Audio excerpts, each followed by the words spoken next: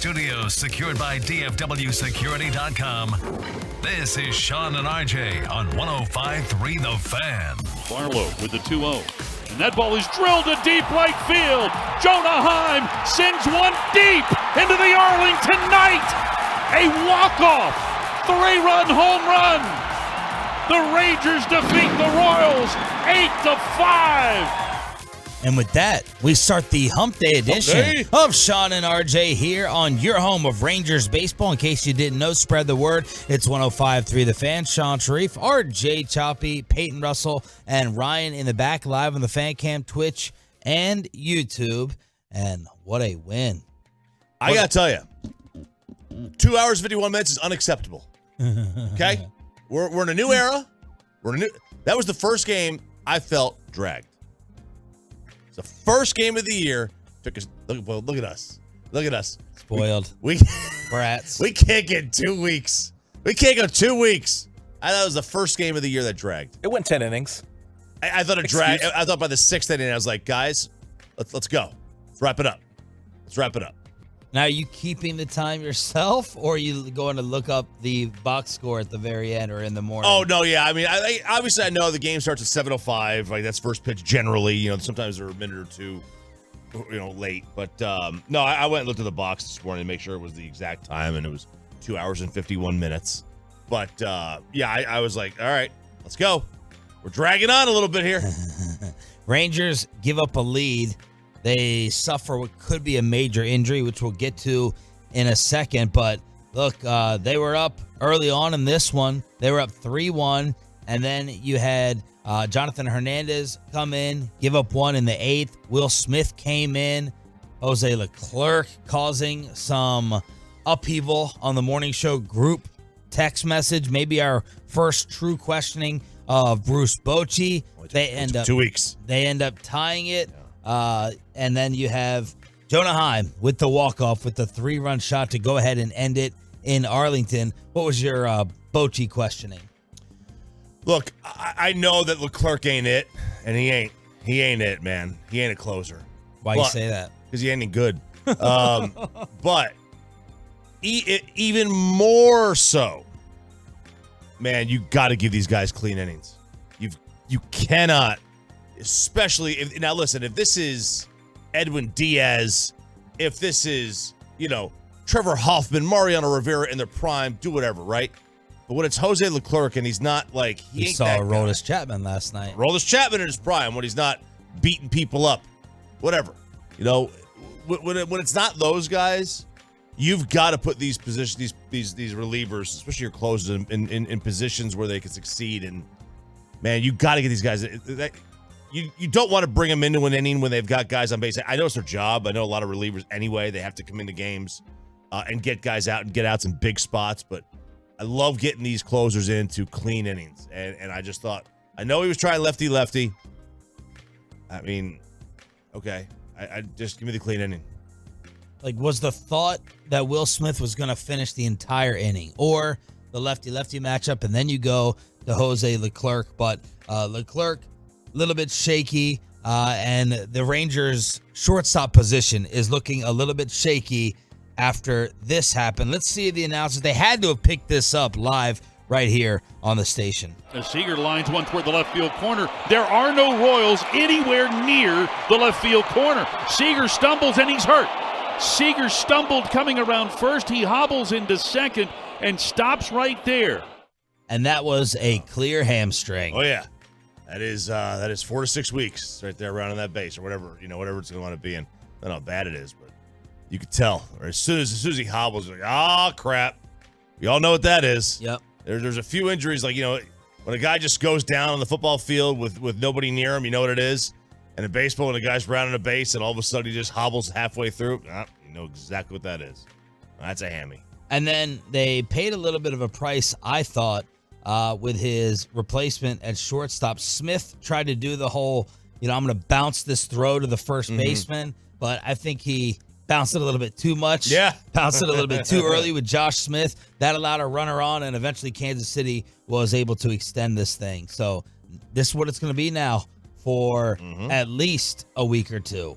Hopefully less, but At least. With Seager? Oh, yeah, at least. I mean, I'd be surprised if he's back. Let's see. What is it? I mean, in 2 weeks, it would be surprising. I would be I would be pleasantly 4 to surprised. 6? Yeah, I'd be pleasantly surprised if we see him again until May. But you never know. I mean, like some guys are, maybe it wasn't that bad. Maybe it was just a tweak.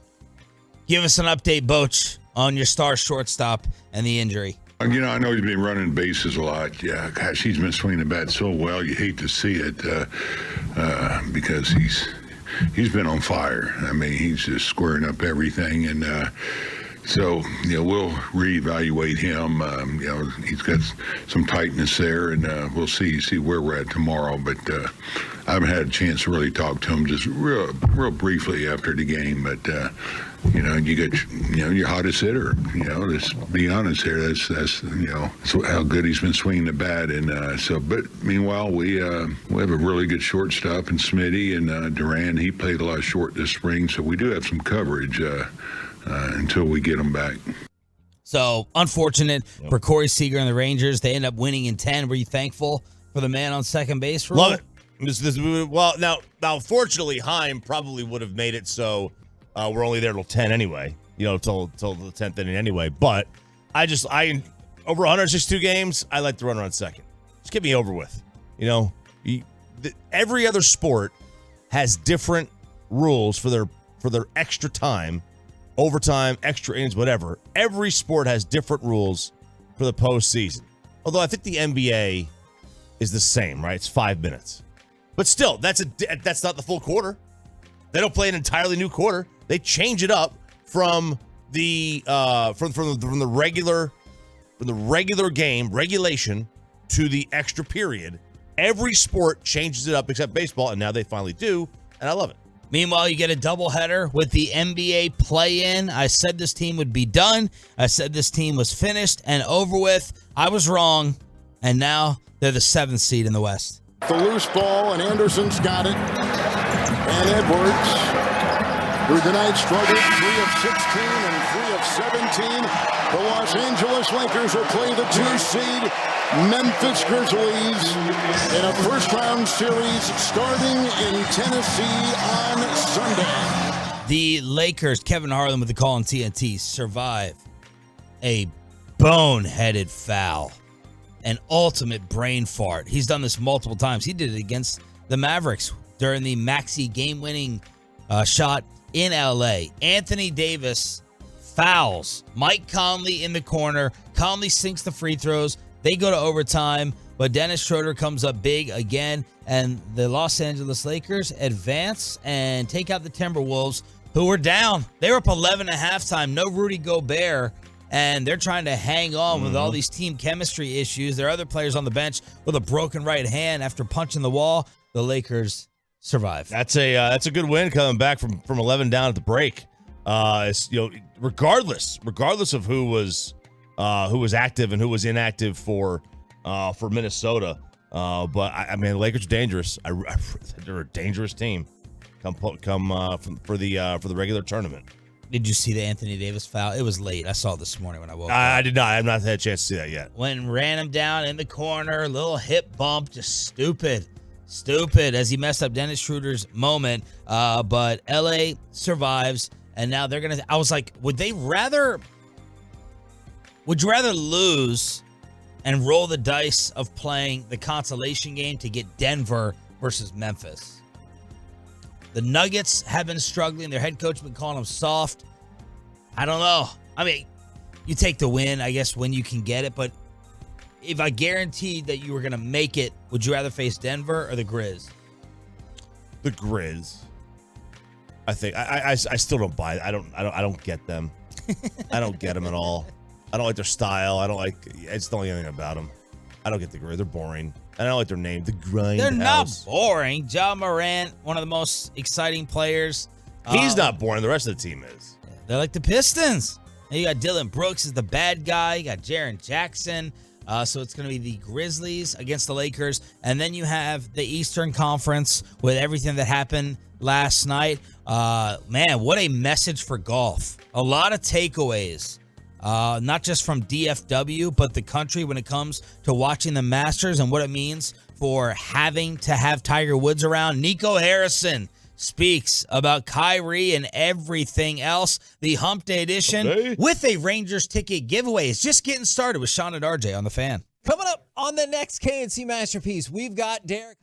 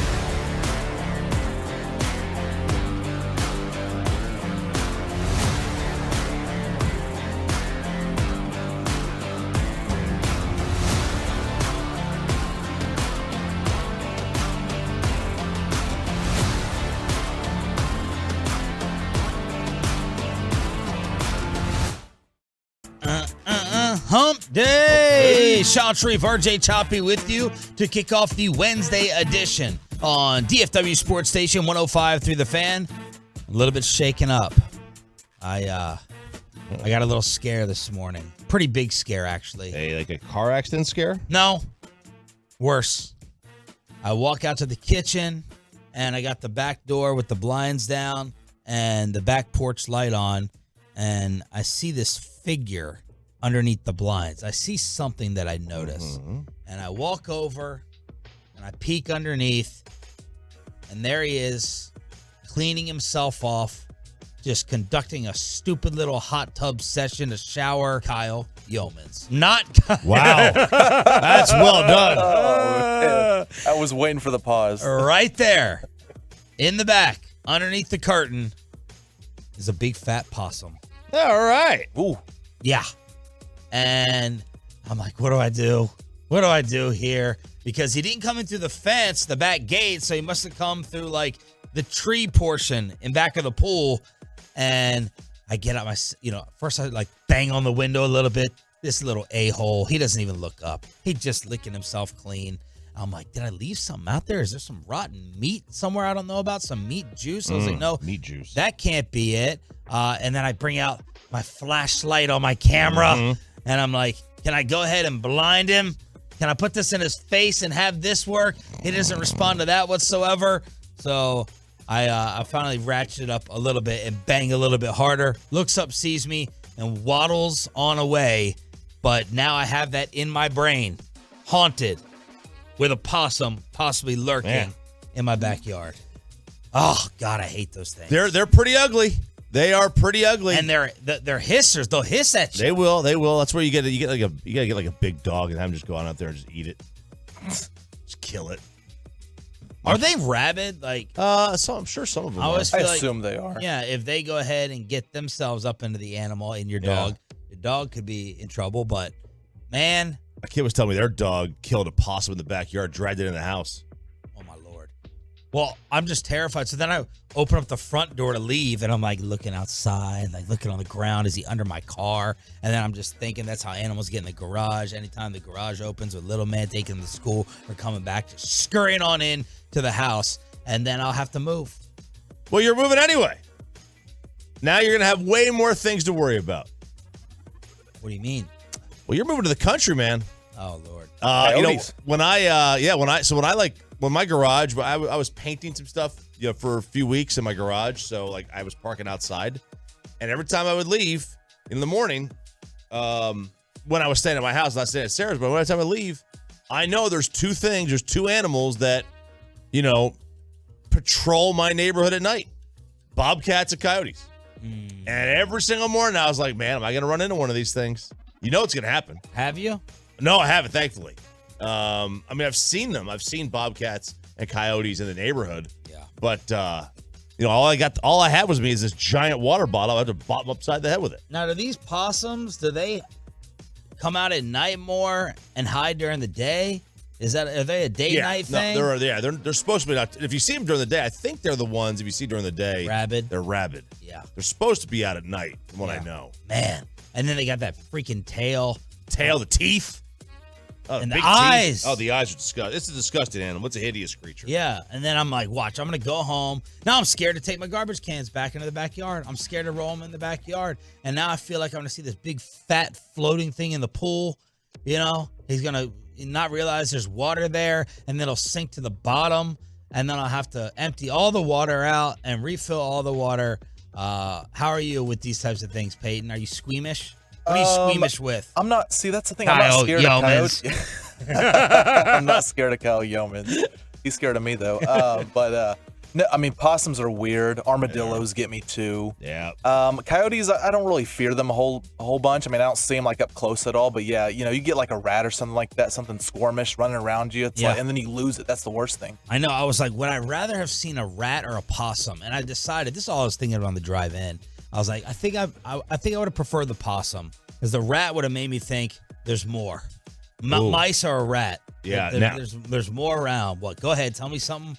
And then I had you're such a jerk. Me? Yeah. I went out to the stupid blue bonnet photo session that my wife made me do for Easter, and all I was thinking with RJ as I have the little man walking around, watch out for the rattlers. That's right. Watch out for the snakes. They love to hang out in the blue bonnets. Do they really? Yeah.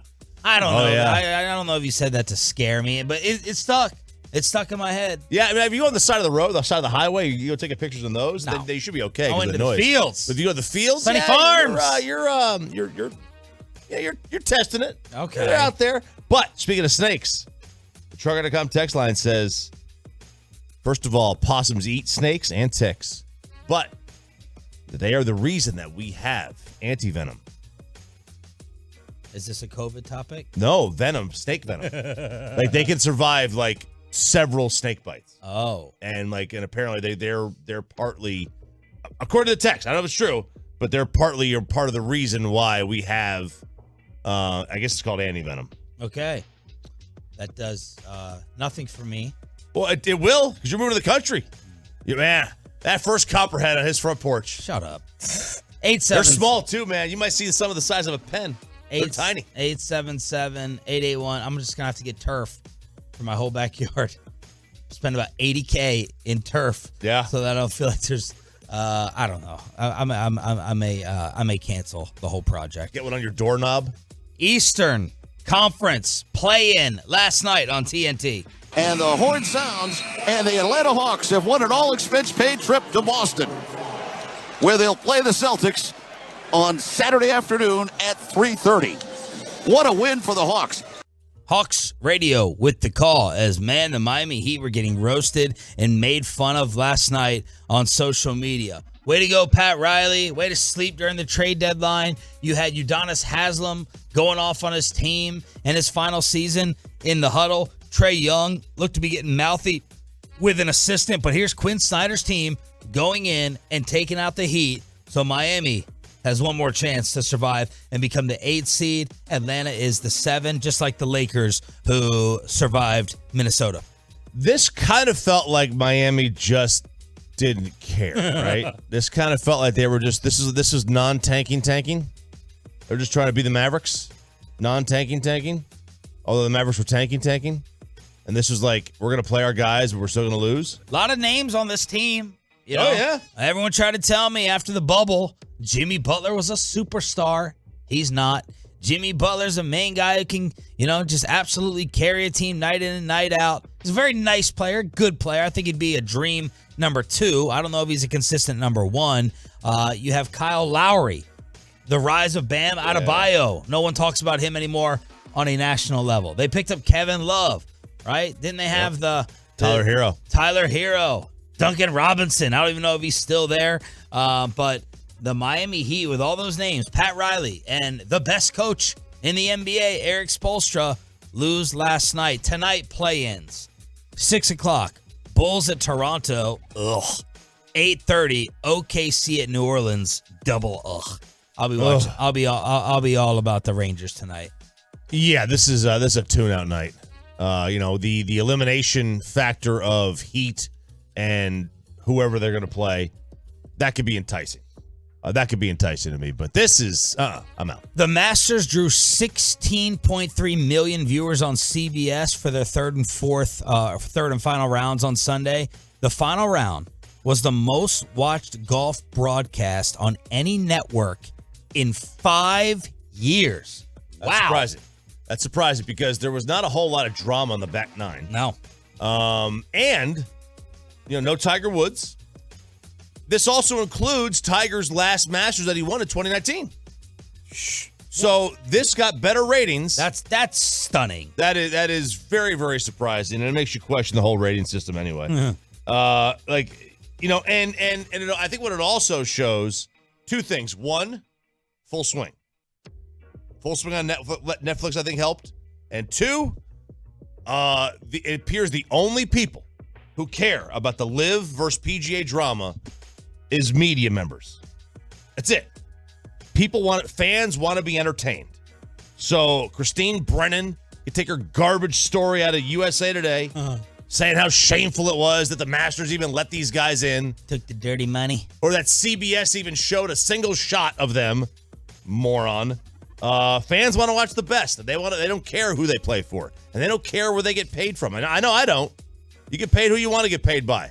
I don't blame you for I don't look at your morals differently because your boss is a murderer. Why didn't Kyrie and Luka work? Are you worried that Luka's leaving? Is Kyrie have any chance of re-signing? Mavs general manager Nico Harrison cleaning up this absolute mess. Here from the Mavs GM next on Sean and RJ. Coming up at 10, continue your work.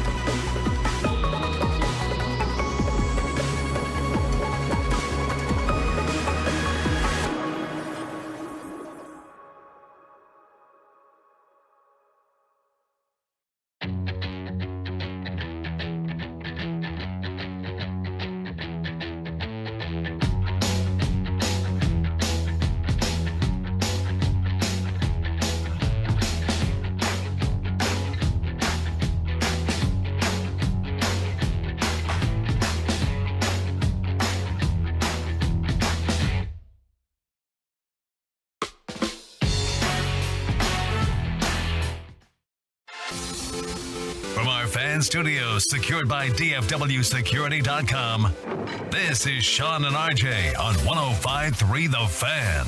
We'll get back to the Rangers walk-off. Jacob deGrom start. Filthy, acting a fool. It's all at 6:20 here on Sean, RJ, and Bobby Belt has joined the party here. Hi. 105.3 The Fan. Hello. How are you? I'm happy. I'm upbeat. What's wrong with you? Am I bringing too much energy to a Wednesday? I'm thinking about just sending you home. Why? What did I do? I don't have a good feeling about this. I don't. I just walked in. You're already in here crying, whining. I got a sinus infection. I need to go get a 5-hour energy. I'm like, there's coffee right there. Yeah, maybe. Yeah. Oh, yeah. I could tell that bugged you during the break just me saying I needed a 5-hour energy. Oh, I said, just by the way, if we're drink some coffee. If we're talking about crying or whining, didn't you just spend the last 10 minutes worrying about an animal that literally plays possum? It fakes dead when you confront it.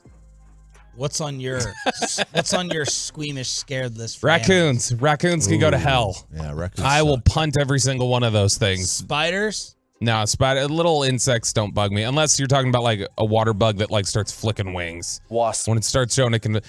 If you can fly and hurt me still, you're invincible. I can be on the ceiling. You can still reach me. Snakes? No, snakes don't do anything to you. So It's raccoons. Raccoons, those things are rabid. They're mean. They're not scared of you. They will charge right at you. They have no fear.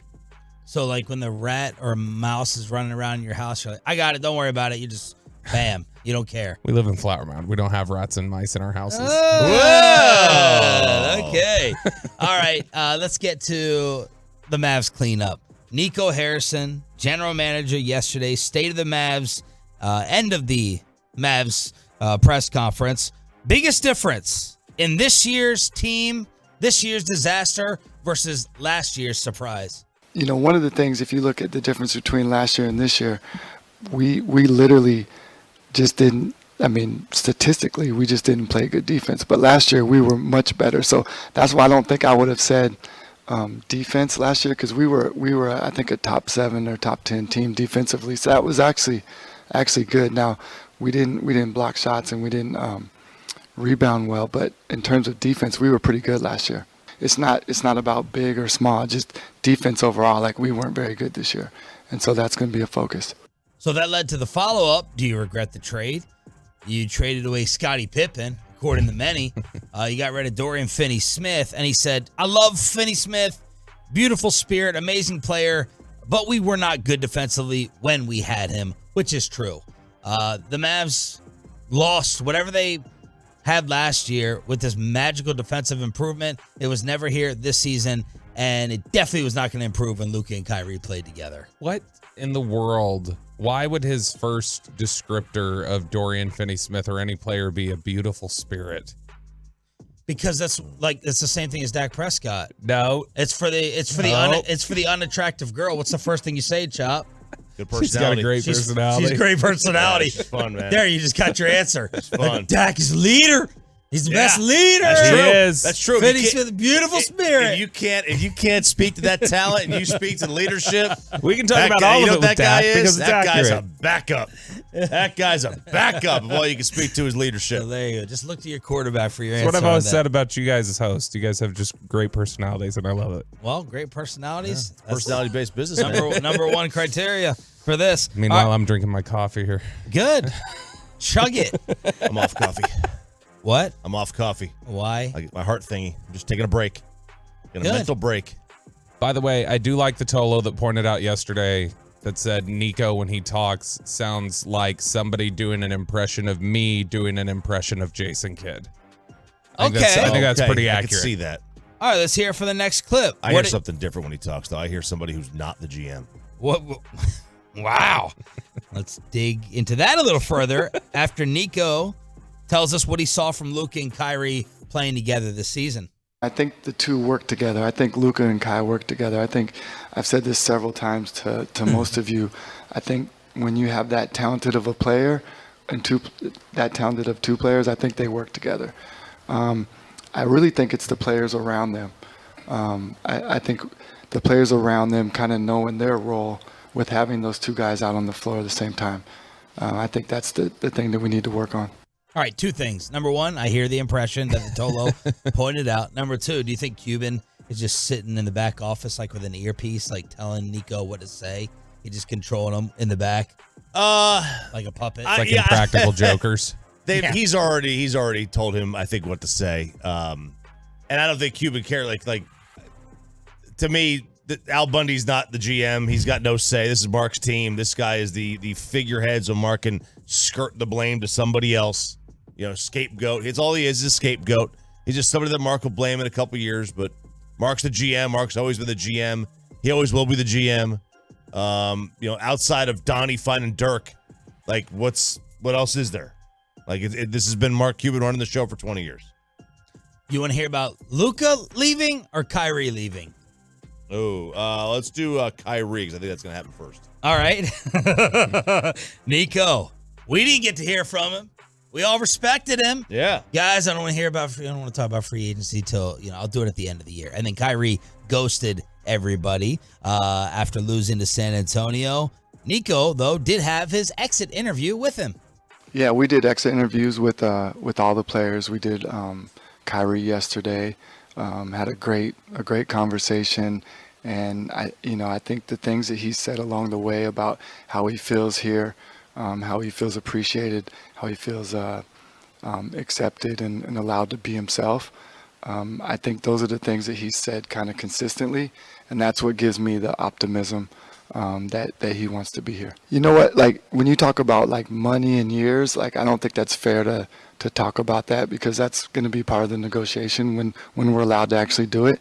But Kyrie's definitely somebody that we want here, and we're excited about the potential of him being here. Yeah, that's always thrilling to hear. You make that investment, and we're excited about the potential that he could be here. Yeah. That's awesome. That's exciting. Well, hopefully my Dallas pressure media theory rings true, as Kyrie told Nico apparently, hey, I'm allowed to be myself.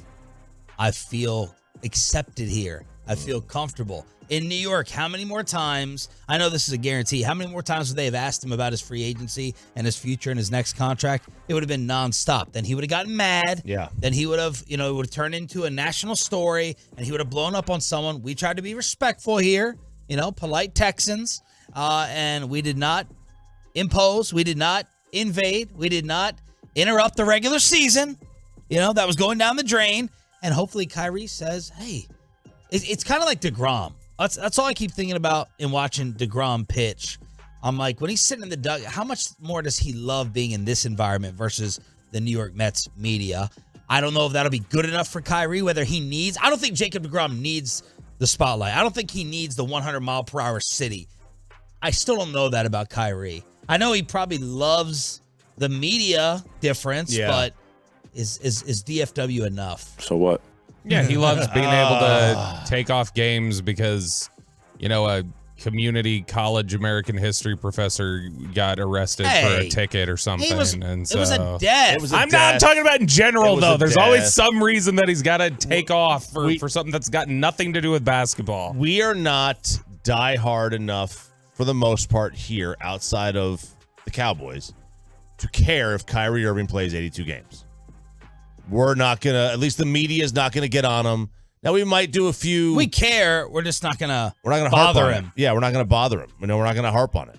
So, does that mean that we care? Does that mean that our disposition is to just, we're good. We'll just avoid confrontation. Yeah. We'll do something else instead of watching. Whereas, in some of these other cities, where the other place where he was, Boston and New York, where they're not going to let it go. They're not going to let it go. They, it's like, listen, we're paying you good money. You got to get your butt out there and play. If you're healthy, you better play. They don't understand Kyrie's. Maybe they understand, they just don't care. Yeah. And that's the difference. Now, does Kyrie like that? Yeah, I'm sure he likes that. I'm sure he likes that, day to day. Does he like living here or does he like playing here? Did you ever hear where he ended up living? Has there been one Kyrie sighting out and about in the Metroplex?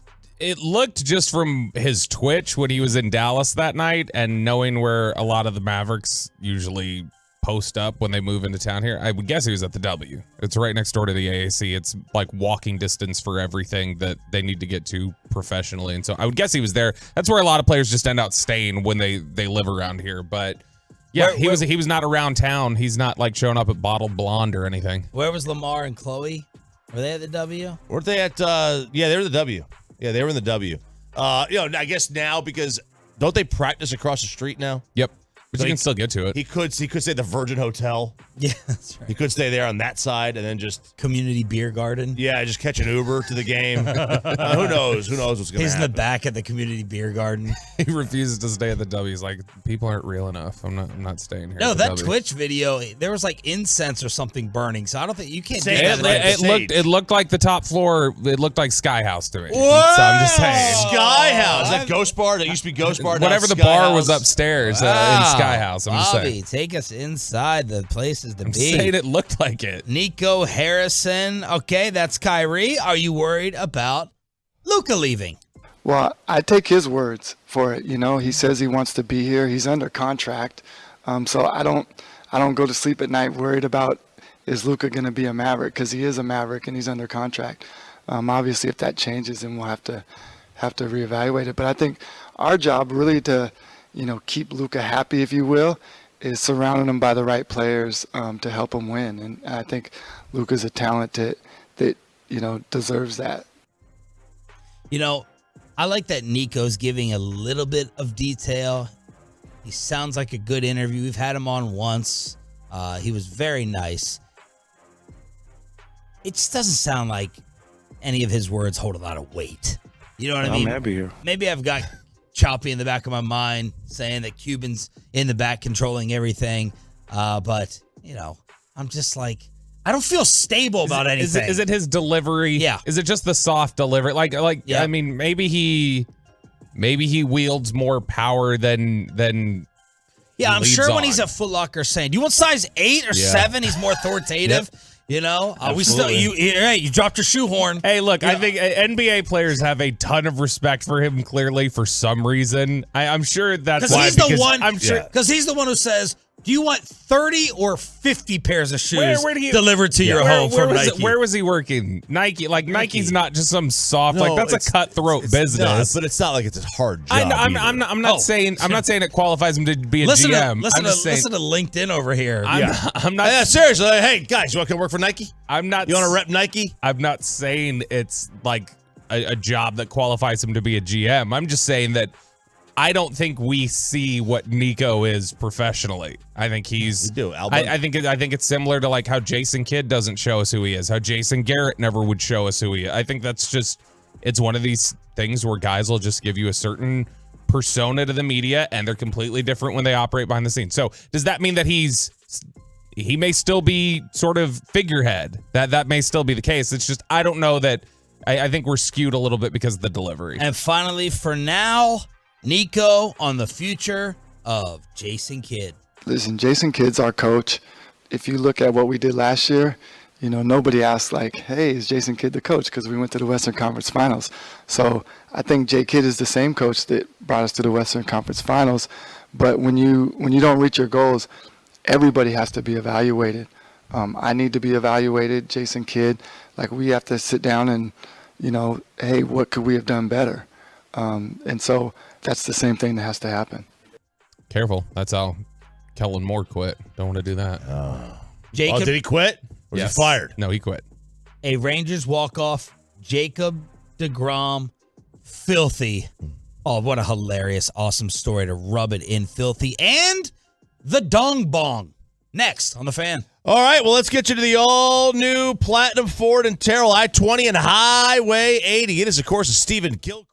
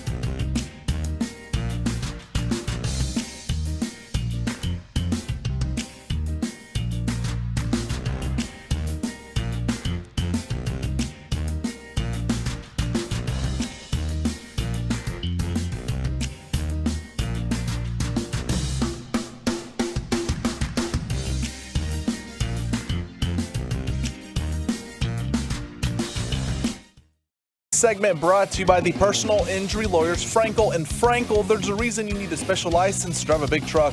So companies that hire drivers and put them in a big truck should be held accountable for what happens when one hurts you. Frankly, you need Frankel and Frankel. Visit truckwreck.com or call them 214-333-3333. The 1-1 pitch.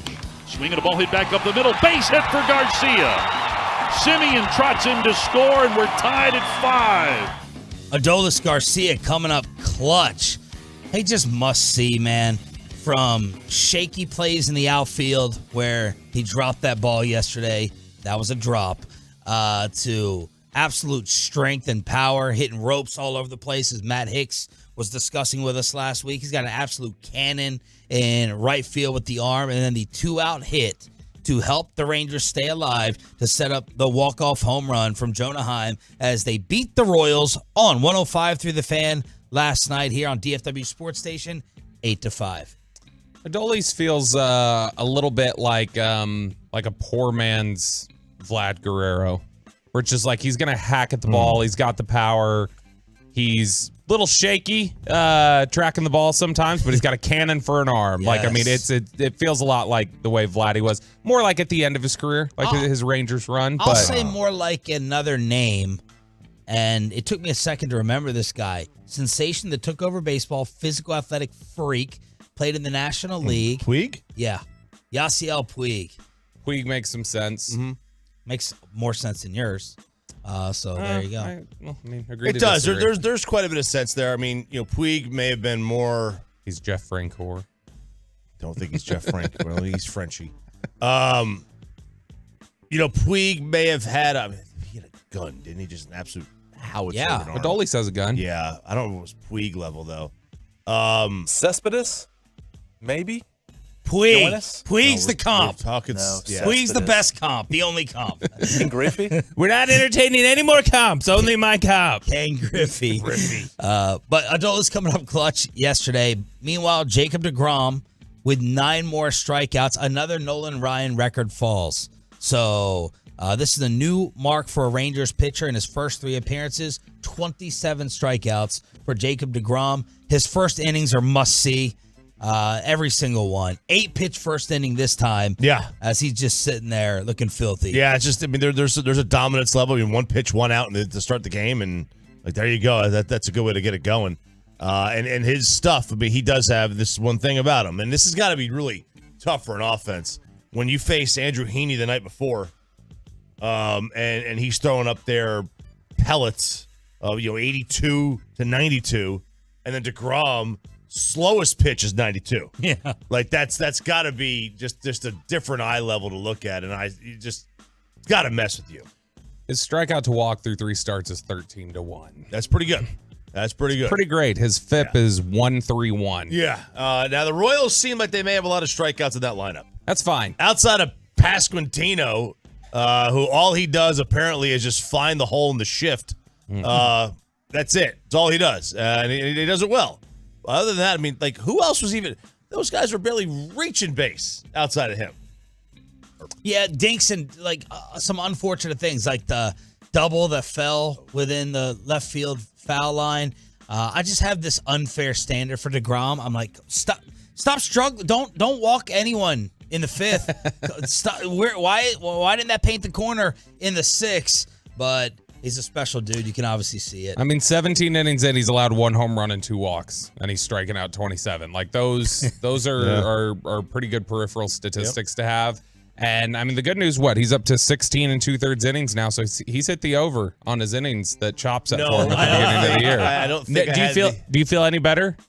Do you feel better that we're 3 starts into it and you haven't had any concerns yet about his health? I'm fine. I'll be worried when he gets to 12, and because you never know when it's going to happen. Right. It has happened for back-to-back years, and it's been kind of out of nowhere. He's at exactly 1/4 of the innings he threw last year. That's it. He's at 1/4. Yeah, already, because he only threw 64 innings last year. Man, there's a good comp here for Adolis. Raul Mondesi. Oh, that's a real good one. That's a pretty good one. Not as good as Puig, but good. All right. And then Corey Seager pops the hamstring. That was bad. He was seeing triple with no one in left field. Oh, yeah. There was no one on the screen. No. And Seager's like, I'm getting 3 here, easy, pop. This is what happens when you, because even if he did the same thing down the right field line, with the way they have it, the right fielder's in so much, they're playing gaps on the other two, on the left and right center. It would not surprise me if he did it down the right field line that if there's, it's probably a triple there too. Like that's a very dangerous, way to shift the offensive player. I wonder how long that's going to last, the outfield shift. Because you're right, if you get something down into the corner, it is 3. It's upsetting to see him go down just because with all the inconsistency and the struggles that the offense has had, he's been just incredible to start the year in terms of when you look at consistently, he's working 6-7 pitches in at bats. He's getting walks. He's getting these extra base hits. What was the note Sandler had? It's like 5 games in a row now where he's had a walk and an extra base hit. His OPS, he's over 1,000. I know it's early in the season, but 359 average. That one's gonna hurt to have him down for what we all think. I would guess is a few weeks at least. Did you see what happened with our boss last night? Brian Purdy, the big boss here at the station, went out to the game, Kansas City ties, and I guess he has a relationship with Bobby Witt Sr.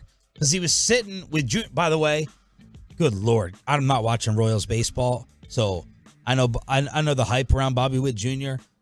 The town is jumping off the screen. Yep. That play he made in play short left. That was just he just turned on the speed right there.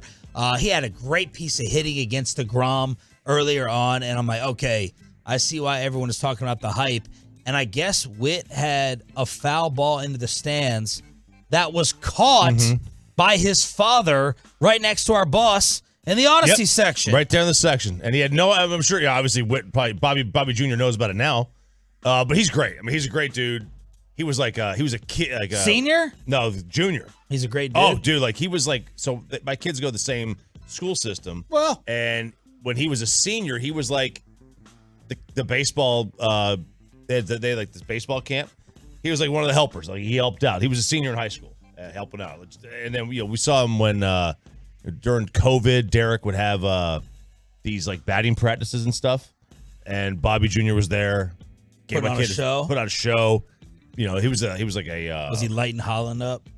No, no. They had a BP pitcher out there. Yeah. Although, again, you can joke that Derek is a BP pitcher. But no, they had a real batting practice guy out there. Yeah. And Bob was, they were all putting on shows because there were a lot of major leaguers or former guys or minor leaguers that were out there. No, he's awesome. He's an awesome kid. He's super talented. Bobby Sr., the first Rangers pitcher to homer in interleague play when it started in 1997. He was the first. Really? He was the first Rangers pitcher to hit a home run. He did it against the Dodgers, I think. And then our boss sent me a picture of the bruised hand from Bobby Sr. And he's basically like, one can dream, Sharif, making fun of the hand size. That's my boss. What do you think we need to show that to Mike and be like, this is how a former major league pitcher catches a foul ball, Mike? Did Bassick have issues? You don't with remember? this? You guys gave him hell for it. Mike dropped. He was in the stands for a game a couple of years ago, and the ball went right to him, and he went to catch it with 2 hands, and it slipped right through his fingers. He bobbled it. Look at the size of Bobby Witt Sr.'s hand. Yeah. Look at that. It's a man hand. That looks like the possum in my backyard. Man hand. This morning. Okay, did you see what happened in Filthy last night? Howard, this gave me such great joy and pleasure. It was dollar hot dog night at the Phillies game. And for some reason, these idiots, these morons, are throwing hot dogs in the entire section. Just chunking wieners back and forth at each other's faces. And Howie goes on social media, Phillies fans need to be better than this. Assuming at $1 a dog, they didn't care their team was losing. Come on, I know fans in Philly are better. And there's video of these animals just chunking pieces of cased meat back and forth. Cased meat, the technical term. Are they better? No. Are they better than that? No, they're not better. I feel like that's pretty Philly behavior right there, is to just throw wieners around. It's gotten to the point where I'm like, okay, maybe we've overdone the Santa Claus thing and the snowman. Maybe they're really not that bad. And then something like this happens, just to remind you. Yeah, I don't care for throwing food. Now, listen, I'm a big proponent of when there's a huge home run that's hit in a big spot, everyone throws their beer up in the air. It's a great photo. It's a great visual to see that on TV. We've all seen that. Popcorn, beer, just flying up in the air. I think it's awesome. I'd be really angry if I was sitting in that section. Then don't sit in the section. How do I know which section it's going to be in? That's a good point.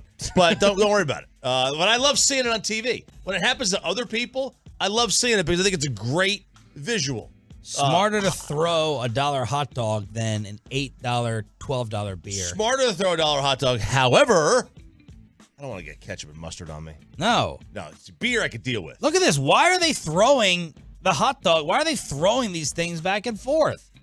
What's the cause? What's the reason for this? Because they didn't throw their $8 beer. They drank all of them, and they're drunk and stupid, and now they're just throwing the wieners around.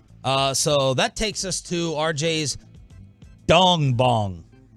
You're not a big fan of this? Okay, the Baltimore Orioles have the best, and I mean the best, home run celebration in sports. Oh, I thought we were talking about something very, very different. When you said really? Dong Bong. Oh. Well, you'll know in a second. So obviously we've seen teams that have home run celebrations. They'll put a fur coat on you. They'll put on, I think the Angels have some kind of a headgear, looking sort of quasi, the 300, some kind of like Roman Greek headgear, whatever. Something stupid, right? Well, the Orioles do this after a home run. They take a beer bong, a funnel. Okay.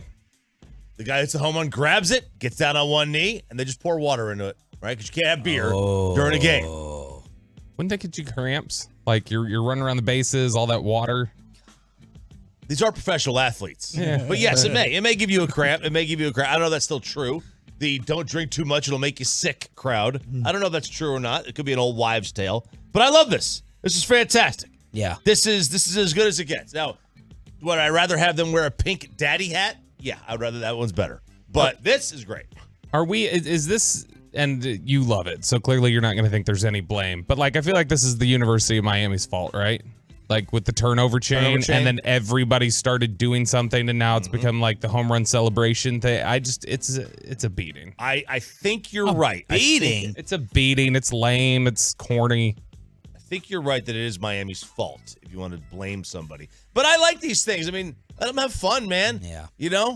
Let them play. Let them play. Let them play. How about the Tampa Bay Rays? Oh, they win again. 11 in a row. They beat the Massholes 7-2. They have now pummeled the opposition by a combined score of 83-20 during this historic start. 11-0 for the Rays. They have won. Let me give you these numbers. 4-zip, 12-2, 5-1, 6-2, 10-6, 7-2, 9-5, 11-zip, 11-zip, 1-0, 7-2.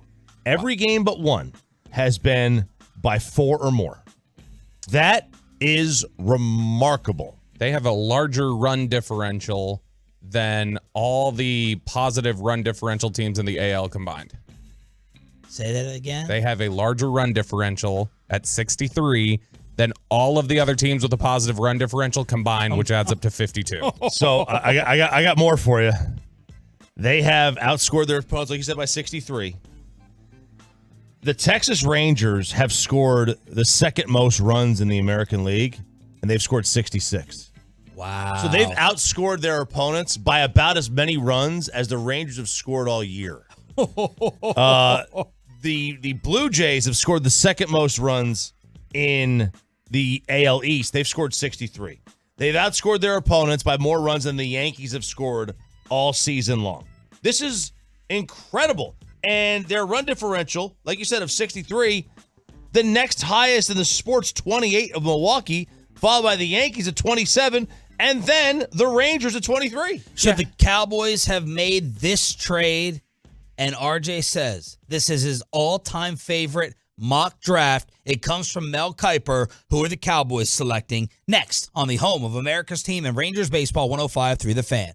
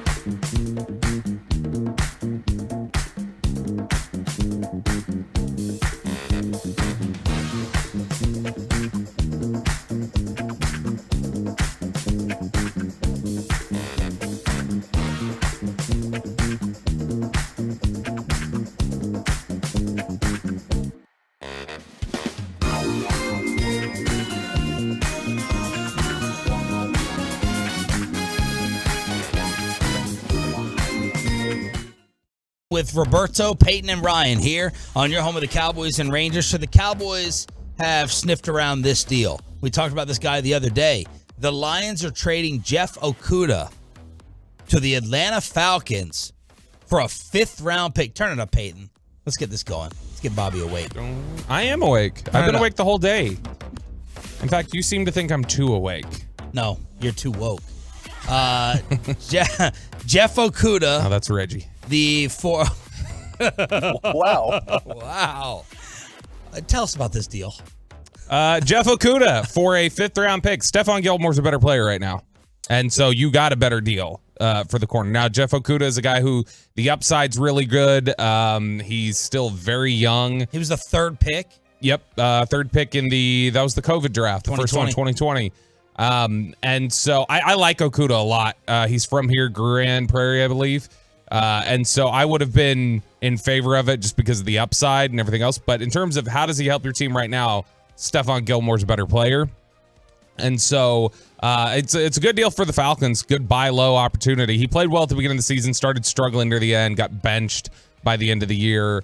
And now the Lions are moving on. But it's definitely worth a flyer as a guy who's as talented as he is. This is a Belichick move, right? Get an old 1st-round pick that doesn't work out in a spot and bring him in. That's exactly what I would have done. I mean, I would have loved for the Cowboys to make this move. 5th-rounder, it's nothing. A 5th-round pick is nothing. It's Deron Bland. Yeah. Jeff Okudah. AJ Terrell, Okudah, Casey Hayward.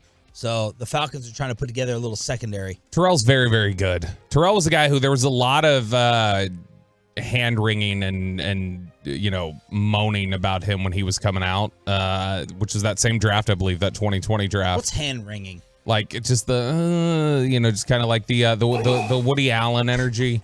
And there was just the issue with Terrell was his final year there at where the hell did Terrell go? Georgia. That his last year there, he was not very good. He kept getting burned. And it was something where people ignored a lot of the tape that they saw from him earlier in his career. He played at Clemson. He slid Clemson. That was it. Close, though. Slid down the draft a little bit. And actually, if he would have been there, that was somebody that the Cowboys anticipated might have gotten to them during the CD draft. That if Terrell would have gotten there, they would have picked him, I think, if not for CD being there. But Terrell, Okudah, Hayward, it's a good, talented collection of corners. All right, Ralph, your favorite all-time mock draft that's ever been done? This came out from Mel Kiper, your favorite ever. My favorite ever. And it has nothing to do with who it is. Because I really don't like people who are just gifted with hair like that and never had to go see Dr. Mark Bashar. I'll tell you, Sean, why this is my favorite draft. Now, he does include trades. Okay, so he did include trades. And I'll tell you why this is my favorite draft. Because this is also the smartest draft. This is the way every single draft should go, regardless of year. Hendon Hooker, number 1? No. I'm not you. I can understand that when players go to my school, that when he goes to my school, that he may not be the number 1 overall pick. Oh, yeah. You can't with Bijan Robinson. Yeah. If he went to Oregon, you would not say he should be picked in the top 4 rounds. Yes, that's all about that's all homerism. That the a top 3 player should go to the Cowboys at 26. No, it's not. It's position. I don't even know who the running back of Tennessee was last year. I think I know. I think his last name was Small. Don't care. Travis Henry. You know why? Running back. Doesn't matter. Irrelevant. Just find somebody else in there and just let him, ram his head into a wall. Number 1, Bryce Young. What position does he play? QB. Number 2, to Houston. Houston. CJ Stroud. QB. We have a trade, Sean. We have a trade. Oh. Arizona trading down. Dang, it was true. 6 teams interested. Indianapolis moving up. The Tennessee Titans. Oh. Take that, Malik Willis. And they take Anthony Richardson. Position? Raw to raw. QB. Undetermined. Running back. There you go. Number 4, Indianapolis. Will Levis. Oh. Yeah. Quarterback. If you have a top pick and you need a quarterback, I don't care what the grade is on that quarterback. You take a quarterback. You take the best available. You take the best one available. That's the smartest way to build a team because what have I said for years and years and years? Humans are bad at evaluating talent. We don't know. So the Falcons were dumb for waiting until the third round to take Desmond Ridder as the second quarterback in the draft instead of just taking him in the first round. They should have taken a quarterback in the first round. Yeah. Instead of waiting to get the second quarterback taken. Was he the second one? I believe Who was he the was. first quarterback taken? That was Kenny Pickett. Kenny Pickett. Look, I mean, maybe some years. So there are caveats. Okay. Yeah, you know what I mean? Like some years. But we just don't know. We also just don't know. So I love this. I saw this. I couldn't stand up. I was so giddy, so happy. Finally, something that makes sense in this world. This is how it should be.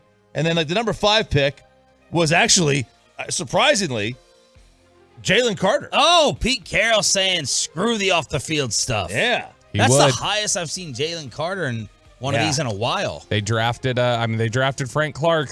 They were like comfortable with that a few years back. So first wideout off the board is Jackson Smith and Jigba at 12 to Houston. Christian Gonzalez, the corner, goes 14 in New England. So they're keeping the Ohio State connection. Stroud, Jackson Smith, and Jigba. That's been a thing lately. Like you get teams drafting the college quarterback and college receiver together. I could see it. I don't know. I don't know how much it matters, but like, I mean, Miami did it with Tua. Since he did it with Burrow and Chase, and then there was another one recently where it happened. I can't remember which one. Green Bay gets Dalton Kincaid, the Utah tight end. Joey Porter Jr. to Washington. Zay Flowers, the wideout, to Pittsburgh. Bobby's Bijan Robinson to Detroit at 18. Hell yeah. Let's see. You're gonna go keep the Jordan Addison goes to the Chargers. Where Lucas Van Ness to Jacksonville, DJ Turner to the Giants, and the Cowboys take. Give me the position. I didn't. Damn it. Because if Kuiper's picking it and Kincaid's off the board, that means it's Michael Mayer at Notre Dame. It is. Here's the write-up. Schultz left the free agency. The Cowboys ever replaced him. Let's get Dak a talented safety valve here. Meyer is the Meyer or Mayer? I don't know. I use them interchangeably because I'm not sure. Okay. He's the best all-around tight end in this class. Draft coverage, the home of the best draft coverage is 105. Who's on the lead there? Drop it. Kyle Yeomans. Not afraid to latch onto defenders and block. Don't discount his receiving upside. 180 catches for 2,000 yards and 18 scores in 3 years. He could be an outlet on crossers and hooks. Dak loves those hooks. And he'll pick up first downs after the catch. Dallas also scouted the class best wide receiver, so keep an eye out for if one of the top guys drops. Why do you dislike him? Is this Jason Witten 2.0? Yes. It's I mean, he's a good player. It's just that this is not modern offense. This would indicate that they are wanting to play everything short and run the ball, and it would more be a concern about what this offense is going to look like if that's the tight end that they go, let's get him, especially if Luke Musgrave from Oregon State's on the board. So we're just eliminating Hendershot and Ferguson from starter potential. I just think they believe that they can get a lot better there. Okay. Seattle goes Hooker at quarterback at 30. You go into the second round. Quentin Johnston goes to Arizona at 34. The Eagles take Jahmyr Gibbs. Good Alabama player. running back at 37. Good player. Let's go on all the way down to the Cowboys. Where did the Cowboys go in the second round? Eagles take Derek Hall, outside linebacker with 52. They do a mock trade with Seattle. And then the Cowboys take position wide receiver. Marvin Mims. It's not Marvin Mims. It's not Jalen Hyatt either. He had already gone to Detroit. Rats. Come on, Bobby. Josh Downs. He was on the board. They passed on him. He went to Buffalo with the very next pick. Rashee Rice. No. No clue. Give him the school conference. SEC. Cedric Tillman. No. Too slow. Cedric Tillman's perfect for what they need. An X receiver. What, a guy who gets hurt? Big-bodied X receiver. He's Tennessee. Who's the team? Ole Miss. Oh, it's Mingo. Jonathan Mingo. H-O baby. Okay. Jonathan Mingo is similar to Tillman. Like when he's a big-bodied X receiver. 6'2", 220. Barkevius' kid. Yes. Yeah. That'd be fast. It would be fast. That'd be fast. Mario Edwards was on the number 1 defense with the Cowboys not long ago, and then he was getting picked in 2014 as a kid. So, what were you saying about wide receiver grades and how this could be good for us? The wide receiver. Oh, so like in terms of the 17 the first round. Yeah. So like of the 17 wide receivers taken in the first round over the last 3 years. No. There was a lack of wide receiver first round grades. You said it would be good for the Cowboys. Oh yeah. So like teams only have. This was according to, I think it was Matt Miller. There's only one first round graded wide receiver according to many teams, and that's Jackson Smith and Jigba. I could buy that. We see a lot of teams maybe dropping wide receivers and not taking them that high in the first round, to where you may have 1, 2, or 3 of them be available for the Cowboys at 26. Boy, that just feels. Doesn't it feel like they have more pressing needs though than to go pass catcher with their first 2 picks? Not according to Choppy. There's no more pressing needs. Yeah, I mean, like to me, unless it's quarterback. When's Mingo going to get on the field this year? Like if you're talking about the immediate and what you need, like you need a left guard. But he also said he didn't want Gilmore and Cooks to stop or affect the draft plan whatsoever. That was RJ's team building to approach. me, like these are 1 year, maybe 2 year stopgaps. I don't want to change my draft strategy because I have something for this year. So if I have Jordan Addison available to me, or Quentin Johnson, or Jalen Hyatt, or whoever that drops to 26, I'm going to take that, because it also does another thing for you. Let's say you don't want to pay, you don't want to pay multiple receivers at the same time. You move on from Gallup, you throw one of those guys in there. If you don't want to pay CeeDee Lamb, if you don't want to pay him $30 million a year, you move on from him. You see CD in the Dak yard with Pratt. Man, these leg tattoos have taken over this team. What is going on with the full leg sleeves? I'm going to get one. What tattoo would you get? The picture of your Flower Mound magazine cover? No, just a number 4 on my stomach. You would.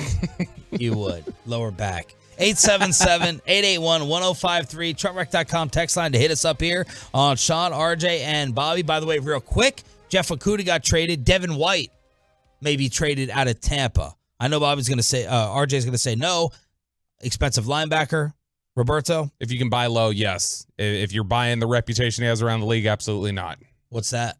People think he's a star, and he's not. He's not as good of a player as everybody talks about him being. All right. Good news for the Stars last night. Get ready for the action at the AAC as they clinched round 1. NBA play-ins, Rangers walk-off. It's all coming at you next. And a Rangers ticket giveaway to send you to the series in Arlington for turning it on, leaving it on. Headlines on a hump day. Right after this. But this is DFW Security.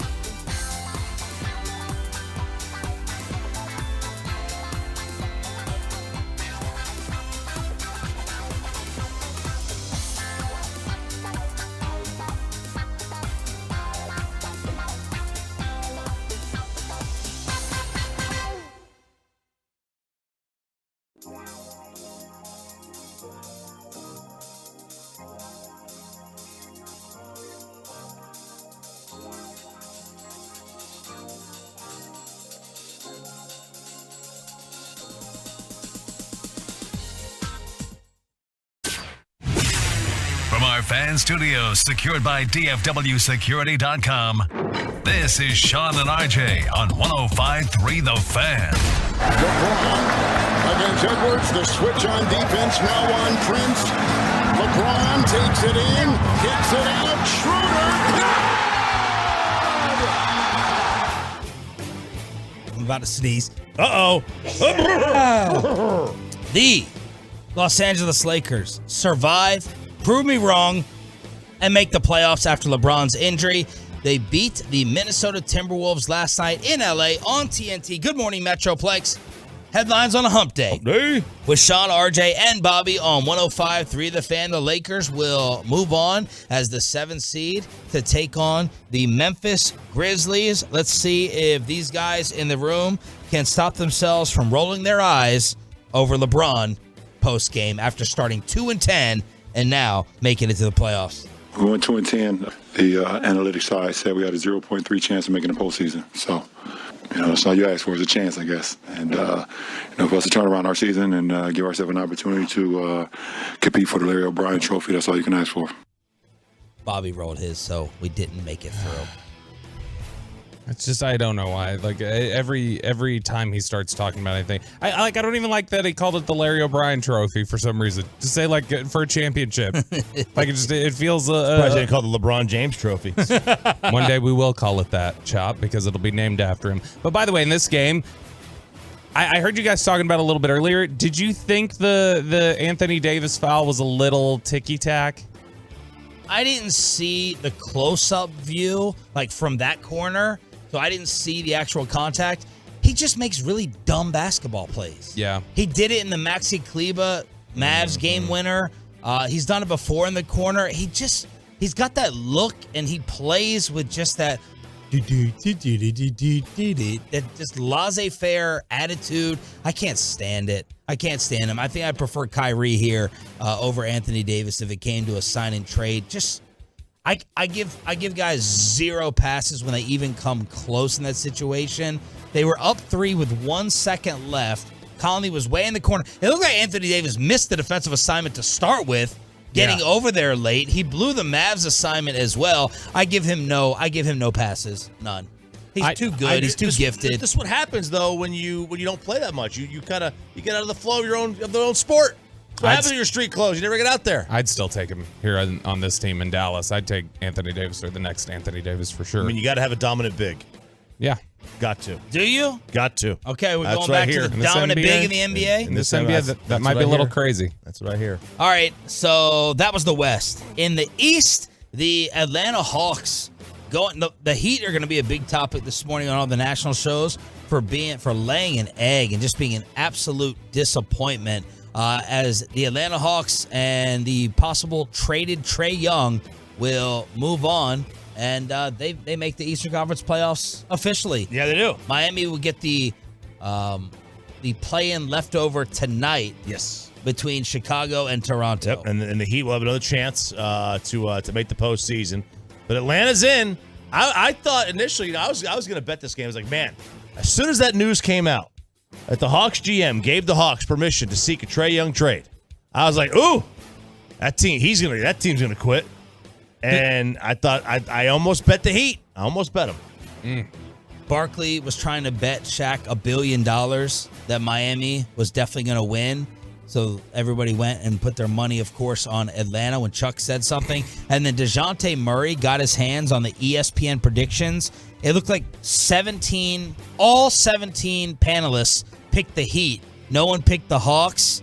And DeJounte said, "Joke's on you, MFs," at ESPN. So little trash talk tonight. Games. You can't stand LeBron. I can't stand Zion. I'll return when I feel like Zion. I'll come back and play as the Pelicans are going to take on the Thunder and then that crappy game in the East. Is there, just jumping back to the DeJounte Murray thing, does anybody hear media criticism more than NBA players? Those guys seem to, and not in like a great motivating, like I'm going to internalize this and make myself better. They seem to get rattled by the noise more than Major League Baseball and the NFL. Well, Major League Baseball players obviously they play every night, so there's less downtime, right, during the season. Yeah, the NBA players got to load manage, so they have time to watch. They have time. But also, they also play in a sport where since the time they were kids, those AAU stars, they've been coddled. And, baseball players get coddled too, but not I don't think nearly as much as at the youth level because there's so many on a team. You've got that one star on an AAU team.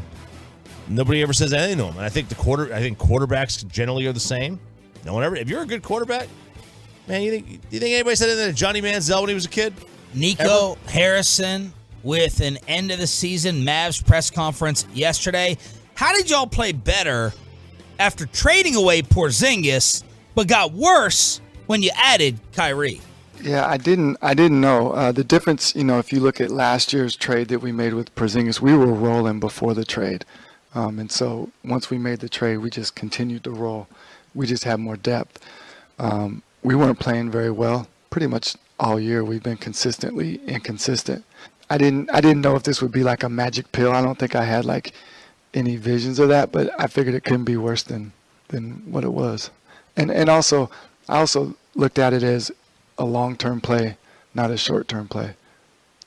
Getting this trade wasn't for the 3 months.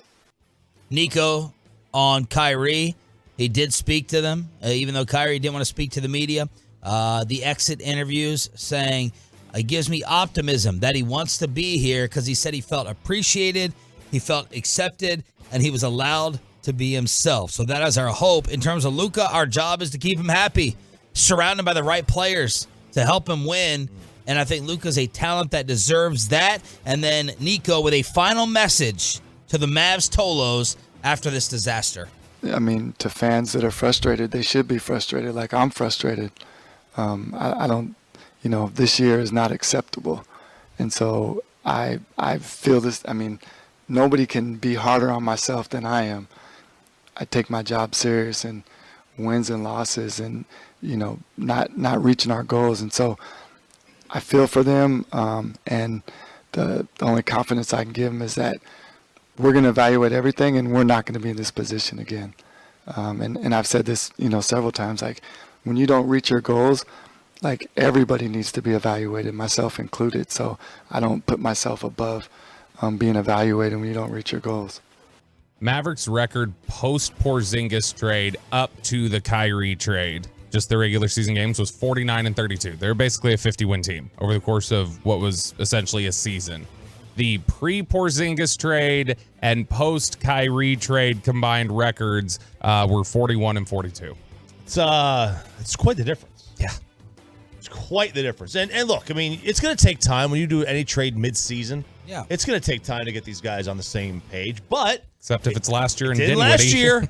It didn't last year, and maybe there was something to guys knowing how to play with the superstar, and also having guys that will play a little bit of defense, especially on the interior. This team did not have defensive interior help at all. I hope someone's watching RJ on the fan cam right now for the slow motion replay of whatever he's doing with his arm and his lower portion of his body. I'm rubbing lotion on my legs. Okay. And my feet. Yeah, you guys both just lube up throughout the show with lotion. My skin's a little dry today. I felt a little ashy, a little itchy. Rangers screw up another win for Jacob deGrom. They were on their way to losing to the Kansas City Royals in Arlington, and then this happened. Barlow with the 2-0. And that ball is drilled to deep right field. Jonah Heim sends one deep into the Arlington night. A walk-off 3-run home run. The Rangers defeat the Royals 8-5. What a call from Hicksy right here on this station. 8-5W, 403-foot, 3-run shot to right field after Josh Young had the 2-out walk that was followed by the clutch RBI single by Adolis Garcia to extend this thing. That pitch to Josh Young, that may have been the least competitive pitch I've seen in a long time. That catcher almost ripped his arm off trying to stretch for that thing outside in the lefty batter's box. What a moonshot by Heim. Yeah. Just an absolute missile. This is why I'm the president of the Josh Heim fan club, or Jonah Heim fan club. Yeah, Josh Young. I was mixing it. Jonah Heim fan club. What a president. Yeah, well, I just was debating. I don't want to get Peyton in trouble, so I'm not going to call myself the fan club that I've named us on Twitter.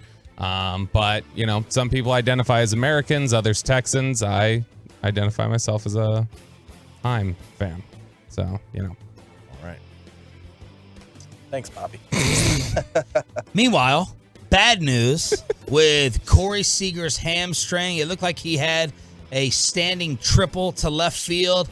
He maybe got a little bit too excited. Something popped. Bruce Bochy with the update after. You know, I know he's been running bases a lot. Yeah, gosh, he's been swinging the bat so well. You hate to see it because he's been on fire. I mean, he's just squaring up everything, and so we'll reevaluate him.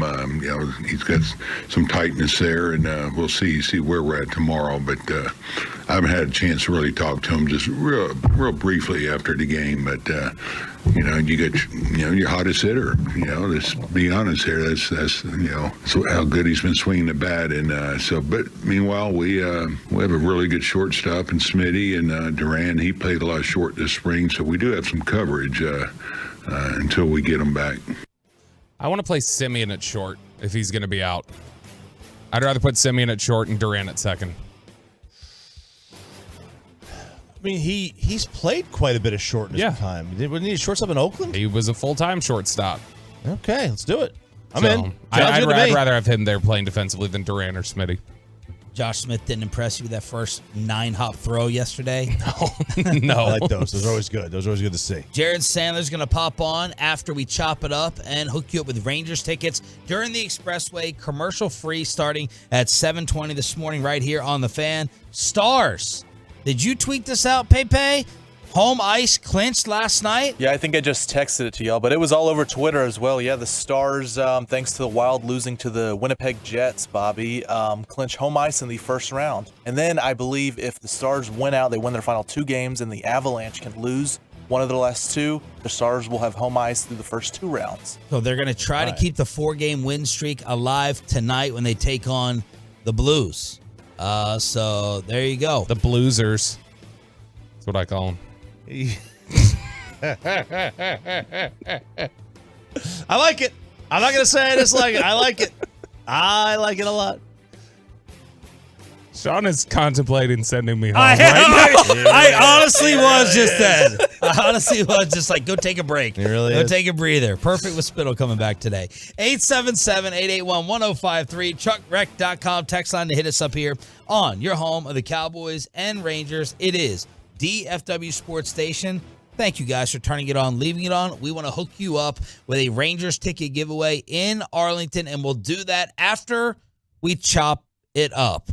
Choppy, where do you want to take it? Sleeping too long, sleeping. So now you don't sleep enough. You put on RJ's heart monitor. Mm-hmm. Now we can't sleep too long. How tall of a girl would you date? And have you ever had a fight break out with the family over a board game? So Monopoly rage. Let's chop it up and give you Rangers tickets after this. After we get you over to Boomerjack.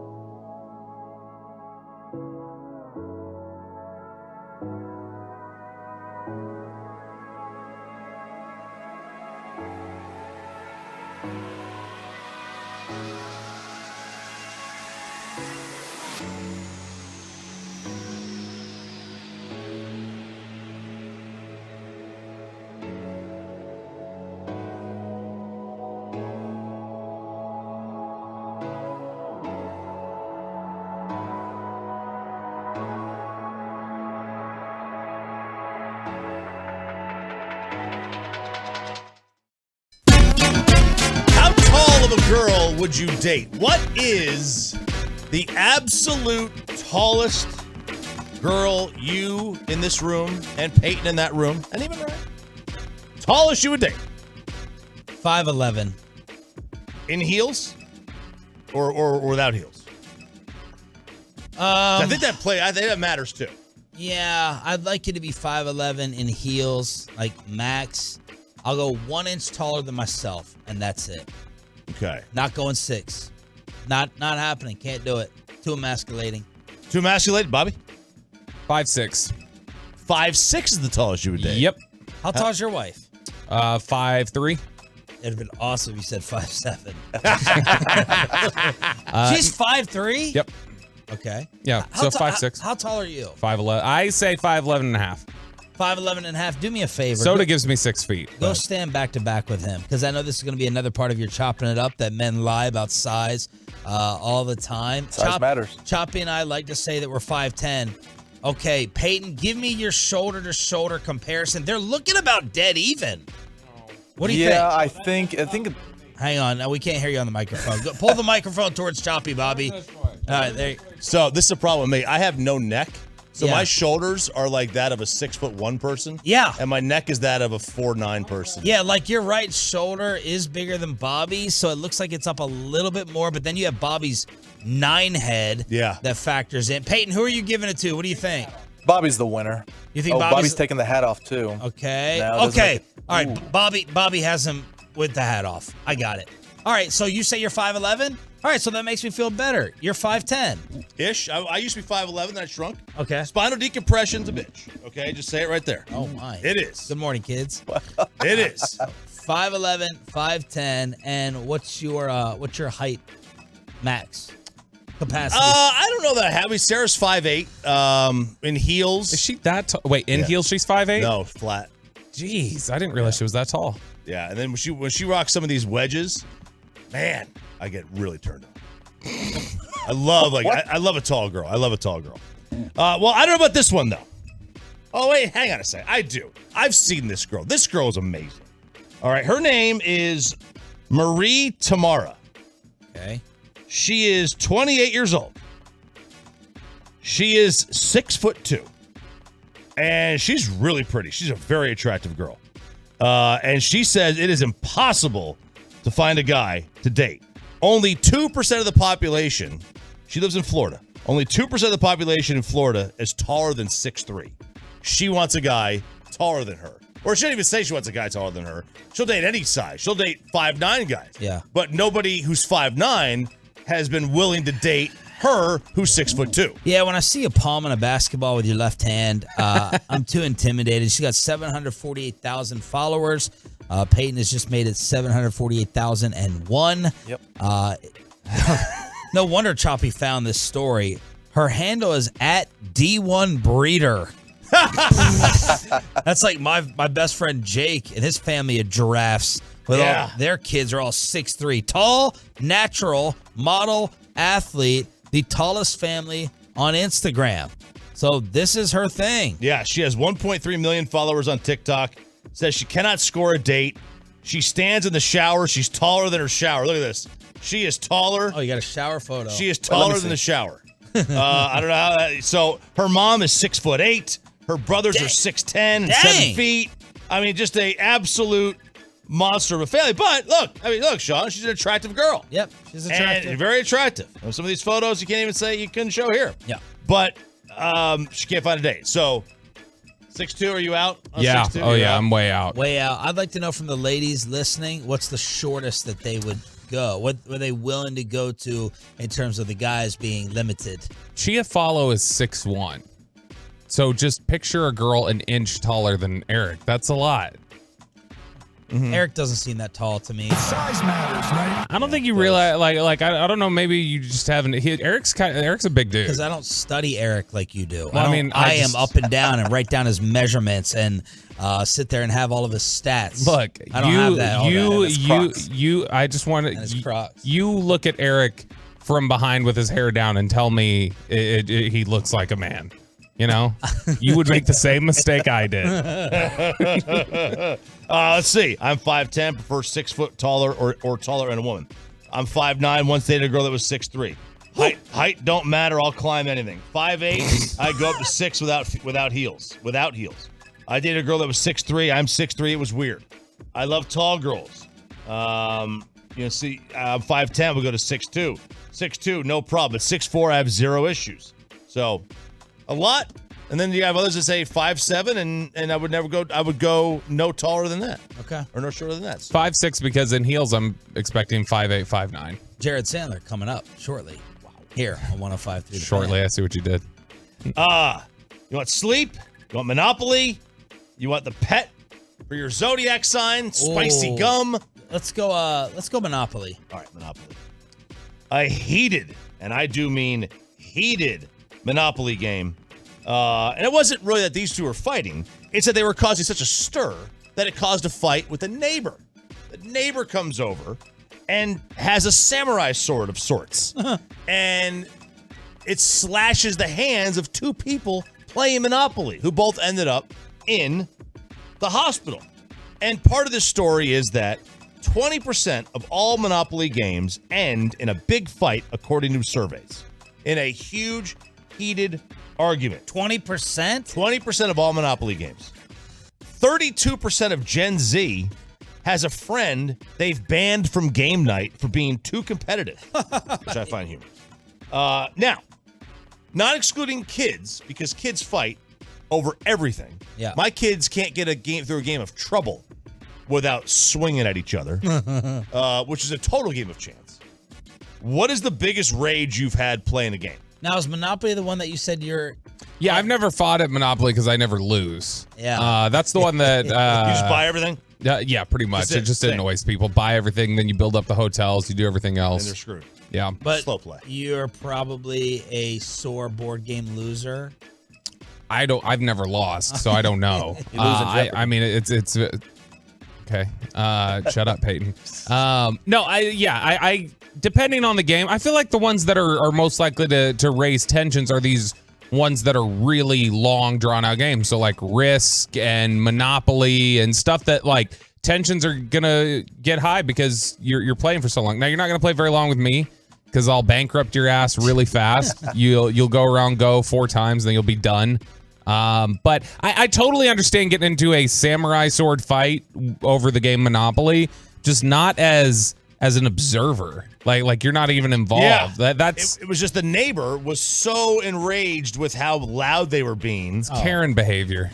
It's definitely Karen behavior. By the way, way, telling the Yankees bat boy to cut your hair or something. There you go. I saw this. Monopoly's the third highest selling board game of all time, and I was like, "Well, beat it." Number 1 was chess, and number 2 was checkers, and I was stunned. I thought, and I didn't think of those as board games, right? Even though they are technically board games. I can't think of the last board game I played. I can't even think about it. Chutes and ladders gets me every time. Chutes you and get up to the very top, and then you fall down the ladder, and you guys restart. Yep. I flip the board. Trouble. My kids love to play Trouble. Trouble's great just because it's fun to pop the little. It's fun to pop the little thing. Yeah. Like you guys play like Cards Against Humanity? Ever? Oh yeah. You know that stuff? That's fun. Yeah, but that's just like, I guess you could get frustrated if your answer doesn't get picked. I guess so. Fun drinking thing. I don't know. I've never played that game, so I didn't even realize that. I thought that was You just a game would where you love pull it, cards and and you'd be great at it. Great at it. Would I? Fantastic. Yeah. Why? What is the sick game? And demented Oh, answers. fun. Yeah, you'd be amazing, I think. But you have no story where you rage. It could be just a video game rage. Too. Video game. I shattered the lamp in my bedroom, facing my brother way back when he was Mike Vick. Oh. Roll out left, sprint left, Yep. and then either run down the sideline or throw a 60-yard completion of bomb, and I shattered the lamp. Absolutely. Mine was college football 2001. My roommate, Justin Fletcher, was always played as Nebraska with that stupid option. Yeah. Eric Crouch, baby. Stupid option. And I never could beat him. I yeeted that ottoman across the room. Now, what got us into fights, Madden has never gotten my friend group into fights other than one edition, and it was Madden 2002. And I don't know if you guys played that one, but that was the one, I believe the only version of Madden that allowed you to do the mulligan. as a form of just doing the play over. And we had it in there as a replay system. If something went wrong, you'd do a replay. You'd basically get to challenge, and you'd mulligan it and get to do the play over again. And one of our friends one time in a big Madden tournament we were playing at somebody's house just did the mulligan without actually going to the replay booth for it. And we all just jumped him and started beating on him. We were furious. Oh, chopping it up here on 105.3 The Fan. Board game stories that resulted in fights or punishment. Anything, Peyton? He just said shoots and ladders. No. Shoots and ladders. Yeah, like Fortnite stuff, Call of Duty video games and stuff, playing with friends. You get beat by some sweat who's, has no job and stuff. Yeah. Well, what's a sweat? Oh, come on. It's someone that tries hard at video games, has no job, just works 9 to 5, but on the video games and stuff. Okay. Some sweat. Some I like sweat. that. I like Some that. sweat. I'll add that to Lefty on Read. All right. I'll leave it.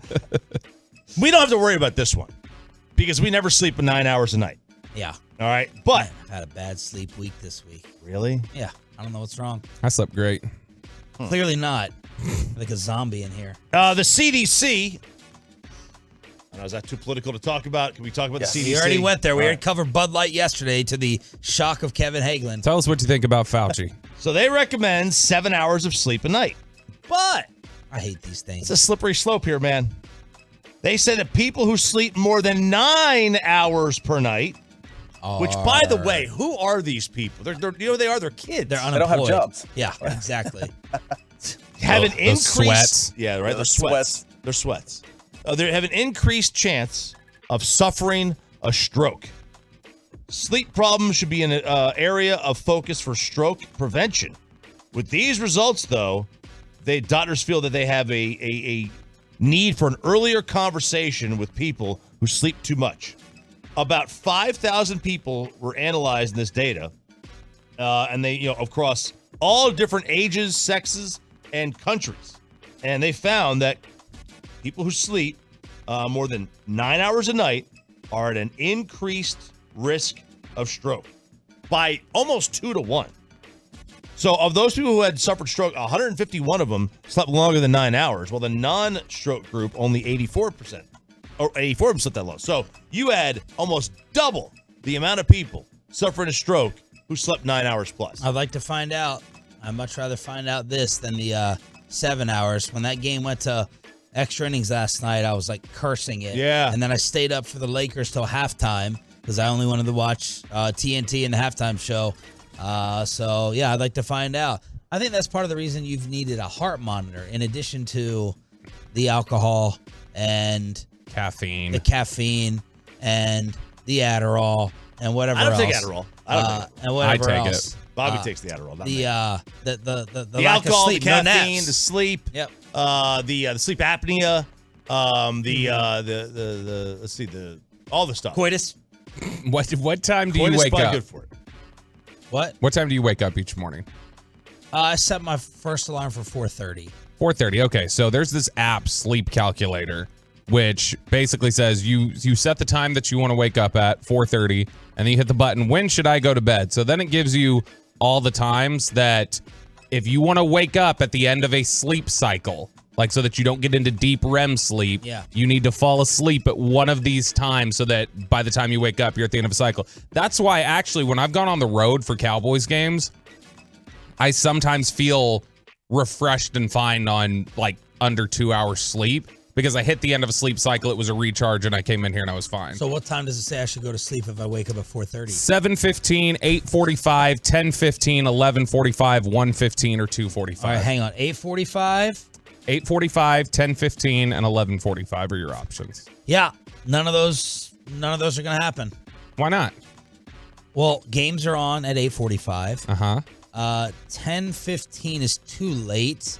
I'd like to not go to sleep at 10:15 every night, but maybe I'll try it out. Last night would have been a perfect chance. Perfect. Yeah, I mean, example. games are wrapping up at 8:45, and They start at 7.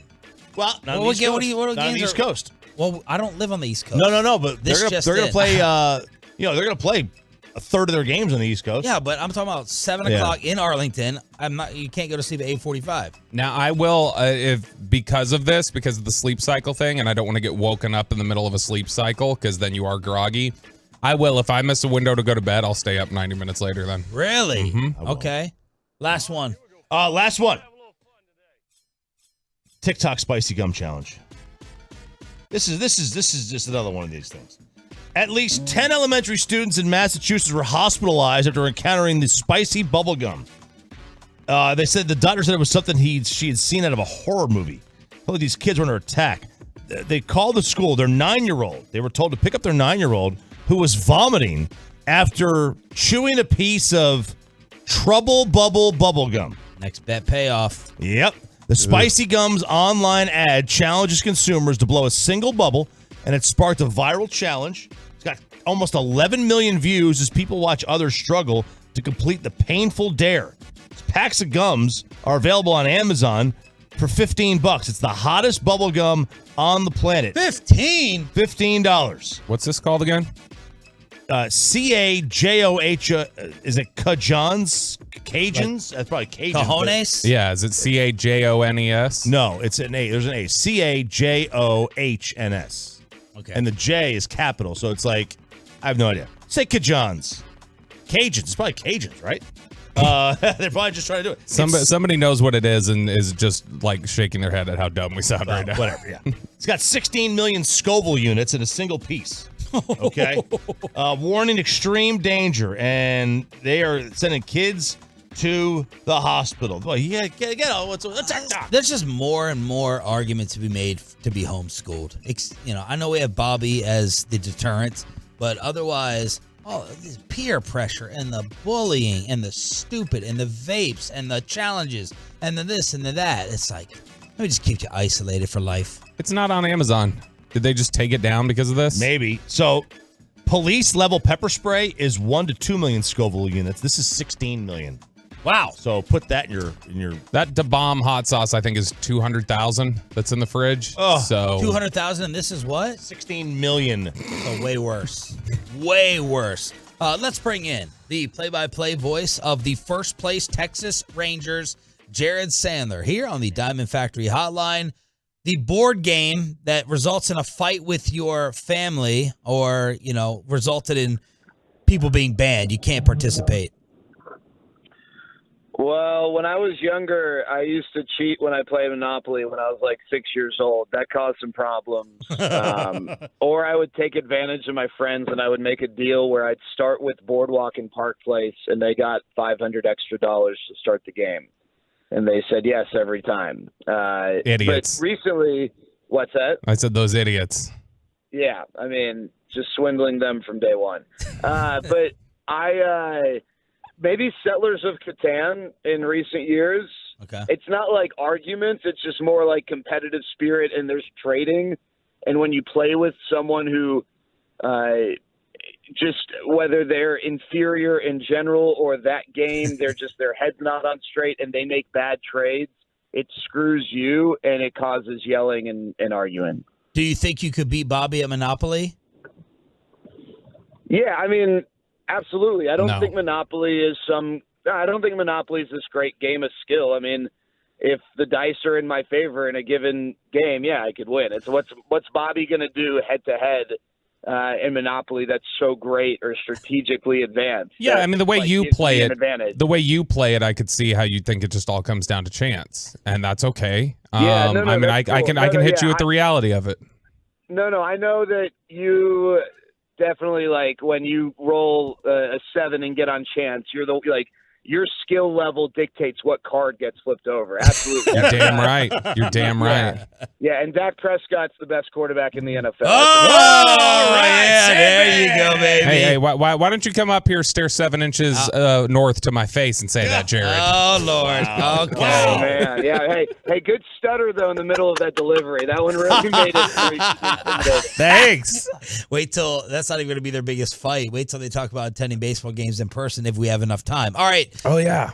Rangers win with the walk-off last night. What do you feel comfortable saying about this team 11 games in? I mean, 4 straight World Series, probably. Maybe 5. No, I think it's clear that things are different.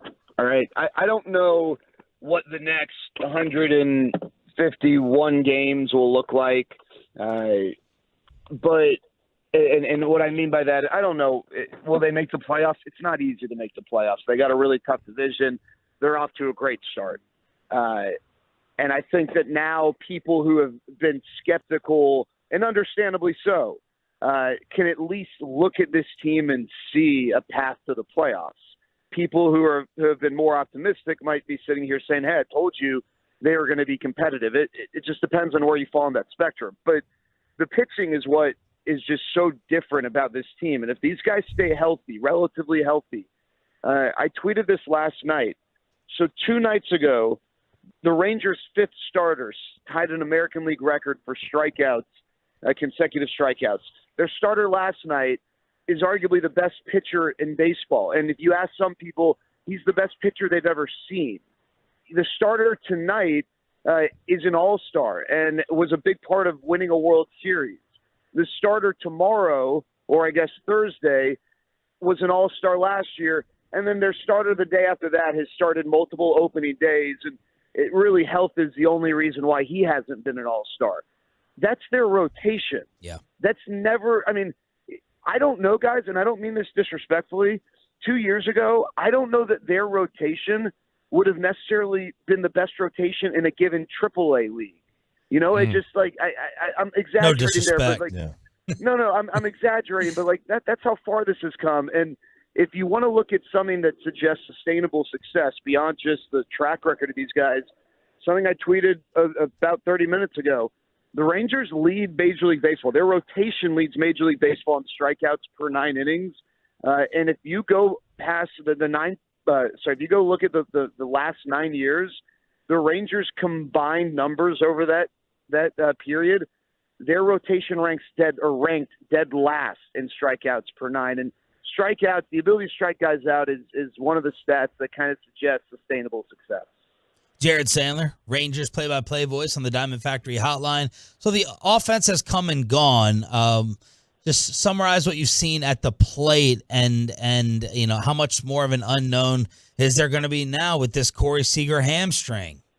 Yeah, I think the Corey Seager injury is that was a little bit of a crusher, even with the dramatic win last night. Hopefully we go to the park today and learn that the way it was characterized last night of hamstring tightness is in fact appropriate, which would maybe suggest a small IL stint. I think I'd be incredibly shocked if we avoided a stint on the injury list with a hamstring injury. What you don't want is a significant pull, which could knock him out for more than a month. I'm hoping that maybe this is just a couple-week thing. He's the best player on this team, and he isn't even what you would consider hot right now. And last night he tied a franchise record for most consecutive games with a walk and extra base hit, which is an obscure stat and streak, but it's just an indication of he's getting on base. He's getting on base with the bat. He's getting on base with his eye. And again, he's not going through one of these stretches where you're like, wow, this guy's on fire. And I think with the lineup, I don't look at this lineup and think, hey, best lineup in Major League Baseball, but I think they're better than what they've done so far, and that's because none of these guys have really just taken off, the top of the order. Marcus Semien hasn't taken off. Adolis Garcia, Nathaniel Lowe, they've all been varying degrees of fine, but they haven't taken off. But now, without Corey Seager, if it is an extended stretch, someone has got to step up, and you're now missing that alpha in your lineup who just, it doesn't matter who's on the mound, what that guy's throwing, what the situation is. You know that this guy is just so incredibly tough to beat. They're going to be missing that. So someone's going to have to step up and carry this lineup offensively. And it'll be interesting to see, what the lineup looks like without Corey Seager. On that play, it was a shift, an outfield shift. Where one of those things where they draw the right fielder in, basically playing deep second. Is that something here to stay, or is this an experiment that's going to get beat too many times and they're going to go away to it? Well, I don't. It makes zero sense, RJ, to do it against Corey Seager. And I honestly would love to know what the hell the Royals have seen to justify doing it against him, because he hits the ball the other way in the outfield with some degree of regularity. Against Jonah Heim, makes sense. You know, I get that. Jonah Heim beat it with a little blooper, you know, in right field the first time he saw it 2 games ago, and you might look and say, oh, you know, that was silly. I get it with Jonah Heim. That makes total sense. So I don't think it's going to go. I just think that teams have to be really smart, you know, against in deciding the guys against whom they utilize that, because when you mess up on a shift in the infield, when you put 3 infielders on the right side and Nathaniel Lowe beats the shift going the other way to the left side, you're giving up 1 base. You know, you're giving up a single.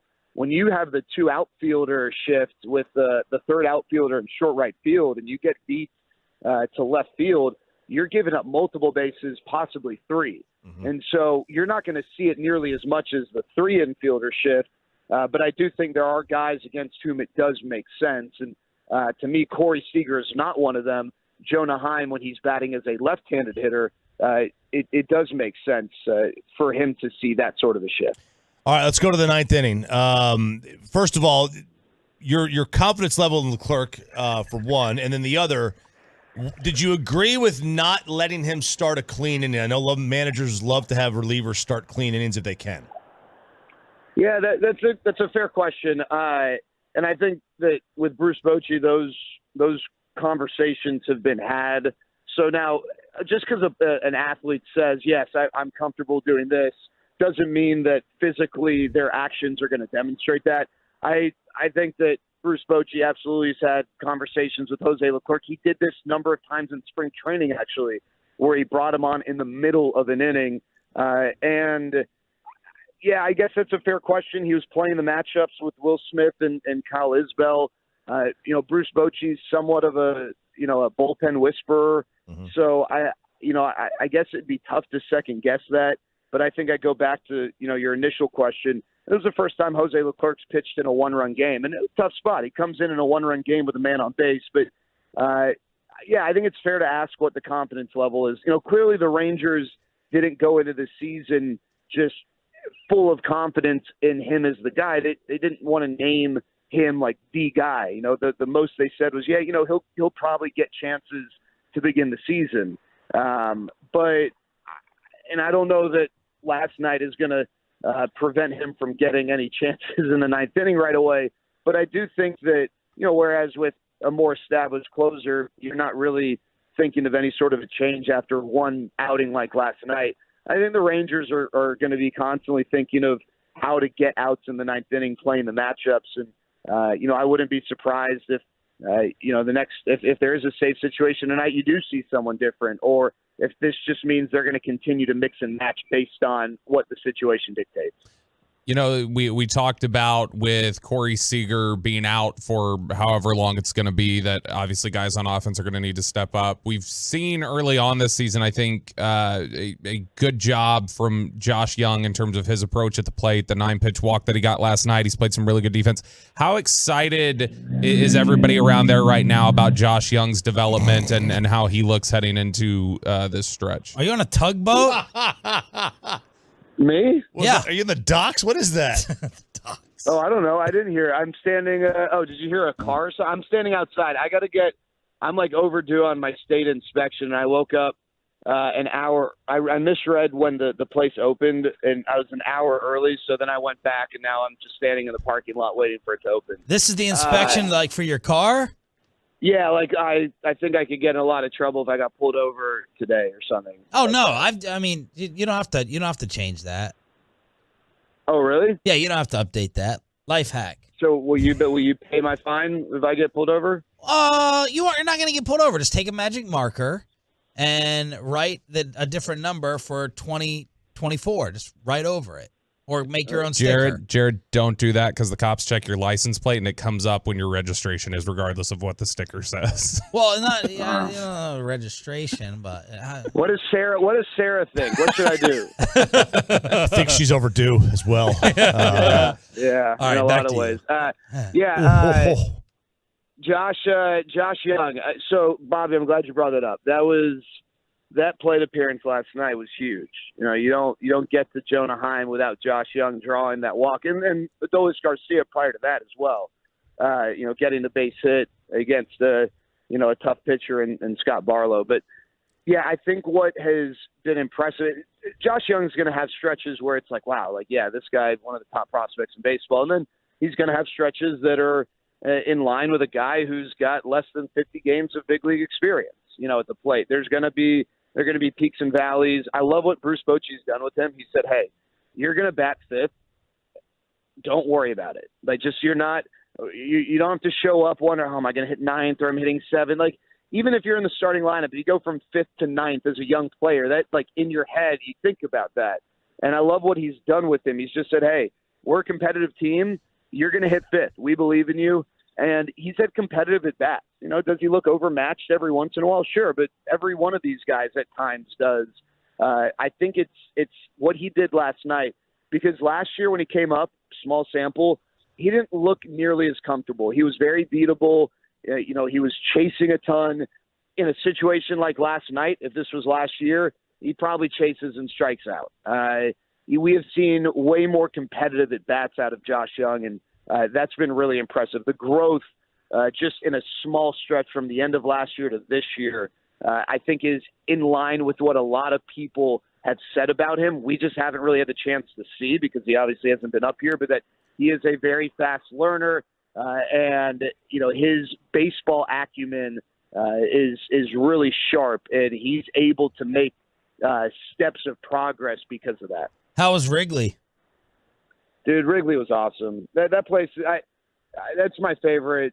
That's my favorite park in the majors. I think, from a fan standpoint, Wrigleyville before the game, go to Wrigley for the game, and then Wrigleyville after the game. I mean, that's really cool. Fenway's great.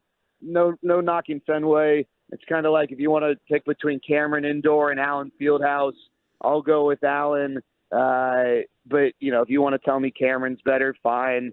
But Wrigley's pretty special. That place is awesome. Thank you, brother. We'll get into the Bobby fight another day. Good luck with the inspection.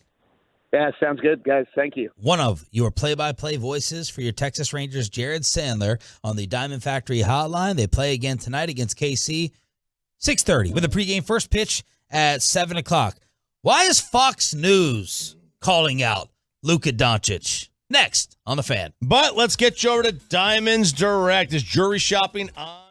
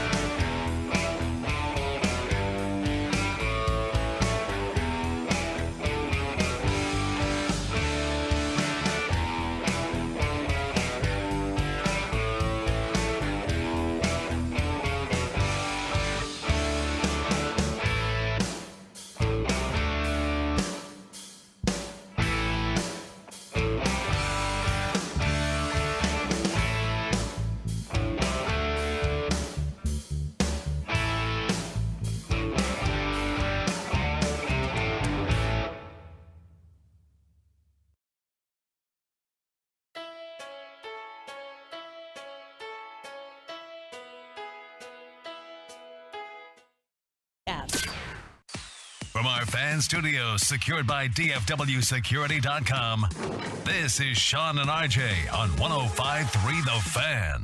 8 o'clock hour, hump day edition here on Sean. Do people even say hump day anymore? Do we need to get rid of that? No, it's our thing. No, you can't get rid of it. That's a thing that everybody loves. I mean, nobody really says it. I mean, I don't think they say it. I mean, of course they say it. It's technically called hump day. Yeah. But the camel is gone. Like those camel They're commercials? extinct? No, he got canceled. The camel? commercial. Yeah. I mean, they don't run the ads anymore. It wasn't like he said something on Twitter about race or anything. Yeah, so the camel commercial's gone. The camel, is this for Camel Lights? No, it was the Geico camel. Geico. Oh, yeah, the Geico. camel. So they don't run that anymore, but, I mean, whatever. Okay. Nice. I don't know. We'll see. 877-881. Yeah, let us know. 877-881-1053. Thanks to Tolo T. Rainey.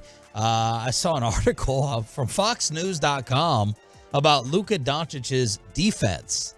And Paul George is going to end up the loser in this in the Metroplex. This is probably going to get spun, no doubt about it. But here's the headline. Paul George unleashes brutal assessment of Luka Doncic.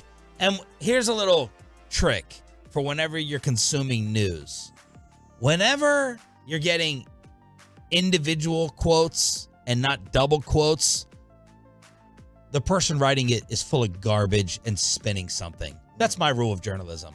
Whenever someone puts up just the individual, one quote on each side and not double quotes, it's going to get spun. So the Paul George quote is, some people just can't play defense.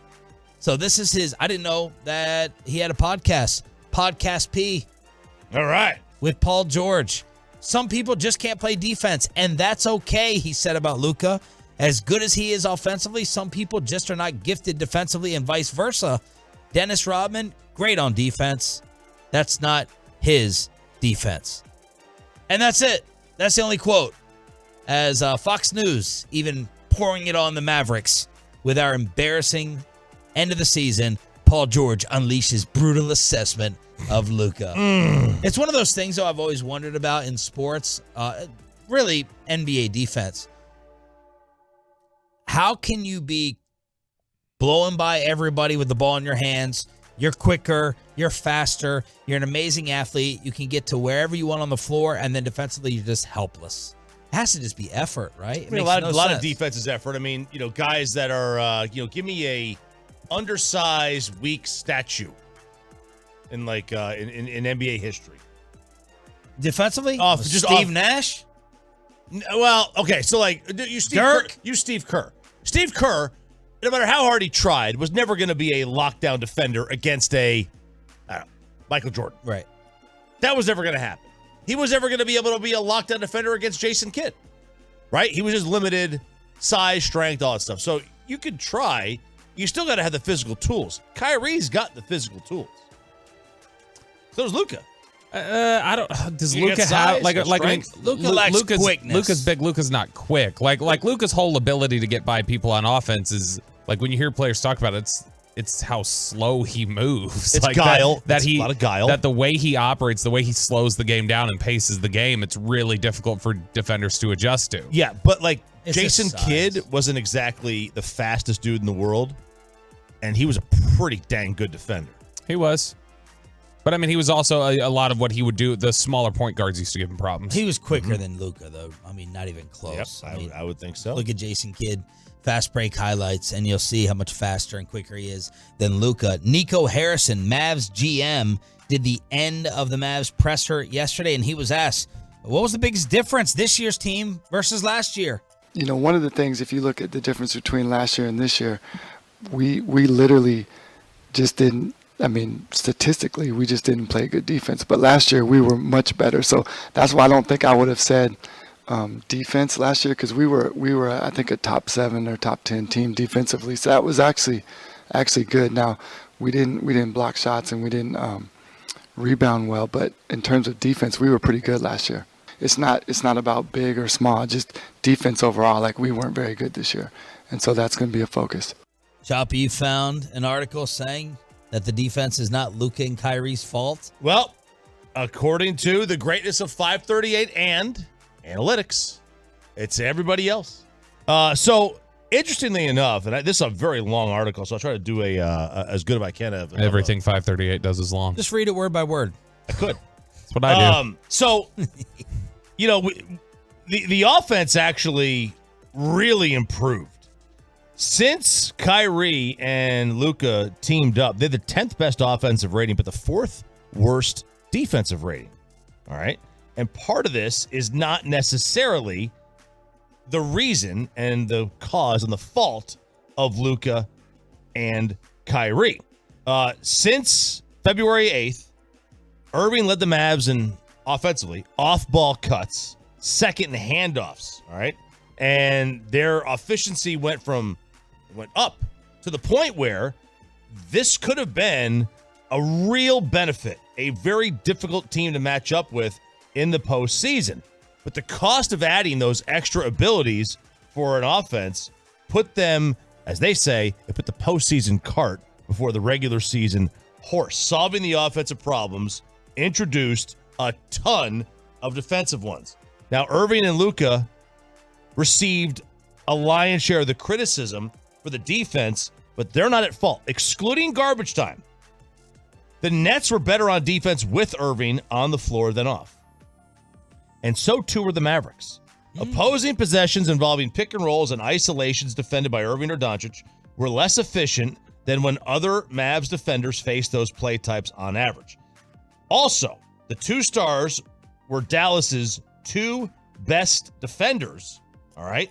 The two stars were their two best defenders against opposing shots, holding shooters to the lowest effective field goal percentages as well, according to Second Spectrum, which is an analytics site. Neither was intended to be a defensive savior, yet they were among the most effective defenders on the team. Why? Why did they fail?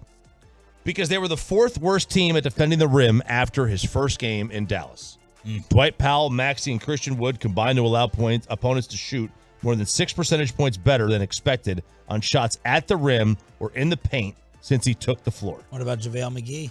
What about Christian Wood? What about Christian He'll Wood? block shots. You won a game. Who was that they played earlier this year where the game got into overtime and they won in overtime because Christian Wood blocked like 5 shots? Like, I mean, it just again goes to the frustration about Jason Kidd in these rotations for me. Did Tim McMahon not change your mind whatsoever in giving us the inside story on Christian Wood? That's not affecting you at all, justifying him not getting on the floor as much as we all wanted? Nope. Why? Because that's great. That I'm sorry he doesn't show up for meetings, and I understand there's discipline related to that. When your team's as bad as it is, you need to put good players out there. You don't have the personnel to be able to send messages due to meeting times. Yeah, Nico had kind of a harsh quote about Seawood yesterday. Like, it's just not about scoring. I'm paraphrasing, but that's basically what he said. Not just about scoring. You got to do other things. He's about to be is this going to be his 8th team, his next one? His 8th different team? Is it really? He's doing the Jimmy Jackson tour. Yeah, it is. Just bouncing around. So bottom line. Bottom line, it's not Kyrie and Luka's fault the defense stunk. They had nobody helping on the inside either. And if you get back that first wall of defenders, to have guys shoot 6 percentage points higher against your team than they do on average, tells me that there's no help defense at the rim. And how do you get better with that? I mean, having a 7-footer out there would help. And they've got them. They just didn't play defense. Nico on his impression of whether Luka and Kyrie can even work together if Kyrie stays. I think the two work together. I think Luka and Kai work together. I think I've said this several times to most of you. I think when you have that talented of a player and that talented of two players, I think they work together. I really think it's the players around them. I think the players around them kind of knowing their role with having those two guys out on the floor at the same time. I think that's the thing that we need to work on. So there's Nico Harrison yesterday, end of the season press conference. 877-881-1053 is the truckrack.com text line to hit us up. We're live on the Fan Cam, Twitch, and YouTube. And Bobby, you were trying to figure out how to build this thing. As we look towards the offseason, how difficult it is to build around just Luka. You just taking him, or are you factoring Kyrie in? I think you cannot build this team with Kyrie in mind. Even if you're going to keep him around, I don't think you can build around Kyrie because Kyrie, you have no idea when that's going to go south. It will go south at some point, and if you've built your team around what Kyrie does, then you're going to be stuck looking for a Kyrie type of player when it inevitably blows up. So for me, it's still the focus around Luka and why it's been so difficult. We're 5 years into this thing now where, from what I can tell in sports, this has got to be the most difficult attempt to build around an elite player that I can ever think of. It shouldn't be this difficult to build around somebody who's as good as Luka is. And I'm not saying that as some sort of just searing indictment of the Mavericks, because I think the Mavericks have tried to figure things out. They tried to bring in a Kristaps Porzingis type. They've brought in Kyrie. They've tried to find players that make it work. I think it's a challenge to find somebody who complements well what Luka does and how Luka paces the game. Most players want to get in this era, they want to get the ball going. They want to score quick. They want to move the ball. That's not what Luka wants to do. So to me, it feels like it sounds like you basically need to be a spot-up shooter and wait for him to find you. Yeah, you got to be cool with sitting in the corner. Super. I mean, honestly, and I know it's a term that has become like nails on a chalkboard to Mavericks fans, the 3-and-D. Yep. But honestly, athletic super role players, ability to rebound, play defense, that probably makes the most sense. As much as that sounds like just a 2011 strategy that the Mavericks won with Dirk with, and everybody says that's not sustainable. That's probably the best avenue is like, look, make this whole show basically about Luka and have really talented athletic role players who are willing to play defense. They've got to get bigger. They've got to get more athletic. They need to find what? We've said this about every great player in the history of basketball, basically. Michael Jordan shot too much. We said the same thing about LeBron James, that he neutered the Hall of Fame games of Chris Bosh and maybe Kevin Love. He reduced them to spot-up three-point shooters. Kobe Bryant, way too selfish. Why would anyone go play with him? Why would you want to go play with James Harden? So I think that, this is a fair topic to bring up, an observation, but we've done this with everybody. Yeah, and I think we don't really do it with Giannis. Not to the the ball in his hand. I don't even those criticisms that have existed, like you neutered Bosh as a Hall of Famer and you neutered Kevin Love, and you did it on the way to 3 titles. Like, I mean, Dallas has clearly not cracked this code yet. Well, they had, 3 Hall of Famers too. No, I know, but I'm just saying that neutering them as a Hall of Famer, they still went to 3 titles along the way, or won 3 titles. They went to 5 or 6 or whatever it was. But to me, I would go find somebody to give you a sign and trade on Kyrie this offseason. Go look for any sort of athletic 5 that you can get back in a trade. Go draft a 4, a 2-way player at the power forward, and then roll with the smaller backcourt with Jaden Hardy, Josh Green, Luka Doncic, and that's your rotation next year. Let's see how honest Nico is willing to be when he was asked what Luka needs to improve on next year. I mean, one, Luka's an amazing player. I think that's first and foremost. I think, probably play on both sides of the ball. And he's 24 years old. I think eventually, or not eventually, but he's going to continue to grow as a leader. I think he's done a good job. I saw the interview with you the other day, the question you asked, and he's been, I think he's shown leadership that way, and I think he'll continue to grow that way. All right, so there it is. Nico Harrison wrapping up the Mavs disaster, saying that Jason Kidd, yes, he is indeed coming back. Thanks for being a total. That stands for Turn It On, Leave It On, DFW Sports Station. It's Sean Sharif, RJ Choppy, and Bobby Belt on 105.3 The Fan. Why the New York Yankees are trying to ruin fun and life for everybody, and what your pet may say about you. And RJ Choppy says it's going to be shots fired at yours truly next. But look, life is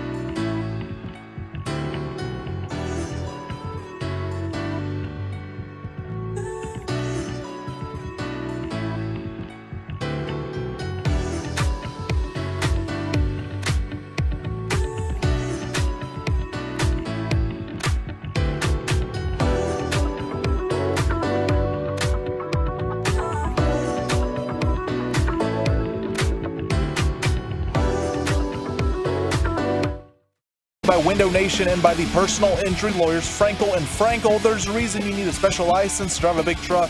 So companies that hire drivers and put them in a big truck should be held accountable for what happens when one hurts you.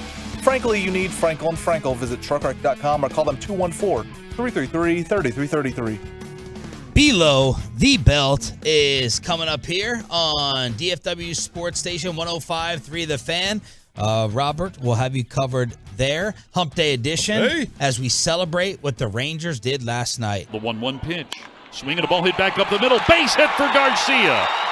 Simeon trots in to score, and we're tied at 5. Adolis, clutch, entertaining. I always hold my breath with him out in right field, whether it's going to be a laser throw or him trying to track a ball, dropping one last night. Did that get counted? That did not get counted as an error. I hate the way that outfield is scored. It drives me insane in baseball. It's like, well, it was difficult, man. He had some trouble tracking it, couldn't find it. Yeah. You know, it's as long as you tough. don't make contact, you lose in the sun or whatever. It's it's a hit. It's a double. Yep. I can't stand it. It's got to if it drops between 2 or 3 guys. I mean, who are you gonna give the error to? I mean, whose priority it was in the outfield. I guess you could do that. Who had priority on the ball? Do you think last night's Adolis play was an error? Or should he have caught that? You know what I'm talking about. In the first, early on? Well, I think the dive one when he dove for it. Oh, it cost deGrom a run. I think. Yeah. Okay, I was thinking of two nights ago where he dropped one near the wall. Yeah. No, I think if you dive, it's not generally an error. Wasn't it initially scored an error? That wasn't a real dive. That's like those unnecessary dives that take place. Dive late. I thought he should have caught it for sure. I think it was scored initially because I remember I had the box score up and had the game on, I think on ESPN initially, whoever was keeping track of the box score, I think they put it as an error and then had to reverse it. Jonah Heim is the hero. We will highlight Jacob deGrom coming up in the final hour after he didn't get the win, but setting the strikeout record for a Ranger 3 games in, 27 Ks. The previous record was Nolan with 26. And then we had the debut for Kumar Rocker from the Hickory Crawdads Twitter account. Debut versus Wilmington, 5 innings pitched, 2 hits, 0 earned runs, 0 walks, 8 strikeouts, 53 pitches, 41 of them strikes. So a very nice debut for Kumar. Not scared to throw strikes. I like that one. Is it David Murphy right now that's doing the TV? No, it's Dave Valley. The analyst with Raymond? Mm-hmm. Who's Dave Valley? He played for the Mariners, the Rangers, Red Sox. He was the Mariners analyst for like a decade with, was it Dave Niehaus? Niehaus does the Grand Salami call. I think he's been pretty good. Yeah, he's not bad. But I think he was on the broadcast and he was talking about like pitchers having control issues, and he was relaying a story. One of his coaches said, let's find out how far this guy can hit this ball. Mm-hmm.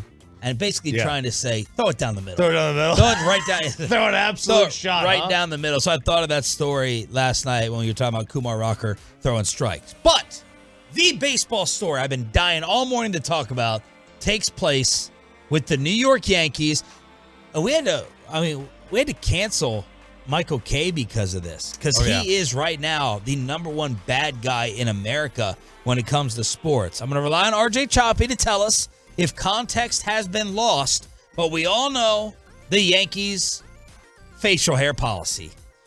Can't have facial hair. You can't have long hair, buttoned up, cleaned up. You are a member of the Pinstripes. You're a member of the classy, professional New York Yankees. So the other day on the Yes Network, they focused in on this poor bat boy who looked like Joe Dirt.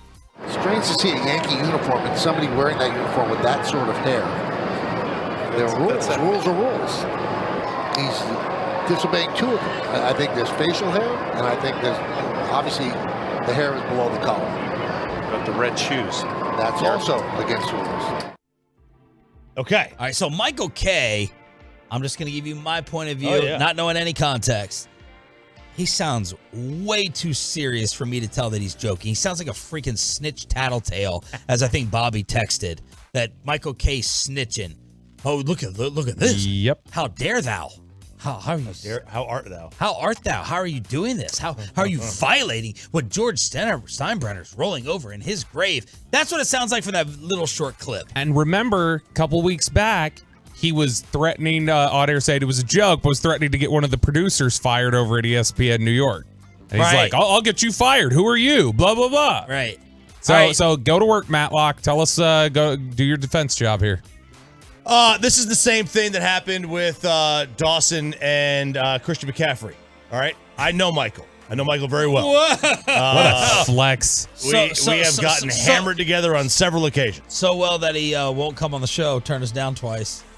You know, it happens. You know, I do buy the Dan Orlovsky kids stories when people give them to me. That's how hammered he and Choppy have gotten together. He's forgotten hanging out with Choppy ever. He has got the dirtiest sense of humor you've ever heard. I will tell you jokes of Michael, and you will not believe it. Because we wanted to have him on for the K-Rod because they're on Sunday Night Baseball again this week on the road. I think in the armpit. Yes, and we wanted to have Michael K on, and he rebuffed with great prejudice. But I think this when I first saw this, I was like, wait a second, because I saw this the day before. Facial hair. I saw this the day before, and I was like, I was like. I could tell he was being sarcastic because when they brought the red shoes, he goes, "Oh yeah, another violation. Just throw it in there." And then I was like, "Wait, you guys, these people can't be serious. They don't think he's joking." And then the first thing that dawned on me was Dawson. It was like we obviously all could tell that Dawson was being sarcastic with the McCaffrey injury, and that was the first thing that popped into my head. But Broadus wasn't. Broadus was open. Broadus wanted worse than just the knee. Way worse. So you still believe he's joking, even though the very next night the kid's hair is tucked in the helmet. Oh, yeah. Wait, so are you guessing that he's joking? No, I know you he's heard joking. like the rest. No, I heard there was more to it. Like there was more that it was shown live, obviously. Okay. Because they started chuckling about it, but yeah, I mean, even if I just heard that, I would be like, oh, it's clear. No one's that big of a jackass to go that far. But yeah, the kid he tucked the hair in and he changed his shoes the next day. All right, so let's hear the original and then let's hear the follow-up after poor Joe Dirt. He tucked the hair in or got his hair cut? No, he tucked it in. He's not going to cut his hair for 3 days. Yeah, he tucked it in the helmet. Okay, let's hear the original. Strange to see a Yankee uniform and somebody wearing that uniform with that sort of hair. There are rules. Rules are rules. He's disobeying two of them. I think there's facial hair, and I think there's obviously the hair is below the collar. But the red shoes. That's also against the rules. I don't think he's kidding. I'm voting he's being serious. You vote. Peyton, serious or no? Serious. Sean? I'm going to vote after I hear this follow-up clip as the cameras were focusing in on the Bat Boy the day after. There's our Bat Boy friend from yesterday. So he got a lot of play on social media because he had the long hair. And he looks different. Yeah, they've had him tuck the hair under the helmet. Found out about his name is Nate, and he's in a band. He's a drummer. Okay. He's serious. He was serious the day before. And now I think I think he caught some heat, and so he was like I've gotten to know the kid a little bit. He doesn't he's sound in a too band. apologetic. He's got that same serious tone. Same tone. I think, how many times have you hung out with him? 8. Okay. 10, something like that. I think I'll base it off Choppy. You are what percent that he was joking? Oh! About the same with Dawson, about 95, 100%. 95, 100%. Fan text is unanimous that he's being serious. Yeah. I haven't seen anybody say yet they think he's joking. He comes across, it's his tone. Oh, it's definitely the tone. You know? I could easily say that, yeah. Yeah, tone is you should definitely you should text him and say, discussing this on the show, were you being serious in calling out the Bat Boy, or was it totally a joke? Since you won't come on, maybe we'll text you, and we can set the record straight on whether Michael K, the Yankee voice, was really snitching on this kid. Look, it's like you guys tell me every Monday when we meet. Tone is everything, Bobby, and you need to make sure that you have the right tone. And Michael K did not have the right tone here. Yeah, and so probably had the wrong tone. Yeah, you got to throw a chuckle in there. I think. Got to throw a chuckle. Yeah, it's way too serious. This guy, way too serious. All right, so we'll see if he responds. Did you shoot off the message? Not yet. I'll shoot it off after the segment. Yeah, you will. Okay. All right. Why am I getting called out for pets? Well, So there's a study that the National Pet Day was yesterday, and research on Zodiacs figured out which pet most closely aligns with your Zodiac sign. Which pet is most compatible with your Zodiac? Your birthday is November 21? Yes, Scorpio. Which makes you a Scorpio. A Scorpio's pet that most closely aligns with their Zodiac. A possum. Scorpion. The snake. Oh, man. How Is about that this one? saying that I would get along with a snake or that I am a snake? Let Kevin me read Durant this Jr. for you. Let me read this for you. Durant. There is no sign more maligned or misunderstood than the Scorpio, and no reptile more storied than the snake. The next line, I think, is a shot directly at Sean. Depending on who you ask, both the sign and the snake are synonymous with evil. I don't think that's Sean's evil. I think it does depend on who you ask. There may be past employees here who disagree. I think you can tap into some evil when you feel it's necessary, but I don't think your disposition, like default, is evil. The default is evil? Yeah. In fact, I'd say my default is more evil than any of the three of us here. The commonalities between the snake and the Scorpio are more related to death and rebirth. The snake sheds their skin to live. A Scorpio must cast off the heavy husk of who they were to become who they may yet be. Wow, that's poetic. Very, very deep. Yeah. Peyton, you and I are both Virgos, and our pet is the goat, which is very ironic because I do believe I am very goated in a lot of things. Mm-hmm. Also, when I worked on the farm, they took money out of my paycheck for goats, if you know what I mean. Wow. I'm not joking about that one. Bobby, you are what? Gemini. Gemini, what month is that? June. June 15th. Oh, this is perfect for Bobby. Bobby has no feelings, right? Yeah. None whatsoever. Dead inside. What pet has absolutely no feelings and technically is dead? Crocodile, alligator. The pet rock. That's not real. That's not real. Hold Will, on. dead Wait. serious. Gemini, pet rock. He looks like a rock, too. He looks like a rock. Texas William. Get that little, what was that rock toy that had the eyes wiggly? Yeah. Let's get Bobby's face superimposed on that. Take that pet rock, throw it through your window. The pet rock. Bees. Right here. And here's the write-up. That's so good. Prone to forgetfulness. Yes. Like I said, they're noted more for their keen intellect than their caretaking skills. All right. Prone to forgetfulness and outright acts of disappearance. Mm-hmm. The world is a better place when they choose an inanimate object rather than a warm-blooded creature to keep us company. It's so good. It's a great show, guys. I enjoyed it. All right, there it is. So there's the pet resemblance here on Sean and RJ. And what perfect timing, because it's time for Bobby's segment in Below the Belt. Is there such a thing as an NFL insider anymore? Next with B Squared.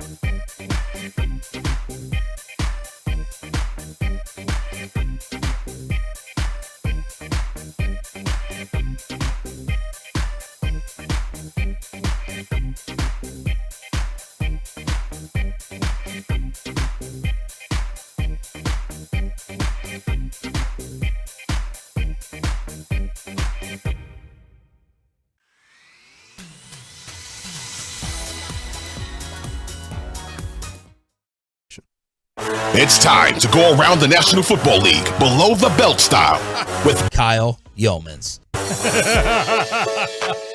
We're going to turn Kyle Yeomans into the star he wants to be. He's going to be on the Rangers broadcast very soon. Power to the players. NFL insiderdom is broken. So at least according to a couple different articles, from Awful Announcing, Deadspin, and I think just what we've seen play out. When you see Aaron Rodgers this offseason basically tell you, Ian Rappaport, Adam Schefter, they don't have any clue. They don't have anybody in my circle. Do not listen to them. They're not insiders when it comes to me. When you see Lamar Jackson. What did he text Schefter? Nice try or something? Lose my number. Nice try, though. Yeah. Yeah. So Aaron Rodgers shuts it down. Lamar Jackson requested a trade on March 2nd. There was no agent to leak said trade request, so it did not get out until Lamar Jackson tweeted that he had requested a trade 2 weeks earlier. So there wasn't the connect for that to happen. You look at guys like Des Bryant who have talked about that's one of the things he wants to do with Personal Corner. His platform is he wants to turn things over. He wants players to be in charge of breaking their own news, taking to those sort of streets. So when you look at all the inconsistencies around the Aaron Rodgers reporting, and then you take a look at the crux of this article from Awful Announcing, which is the Mac Jones confusion. Is Mac Jones being shopped? Is he not? How are Belichick and Kraft right now? Are they okay with each other? They say that the Mac Jones saga shows how modern NFL insiderdom is broken. And it says that the saga surrounding Mac Jones is what proves it. It says that there's so much content to churn out. Talking heads and aggregators are scrambling for scraps, basically. And they're just looking for something. Now, I will say this. There is a lot of pressure on the NFL insiders. I mean, it's a microcosm on the beat level, on a specific team level. It's not nearly the same sort of pressure. But on that NFL level, there's a pressure to be first. And there's a pressure for, what do you got? You don't got anything today? Yeah. You better find something. Right. And I think an awful job. It leads to some shoddy reporting at times. It leads to stuff where I got to go scrounge for scraps, and then you end up reporting something that's completely wrong, or something where you're being, in the instance of, you remember Condoleezza Rice? Yes, I do remember her. When she was reported as somebody that the Browns were considering for head coach. And Schefter. Was it head coach? Yeah. No. Yes, it was. What was it? It was a like front GM? office Or job. GM, maybe it's GM, whatever it was. Whatever it was. Well, no, because I couldn't remember what it was, but she was being reported as somebody who was going to be in charge of a football position, and Schefter reported it. And I don't know if this ever got public. I think it did, but Please break it. Condoleezza Rice was going to be the head coach for John Johnny Dorsey. Manziel. John Dorsey fed 5 different names to 5 different people in his building, and it was an attempt to flush out a rat and see what name gets reported to Schefter. Oh. And the Condoleezza Rice name got reported, and he went, boom, I know who's talking to Schefter. Fired? I think so, yeah. All right, here's a headline. Condoleezza Rice addresses old reports of Brown's interest, quote, one parentheses, I certainly don't want to be a head coach. I told you, yes, he head coach. And so that was one. And so when Schefter's report came out, they identified. They went, okay, boom, there it is. We know who's talking. Wow. And so those sorts of That's awesome. leverage plays, the need to be first, to get something out there, it creates this sort of a system where, as Awful Announcing talks about, that there's this innuendo, speculation, suggestions, nothing in the way of concrete reports. And when you jump over to Deadspin has an article up this week. The excitement factor of the NFL draft is forever ruined by insiders, and it sucks. And I don't disagree with this one. This is why the NFL's cracked down on them and said, like, stop reporting it, because it does stop leaking the pick. It does kill the drama of a pick if you guys are just out there going, oh, okay, here it is. Awful. I mute Woj during the NBA draft. I can't stand it. It's like, yo, man, you're not breaking anything. You're reading off a computer. I found this out when we were doing the draft. I think I'm allowed to say this. When we were doing the draft in Frisco until Kyle Yeomans got me kicked off. Stop it. I'm just kidding. I'm joking around, kind of. So there's a computer. What was your compatible animal? Snake. Okay. Venomous? So there's a computer it's like the NFL database computer, and it's just showing all the picks. Yes. It's awful. We're just reading off of it. And it comes in like 3 minutes early than the actual pick is made.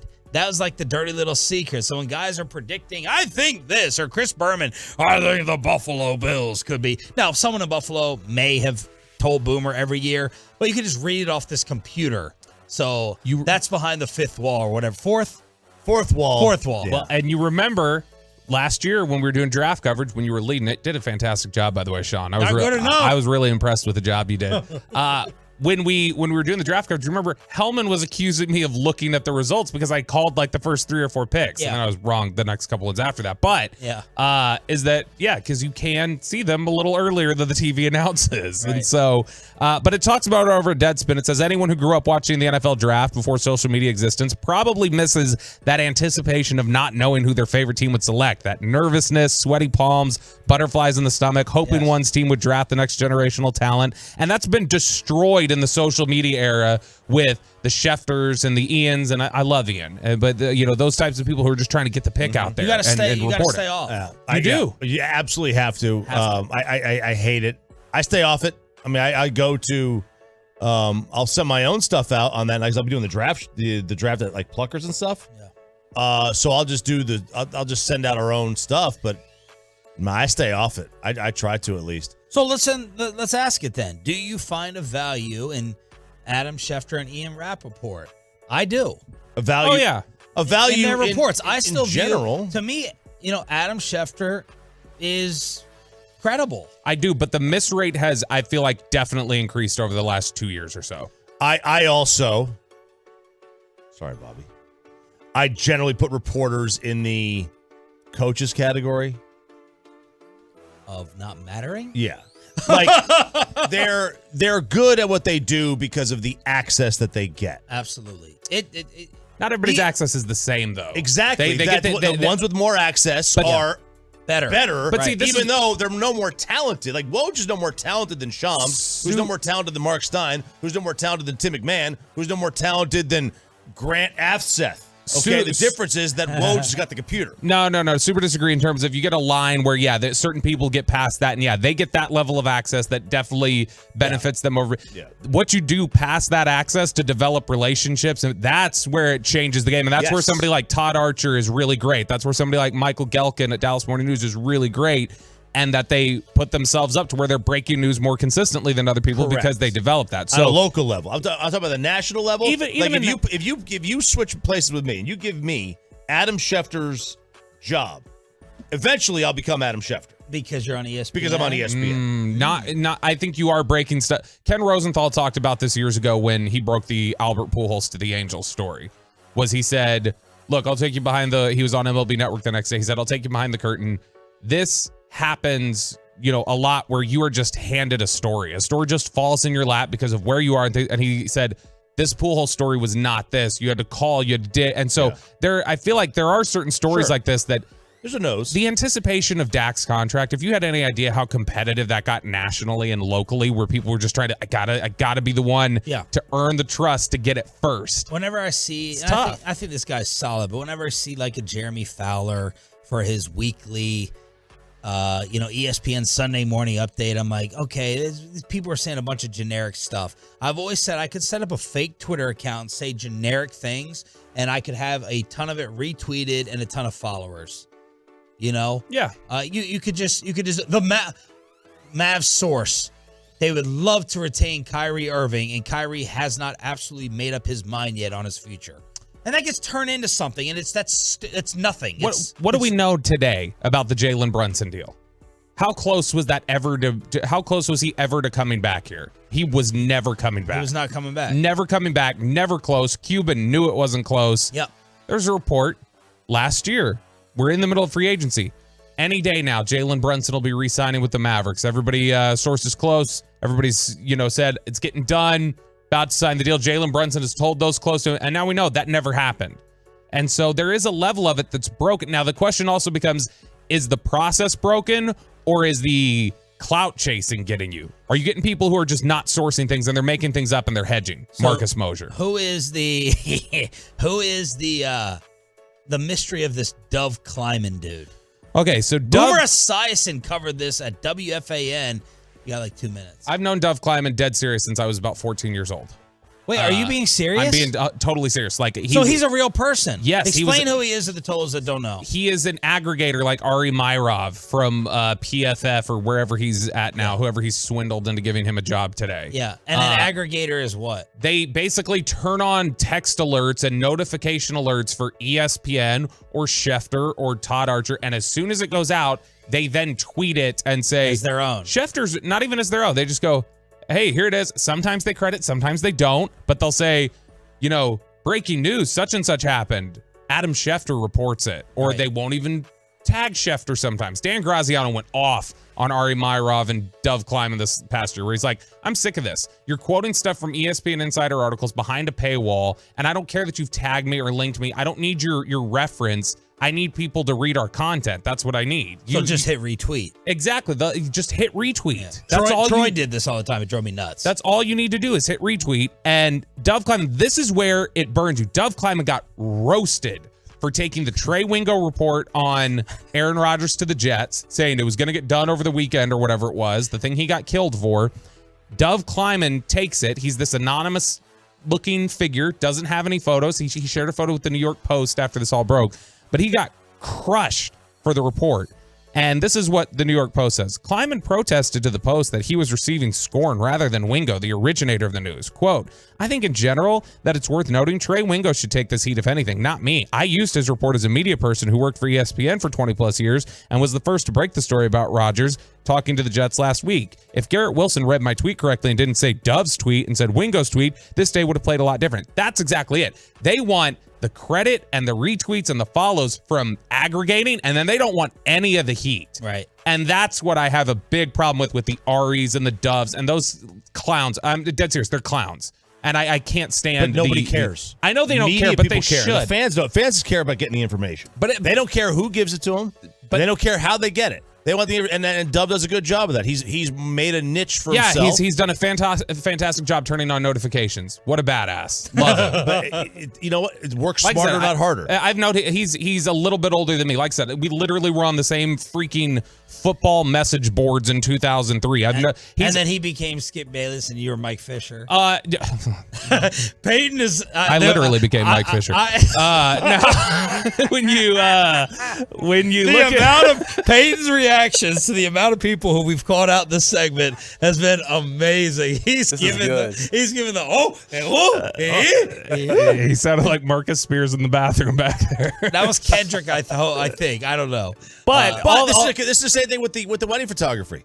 The people who are photographers care about the. I care about it from an ethic. Like even if I wasn't in media, I care about it from an ethics standpoint of you're stealing. But you want the information. You're not stealing. I don't care. Fans don't care about that. Fans want to know the information. Yeah, I care about stealing. You could make an argument that this entire segment was just for the three of us. Yeah. And people in media, and not one. You could make the argument. Like you stole everybody's story to do your segment. It's the same thing. No, I do that. I do the same thing. So we all do.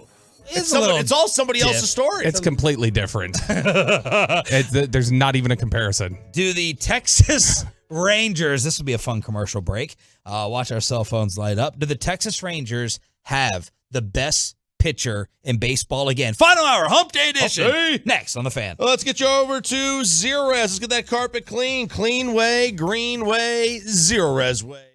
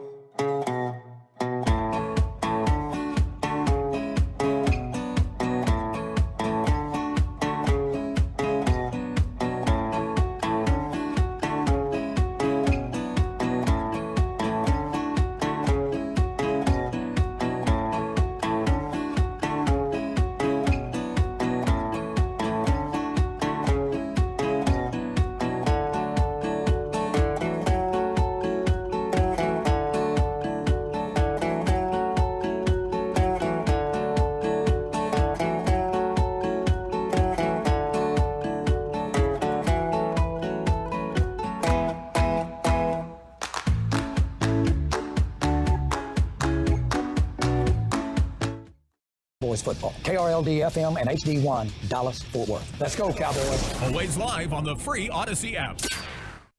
From our fan studios secured by DFWsecurity.com, this is Sean and RJ on 105.3 The Fan. Barlow with the 2-0.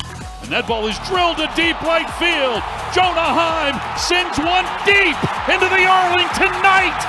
A walk-off 3-run home run. The Rangers defeat the Royals 8-5. That was the call from Hicksy. It was an entertaining commercial break. Fist pump chop. Here. Oh, yeah, fist pump time. We're getting I thought it was 8 o'clock. We're already at 9 o'clock. We're getting rid of hump day. We're getting rid of fist pump. Here. So with the pitch clock, it just goes by faster. It did. It really did. It went by pretty fast today. Although last night, that did feel like it was dragged. It dragged. It was the first game I thought all year that dragged on. Come on. I was like, and then when Adolis ties it up, it's like, oh no, how long are we going to be in for tonight? But then the runner on second base. Love it. Yes, absolutely. The runner on second. If you don't like the runner on second base, you're just get off my lawn. That's all you are. You're a glutton for punishment. You want to be out there for hours and hours and hours and hours and hours. We know. So Adolis Garcia, Brad Miller was big yesterday. And obviously, you have Jonah Heim with the walk-off 3-run shot on your home for Rangers baseball. That's us here on 105.3 The Fan. Sean, RJ, and Bobby Belt as Jacob deGrom was on the mound. He has the Rangers record for most strikeouts in their first 3 games of a season. 27 Ks for deGrom. It was an 8-pitch first inning. I love his first innings. Mm-hmm. I mean, it's absolutely must-see. And this is the first... I'm trying to remember the last time I made an appointment television. Sometimes I'm like, okay, here we go, 3 hours, Ranger game. Otherwise, I could be sitting there enjoying some time with my wife. But when Jacob deGrom is pitching, man, I'm excited for it. It doesn't feel like I'm watching this for work. I'm watching one of the greats of all time, and I'm watching something that could be truly special every single outing. And that is the joy. I was with Choppy. I was like, this is going to end up burning you when he gets hurt and wasting all this money.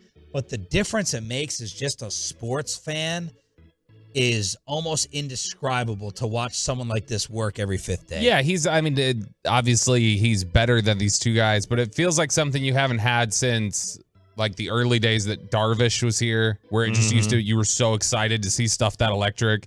It felt like the last half of the 2010 season when Cliff Lee got here, and then when he would make those playoff starts where it was like, oh my gosh, he might strike out 15 and no hit the Yankees. Yeah. And so it's got that same sort of feel to it, only it's even more electric. It's 100-mile-per-hour fastballs, 101-mile-per-hour fastballs. It's, that slider, that just aggressive bite that he's got on the slider, and he's just so incredible to watch.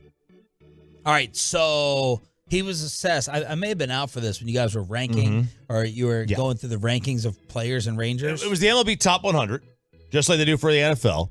And, they had deGrom as not even the first Ranger listed. It was Corey Seager was the first Ranger listed at number 40. As Sandler said, Corey Seager, their best player, and unfortunately got hurt with the hamstring last night. So Seager came in at 40, and deGrom a few spots later, I think it was 44. But he was the 16th highest rated pitcher on the ESPN Top 100. 16th? Yeah, which, look, now a lot of it obviously was disrespect. The injuries. When you don't pitch more than 12 starts a year for the last 2 years, you're just, can you be that high on the list? They docked Mike Trout. One spot. Although I think Ohtani was number 1 the year before too. I don't remember if he was. Judge may have been 2. Judge may have been 2. That may have been what it was. But you can't have Mike Trout. You can't dock Mike Trout at all. You couldn't dock him for anything. Even when he's hurt, he's still the 10th best player in the league, even when he's not playing. Being an Eagles. Yeah, you can't have anybody ahead of him other than Julio. Right. Oh God, it killed me with that one. But so they had deGrom low. I thought too low. They docked him too much for the injuries. But you had to dock him some. You can't have him the number 1 pitcher in the league because he's never, or he hasn't been available over the last 2 years. Now he's healthy, and he hasn't been dominating in terms of runs allowed and such, but he's been pretty good. He's been. Yeah, you're getting pretty much what you're paying for. Sabermetrics would say he's been absolute. A 1.31 fielding independent percentage is like, or the fielding independent pitching is so freaking good. Even through 3 starts, it's obviously not really sustainable. That would be, I believe, a career low for him if he had that. But that's just basically what FIP means is outside of what your defense does and your defense allows, just what you are generally responsible for, this is what your ERA should look like. And his is 1.31. Evan Grant tweeted this last night. deGrom has thrown 7 pitches at 100 miles per hour or higher per StatCast in the 16 years of existence. Rangers starters had combined for a total 6 pitches of 100 miles per hour. And that includes 2 each by deGrom in his previous 2 starts. So he's just throwing harder than the previous 16 years of Rangers baseball combined. And he makes it look easy. I'm there's no herky. I'm like, where's he getting hurt? It's not in the motion. He is smooth. He is long, and it looks effortless. Yeah, Don't clip he's that. very tall. All right, he's got a lot of length to him. Yeah. What has he done in the past? He's got like a hyperextended elbow. He had a neck. He had a shoulder. He had a couple of forearm injuries. Another elbow. Hamstring back in 2020. I mean, so he's had back tightness, but look, it's the typical pitcher injuries: shoulder and forearms and elbows. If he lasts till the All-Star break, Mm-hmm. we're gonna have to have a fun conversation of because we need to get some more starts. Who is the old Mike Madonna original debate on this show? Who is the best at what they do in DFW? Because Luka Doncic, I think we can throw a star in there. Luka may have to move over Robo, and deGrom. So just down the line, we need to see it for more than 3 starts. Got to throw Dak in there. Yeah. Micah would be the other one. Oh, Micah. Shoot. All right. Either way, it's 4th. Micah, what's 4th? I mean, I think Mike would be 4th on the bunch. Really? I'm surprised. You've been so down on Luka lately. You would have Luka ahead of Micah, just personally. I would have Luka ahead of Micah too, but you would have Luka ahead of Micah? I mean, look, it's hard because just the individual impact of a single defensive player in football is much different than anything than a basketball player who's got the ball in his hand, or a pitcher, or Let's try to keep it to what they do. Who is the best at what they do? Their craft. It's Micah. Where would you rank Micah? If DeGrom's healthy, it's DeGrom. Where would you rank Micah on the edge rushers in the league? Top 3. Okay. And DeGrom would be a top 3 pitcher or higher. DeGrom, if he's healthy, I don't know that there's anybody better. Let's get to the list. It's in terms of the top 4 here? No. Oh. The list from ESPN. The point of the segment. So, yeah, it's Kylie McDaniel writing this, the MLB Ace rankings, which, again, they had him 16th as a pitcher recently, Jacob deGrom. And in the meantime, let's have the Tolos rank the 4. Just best at what they do. deGrom, Luka, Micah, and Robo. Just Kyle, out of curiosity. Enough with Kyle Yomas. He's gotten more play today than in 5 years over there. 877-881-1053. Enough. So here are baseball's true aces of 2023, along with those who have the best chance to make the leap this season. Number 1, any guesses? Any guesses? You already know. Any guess? It's Alcantara. Yeah. Sandy Alcantara from the Miami Marlins, who is the true workhorse pitcher that just doesn't exist in Major League Baseball anymore. I think he threw 50 more innings than anybody else in the sport last year. Yeah, 228 and a third innings last year with a 2.28 ERA and a sinker that was 98 miles per hour. That dude is a monster. Making Nolan proud. He's so good. Number 2, moving up 14 spots in 14 days, Jacob deGrom. Hey, what a rise. Durability is the big question, as deGrom has thrown 156 and a third innings combined over the past 2 seasons, which pales in comparison to the 228 and 2/3 innings that Alcantara threw just last season. He is also 34 years old. This ranking, however, shows how good the production was when deGrom was able to take the mound, evidenced by one of the best ERA estimators, deGrom's 1.57 xFIP in 2021-2022 versus Alcantara's 3.29 in 2022. A couple sources argued deGrom should still be first on the list, but Alcantara was the consensus pick because we're ranking for the entire season rather than one win-or-go-home game. So, boom, right there already. He's number 2, from number 16. Take that, Verlander. Take that, Mets. Suck it for charity. He's already got a... Suck it for charity. Sandy's already got a complete game. Suck it for charity. He's already got a complete game shutout this year.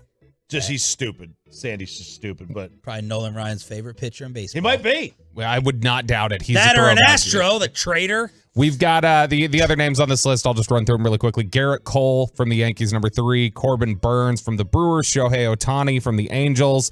Dylan Cease from the White Sox. Aaron Nola from the Phillies. Zach Wheeler from the Phillies. Shane McClanahan from the Rays. And then at number 10, Max Scherzer from the Mets. And just missing the list were Rodon and Justin Verlander. All right, so there it is. Already moving on up. Who, by the way, those guys haven't pitched this year. Yes. Rodon and Verlander. Yep. All right, 877-88. Oh, they're not being punished too much on that list. 877-881-1053. It hasn't been chronic like deGrom. Micah, Luka, Robo, deGrom. Peyton, put those 4 in order. I will go Luka 1, Micah 2, deGrom and Robo. Okay. Dallas Stars hate right there. I would. I have no idea. Honestly, I'm not even going to troll here. Like, I don't know hockey well enough to weigh in on Robertson. Right. But so the other three, I would say for me, it would be deGrom, Luka, Micah. Wow. Ralph? I would go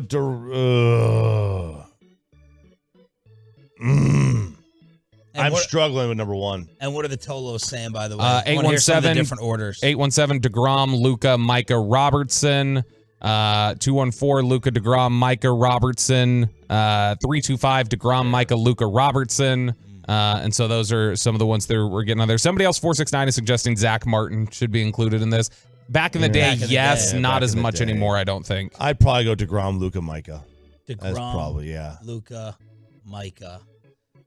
Where'd you put Robertson? I'd probably put him fourth. I mean, it's hard because, again, I mean, he's so good, but when these guys get on the ice, they're on the ice for like a minute, 45 seconds at a time in a shift. 214 deGrom, Luka, Robo, Micah. 206 Luka, Micah, deGrom, Robo. So there's some other. 214 Luka, Robo, deGrom, Micah. All right, 877-881-1053. Thanks for being a total. That stands for Turn It On, Leave It On. You got NBA play-in action. LeBron James gets called out by the new Dennis Rodman and the Mavs end of the season press conference. What do we think of Mark Cuban? Compare Mark Cuban now to the very, very beginning. That's next on Sean and RJ 105.3 The Fan. But let's get you over to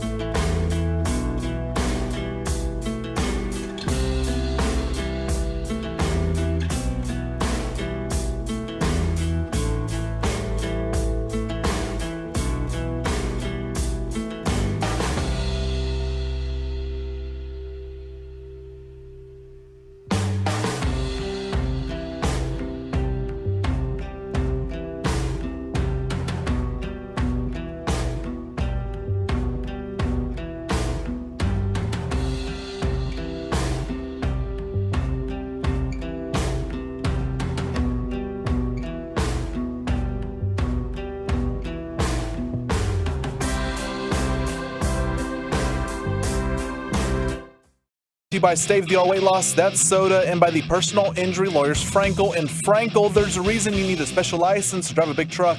So companies that hire drivers and put them in a big truck should be held accountable for what happens when one hurts you. Frankly, you need Frankel and Frankel. Visit truckwreck.com or call them 214-333-3333. Against Edwards, the switch on defense now on Prince. LeBron takes it in, gets it out, Schroeder. I was wrong. I did not think the Lakers would make the playoffs, even though Anthony Davis yet again proved the brain farts that exist in his very fragile game with the horrific foul against Mike Conley in the corner. Lakers survive in overtime. They're the 7th seed and taking on the Memphis Grizzlies. Good morning, Metroplex Hump Day edition with Sean, RJ, and Bobby. We're going to crosstalk with KMC featuring Derek Holland coming up at 9:40. So last night, the Hawks beat the Heat. The Heat will now face the winner of tonight's game between Chicago and Toronto. The other game in the West could have been, maybe, a small chance, the Dallas Mavericks. It's going to be the Pelicans and the Thunder. So LeBron is moving on to face Ja and the Grizz. And today's Dennis Rodman, Dylan Brooks, is ready for the King. I don't really dislike nobody. I just bring a competitive edge. But I wouldn't mind playing LeBron in a 7-game series. The legacy's there. First time back in the playoffs, knock them out right away in the first round. They'll test us good, They got good pieces, good players, and that'll be a good first-round matchup for us. I love this guy. And, of course, the media takes this as, I want LeBron. Not like, hey, legacy, you want to face the best. It's, I want LeBron. I wouldn't mind facing them. Tonight, the Raptors are favored by 5. The Pelicans are favored by 5.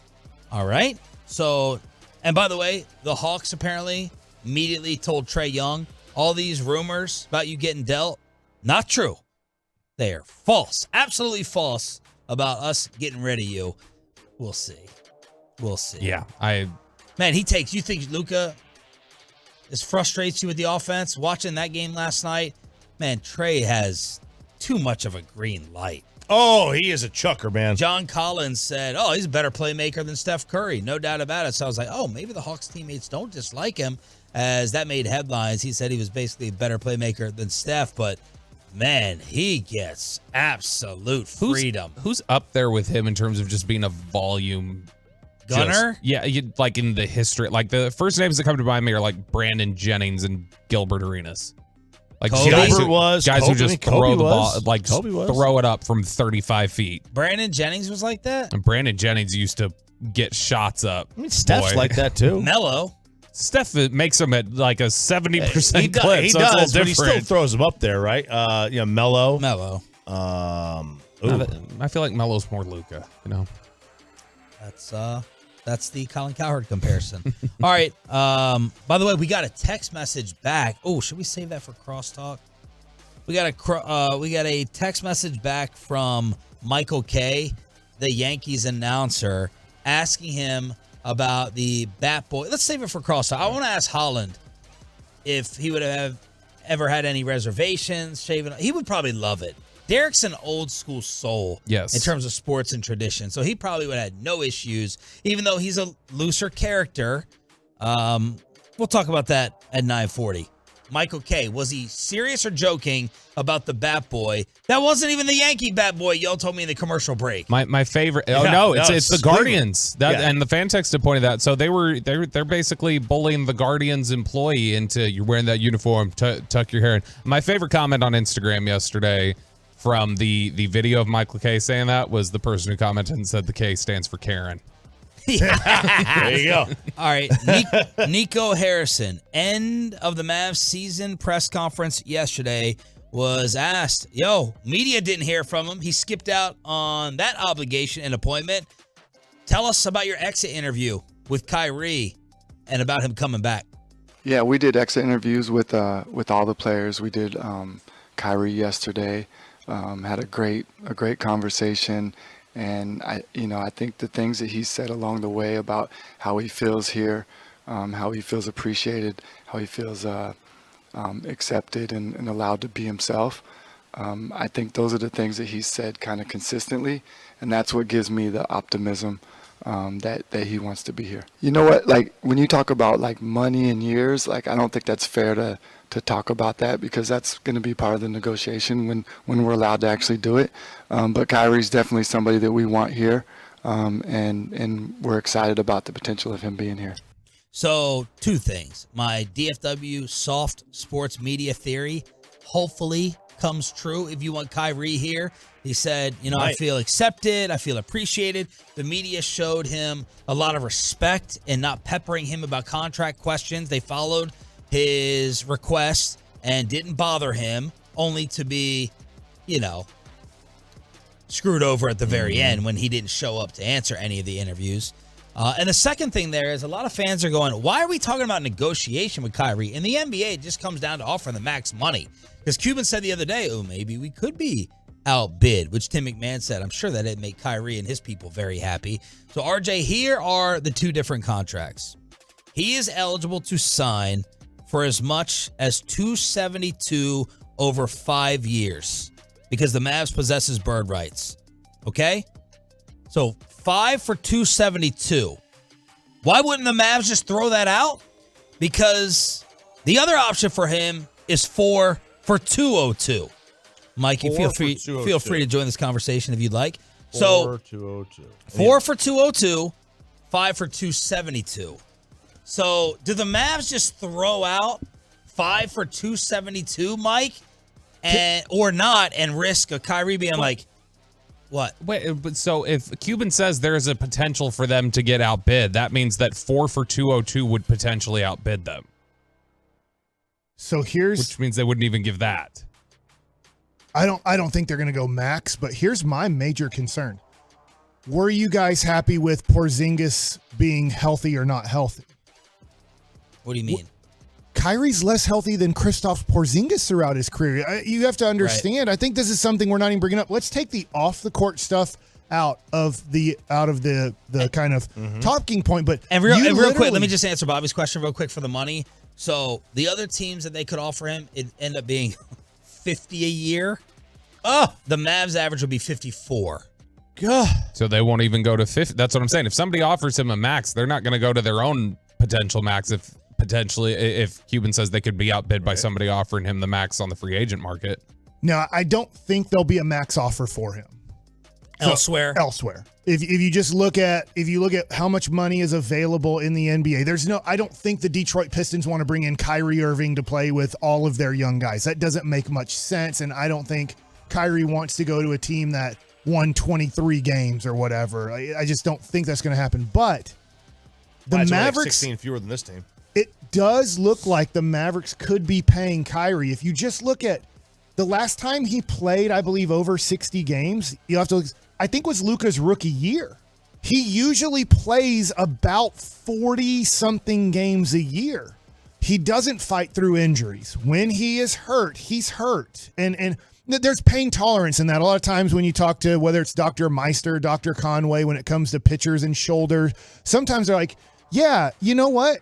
You do have some tears in your rotator cuff. I've seen guys pitch 5 to 10 years with those same tears and never miss a start. I've seen guys that could never pitch again with those same tears. So there's a pain tolerance that we don't know as humans how much you can tolerate. But this is the one thing I'm worried about Kyrie that I think we need to start bringing up here. He's only going to play 40 to 50 games a year. But what are you $1 saying? million a game, man. I know, But right? what are you saying ultimately? Are you saying that what would you do if you were Mark and Nico? I can't lose him for nothing. Unfortunately, I have to give him enough to make him happy. Yep. But enough to try, but not enough where I'm screwed over with a whole bunch of team building because I can't. If I'm just bringing back $1 million veteran guys, yeah, I'm gonna lose 45 to 50 games a year because of. And if I have get, nothing around those two. And so give me an offer. I'll be Kyrie's agent. Is it his mother-in-law or something? Something, aunt? I think it's Lamar's mom. No, is his agent. Not Lamar's mom. Give me an offer, and don't insult me now. Even though I may not have the same offer elsewhere, give me an offer where you can, where you're gonna say, Kyrie, this will also allow me and the number 10 pick to build around you guys. Top 4. Three for 125, and I know I'm not going to be beat. 3 for 125. Now I'm not going to tell him that, but here's the deal: I want him to go shop. I want to sign and trade him. I don't want Kyrie to be a Dallas Maverick. I'm going to be honest here. I don't think it's a good fit. I know what Nico said yesterday. It's not a good fit. Luka and Kyrie they both can play defense. This is the frustrating part, especially about Luka. They both can be average to maybe even a hair above average defenders if they wanted to put in the energy and effort, but they both don't want to, because we've seen Kyrie be a good defensive player in situations. We've seen Luka be a good defensive player in situations.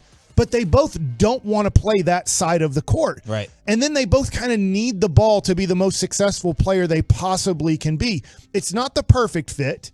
And then now their offense was a little bit better when he got here. Like the efficiency numbers were better with Kyrie. 100%. I get it, because you're so pathetic. For 10 minutes a night, you were the worst offensive team in the history of the NBA, pretty much. Would you disagree with Jason Kidd then when he says Kyrie and Luka are made for each other? I would totally disagree with that. That's a person. Jason Kidd has never done anything wrong yet in his life as a coach. And Bochy yesterday, he was like, man, that game? It was unbelievable to hear this.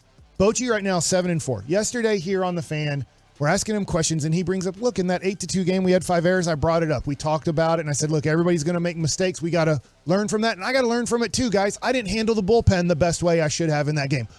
Can you believe that in game 5 or 6 of the year, Bruce Bochy is telling his players and telling publicly the media, you know what? I might have messed up a little bit of the bullpen situation. He's not just watching like us. Yeah, so he's not saying, well, I'm not the savior, guys. Like, he's now saying, no, I have to take responsibility for my actions too, and I might have been able to help out us compete more in that Chicago Cubs game. And Jason Kidd not one time in his career has ever said, I have been an issue as the head coach. And neither of the football coaches around here. But 41 a year, that would be 3 for 125. Yeah. And then you just got to hope no one else offers that, or that he's not insulted. What I hope is he goes and shops that around and finds that Phoenix is willing to do it in a sign and trade. Bill Duffy has 2 major clients in the NBA, Luka Doncic and DeAndre Ayton. So when you hear DeAndre Ayton coming to Dallas, I'll take it. Guess where that's coming from? That's coming from Bill Duffy, who would like for his client in Phoenix, who's not the happiest in the world, and his client in Dallas, who right now is not the happiest in the world, to combine them. And then Bill Duffy really has a lot of control of the Dallas Mavericks because his 2 best clients, making approximately $40 million a year, are both on the same team. And Ayton, to me, makes more sense with Luka than Kyrie does. Yes. Yeah, and not just that. Then you go get an athletic 4, go get an athletic power forward in the draft. You roll with Luka, Hardy, Green, draft pick, Ayton. They win more games like that. 2 teams to watch in the playoffs, Sean, from what I understand. The Lakers and the Suns. If the Lakers lose in the first round, LeBron's not going to say, let's just bring it all back. He's going to say, listen, keep Anthony Davis. I need him. I need Kyrie Irving. I need him. And then all of a sudden, I'm not saying this is the best trade in the world, but all of a sudden, D'Angelo Russell and one of their really nice wings probably fits in a trade for Kyrie Irving, and that's where Kyrie ultimately wants to be 100%. This is not his first choice. This is not his second choice. I'm not sure if it's his third choice. Yeah. But it might be his money choice. And Phoenix is a place that Kyrie, from what I understand, would like to be at too. He really likes Booker. He obviously loves Kevin Durant. Kevin Durant still loves him. Yeah. So if they struggle in the playoffs, another one to look at, the Clippers. If the Clippers lose in the first round of the playoffs, do they look at it and go, look, this Paul George, Kawhi Leonard thing isn't working out the way we want. I'm just throwing this out here. I have no information on this. Could the Clippers all of a sudden go, let's try Kawhi Leonard and Kyrie Irving together? And Paul George and Luka, to me, make a lot more sense than Kyrie. And you do have to deal with the injury stuff there, too. Yeah. But you're trading injured great player for injured great player. Thank you, Michael. Shout out to the fan text really quick that found the Trae Young comp. It's Antoine Walker. Oh, for a gunner? Yeah, for the just chucking shots. It might be. Let's crosstalk with the KNC Masterpiece featuring Darren Collin next. But let's get you over to Platinum Chrysler, Dodge, Ram, Jeep. It is, of course,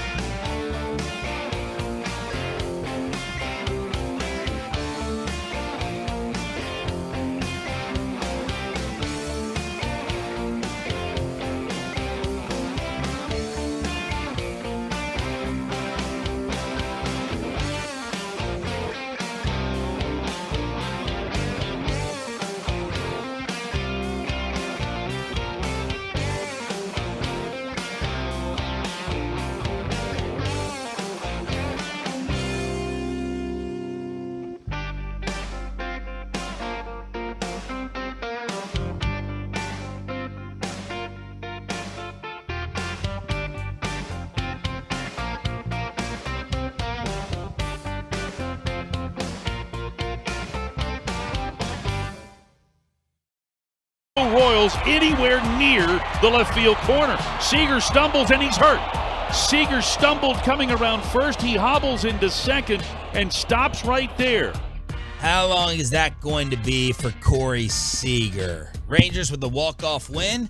Sean, RJ, joined by the KMC Masterpiece and Derek Holland, who I would like to make the star of this crosstalk today. Oh, he's allowed to talk today? As I was driving in, he was like, well, we'll wait for Derek and we'll ask him. I was like, oh, man, he's giving me permission to speak. Yeah, let's put our beef behind us for a little bit. That's a first. Corey Not Majors. for good? Well, it depends how the crosstalk No, goes. Sean's been focused on somebody else today. That's right. Bobby has been in the crosshairs. Corey, what's wrong? What's coming up on the show? You look very defeated. Oh, my internet isn't working. Oh, no. That's not Do your you internet. need that to know what's on the show? Well, we changed some of the things at the last minute on the run sheet, so the Just whole thing one segment. is kind of out of the, One segment that You look got changed. very disoriented. Wow, so disheveled. at the 11 o'clock hour. I'm really excited. In honor of Jacob deGrom, which athlete do you really want to see live? Like, this is one of my biggest things. I missed out on Max Scherzer's career, like not watching this dude be a really good pitcher.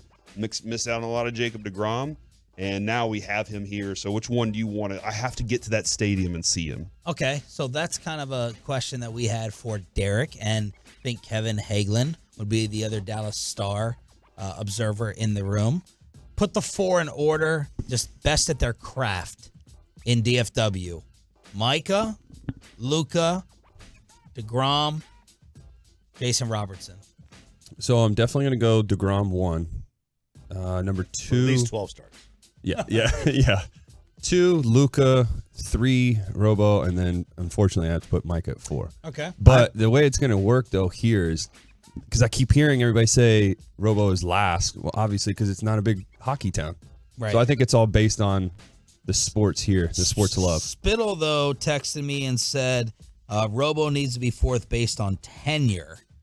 Well, let's just take it for. I mean, Jacob deGrom doesn't have any tenure. And Micah Parsons has Micah's not played 2 years. Yeah. I'm just reading what the boss said. You guys are the ones insulting. That's not me. I'm just I reading that. agree.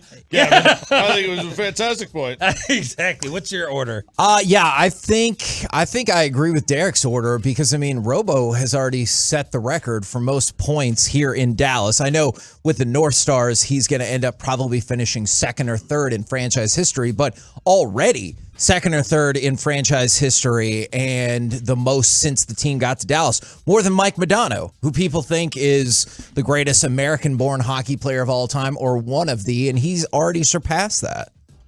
Was that a light crowd yesterday? When I tuned in early, I was like, where are the people here for this start? Brian Purdy, who was sitting next to Bobby Witt Sr., said it was about 18,000. Does it seem light? It's in the towards the middle of the week. It's the Royals. It's not, it's not a big name. Yeah. But you have Bobby Jr., baby. But you have the big name. It's his third start for the Rangers ever. Yeah. And people are like, meh. See, that's the problem. This is not a walk-up crowd city. Yep. And Easy, the Josh starter. Hamilton. No, that's just the The other nature thing, too, of, is that's when you're in downtown, people can walk out of their building and go, you know what? I want to go see Let's just deGrom. walk over. Let's just walk over to the game and let's go buy a ticket. Yeah, I so- mean, let's just work 30 minutes longer and let's go over there at 6 p.m. And you don't have that in Arlington. at all. Tuesday night against the Royals. That's a it. hard draw. But also, when DeGrom's going to throw, What Derek just said. I know. I'm just saying. That's what. an echo. All right, here. You buy tickets how I'll long shut in up for this advance? Give the crosstalk mic shot. to Corey. Let's not waste. Man, you really do have Tuesday night beef with against Bobby Royals, today. Hold on, what was that? Yeah, but no, I've been to a couple different cities that have the walk-up crowd, and that is different, man. Like you have to travel to get there to do for it, and again, school night and all that stuff. Also, planning ahead. Yeah, Go to ESPN's website, go to the schedule, and try to figure out in 17 days. It won't show you the picture, Right. So you've got to do math. Basically, is he going to start this day? Are they going to skip a start? Is counting 1 to 5 that difficult for you? No, I'm not for me. I'm saying people in general. They're not going to go on dummies, there. not for me. They're idiots. I will say, too, when Derek was on the Rangers, they didn't get crowds in 2010, even though they were playing well. It was after they went to the World Series the next year, they got 3 million fans. The year after that, they got 3 million fans. So even as much as Jacob deGrom. By the way, I am loving baseball. The pace of baseball, the action of baseball. This is the best baseball I've watched since George Brett, Robin Yount, and Don Mattingly were in the game. Like, I just love it. I'm in love with the game of baseball right now, and also we're good at it, too. MLB Network posted their most watched opening day in their 14-year history. The Yankees-Giants opener averaged 348K. That's up 7%. Is that World Baseball Classic effect too, you think? Maybe. It the affected opener? FS1 shows. They had a 90% increase. Wow. What's 90% of zero, though? Fair. They didn't like even it. broadcast the World Baseball Classic on a major network either. Right. So Yeah. Which keep that in mind. at the time, I know Mike was like, weird. we can't get rid of 911 or whatever they're airing that night and put it on. Lone Star 911. Yeah, there you go. Yeah. So Big show, man. Last night, Holland was there with a couple of famous people beside him. You got to tell the Wolchuk story. Oh my gosh. G-Bag of the day, Payne, get ready to send it to G-Bag. This is amazing. So we're at the house. I have all the guys over. We're gonna watch the Adesanya fight. So I'm smoking my butt as always. Nice. I saw And it was okay. It looked a little dry. It was a little bit. Yeah, Bone took a minute to get out. Yeah, it's okay. It happens. So anyways, we're sitting there just hanging out talking, and Wolchuk shows up, and I've got Trey Lance there. Whoa! Or no, Stetson didn't come to that. He was at the game with me, but Stetson Bennett He was running around was there. neighborhoods. Banging on reputation. Oh no! Sorry, Stetson. I know all the laws. So we're sitting there. He and- probably AARP can't card. hear. He's probably lost some Is hearing. he 30 years old already? Oh my god, man! These are my friends. Yeah, your friends are going to have to accept Don't that. we see him? Friends with me. Don't we see him go We're by? your He didn't friends. see you ever. He didn't see me, no. It's only at the station. You're in love. But anyways, so they're sitting there talking. You're in love.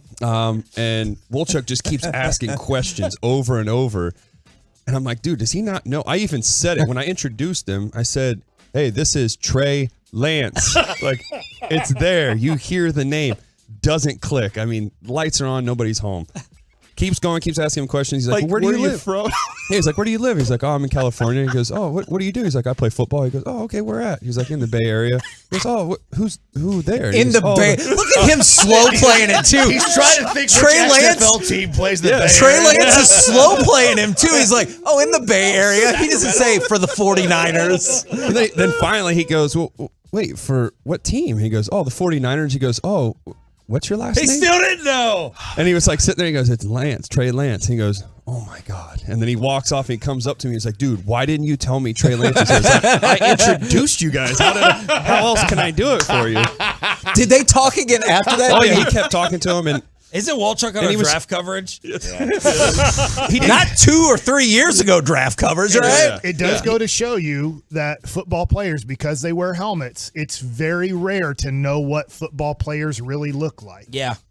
Well, I mean, it's not like he wore his helmet a lot. No, I understand, but man. we're the bad friends. We're the bad I don't people. mean it Stetson like that. Bennett's I off don't limits mean with Trey Lance. I don't mean it like that. Was Stetson Bennett He's there good at the people. house? No, he wasn't there. He was with us for the game last night. Okay. Did he have And- some stuff that he was ordered to do? Did you stay for the whole game? Yeah, I stayed for the whole. I always Yeah, stay clean for the up whole the game. popcorn. I know all the laws. Yeah, it was amazing. How awesome was that? But so what's even funnier is like after they get done, he figures it out. They start talking, and I text Wolchuk. I was like, "Hey, let's just take it easy on football talk." Like, just because they're having a conversation. It was nothing bad. Yeah. And all of a sudden, he's like, "Dude, it's not me. He's actually asking questions."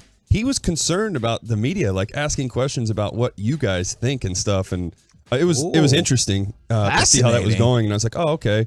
Because at first, Did Wolchuk tell him like you're about to lose your job to a? No, he didn't say Six- anything okay. like that. No, but he was very respectful. He didn't do anything wrong. But for me, I was just trying to protect Trey. Like, hey, take it easy on football talk. Yeah. Like, let him just enjoy himself. That's amazing. And then he explained it. But yeah, it was hilarious. He had no idea that he was even there. All right, I want y'all to judge if this is sarcasm. Is Michael Kay, the voice of the Yankees, ratting out this kid, or is it straight sarcasm? This is the Yankee bat boy who broke their policy of long hair and a mustache. Strange to see a Yankee uniform and somebody wearing that uniform with that sort of hair. There are rules. Rules are rules. He's disobeying two of them. I think there's facial hair, and I think there's obviously the hair is below the collar. Got the red shoes. That's also against the rules. So Michael Kay is getting shredded, ripped apart for being a snitch and a grouchy old man for ratting this poor kid out. First things first, the Bat Boy comes from the Cleveland Indians or Guardians. Sorry. Yeah, the visiting team. The visiting team. It's always the. Yeah, By the way, shocker. when did Bat Boys become 30 years old? Like when I was a kid, the Bat Boys were kids. And why are they still called They're Bat not going to have Boys? kids now because if you don't get that bat in less than 3 seconds, you are not doing it. Which is, and it's funny because I know some of the guys here, and I was talking to Tim. Yeah, you know, it's funny. I played here. You should know that. Wow! Beef back on. I'm about to go back to timeout, guys. Sorry. Man has quarterbacks over to his house and no one recognizes him. Now he talks all big. His dry ass butt. They are like literally. I asked Tim yesterday while he was running back and forth. He was giving the authenticator the baseballs, and I was like, "Man, how gassed are you?" He was like, "Yeah, this isn't fun. It's like they're training. Like this is they're going to be a track star because they're constantly running as fast as they can." And I'm going to talk more about it today, though, too, with the pitch clock and all that stuff, because I got to talk to a few of the big league guys since I've been around here. You pitched? And, yeah, it's crazy. I know. Derek, did you see, and I'll end it with this, did you see, I can't remember who gets the hit, but it happens, right? They wear shin guards or elbow pads, and when they get a double, that kid, and I say kid, he's a high school kid, they are on a dead sprint to second base and then a dead sprint. It's like when you watch Wimbledon or the U.S. Open, and they have to get the tennis ball away from the net. Like, those kids are on dead sprints now because they know they're going to get fired if at any point they start jogging. So, Choppy, we're trying to figure out if Michael K was being serious or joking. So, Choppy. He's definitely serious. I think. That's what I think, too. Okay. It's the New York style of talking. That's just how it is. And the thing is, the Bat Boy doesn't need to follow your team rules. He's not a part of your team. Yeah, they made him the next night tuck in the hair. Yeah, and if you're worried about that, then bring your own Bat Boy. Was the mustache shaved? No. Okay, but the hair was tucked You can in. have a mustache. Okay. You can pitch there. You just can't have Donnie a beard. Baseball. You know, You just can't have a beard. I texted him, and I said, the guys want me to text you to ask if you were joking with the Bat Boy hair. And he said, of course. He was I joking. thought so. Okay, Which I knew he was. I knew he was joking. I know, Michael. I know he was joking. Then I'll take it back. Then I'm wrong. He was joking. But I wish that the crowd would get into it. Like in Baltimore, one of the coolest things is when they run in, pitcher runs in, they run out and get his jacket. The crowd goes nuts because they sprint back, and that would be cool. If you're going to see the guy run out and go get your stuff at second, let's make some noise for the Bat Boy, like running out there. Baltimore's the most fun team right now. The Dong Bong. The Dong Bong. What? You familiar with You that? like that? Yeah, I saw it. Yeah. Wish that real beer in there, though. Yeah, let's make sure it's water before somebody gets offended. Well, I don't think you should be chugging beer during the game. wrong with that? I don't think Why that's not? a Dude, you that's do it a at Salt- woke you do it mentality. When Rick Ankiel Choppy had the did it yips, during that draft. he Yeah, beat that's right. Randy Johnson, and he just put vodka in his whole water Who? bottle. Rick Ankiel. He was just drunk as he could be, and he actually threw like a great game. He's like, maybe this fixes the yips, and then he got drunk the next game, and he's like, it didn't fix While it. playing? Oh yeah, he was chugging on vodka, and he's in the book saying I chugged on vodka during the game to try to relax myself, and he had a good game. So he's like, I'll try it again. And he's like, this didn't actually work. Derek Holland and the KMC Masterpiece next on 105.3 The Fan. The more you listen, the harder we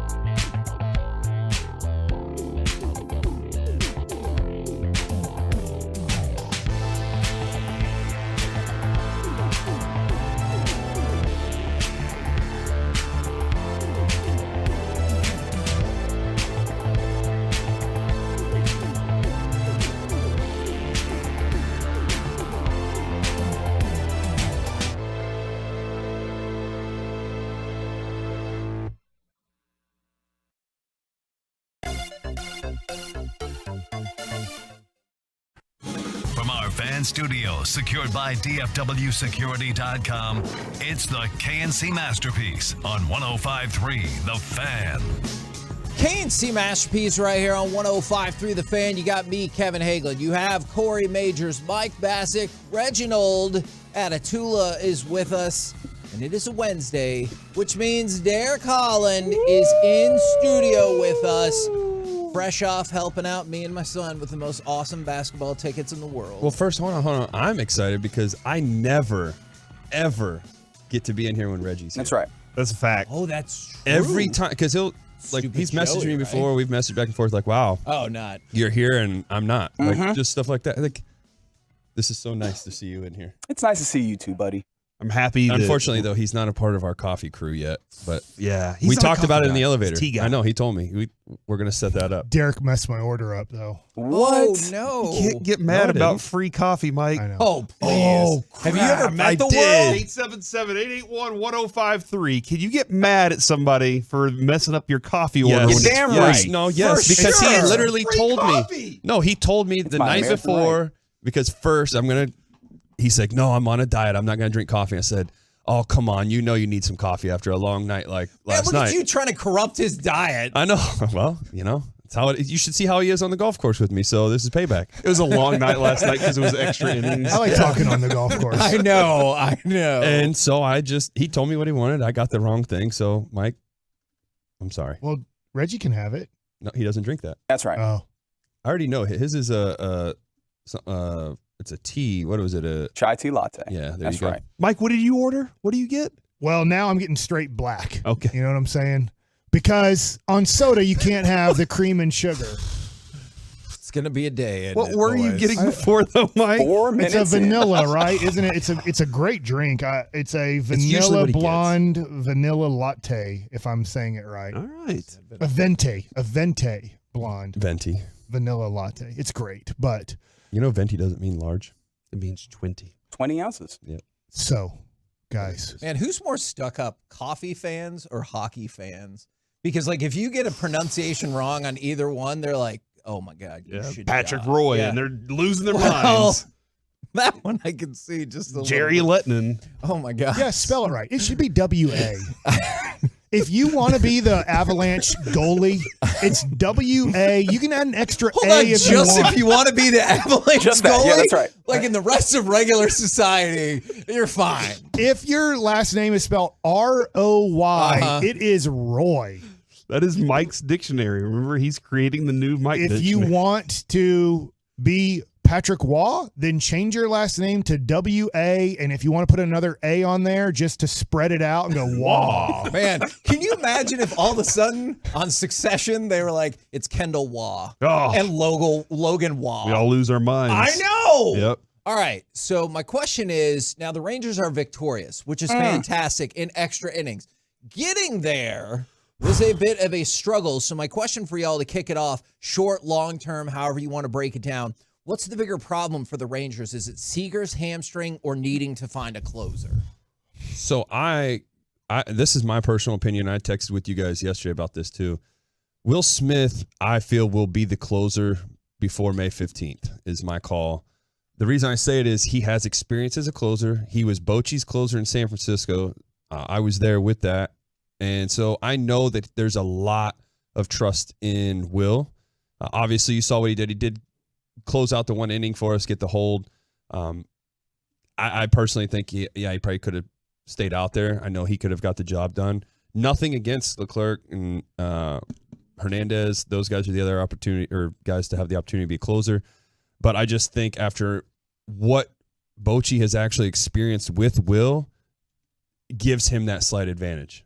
You know, it's interesting. Last night, I want to talk to you, Derek, about this because Choppy asked me in a text during the game before, I guess Leclerc had given up the run to tie up the game, but he's like, why didn't he give Leclerc the clean inning? I said, first of all, Bochy and Will Smith have a good relationship. I said, if you didn't really know the pitcher, like let's just say Jonathan Hernandez, who didn't have a good outing last night, but you're not sure if he can go back out. I was wondering this. Will Smith, what an emotional moment. If you saw how emotional he was, he comes in with the bases loaded, nobody out. Yes, a run did score, but he gets 2 big strikeouts. That's still, yeah. And you could see the emotion of getting out of that was still the lead. And I was just wondering, Derek, because I was like, you know what's tough is when you, as a reliever, have that much emotion after getting that big of a strikeout, and you think your job is probably over. Let's be honest. You probably think your job is over. You came in with bases loaded, nobody out, and you got out of that situation, and your team still had the lead. It's sometimes sitting down and going, hey, I want you to get one more guy. And look, you're a professional. You got to go out there and do it. But sometimes you lose a little bit of that adrenaline rush that you just had in that situation. So, yes, Will Smith gave up a base hit to start off the 9th inning. But they call it the adrenaline dump. You hear that all the time. I could absolutely see that. Well, that's the thing. It's he's got the experience. So with what you were just saying, any other person, that hasn't really gotten the closer experience that he's had would have like the difficulty of, they think they're done. They're going to go check out.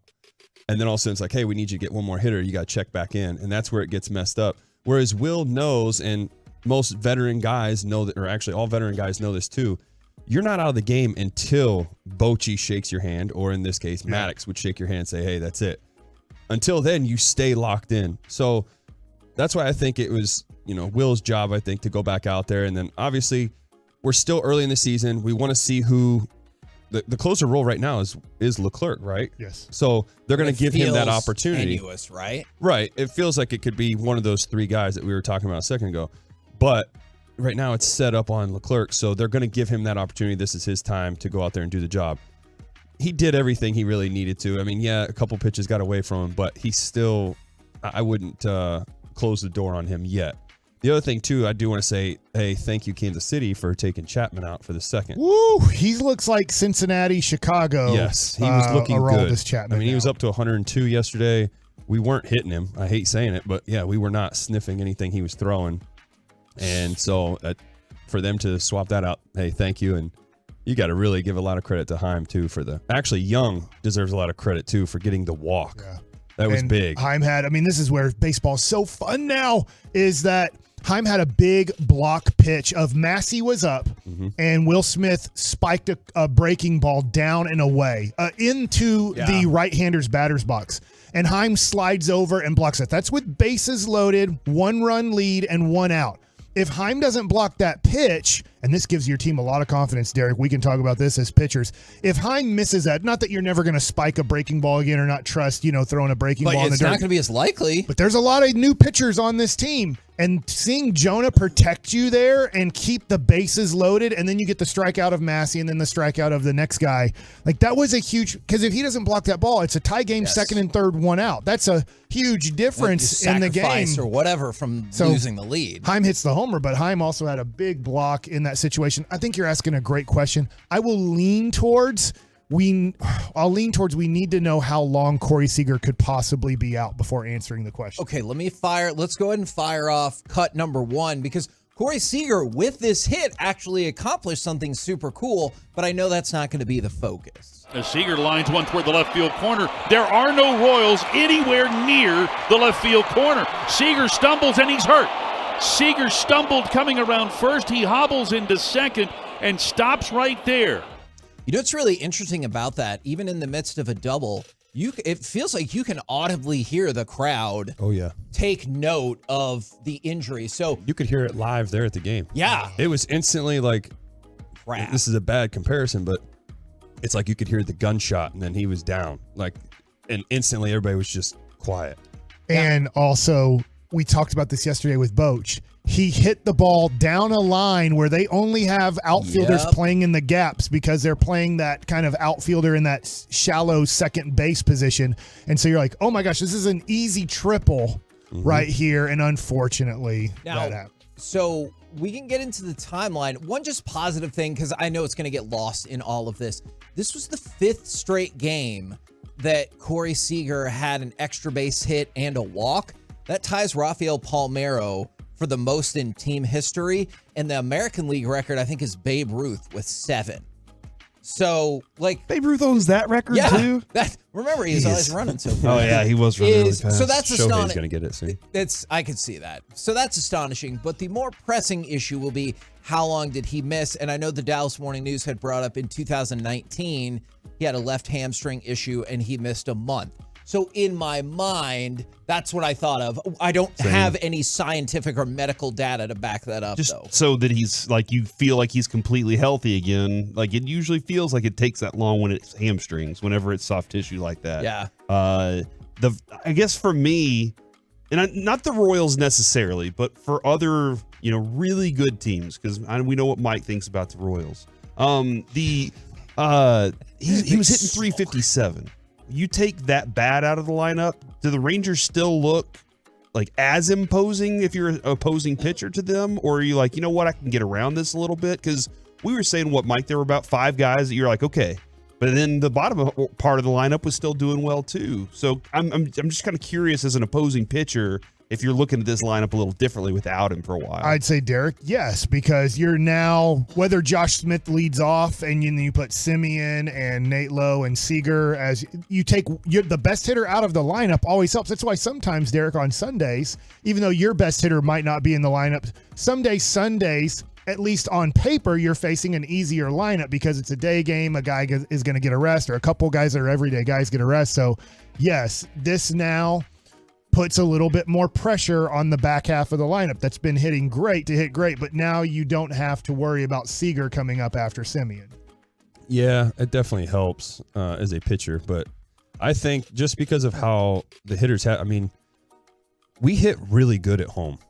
That's the thing. So it's more of now, let's see how we bounce back, because on the road, it sucks. We have a small sample, but the 3 games we didn't really do as well. So let's see what we can do when we go to Houston, especially with the rivalry. How does Boch handle the road? Like, is he like bedtime at 9 o'clock, boys? Like, how does, I don't know. You don't get back to the hotel till like 11. Oh, okay. Yeah, all right. Boch is that'd be tough, Corey. That would be tough. Boch is I don't think people realize how lucky we are to have the 2 coaches that we have with Boch and Maddox. Like, Boch is going to do an outstanding job of getting guys where they need to be, setting up things.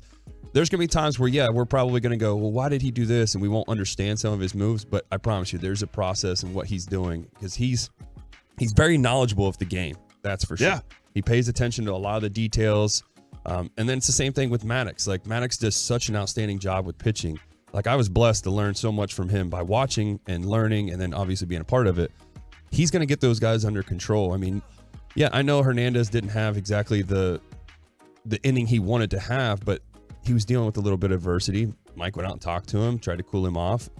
Just how it is. Baseball is just one of those games. But Mike is such a outstanding coach when it comes to the scouting report, preparing the guys, so they all know what they're doing going forward.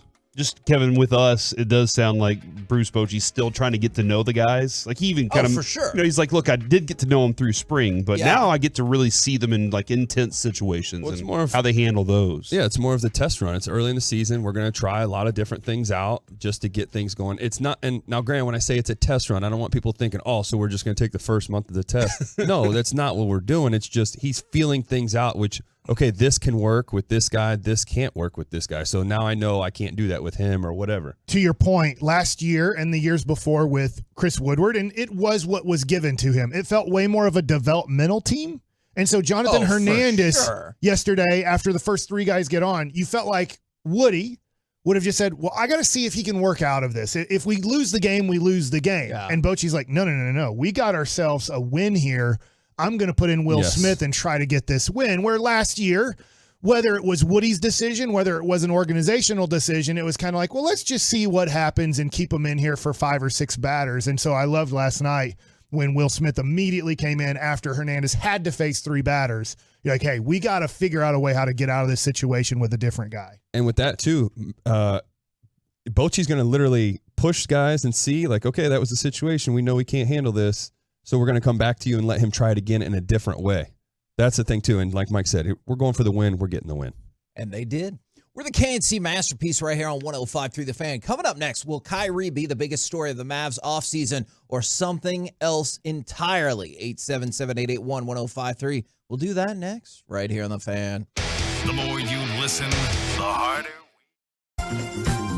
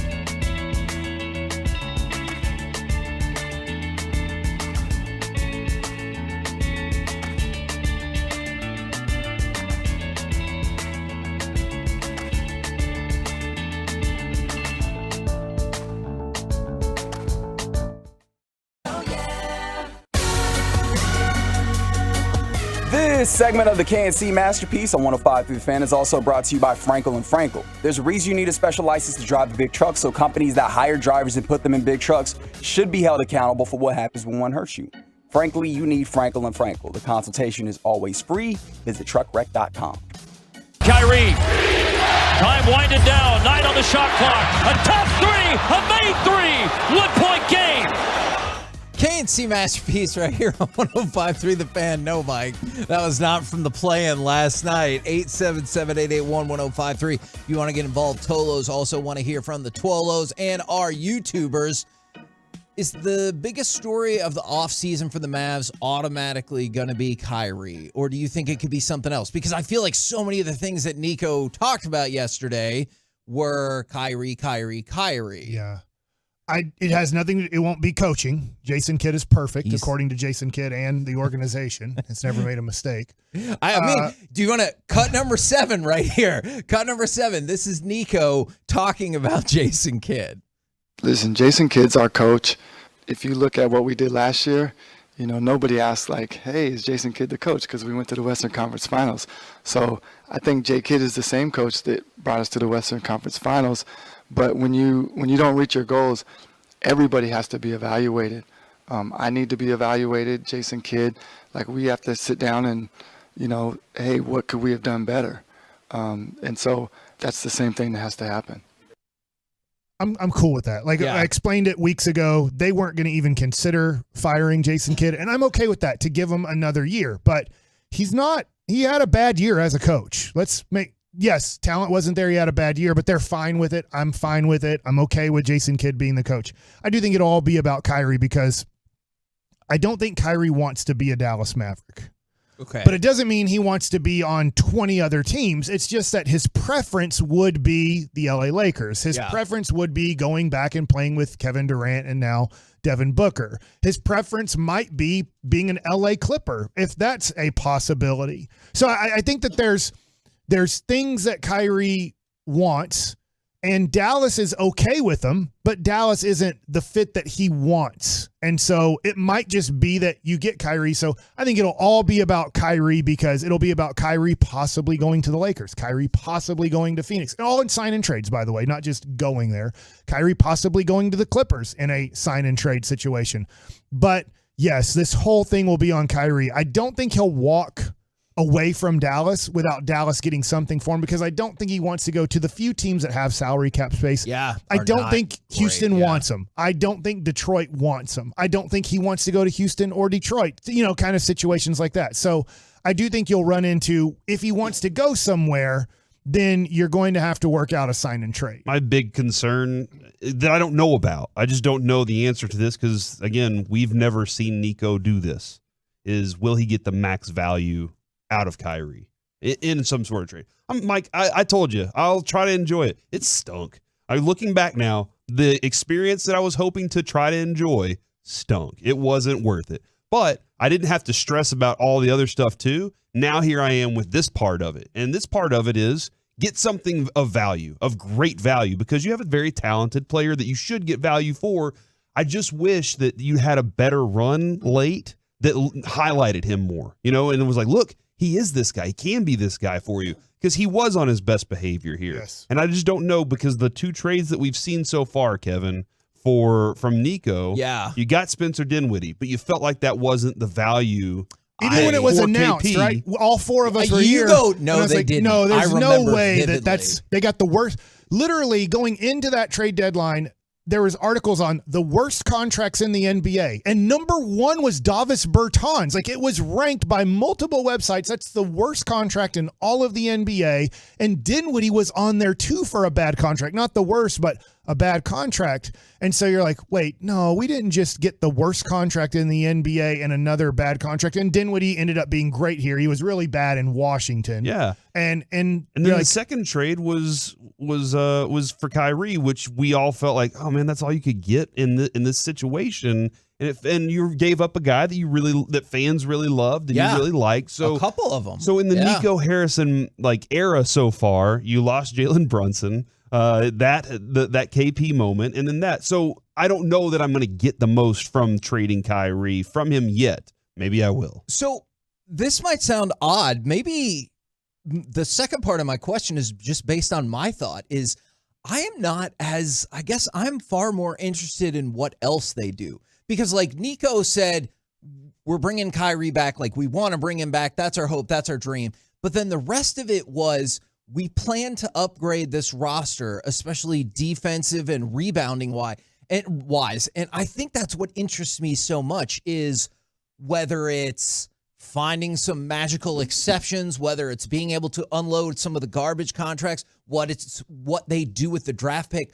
I think I'm far more interested in the rest because, like, let's say, I totally hear what y'all are saying. If you trade Kyrie, that could reshape your team. If you keep Kyrie, your team isn't good enough because of defense and rebounding. And I think I'm more enamored with, like, what do they do with that pick? Are they actually, dare I say, use it because they scouted somebody? Or are they, if they keep it, are they just going to peddle it off as part of another deal? How's that going to improve their defense and rebounding? And I know this isn't fair because Mark Cuban's the real general manager. And I give him all the credit and all the blame for all of these things. I have to give him credit, though, for Jaden Hardy. Unbelievable trade to trade 2 second-round picks to get a guy that looks like is going to be able to average kind of 20 points a game. And in whatever role it is, like it looks like that's a great pick. So I'm wondering, because for pretty much 2 decades under Mark Cuban, there was a lack of care about the draft. There was bad pick after bad pick after bad pick in the draft. So I'm going to say maybe Nico did change the scouting of who we like and where we put our board and getting Jaden Hardy. So if they do keep the pick, I feel a little bit more confident that Nico Harrison is here instead of allowing Mark Cuban to draft the players. Is it possible then in this scenario, then kind of what you're describing is like Nico is like, hey, we might wheel and deal. And Mark Cuban's like, all right, I'll help decide that. But when it comes to the draft, Nico's like, hey, this is the guy I want. He's like, whatever. That's fine. I don't care. I hope so. I just think that Mark Cuban is not going to want to draft a player. That's what I'm afraid of. He is going to push Nico. We do not, as long as the lottery balls end up where they are at and you're the 10th overall pick, I think Mark Cuban, there's a 90% chance Mark tells Nico, I don't care who you like. I got to trade this pick because I got to get instant help now because the salary cap looks like it's going to be at $136 million next year. With letting everybody go on the team, you are at $108 million. So right now you have $18 million to spend. You can sign all your players back. Did you say 108 versus 136? Yes. Okay, 28? 28. Is that right? Yes. Okay. So you have $28 million to sign players. If you sign nobody back, that means letting Kyrie Irving go, letting Christian Wood go, letting Dwight Powell go, letting Markieff Morris go, Neil Aquina, Penson, letting everybody go off your team. You have... That's not a lot of money in the NBA. That's not even one max slot. Right. You don't even have a max slot. So you're looking at if they sign Kyrie back, which they say that's their number one priority, you have no money. Yeah. Like you literally have the exception that you signed JaVale McGee to. So you have somewhere between $5 and approximately $10 million if you're under the luxury tax after signing Kyrie back. You'd have a $10 million spending spree to go on. Is that worth it to you then? Because like, let's ignore the fact that I realize Kyrie can get, 5 years, $270 million, whatever the actual number is. But in terms of like cap impact for this next year, realistically, he'll cost you $28 million because you don't have to worry about the luxury tax and everything like that. Right. Is that worth it to you knowing you're using the last $28 million of your cap for Kyrie? I don't want him back on the team. To be honest, I do not want Kyrie Irving on I do not think it's a great fit. I don't think it's the worst fit in the world, but I don't think it's a great fit. Like the worst fit in the world would be Trae Young. Like that would be the worst fit. Luka and Trae Young would be the worst Kyrie fit. and Luka don't play defense. Right. Watch the combination of Luka and Trae. I don't think this is a good fit. And I don't mind him coming back. I don't want to lose him for nothing, but I want to sign and trade him. Because from what I understand, there's also a good possibility if Kyrie doesn't like his offers, he will sign with the Dallas Mavericks. Yeah. But that's like, all right, nothing panned out. I'm signing with the Mavericks. A little bit of Alex Rodriguez style, if we want to compare it to baseball. Like, all right, I'll sign with the Rangers because they're offering me $100 more million than the New York Mets. Yeah. But if this doesn't change in a hurry, I'm going to ask out in a hurry. And I do think that Kyrie would sign here and go, all right, well, I'll play here, but if it's not going the way I want it to go, I'll do what I did in Brooklyn and I will just ask out as fast as I can ask out. If those two things happen, I am with Kevin on. I am intrigued on how they build around those two. Like, what you truly can say. Okay, what is it that? Okay, we have two guys that are really offensive guys. Do we just go get other defensive guys, or do we blow it out on offense and say we got to do this? Because we saw what attempt that made this year. Whenever they were like, "No, we're not going to play defense." Or can Jason Kidd convince some guys like whoever they bring back or whoever they bring in to play defense on this team? So I am intrigued in what kind of player they look for, what kind of player they want. I mean, look at this is a real thing. Look at the Rangers. They decided they said, we're going to go after these types of players. They got a bunch of guys that are competitive. They love baseball. They're really good at their craft. The Cowboys spent a lot of time saying, is this what we want our Cowboys players to look like? With the Mavericks, I don't know if they know what they want their system to look like. I don't know if they know what they want to be as a team right now. And that's where I'm very intrigued on seeing how they team build from here on. What they're going to need is length, athleticism, and lateral speed. It's one of the things that I talk about when folks are like, yo, defense is all effort. And I'm like, okay, maybe at high school. When we get to the NBA, this is a different level of talent. You need some tangible stuff before you get to the effort that is going to help you be good in defense. And the problem is, like with all these things, Corey, you're right. You need to have, these things that you want, and you got to go get them. You talk about how the Rangers went and got them. They had, because of baseball and the way that they have like no tangible salary cap, they could decide, open the books, and now you have this money to work with. In basketball, you don't necessarily have that. You only have so much salary cap space. And because, Mike, you're talking about Jaden Hardy, you gave up 2 second-round picks to go get him. You would have drafted him with the first-round pick that you gave up to get Christian Wood, right? Yep. Like, because of some of the decisions that you made, your assets turn into 2 first-round picks, whether it's this 10 or, top 10 pick that you get now, or 2 future firsts, Jaden Hardy, Josh Green, and what, right? Like, you don't have a lot of assets here, so it's going to have to require a lot of executive ingenuity to kind of do some level of like trades or like you do some invention to maybe be able to get you those types of players that are the most desirable players in the league right now. Okay, 1 second. I hear what you're saying. That is a much better immediate fix. This is a great draft for lengthy wing players. Name one. Do you not? The Thompson twins. Name 2. I guess that was 2. That's 2. That is 2 people. Wow. Got him. Anthony Black from Duncanville / Arkansas. Yeah, and I don't think he'll be in this position, but like it all trickles down. What about that kid from Kansas? Yeah, well, you and I both know if there's a wing that can play multiple positions and is white, the Mavericks are going to want to draft him, and that's Grady Dick. Grady Dick? Okay. So look, just prepare yourself for that. But what I was really going to say is, remember how he's the lighter boy and the rocker boy? Do we do the same with Grady Dick? That is, you can go for it. Go don't ahead. do that. With what? If you believe in Josh Green, if you believe in Hardy, if you believe in Luka and all these things, is it that insane to take half a second, take a season? This season was already garbage. Why don't you focus that in and say, we will draft another player. We will figure out an asset in a trade for Kyrie, and we don't got to be in the championship next year. I love it. I hear you. The tough thing about it is, like, how soon do you anticipate that player being a valuable rotation player in the NBA? That's a fair question. Because that sounds like Not a 2-3 today. season prospect. And when we're talking about a star player, I'm not speaking specifically to Luka, but any star player on their rookie extension, the time is ticking. And then on top of that, you also have to understand you have contracts on your books that you need to get off of that are like negative assets, and those take some level of getting off your books as well. But I hear you there. I guess my argument then would be, if you're focused in on this, you get a year closer to that. It's very you fair, got a Derek. break. You get a year closer to Kevin. ditching out of those contracts. All right, we're going to have to – Derek's right. I have run past the clock, and we got to stay focused. Coming up next, it's time for Baseball Nuggets with Mike Bassick and the punctual Derek Holland. Hey, you mentioned that rocker boy. How about his debut next? Are you in control of your weight, or does your weight control you? It's one or the other. Plain and simple. From young adult to age 50, I was completely at the mercy of all that fat weight I was packing. Soda, state-of-the-art weight loss and nutrition.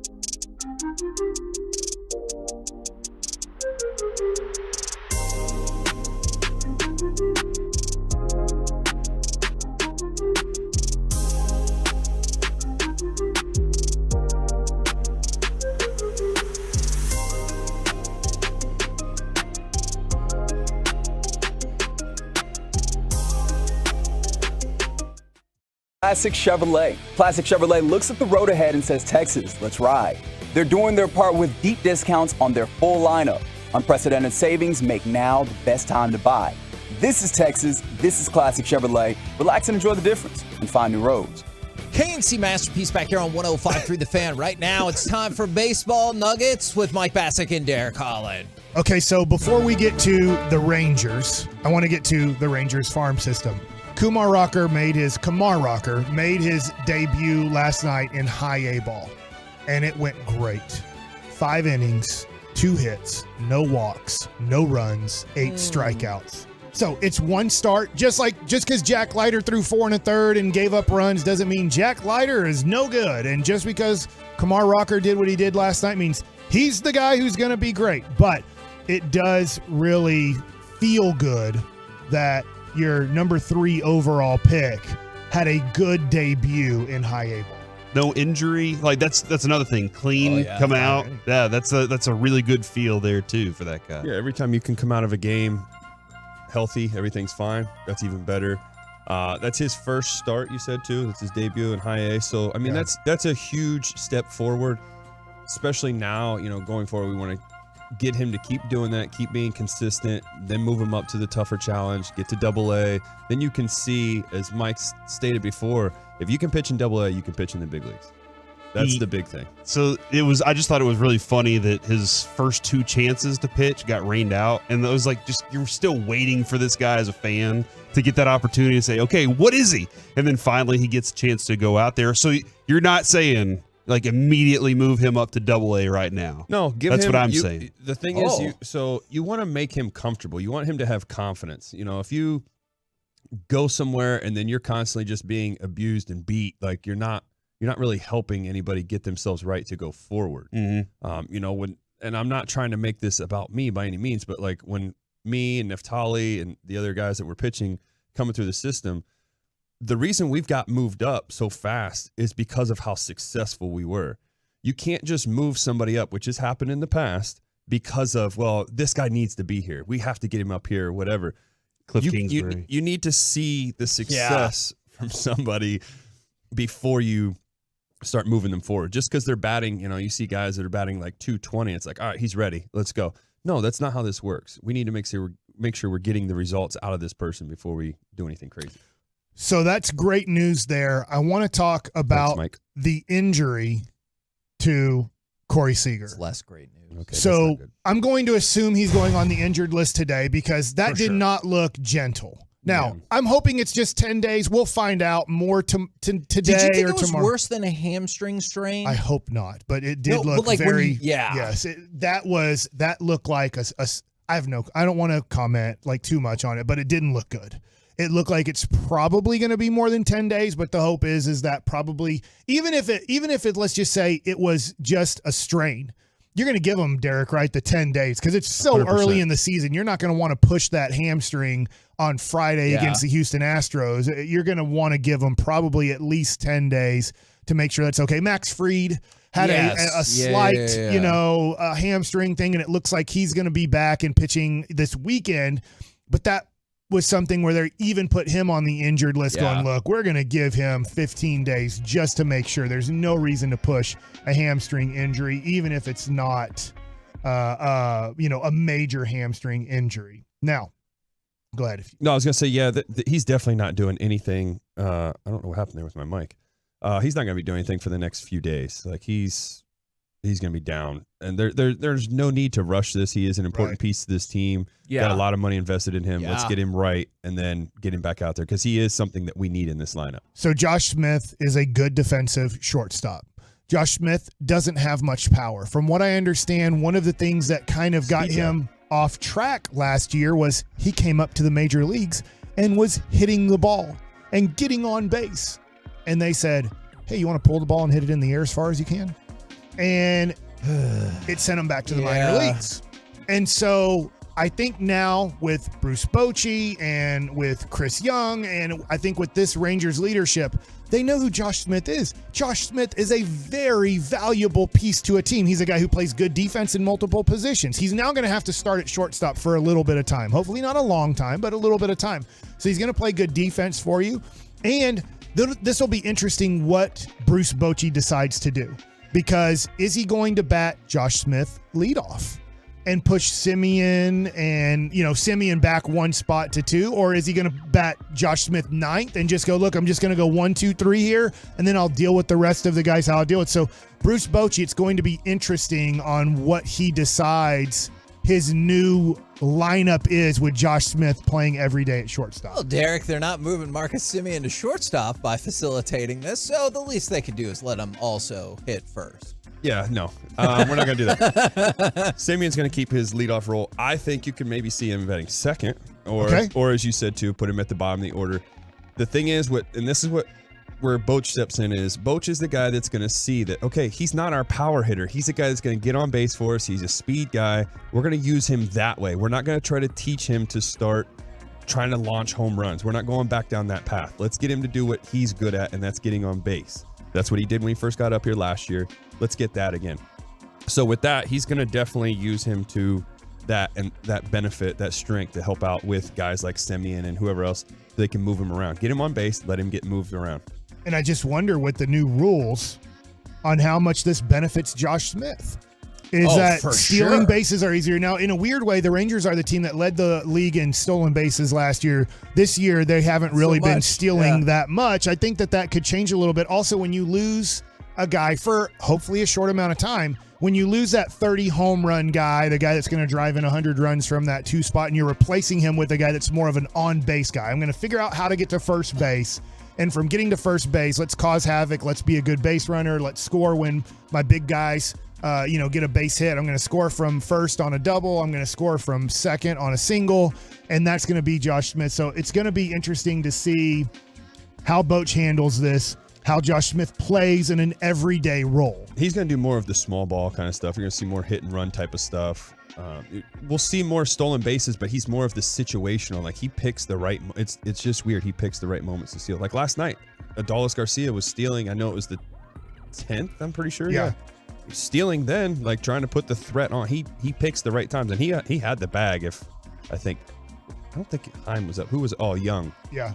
He had the bag, but obviously he's got to protect himself at the plate. But yeah, still, and he had 2 strikes. He didn't run until 2 strikes. Me and Boo were kind of like, dang, I wish he would have tried to run earlier to get into scoring position with less than 2 strikes for Josh Young. But he's looking for more off-speed pitches. 2 strikes, that's kind of what you're going to see. So had a tremendous at-bat, by the way. Yeah, Josh huge. Young, that was the reason Jonah Heim, and this is interesting. I want to ask you this, Derek, because I played, I guess I don't want to call it old school baseball, but there is more information now. We have tons of information. Yeah. But I'm wondering this. Jonah Heim comes up to the plate, runners on first and second, 2 outs, tie game at 5 in the 10th inning.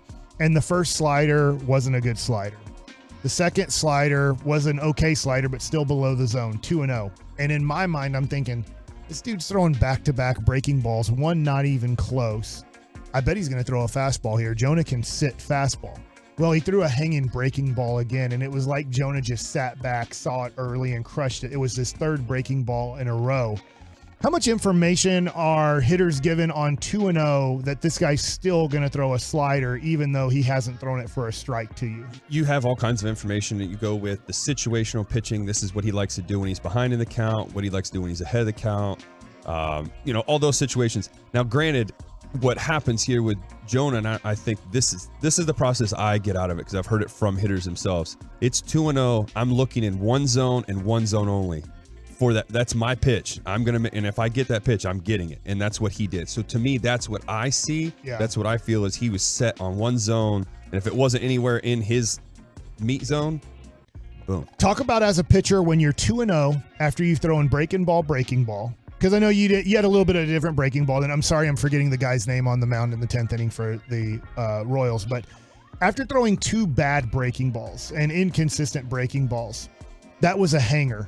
How much are you fighting yourself and not guiding it, because you need to throw a strike. On 2-0, if you don't throw a strike, it's obviously 3-0, and you put yourself in a great situation to have the bases loaded and the next guy coming up. So that's what you don't want. Talk about the mental part of throwing a breaking ball after throwing 2 bad breaking balls in a row. So for me, in that situation, I wouldn't have thrown a breaking ball, because it's like I have to get a strike, and I'm going to go fastball away. It's one of the hardest pitches in the game to hit, period. You ask any baseball player, any hitter, I should say, a well-located fastball down and away is the hardest thing to hit. So for me, it's, okay, I'm behind. I have to get myself back.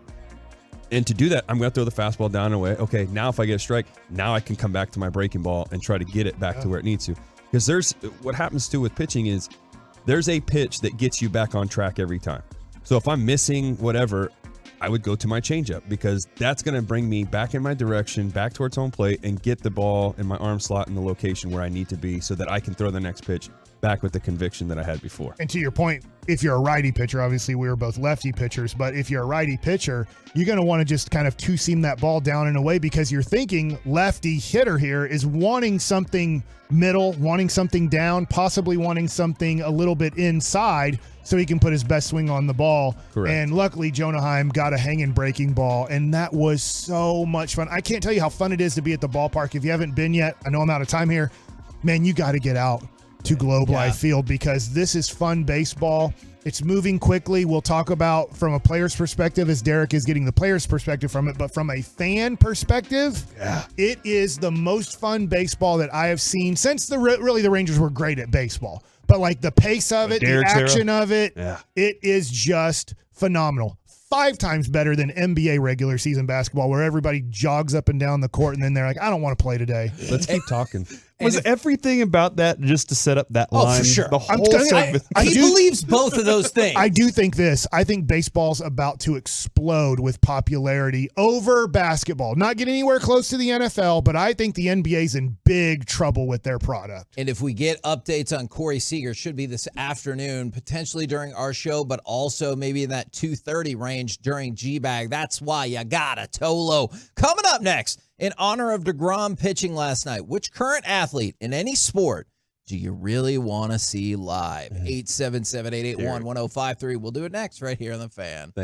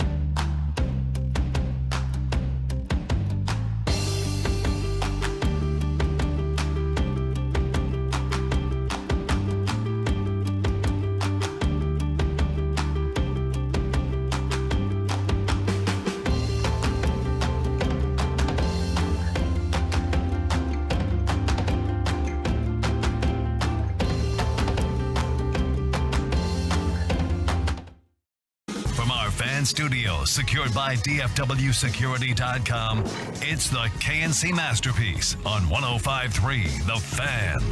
KNC Masterpiece right here on 105.3 The Fan in honor of Jacob deGrom, who was top-notch pitching last night. Which current athlete in any sport do you really want to see live? 877-881-1053. And yes, I do see multiple people already texting in for Derek Collins. Yeah, we want to see him live. I support that as well.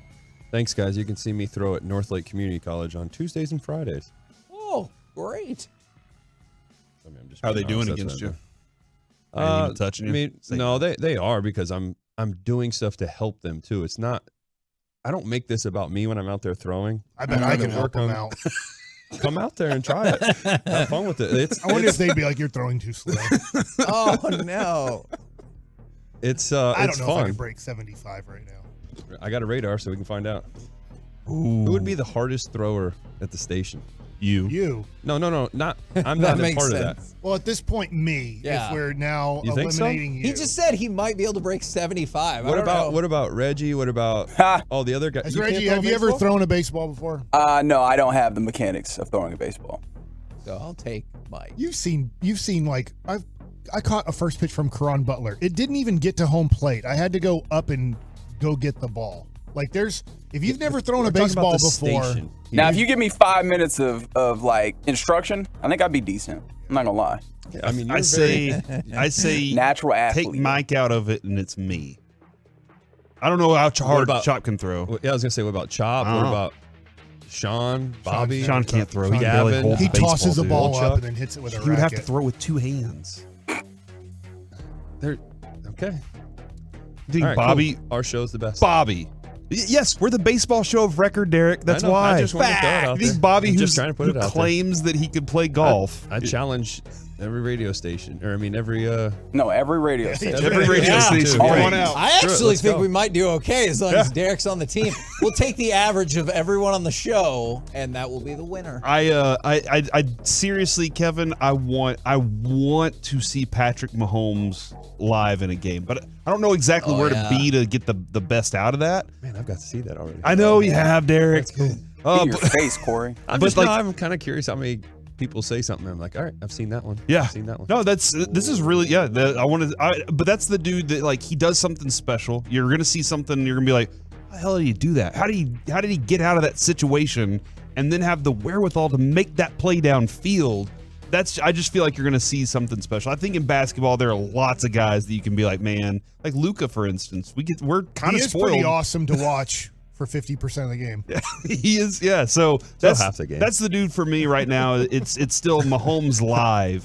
Because I mean we get to see it on TV, but Mahomes live would be a blast. The very first one I saw, I was not expecting. Mac McClung. I want to see that dude do some dunk contest stuff in a live game. Well, you make your way on down to the G League. You can probably check some of that out. You know, like the hard part about that is the live game. Yeah. I won't be surprised if the Mavs sign him, by the way.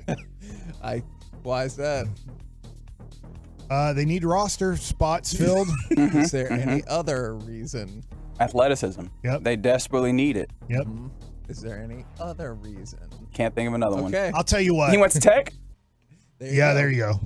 I got to see last year. I know this isn't who I haven't seen, but it was so awesome to sit down low and watch Shohei Ohtani pitch and hit at the same time. There are several. Well, not that he wasn't pitching to himself, but he pitched, then he come into the dugout. Yeah. 254-469 Ohtani. We saw him during his first spring training game whenever we were down in Surprise, and we got to see that and witness it all. And I think somebody threw him a slider and he got his legs buckled, and I was like, this guy, whatever. And welcome to America. Yeah, and He'll then all of a never sudden, make it. here he is now. So My vote was going to be, and I have a few that I thought of, is even though I think he's a doucher, I would love to be in the arena when Conor McGregor fights just because of the atmosphere.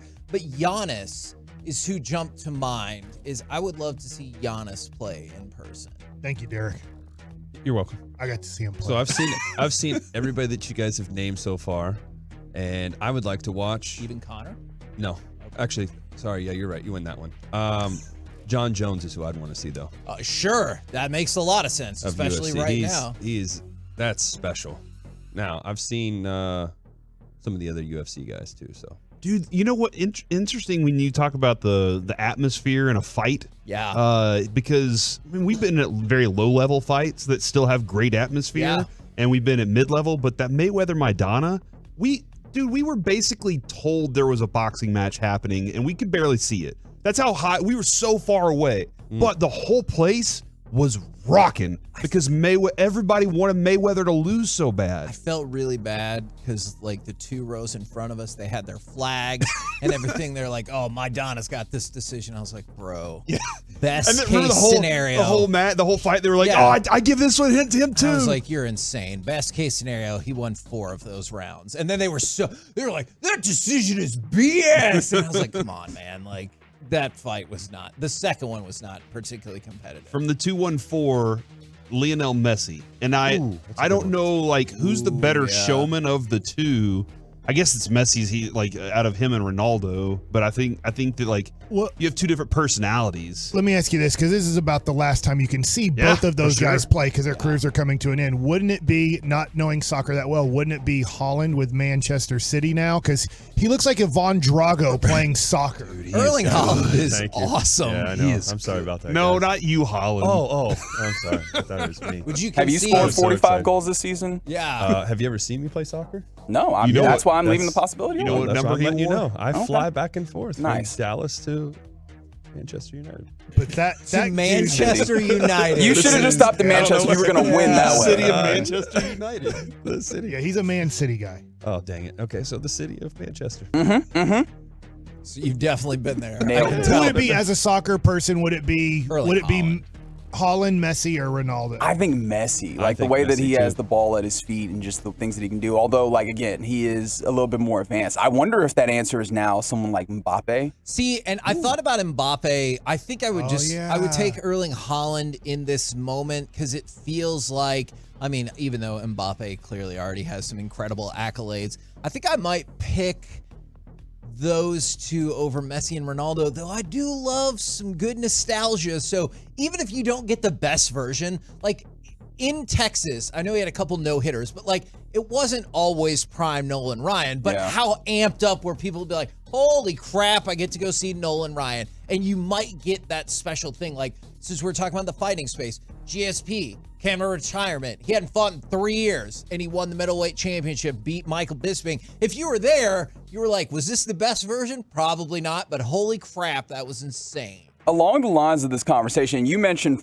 combat sports, but you kind of stayed towards mixed martial arts. I have 2 boxers in mind, but go ahead. Someone on the truckwreck.com text line from the 469 said Canelo.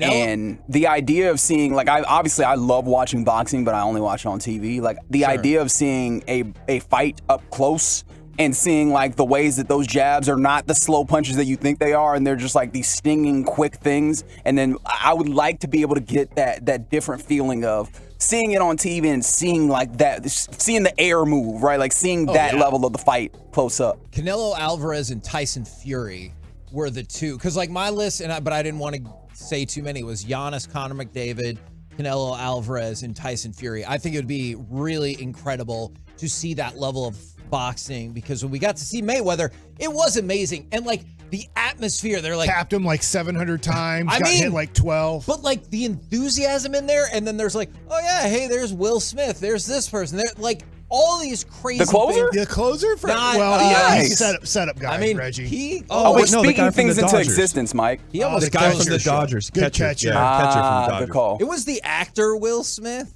You mean the rapper? Yes. Oh, yeah. Also kind of the boxer, right? All right.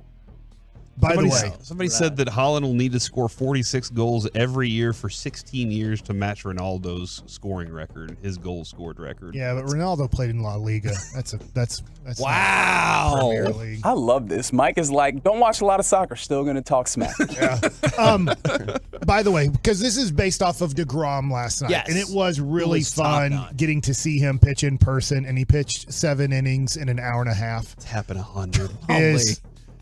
The next time you could see him pitch, if everything works out and he stays healthy, which so far, by the way, the Rangers are 3-0 in his starts. That's good. Now, Cole Reagans has picked up 2 of those wins. Hell yeah. But you are 3-0 in Jacob deGrom starts. On 10 pitches? Is Sunday, April 23rd against the Oakland Athletics. That is a 1:30 start. So if you're looking like, hey, it's, you're not going to have to worry about work for the most part for most people. And right now, tickets as low as $9, at least it says. So if you wanted to go see Jacob deGrom in the cheap seats, you can go do it for $9 on April 23rd on a Sunday afternoon.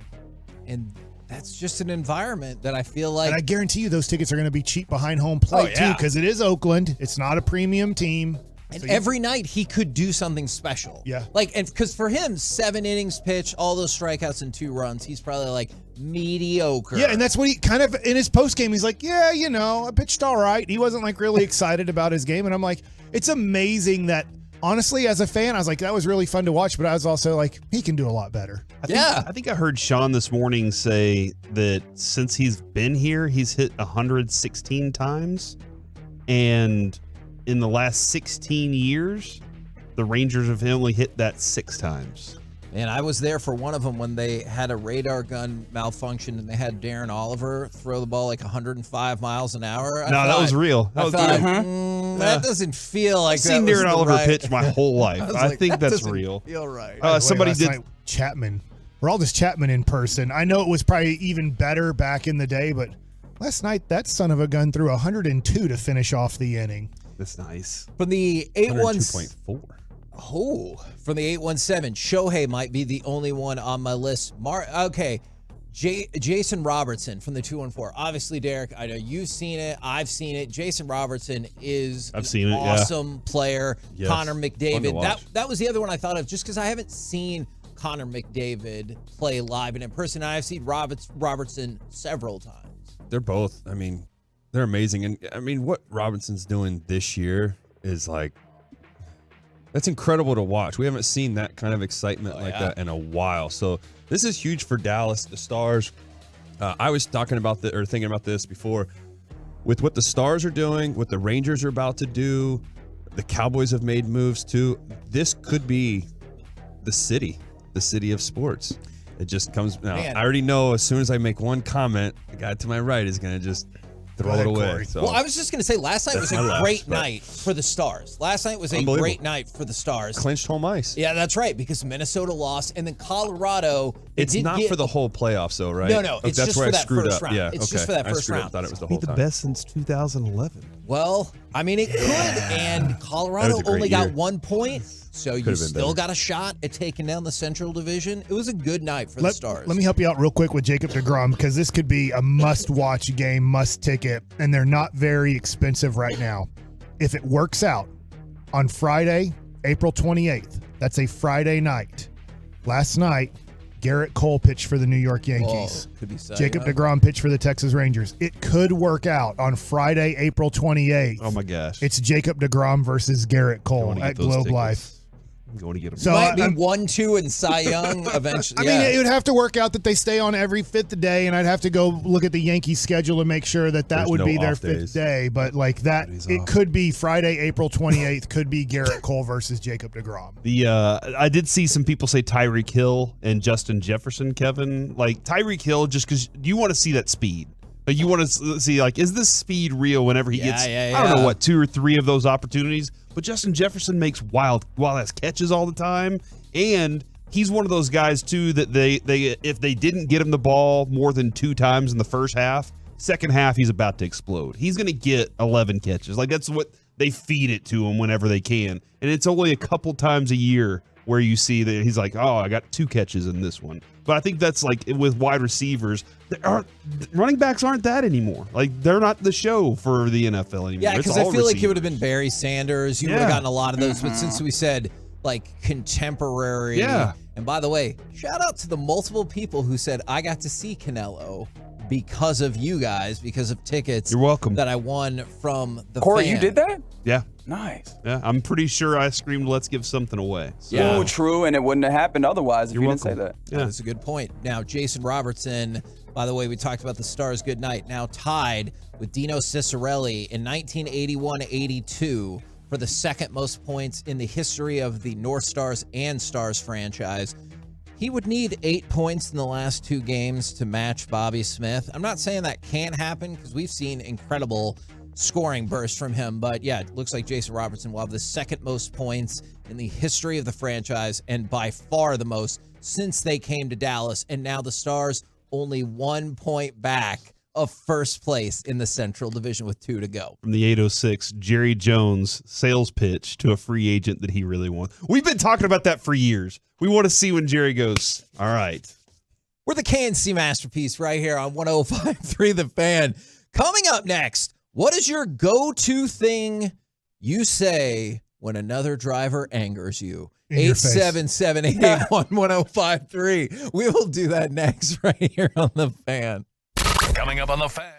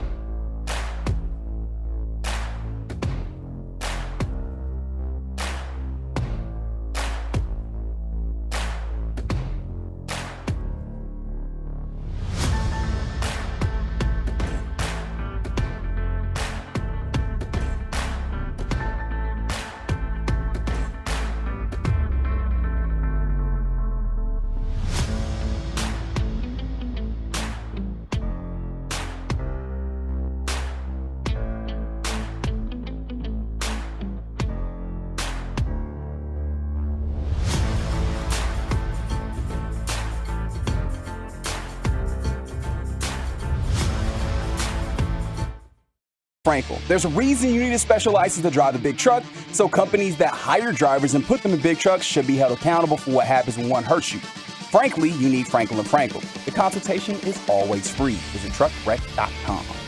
KNC Masterpiece back here on 105.3 The Fan. So we're going to get into some driving issues right here, 877-881-1053. Now, Corey, you inspired this segment, or I guess your buddy inspired the segment. Can you set it up for us? Because I know after this morning, Derek's all about getting into this segment. I don't talk on the phone often, all right? Because, and I really do enjoy Mike. Mike will call, go on his rant, say a couple things, and say, all right, buddy, I'll talk to you later. He's not going to spend, it's not going to be like 15, 20 minutes of conversation. He likes to get on, get off, and then move on with life. I appreciate that, Mike. Thanks. And my buddy Ryan is the same way, exact same way. Where he's like, "Hey, I got this I want to talk about. And then I'll see you later." The other day we were both driving, and I heard him go, "What are you trying to do right now? This is why I hate you." And I was like, "Oh my gosh!" He said that to a driver that can't hear him, and he probably doesn't even know that driver. And then I thought to myself, "What do I say whenever I'm ticked off at some driver out there?" Now, Derek, I hear that you had a tough drive this morning. I did. I think I experienced everything all at once. Oh, man. I got traffic. You had a train, I had too? a train He didn't say it was in everywhere. front of me. It's hard to stop a train. It is hard It to is. stop. Ka-ching. Yeah. And then I think I caught almost every light. I got people in the fast lane going slow. I have road rage. You have road rage? Like, you get do you pound the steering wheel and... No, I don't like yell, but it's like, why are you in the fast lane? Oh, yeah. You're not going fast. Move. That's right. Now, I have a train horn on my truck. What? Yeah. And you get in my way, I'm going to let you know you're not going fast. Yes. Wow. And it's so funny. Like, investment. I will say one time I did it. I was driving and somebody like cut me off and I was like, "Oh, you jerk."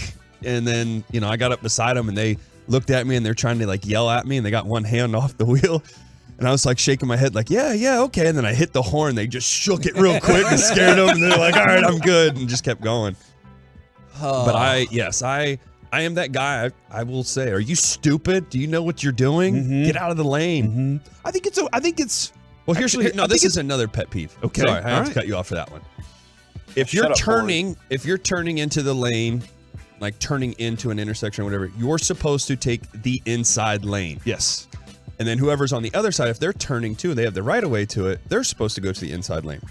So there's still a middle lane in between if there's three. Right. And I'll watch people as I'm starting to turn into that inside lane, and they're supposed to turn into the inside lane. They'll just come all the way over into mine. I'm like, do you not know how to drive? Yeah. Are you dumb? Yeah. I love doing that. I think it's healthy to be able to express that in your car. Oh, for sure. I'm not one of those that wants to really be the argument and get out and let's talk about it on the side of the road. But I think it's healthy to be able to let that loose because there's other things in life, Kevin. We're driving as a means to get somewhere. Yeah. But we also have all these other things in life that are like, causing chaos or whatever it is. Like, I have to be, I got 3 kids in the car. So a lot of times I do have to kind of be like, all right, I can't say that one right now, but I want to. For sure. The other day, I called myself a bad word because I didn't make a run for What a word? yellow light. A B. Because I didn't make a run for a yellow light. And That's my right. wife. You said it to yourself. Yeah. I was like, "You're such a B." And my wife's sitting right next to me and she goes, "But our baby is in the car." And I was like, "I know, and that's why I didn't do it." And that's why I'm such a B. Yeah. So there are, he can't read at all. He's just like, he's How frustrating is that as a dad? He's delightful though. All right. That was a monster. So there are definitely times when you get the more like F you, middle finger, whatever. But What's that mean? it means I wish Not a happy giant with you right train now. University. would rip you off of the road. You're number one. So this is my go-to, is I really hate it when people, and I have to clean up what I want to really say about them, when people are at the green light and they're like, la, la, la, la, la, la, la. All right, look, I get it. You need to make sure no one runs the red light, or you need to make sure whatever. but effing go. And so what I'll do is I will honk at them if they're not prepared. And then if I see that they look back at me, I give them the same speech every time. And I hope they watch as I'm like yelling at them. I go, don't look at me. Look at the road. That's why your dumbass sucks at driving to begin with. Whoa. Because they are. Because they're like, oh, you honked at me. Yeah, I'm sorry your life is so sad. You got nowhere to go. I got places to go. God. Green means go. So go. Don't spend your time looking at me. You suck at driving because of that. Now you're making it worse. You're the reason there's traffic. It's true. I treat driving as if I'm a NASCAR driver, though. I've got a race. I'm trying to beat the car that's in front of me. And then once I pass you, let's go get another one. For sure. I used to do that. I'm now just like, I don't care about anybody else. I just want everybody to be out of the way. Like So you're the guy that thinks that there's nobody else on the road, just you. Right. My thing is, I'm trying to get to the left lane as quickly as possible. No, I'm trying to get to the left lane as quickly as possible and go. Okay, that's good then. And I'm not looking and going, I'm trying to beat this car now. I'm just trying to go. And as long as I can cruise, I'm happy. Yeah, see, I'm still trying to beat you. If you're in that left lane and you're going fast, all right, cool. Now I've got my tempo car. Oh, is Derek playing traffic chess? I got into a race recently with an old man, and I was really ticked off. I was like, dude, you were going slow. I tried to pass you. Now you're speeding up. Okay, that's a and huge he sped up peeve. to like 100 miles an hour, and I was like, why are we doing this? You were going slow in the first place. I just wanted to go around and move about my life. Yeah. That Cruise is control Corey is what I want to be. That is definitely one too. Is I hate that more than anything. I'll just be driving and it's like, all right, this dude's going slow. I'm minding my own business. My rage hasn't come out yet. And then I start to pass and it's like, all right, now I want to go fast. I'm like, all right, you clown. This is not cool. Now I got to haul ass and get up there. And then I get to lay my horn on you and scare you and then really be a jerk because you just decided now you want to go fast. So there's a new show on Netflix that Derek... Riding with Derek? No, it's called Beef. Oh. And it all starts... Yes. Okay. Yes. And it all starts because this... I started it. I haven't finished it. As Mike would say, this jacknuts guy made a driving mistake and Jackwagon. couldn't live with the fact that he made a mistake and decided to escalate. But it goes to crazy places that when you're watching it, you're like, how did we get here? But when you're in the car, I definitely see how you can be like, you know what? The hell with it. We're going to prove a point today. Now, a lot of people have a lot of feelings about this. From the 903, sometimes they'll say life's a pace, not a race, which is very friendly. That is probably a smart approach. Other people For like say stress purposes. nice things like for the 254, please be better. Don't be dumb. I believe in you. Mm-hmm. It takes a hard turn from there. Is from the 903, get off the effing road. From the 469, I give them the thumbs down. People hate that more than the middle finger. Thumbs down. Man, that's a great philosophy. Frazier? Is that no? Yeah, that was. Do you guys ever pass people like they do? I know you guys have seen it. It's the Luigi. Is it a GIF or the meme? I forget which one. GIF. Just Yep. stare. It's a GIF. Oh, It GIF. is not peanut butter. Yeah, the Jiffy. I do that sometimes too, and it all of a sudden I'll have the straight face, but then once I see them and they look at me and they're staring, then I just start laughing because I'm like, man, I feel like an idiot because I'm being that guy staring. Do you need to know sometimes what they look like? I don't know why. I'm like, oh man, I bet this person's old. And I'm like, oh! I was right, you old. You looked exactly how I thought you would. And like, I don't know why, because I don't know. There's plenty of old people I've seen like speed past me. I'm like, holy crap, take that, stereotypes. But for some reason, I just need to see the person.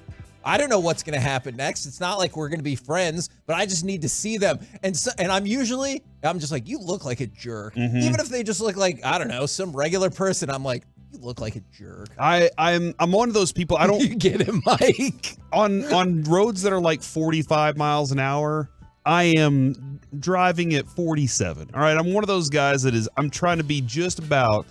If I need to slow down just enough to get the cops off my tail, I'll do that too. But I want someone who does not want to do defensive driving. Yeah, exactly. Or have to pay Adrian to do it. But I want to be fast. But when I see people blow past me, and then we get to the light at the same time, I do want a sign that says you didn't get here any faster than I did. I do want one of those signs. I want to get one of those things that you can type so it scrolls across the back window. Oh, that would be awesome. And then I could literally be like, yeah, you aren't that fast. Or what, I'm trying to think of what Mike would say there. I did have a lady yelling at me because the 3 people in front of me were turning right, and she was like pointing at me, and I was like, "What do you want me to do? Like, I can't do it. There are people in front of me. I'm trying to turn too now."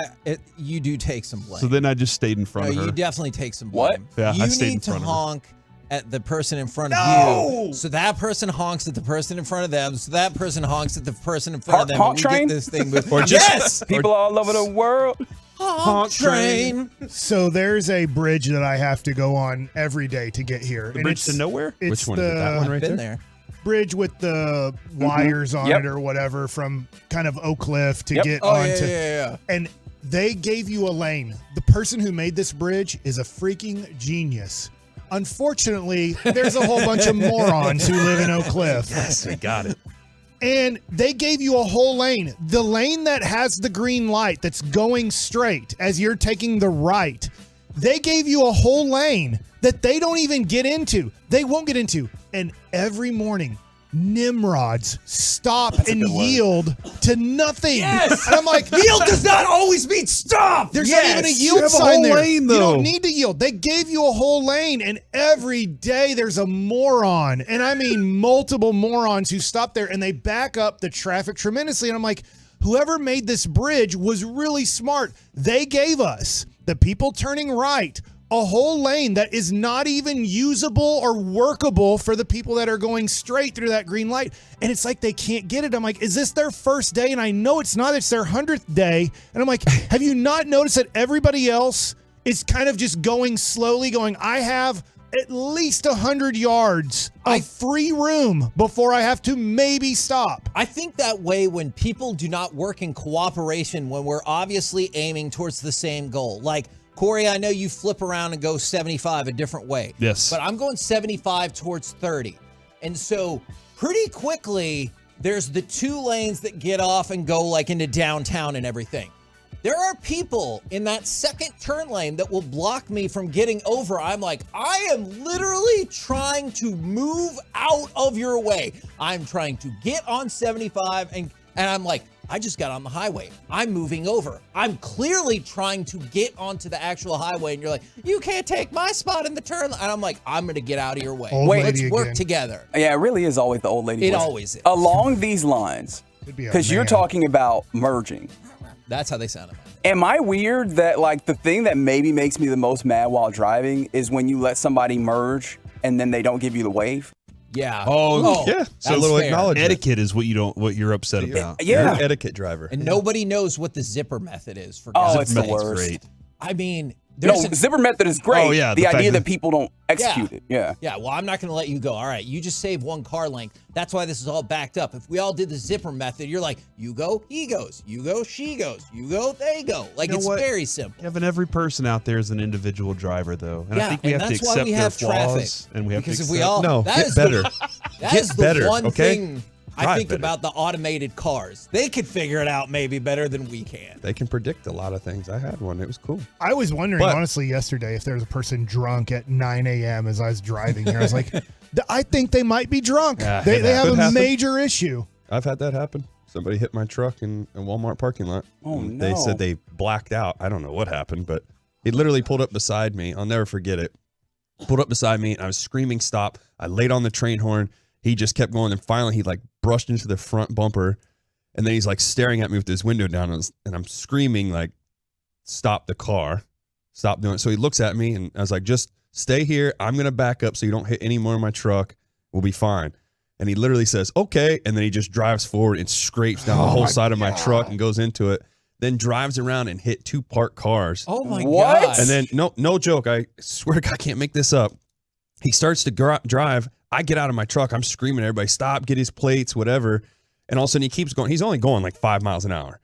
And this little old lady is trying to put her groceries into her car, and this guy is driving straight to her. Oh, no. And I'm like, dude, stop. And this guy dove into his car window and put his car in park so he didn't hit this person. And then he gets out and he's like, I don't know what happened. I was like, you have no clue what happened at all. I was like, are you drunk? Like, just tell me that. I don't care. And he's like, no, I just blacked out. I was like, oh God, okay.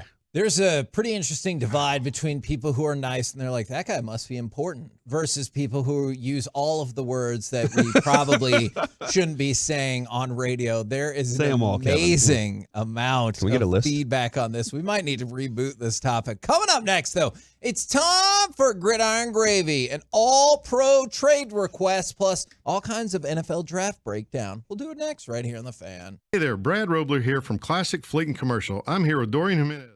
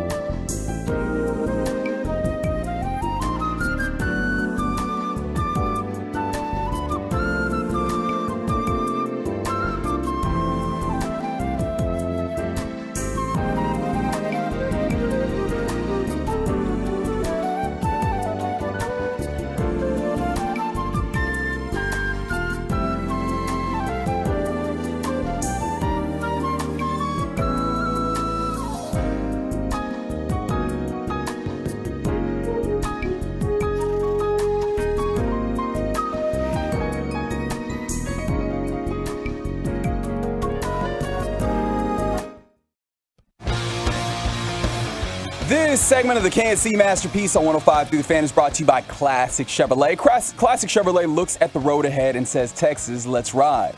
They're doing their part with deep discounts on their full lineup. Unprecedented savings make now the best time to buy. This is Texas. This is Classic Chevrolet. Relax and enjoy the difference and find new roads. How much panic is there right now with the Texas Rangers as they need to get on a plane as soon as possible to play the Chicago Cubs at Wrigley Field tomorrow? Coverage begins at 12:30 on the Fan, or we accidentally ran that. Yeah, and there is no game against the Cubs tomorrow at 1 p.m. We host Kansas City tonight at 7 o'clock. Right here. There's an off day on tomorrow. 105.3 The Fan. So Makeup game. Yeah. They played all three. I know, but it's a makeup game. You know what? They didn't like the results. We of didn't one like that 2-0 game. We're We're gonna gonna do it again. Let's go. Right now, let's say we go around the entire NFL and dip into some gridiron gravy. With some high protein, low carb bars.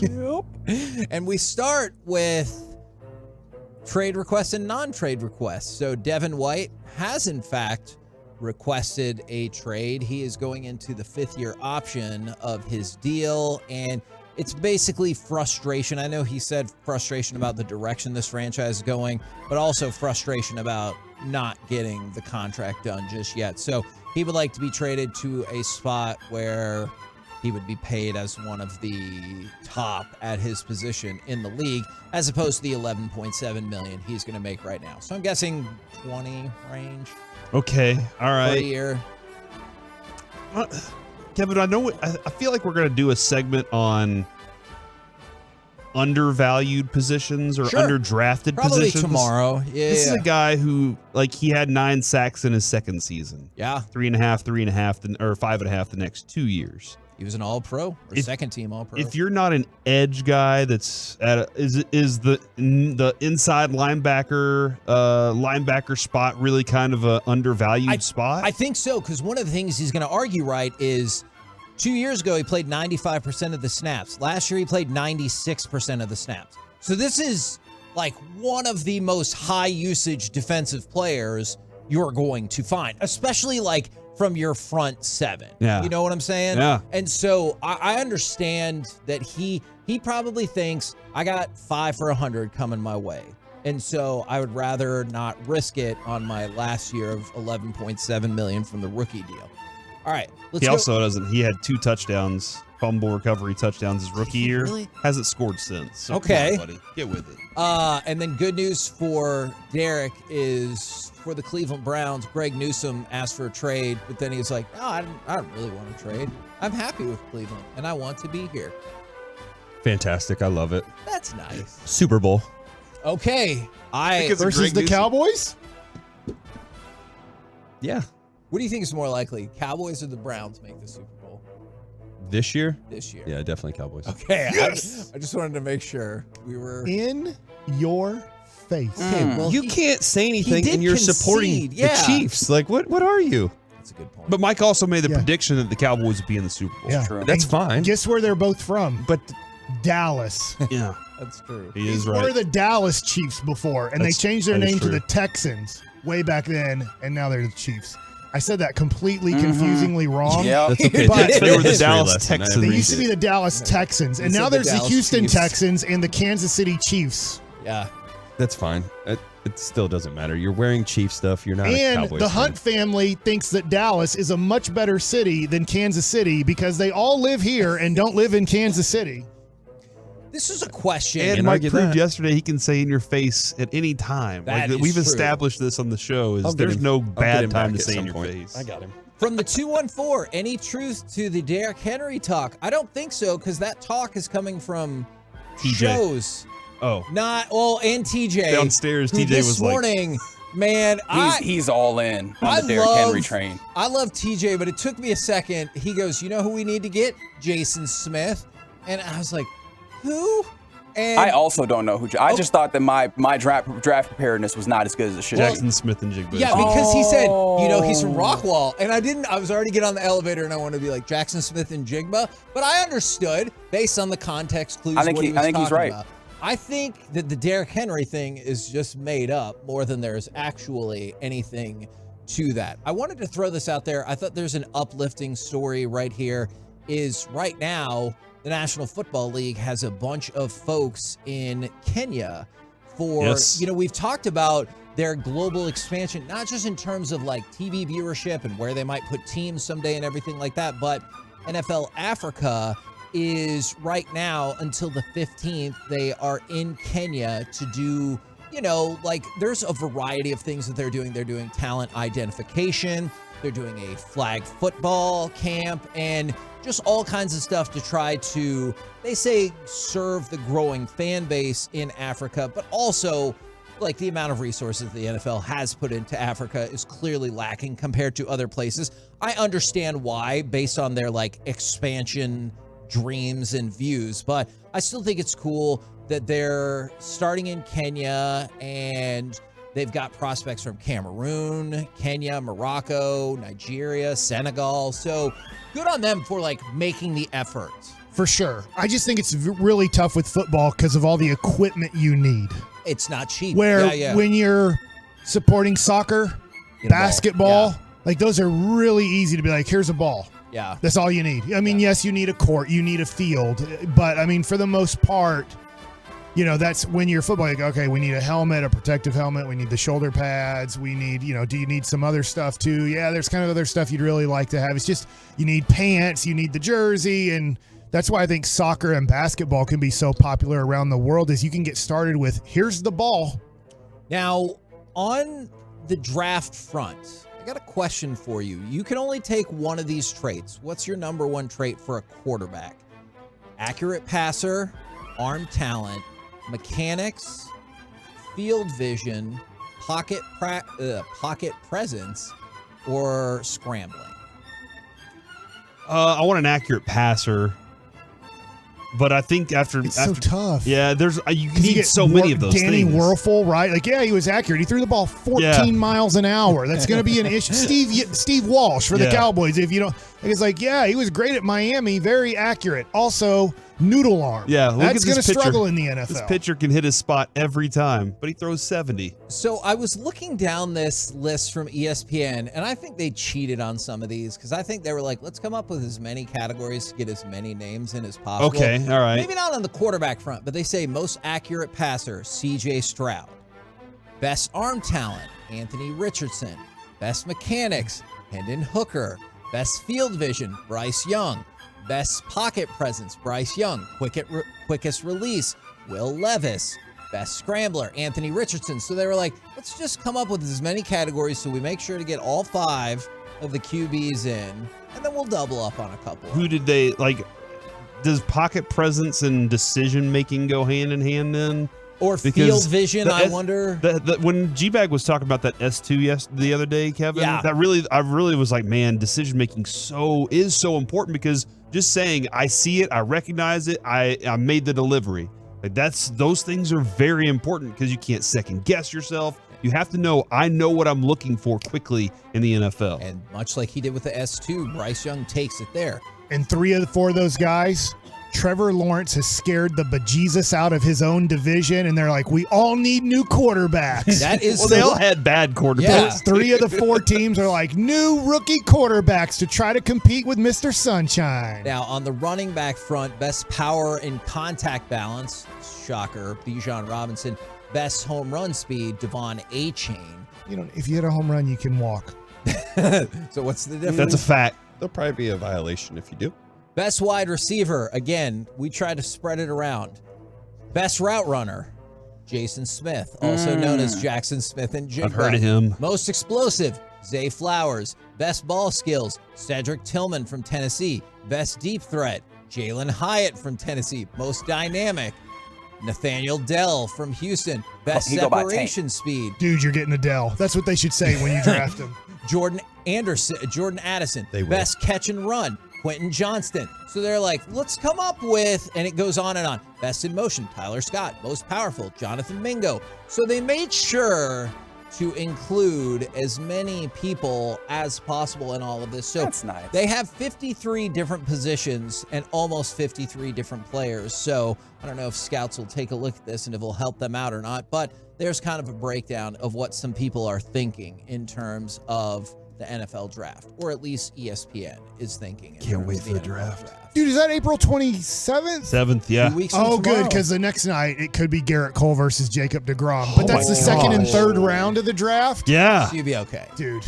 God. Now you have to decide between, you can be at the game and just follow on your phone the draft. And then quick On 105.3 The Fan. That's right. The Odyssey the app. app thing, because we're going to be running the Ranger game on our. Why didn't you just let that happen and see where it So went? we got to go. Okay. We got one Yeah, more it's time quick to go. sad note.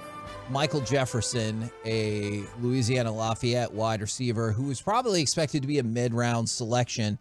He's had to undergo multiple surgeries for a head-on crash that killed another driver. So obviously in cases like this, they're doing investigations right now to see what exactly led to this really sad event. We're the KNC Masterpiece right here on 105.3 The Fan. Coming up next, is this early positive trend sustainable for the Rangers? 877-881-1053. We'll do it next right here on The Fan.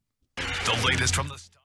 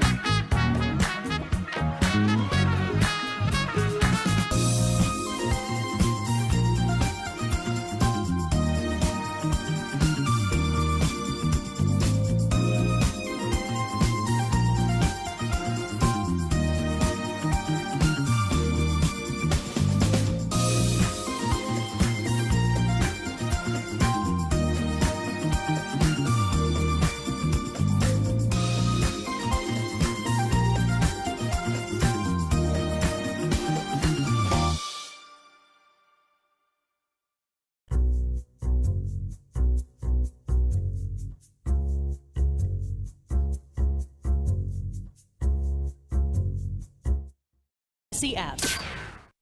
From our fan studio, secured by DFWsecurity.com, it's the KNC Masterpiece on 105.3 The Fan. KNC Masterpiece back here on 105.3 The Fan. Is this early positive trend sustainable for the Rangers this season? 877-881-1053. Unless this segment gets hijacked into a whole bunch of other things, which I think might be possible. I have a couple of other football notes for you. I apologize for not mentioning. The Panthers VP of football operations has resigned. Like, this close to the draft, I just think that's fascinating. He was part of the, I guess, previous regime, so maybe that has something. When things went bad. Is that a question, or did you just want to take your voice there? No, yeah, just the second one, I think. Okay. So I wonder if the question was going to be more for the next part, but that is a very fair point. Is I wonder if that has to do anything with it, or you just can't help but wonder if like there's basic disagreement about what to do in this draft, and that's what led to it. And then something to keep an eye on is Saquon Barkley, reports are, will not participate in the offseason program, and as of now is not planning on signing his franchise tag. Okay, that makes sense because then you don't have to do training camp. Yeah. That's great. Like, hey, all right, I know that I'm going to be franchise tagged, but as long as I don't sign it, I don't have to do all this stupid stuff that doesn't matter at all. Absolutely. But I know the thing that has caught y'all's attention in the break, and I do want to mention it since it will be here. Yes. Is that right? They're saying in Dallas. I Jake will be getting Paul tickets. is going to fight Nate Diaz. So Nate Diaz, he's solid as a fighter, but he is epic as a trash talker, is going to fight Jake Paul. Paul wrote on Instagram, as it has already begun, August 5th, we commemorate the funeral for Nathaniel Diaz as we send him in a casket back to Dana. Refreshments will be provided at the service, black tie attire. Oh, my gosh. Oh, are you sure you want to buy tickets? Yeah, why not? Well, it sounds like somebody's going to die and you have to dress already for the funeral. I think that was Nobody's just the dying. Basic. Okay, Jason Kidd. I think that what was. we were doing. I think that was just nobody's going to be the savior at this thing either. I think that was just the basic beginning of the trash talk. But remember, did y'all just do an Easter bit right there? Maybe is, and I don't feel super great about that. Okay. Is we can't talk Jake religion. Paul lost his last fight, and remember, Bomani Jones is like, "Hey, what happens if you lose?" And he's like, "I'm not even thinking about that." And then he lost. So he picked up Nate Diaz, who, like I said, is an I was like that on the trash mound. talker. By the way, I was like, no way he's hitting a home run. And then I'm like, I should have thought about that. He's right. What is your excitement level? From the Metroplex as well, from the 469. Nate Diaz is going to murder that guy. From the 214, Diaz all the way. From another 214, Diaz will literally kill Paul. And I this don't is a think he boxing will match, kill- right? That's Correct. the thing. He's going to want to do MMA stuff. It's kind of like when Conor McGregor fought Floyd Mayweather. Yeah. There was times where he wanted to like body slam him and like get into the UFC style. So that's the only thing that worries me. But I mean, I'm going to go out on a limb and say Jake Paul wins. Oh, are you a Jake Paul guy? No, but I do love the way that he's good at what he does. His whole like producing everything, putting it all out there, promoting it. He's good at that. You can't tell me he's not. So I have fight odds because this potential. Already? Okay, but this has been like one of the great things that combat sports does, whether it's boxing or MMA. They put together fictitious odds. Like there was a time when you could fight Mike Tyson, what his odds would be against like Secretariat. You know, like whatever the hell you came up with. Is Jake Paul a massive favorite at minus 260 compared to Nate Diaz at a plus 200? So just like y'all said, the fact that it's boxing makes a difference for sure. Even though I know the Diaz brothers train in boxing and everything like that. But, you know, Nate Diaz there were times when he was an elite fighter, but he's been okay for a while. Yeah, I would totally go see something like this. I don't know. It says Dallas. Where do you think it's probably going to be? AT&T? Or do you think it would be AAC? Huh? Yeah, AAC. that's what I think too. Okay. I mean, it think might it's gonna have go the to Jerry. draw. Both of those guys, like the Diaz fan base is as loyal as it gets. So it might have the draw for AT&T, but I think American Airlines makes more sense. You think better than the Star? Didn't Errol Spence fight at the Star? Or was that just way like too far early in his career? Remember they did that out the Star for a minute? Since this is bigger capacity, I would go AAC. I definitely think they could fill that place up easy. All right, easy. This is like that's the kind of environment I'd be interested to see how things go. I'm a neither fan, neither way, like either way. But I would definitely be intrigued to be in the environment of it all for this. So yeah, what if we get them to come talk on the show? I don't know if we can, but I'd be worried about that. We will There'd try be a lot of dump buttons. We're gonna have to change our break structure. Pre-record. Yeah. Oh, that's a great idea. It probably would need to be pre-recorded because both of those guys are great at talking people into the building, do it? But they also like to swear a lot. So just a little bit. I'm here for it. If you tell me we can get Jake Paul or Nate Diaz on the show, I think that is a big yes. I don't know, man. I don't know about that. I don't know if it's worth it. Okay. Why not? Well, we'll pre-record. We'll let Corey listen to the interview. All right, and then I get to decide. You know what? That was pretty good. From the 817, people are already divided. Yeah, Paul is going to win. From the 903, I'd put my paycheck, which is not that much, on Jake today. That's what they said. From the 806, Diaz grew up Kevin Hayden boxing. the No, that's what they said, not me. He isn't new to the sport like other MMA fighters. From the 214, Jake Paul is a legit boxer. Nate will probably lose. And I hate Jake for the record. So my point is this. But he hasn't. There's already tons of texts or somebody who's like, I don't give an S. There's a lot of people who care, and it got announced about 8 minutes ago. Yeah. No, you're right. I've never seen for something that popped up this quickly, this many texts come in on something like that. It's been good on the Twitch too, but he's past his prime. Like we're fighting a very declined Nate Diaz. I agree. My argument with Paul, though, for people who are like, he's a legit boxer, at least half of his fights have come against non-boxers. Yes, his they very have. first It's guys on their way out. Yeah, and in his very first fight against a guy who was a boxer, and even some people question the legitimacy of him as a boxer, he lost. And so I don't want to spin it that Jake Paul's a bum or anything, but I also don't think we should point out that, like, Jake Paul is on some sort of track to the title or a real title or anything like that. Wow. Taking shots at the other titles, too. The poorer titles. Wow. He's doing it right. I mean, he's going after the. Would have thought. I mean, look, this fight's going to make money. Yeah, it is. Oh, yeah. I like money. It just How do I get my piece of this pie? You could become the local promoter. You could fight in there. I'll fight. Get me First, in you that have to fight. get Don King's haircut. Oh, I'll do it. I'll fight with a Don King haircut. Who would you fight? Butterbean. Did you say Don King? All That's what right. it sounded like. Calm down. Is that name already taken? I'm afraid to Google it. I'm very afraid to Google it. I'm not going to lie. Kevin, you Google it. I will not. Who would you want to fight? Butterbean. I don't care. Just get me in that. I just want my piece of the pie. That's all. It doesn't matter who I have to fight. I'll take a punch. I'm fine as long as I can get my piece of the pie. All right, everybody text in right now, 877-881-1053. Who do you want to see Corey fight? Who do you want to see Corey fight? I should probably just keep that to myself. Yeah. Here's a quick side note for you. This is back to a different sport, back to baseball. I know we didn't get into our Rangers topic because of this breaking thing that was happening. Did you see the craziness of a fan at the Mets game the other night? I saw Steve Cohen tweet out something about a guy who'd like lost so many games in a row going to a Mets game. Is that it? Yes. Okay. Wouldn't you? What? Okay, so Steve Cohen tweeted out that he's the owner of the Mets. Exactly. That he had talked to a fan, or a fan attended the game Monday night, which the Mets won over the Padres 5-0.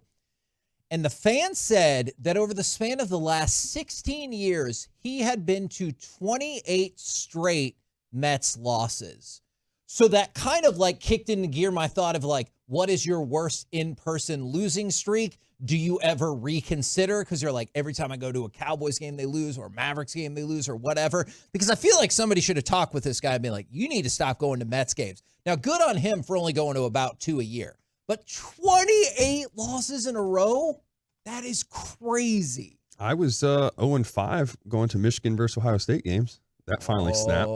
Was that your fault, or was that just a byproduct of, you know, your coach and stuff? Yeah, I mean, I'm just the type of person I take the blame for that one. Like, oh man, I was bad luck. Here we go. Opposite a kid. Although, did you hear? But nobody was dying. Did you hear Nico say he did have to look in the mirror? Yeah. So I know maybe parts of the rest of the presser were not exactly what you were hoping for, but when he said that he had to look in a mirror, he did get, you know, that responsibility that you're looking for. All right. Nico did. Yes, Nico did, not Kid. Not Jason Kidd. Now, when he said, yeah, we're going to look at Jason Kidd's like, I'm perfect. There are a lot of votes for who you should fight. By the way, somebody said Tyson Fury. Don't do that. What would he do to me? He would. Your head punch might through fly your off face, your yeah. body. Yeah. Hold on. So my face is different than anybody else's face out there? That's right. Yeah, it is actually. That's how it works. Boxers' faces. Here's what I want you I to have do. a human face. We all are different. You didn't know that? But I have a human face. Like, Yeah, but it's different. It's less human than other ones. Corey- We don't have the same faces. Do we Corey, have the same real quick. face? Okay. Look up on your computer. Right. Friday the 13th, Part 8, boxing. Just I want you to look that up and see if you can find it while this segment is still Part going. 8? Part 8. Part 8. Boxing. That Because, sounds like a straight to DVD movie. Oh, Yeah. it's not. It And is. it's It's part of Jason the Fast Takes and the Furious. Manhattan, and he goes around New York City running amok. It's tremendous. Well, there's a boxing scene in there.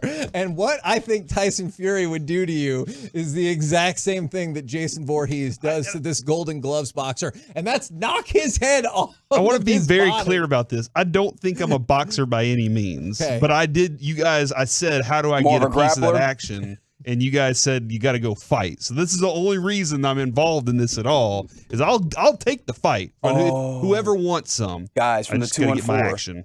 we need a pound-for-pound boxing ranking of fan hosts. Ooh, that is something that we can put together. Mm-hmm.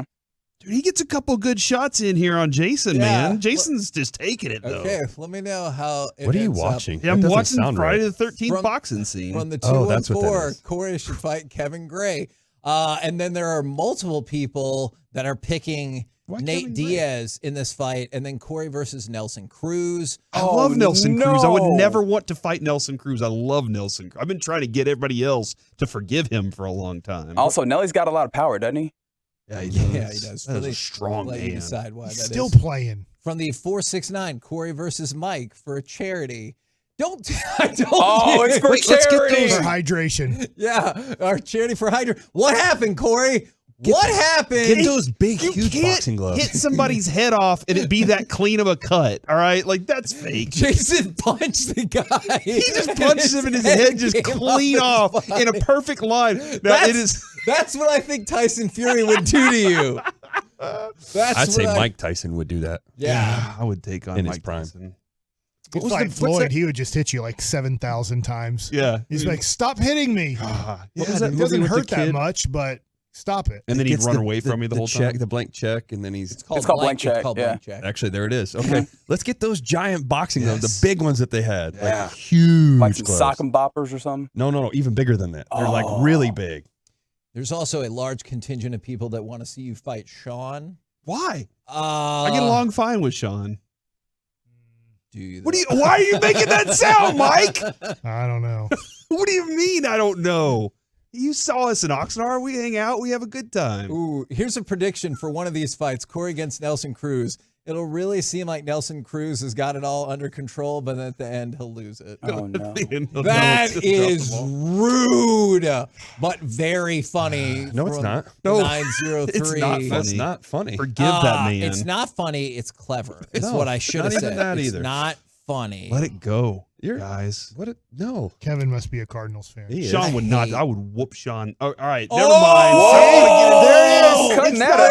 It's less about wanting and just the simple fact that I know what I can do. All right, I'm not claiming I can fight. All I'll right. get us a boxing ring. Yeah, and nah. weren't you saying like youth gloves versus adult gloves? That's not really. I heard you say that the tail of the tape said your reach is just so much stronger. The than only his. ones that Sean can wear are like the newborn diapers. You know. Oh my goodness. my God. Loser has to do both shifts Oh, for that's a nasty week. Not. work. No, we're And not. did you we're say doing no just because of that boxing you'd let Sean go bare knuckles Yeah, and you yeah. would just go with gloves? Yeah, it's like a little squirrel coming at me. You know, just come on, Man, the Man. trash talk is real. You're nuts. We're never. With I a see what you did KNC there. masterpiece, this is going to happen now. I feel like the momentum is building. Nuts. Coming up next, Not real. we move into the lunch rush and the expressway. Let's talk about some of those NBA play-ins. Mike likes it, and the 5 best and worst draft picks of the Jerry Jones era. We'll do it next right here on The Fan. Are you ready?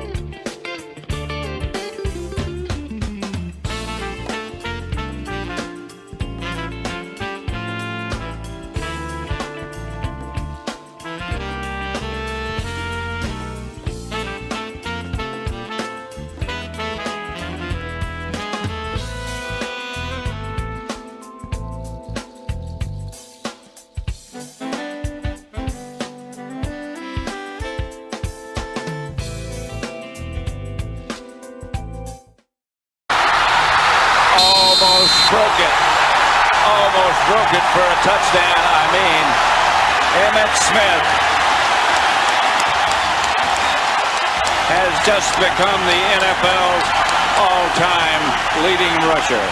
KNC Masterpiece right here on 105 through the fan. We got a jam-packed expressway. We got Mike Likes It. Might be able to talk about NBA. Might be able to talk about that crazy foul ball from last night.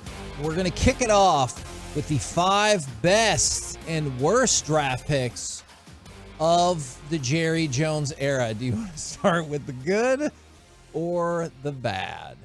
There's so many good and so few bad. Yeah, man. Look at the clouds outside, Kevin. The clouds are glorious. It is gorgeous out there. People are driving their vehicles. They don't want to hear bad. But don't you want to get the bad out of the way? Great for golf.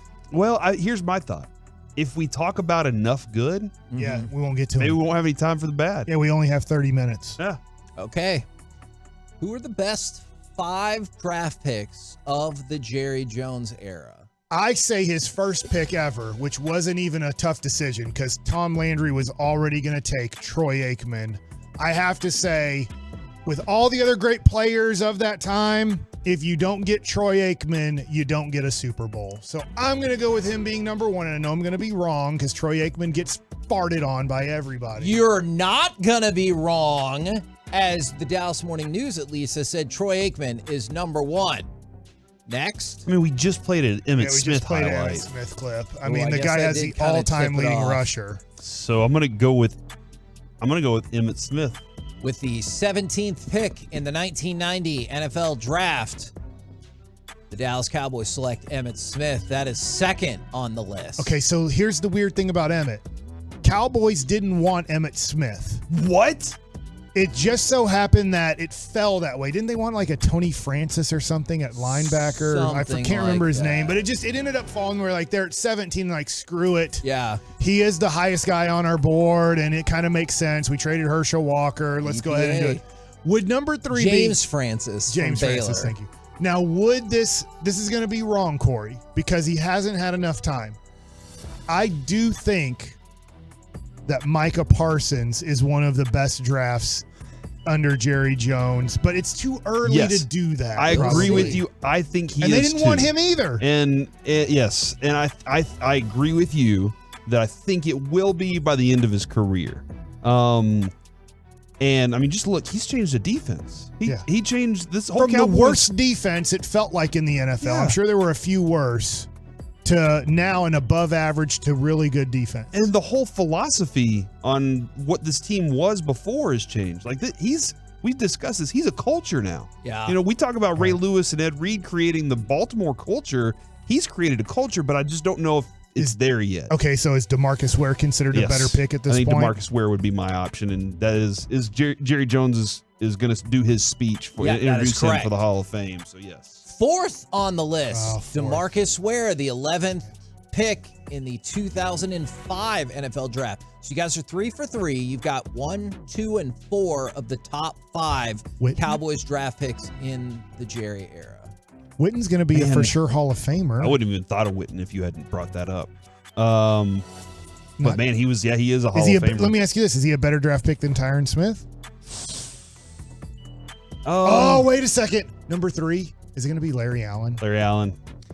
Number 3 on the list, the 46th pick in the 1994 NFL Draft. 46. Larry Allen. Well done. Well done. All right, so now we're down to Witten, Tyron Smith. Should we go with the fan text, Clint Sterner?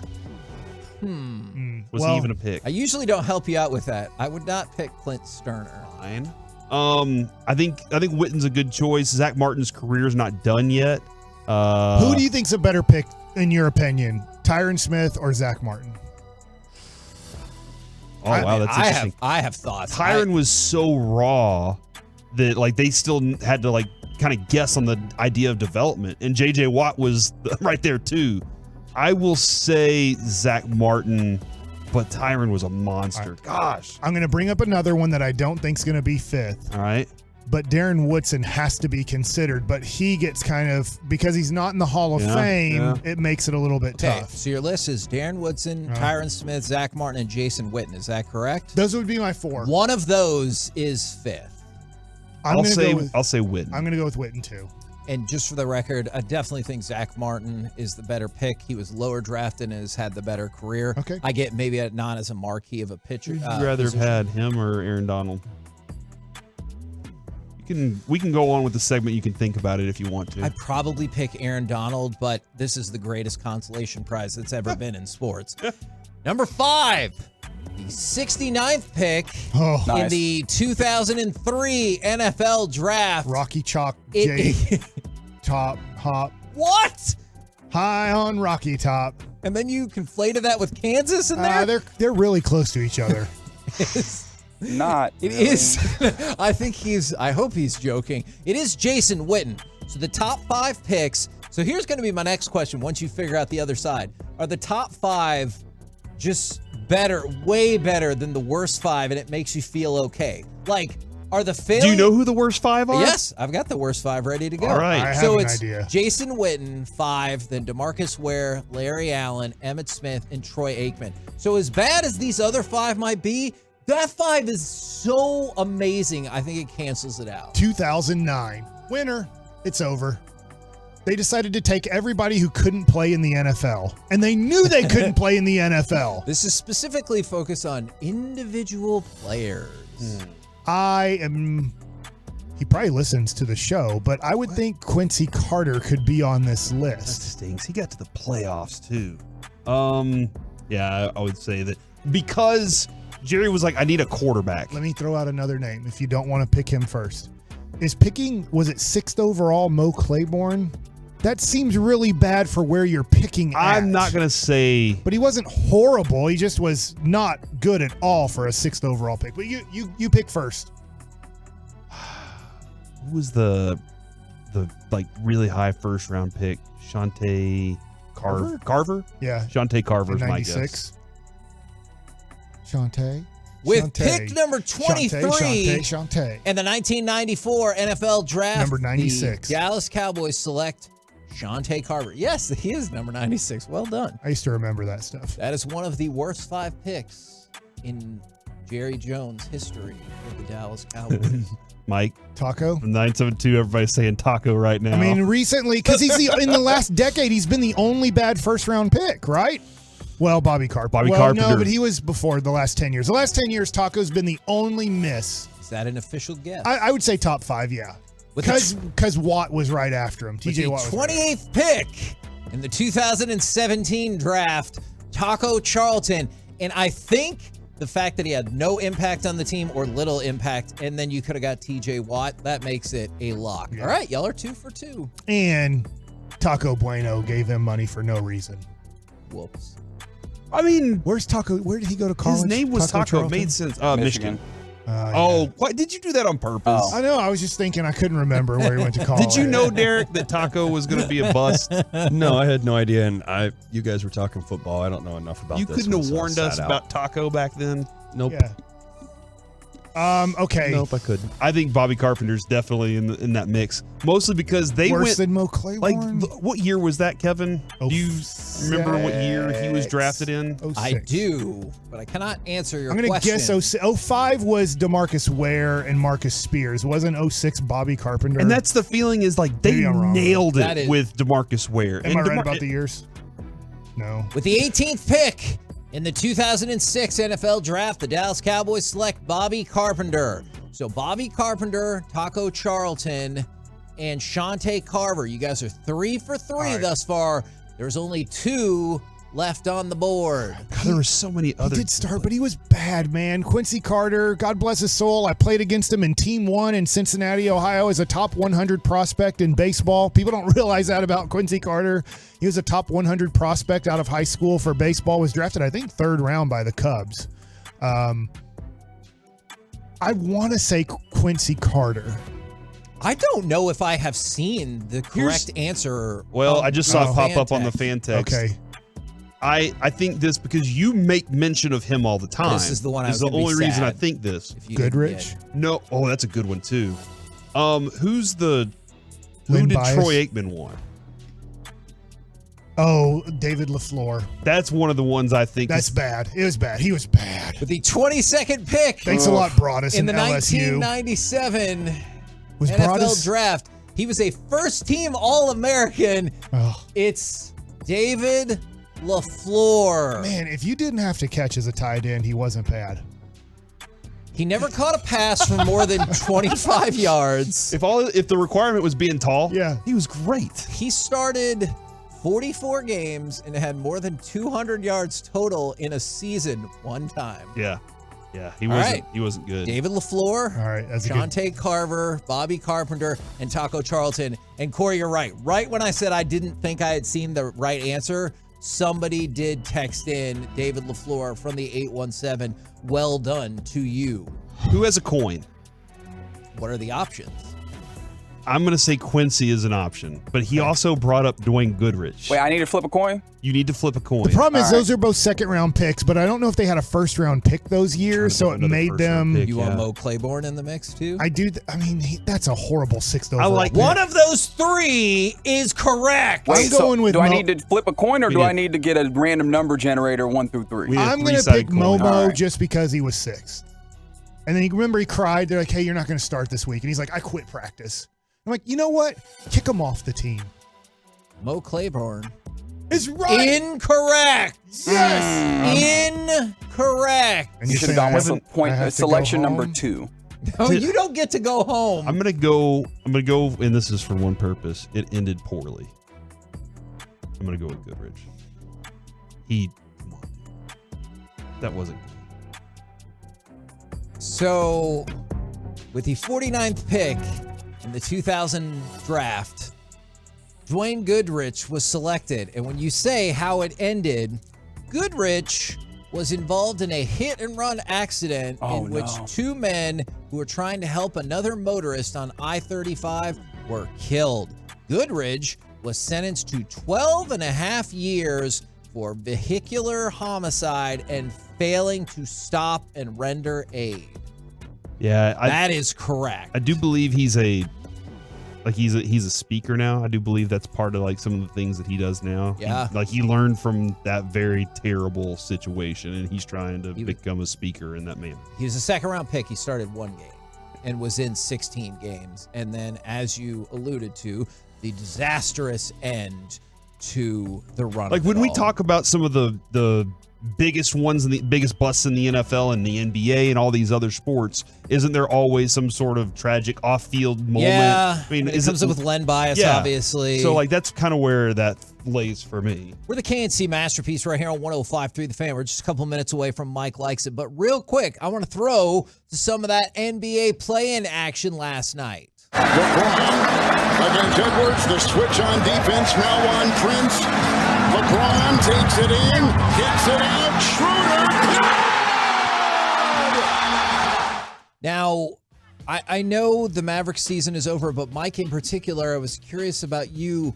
Were you paying attention to the Lakers-Timberwolves game, especially given that the Timberwolves had control for most of the game? When I got home. Okay. Yes, so it was Timberwolves were up by 3 to 5 points with about 6 minutes to go in the game when I got home and turned it on. I was so excited about the Rangers and locked into DeGrom. I did see the final score of like the Hawks killing the Heat, but I didn't watch any of that.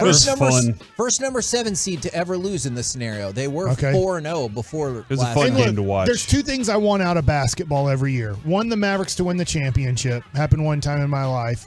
And two, the Lakers to never win. So the Lakers winning last night really stunk. I hate them, hate their guts. Did you say this is the first time all 4 in California teams have ever made the playoffs at the same time? Oh, well, that's really depressing given that this is the first time all 3 Texas NBA teams didn't make the playoffs. What? So you're saying California's better than Texas? Nope. No, because they all keep moving. You've seen their taxes. Yeah. I think it's been proven that we're better. Okay. But all right, guys. I guess with the Lakers, I just hope they get their butts kicked by Memphis. Yeah. And that should be a good series. It'll be an interesting series. And if I told you I think the Lakers are going to be favored in that series, would you think I'm insane? No, I think it's a pretty even kind of pick 'em situation that LeBron is healthy, Anthony Davis is healthy. They won a championship in the bubble thing a few years ago. So I understand that. The other thing, too, is I'll say it again if you weren't listening earlier, is that's a big series for Kyrie Irving. If the Lakers lose in the first round, then that puts the Kyrie Irving to L.A. back to the Lakers, I should say, back in play.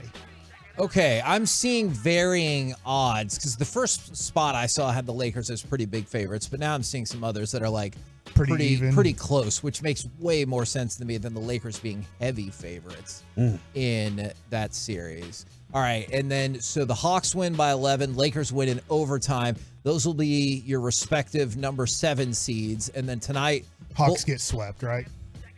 Oh yeah, well, by the Celtics, and they've gotten smashed by the Celtics this year, and they lost all 3 games, and they're shooting. The Hawks shooting in these games has been atrocious. So they have a shooter that if he gets hot, they could win a game. But I think that series will not be particularly competitive. I did like watching Sadiq Bey out there last night, though. Looking big, doing some things that I was like, man, I miss those kinds. I would love to have that. I only watched like pretty much 11 minutes of the Minnesota-LA game.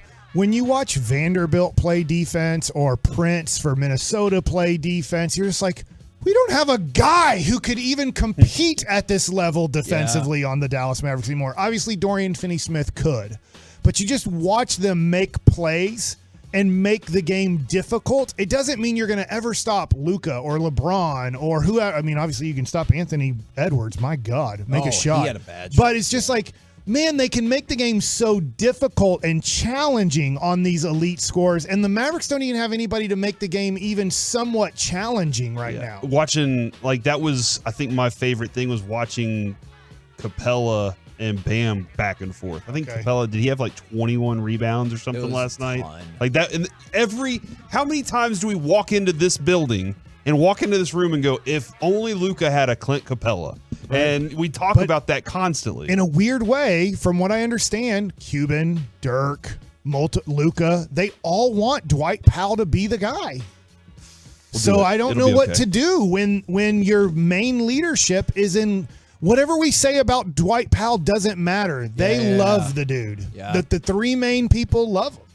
Now tonight, Bulls and Raptors, and then Thunder and Pelicans. The winner of those games will go on to play the Heat and the Timberwolves respectively on Friday night for the number 8 seed. Do you care about tonight? My son is super locked in, okay. so yeah. So I'll be locked in as well. We're the KNC Masterpiece. Who are you rooting for? I root for the Bulls. Root for the other team. Root for the Hawks. For the first, just to piss him off? Yeah. And they're not playing the Hawks. Oh, crap. They're playing, who are they playing? The Raptors. Raptors. Just for the first quarter, just troll him and just say in your face and, just do different things to really see how much you can take him off. And then after he gets really upset, go, psych! Get your Gary Trent Jr. jersey on tonight. Yeah. From Duke. That's some excellent strategy there, Mike. And I'm really worried that what Reggie wrote down is, root for the other team. I don't know if that's what he wrote down or not. What'd you write? All right, it's time for some Mike Likes It. All right, guys. So I want to go back to baseball. And I want to have this discussion. And Derek, I think I'm not messing up the run sheet at the end, am I? About what players are thinking about. Go ahead. As a fan of the game, I love baseball. Obviously, when I played, there was no worry about pitch clock or anything like that. I fell in love with the game when it was, Oddibe McDowell was my first ever player. Loved Ricky Henderson, Will Clark. Enjoyed really watching Bo Jackson, Don Mattingly. I mean, so many. I fell in love with the game in the 80s. I can remember the first ever World Series where I was super into was the Mets and the Red Sox in 1986. And it becomes a historic World Series, obviously. Then the next year, my dad played for the Minnesota Twins in 79 and 80. So in 87, I'm really rooting for Kirby Puckett and the Minnesota Twins versus the Cardinals. And you had Ozzie Smith. And you had Jack the Ripper Clark, who was a power guy. But besides that, you had a whole bunch of dudes just flying around the bases, and Vince Coleman and Ozzie Smith and Tommy Herr and Willie McGee. And the game was so much fun.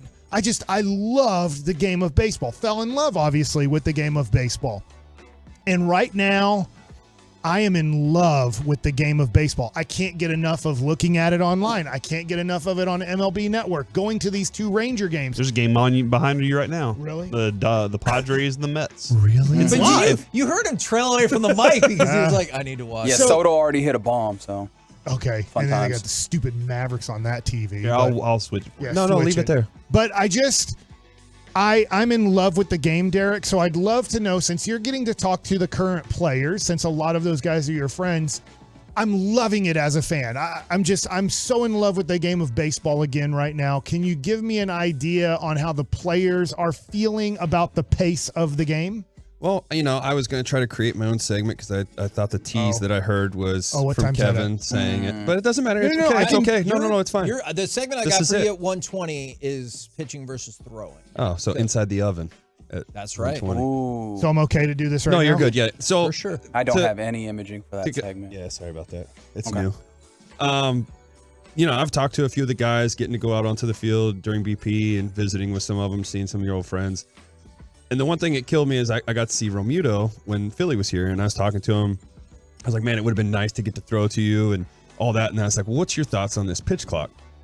And one of the things he said was he likes it. There's nothing, he's not against it, but at the same time, it does suck for guys like him, Jonah Heim. Your catcher gets a single or whatever, and then all of a sudden the next guy grounds into what could have been a double play or whatever. It's a force out. He's now got to hurry up and sprint back in from the dugout, put all of his equipment on, and hurry up and get back out there to be ready for that pitcher. That's the one thing it sucks for guys like that it's already taken a toll on these guys. I'm not saying he's not in shape or anything. He is. It's just that's a lot of wear and tear to a guy that has to sit behind the plate constantly going back and forth and trying to beat the clock. And yeah, we'll dive into the pitching side of it later, but that to me is just one of the things that stands out. Or a guy, your left fielder, well, now he has to hurry up and sprint in from the third out, get his stuff and hurry up and get out on the plate because of the time. And if what has happened, I've seen it already happen twice now, is they get in the box and all of a sudden they have to burn their timeout because, man, I just had to sprint. He was already loose and ready to go before the game or that inning started. So that kills it a little bit. So that's the one thing that sucks about that. Kevin, what do we say on this show? Deal with it. They said it. I didn't say it. You encouraged it. Okay. What else? Encouraged it. No, that's it. I just did what I was paid to do. Yeah. I mean, that's the frustrating part. So last night at the game, Bubba Thompson, late in the game, he was going to sacrifice bunt. Unfortunately, he did not get in the batter's box in time. I don't know if it's because of signals. I don't know why, but he messed up. And so he got a free strike on him. So that kind of eliminated the bunt, if that makes sense. Yeah. Now, once he got another strike, the 2 strikes, he did strike out, and you feel bad for him. Here's what we need to have, though, because me and John Radigan, we're watching the game. We need the umpire to notify Chuck Morgan so we can know. We're confused. The guy running the board was confused. He actually gave it a free ball. So we're like, it's 2-0 instead of 1-0. And then all of a sudden it's 2-1 on the next pitch because it was a ball. And we're like, I guess it was against Bubba Thompson. There needs to be, if you're at the game, because it's very confusing. You just see the umpire look up and make a sign with his hands, and you're like, well, which one was it? Who was in? Who messed up? Did the hitter mess up or did the pitcher mess up? And so you do need, I think, Chuck Morgan to announce strike 1 on Bubba Thompson, violation. Yeah. Yeah, I will say, yes, he didn't do that part, but they did notify. He kept doing it before the pitch was made. Like once he got the violation, he did signal to him, and then he went 0-1, and then he did it again. The players knew. Right. And so the pitcher, but he did it multiple times. The umpire was doing it, so it's not. But we didn't. I don't know want it as to fall back fans. on him, right? And that's the thing is he literally pointed to Bubba, did the 0-1, and then he did it again, and it still didn't get corrected up on the board. And then the pitch was made, and then he had to signal it's 1-1, and then they fixed it finally. Okay, so the next thing about baseball, which so deal with it. I hear you. I love. Holy crap! I love dealing with this game. It is so awesome right now. Do you feel? I know that you're not for the pitch clock. Yes. Do you feel like approximately 10 games into the season or 12 games into the season? I've made the adjustment. Do you think that this has been great for the game of baseball from a fan's perspective? From a fan's perspective, yes. It's definitely made things a lot easier. And if you're not paying attention, you're going to be behind quick because it's like the inning's over a lot faster than you expect. I mean, but even that, just real quick, Derek, even the way you just said that makes I'm just like not. You don't like it. I'm not completely sold on. Okay. Again, to me, it's the only reason we have the pitch clock is because of those guys that take forever on the mound. They got to do 50 different antics, or the guy that swings and misses and he has to walk completely around the entire circle of home plate. Like that's what it really came down to. And yes, it's definitely sped up guys, but it's also, I mean, we're going to dive into it with the whole pitching thing. It's just, it's an interesting thing. Just real quick, I don't know if this fits into your fan experience. Did you see that they've extended beer sales? Beer sales. Yeah, because last night you had to stop beer at 8:30. Yeah. Yeah, That'd have been the end of it. I've been getting a question a lot of, isn't this affecting TV's because you commercials? still commercials stay the same. You still have the same amount of time in between innings. Yeah. So that's where pitching changes. It's still the same amount of time. It's just that the pitcher has to hurry up and pitch the ball. And I think it's certain concession stands. Concessions it probably has. But when you're at the game now and it's 9:00 and you're in the 8th inning, that just feels awesome to me. Yeah.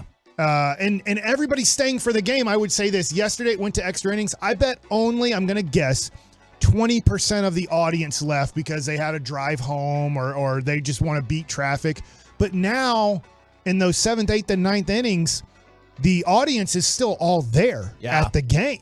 Did you see part of that audience? I know you just heard the story. How amazing is it to you that Bobby Witt Jr. fouled off a baseball and Bobby Witt Sr. caught it. That is That's amazing. incredible. And that play, Isn't it? That's incredible. we don't talk the enough fan about team. that play because it's not on the Texas Rangers. That play he made on Nate Lowe in the 10th inning, I don't know if anybody else gets to that ball from the shortstop position. He was playing infield in. Yeah. He wasn't playing. When that ball was hit, we're all like, that's a hit. It's going to fall. And then this dude is flying at 20 miles an hour because I think he's the fastest shortstop in baseball. I don't think there's anybody faster than him at that position. To catch that ball was just in a weird way. I know, look, it doesn't compare. It's World Series. But what we talk about Willie Mays catching the ball at the Polo Grounds because he could just run faster than anybody in the outfield at that time in history. I feel like there's only one person that could make that play in Major League Baseball right now, and it was Bobby Witt Jr. because of the speed that he can run at. And his awareness of not only catching it, hurry up and getting rid of it, getting it back home. Now, granted, Simeon probably could have tagged, but still, that's... Yeah. Okay, so my last thing, and Mike likes it, is I forget. Oh. I've forgotten things too, Mike. It's one of those things where you're Wait, like, is that the okay, topic? I have lots of lyrics in my head from songs. Yeah. Yep. But you get to the bathroom and you're like, what was I looking for? It happens for me all the It time. was Do you more have a baseball, thing but that- Tampa Bay. Tampa Bay. I wrote it down because you looked at me. Tampa Bay is freaking amazing. They are. They're just killing everybody. It's Is it like 11-0 now? 11-0. They have 4 shutouts. They have 3 games that they've won by 11 runs or more. That's nasty. And tonight, I wrote this down. They called up their number 1 prospect because they do have a little bit of an injury to Zach Eflin. He's going on the injured list, and they are calling up their top prospect, Taj Bradley. And I'm just assuming he's going to be super awesome because he's a Tampa Bay pitcher. The highest run differential in MLB besides Tampa is Milwaukee at plus 28. Tampa's plus 63. They played a bunch of garbage, though, right? Yes, that's very good. So here's the argument to they that. They played the Nationals, No. the A's, the Tigers, And now Red Boston. Sox. and Boston. I don't know where Boston is in this thing. They're but probably not. probably a below average team at the end of the year. But they're all major leaguers. Any team can beat any team on Look at any last given night. day. The Royals almost beat the Rangers. They're not just having the excuse of, oh, well, they're a terrible team. It doesn't matter. You still have to make your pitches. They still got to hit the ball. You got to put up the runs. You can't sit here and just give them all that credit. Like, oh, they haven't played anybody.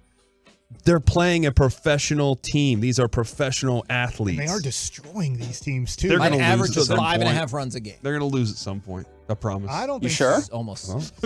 I don't think so. I mean, Texas. You want to bet did, on so it? They were, Derek? yeah. And I'll tell you what, I'll take the over. Wander Franco might have had a tough year last year. He ain't having a tough year this year. We're the KNC Masterpiece. In your face, Derek. Right here on Deal with it, Mike. 105.3 The Fan. Don't forget, Inside the Oven coming up at 1:22. But next, it's the C Block starring Corey Majors. Man, Katie Drummond put a mock draft together, Kevin. You know how much I love mock drafts. Is it Super Pro Cowboys? I mean, it's about the Cowboys. A 7-round Cowboys mock. We'll do that next. This Odyssey Sports Minute is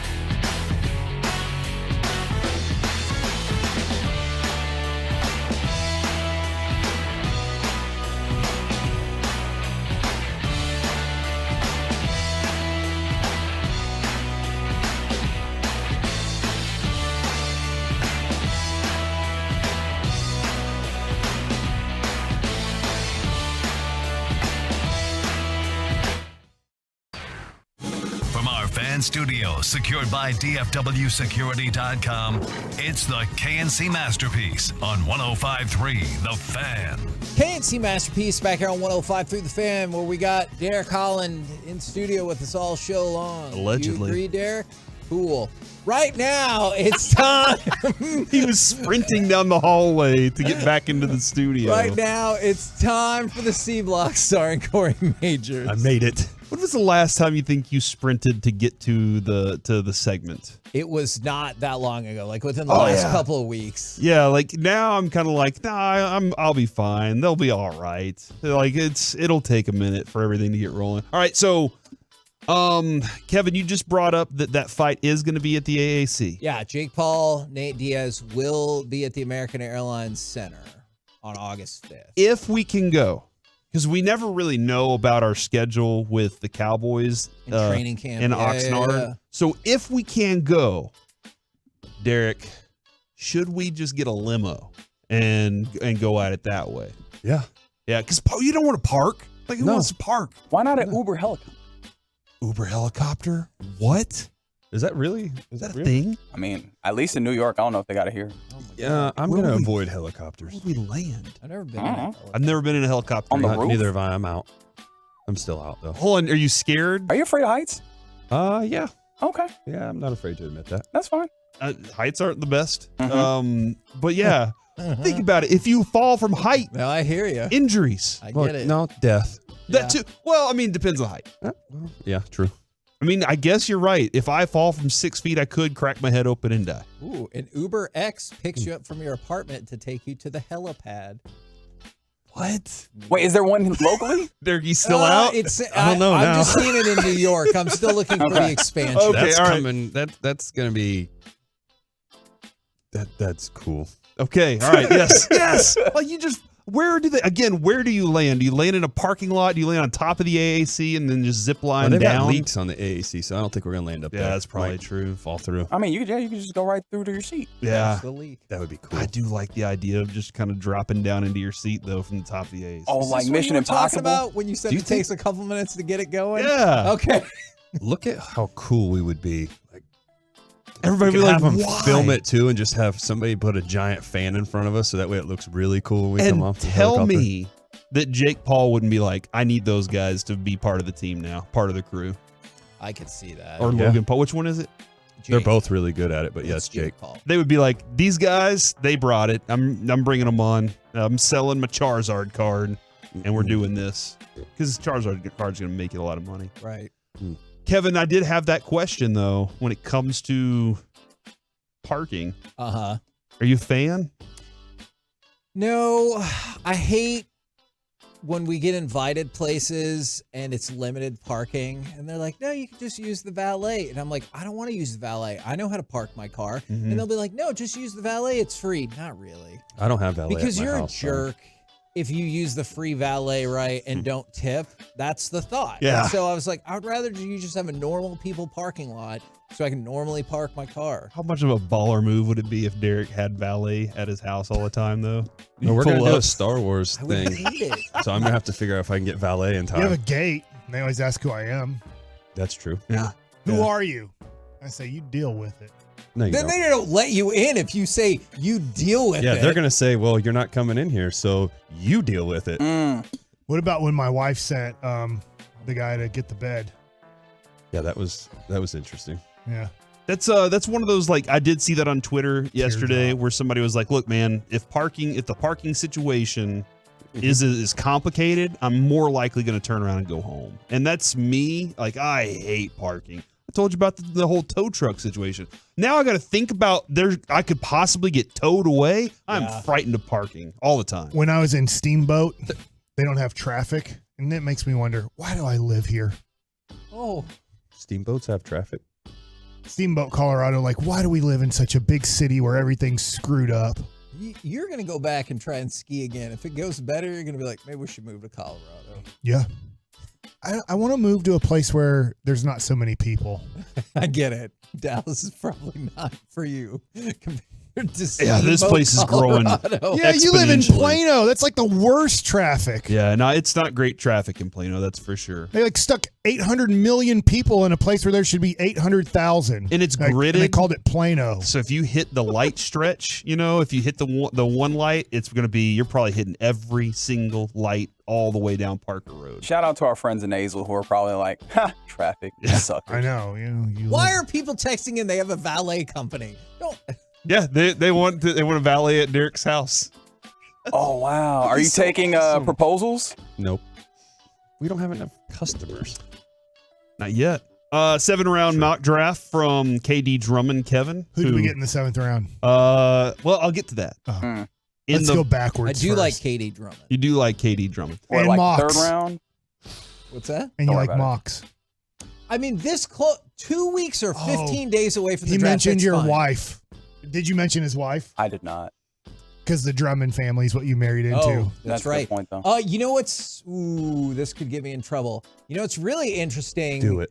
This is gonna cost. I have no idea. What you talking about, Kevin? Shout out to my sister-in-law, Katie Drummond, who all the time she's like, "Hey, did you guys talk?" Interesting. She said she used to get confused because people are like, they were talking about you on the radio because they know I'm on the radio and they hear KD Drummond and assume that I'm talking about the human being known as Katie Drummond, who is lovely. Is Willis out for your in-laws? Like they won't call anybody Willis? I have never heard that come up at a Drummond family function. Can those sides of the people get pregnant and one of them call him Willis? So you can just say the rest of your life, "What you talking about, Willis?" They already have 3 kids. I don't believe they're looking. Those kids for can have kids. That's true. True. At some point. Yes. I've also been informed that there's a lot of construction happening in Azle, so even the traffic's getting bad. Sorry, Azle friends. Where's the least traffic in the DFW area? That's a good question. That's where I want to go. I saw this. Wherever I'm not. 75% of Texas's population live in the triangle of pretty much like Dallas all the way down to San Antonio to Houston. Yeah, that's 75% of the population. Jane of posted Texas. that the other day. Yeah, that's where I saw it. Jane Slater? Yeah. Congratulations, Jane. That was a good tweet. Well, she didn't come up with it. It was a thread that she was like, "Hey, y'all should check this out." So I looked at it. We should live outside of that. So that we don't have to deal with the traffic. Let's live in Abilene. I bet that's a great place to live. It's not bad. They have dirt, I think. In this mock draft, they have Christians. They have a whole college there. They go wide receiver first, and Dallas moves up to get Jackson, Smith, and Jigba. Don't you mean Jason Smith? Jason Smith. Thank you. How high did they at move? 22. So just a few spots up to essentially get what he says 2 CeeDee Lambs. What did we give up? 3rd, 4th, 2nd round pick. Yeah, that is a terrible deal. Well, I mean, just Kevin. Oh my god! Not all deals are going to work out in your favor. All right, so you move up and get that. It matters who you would have drafted in the 2nd.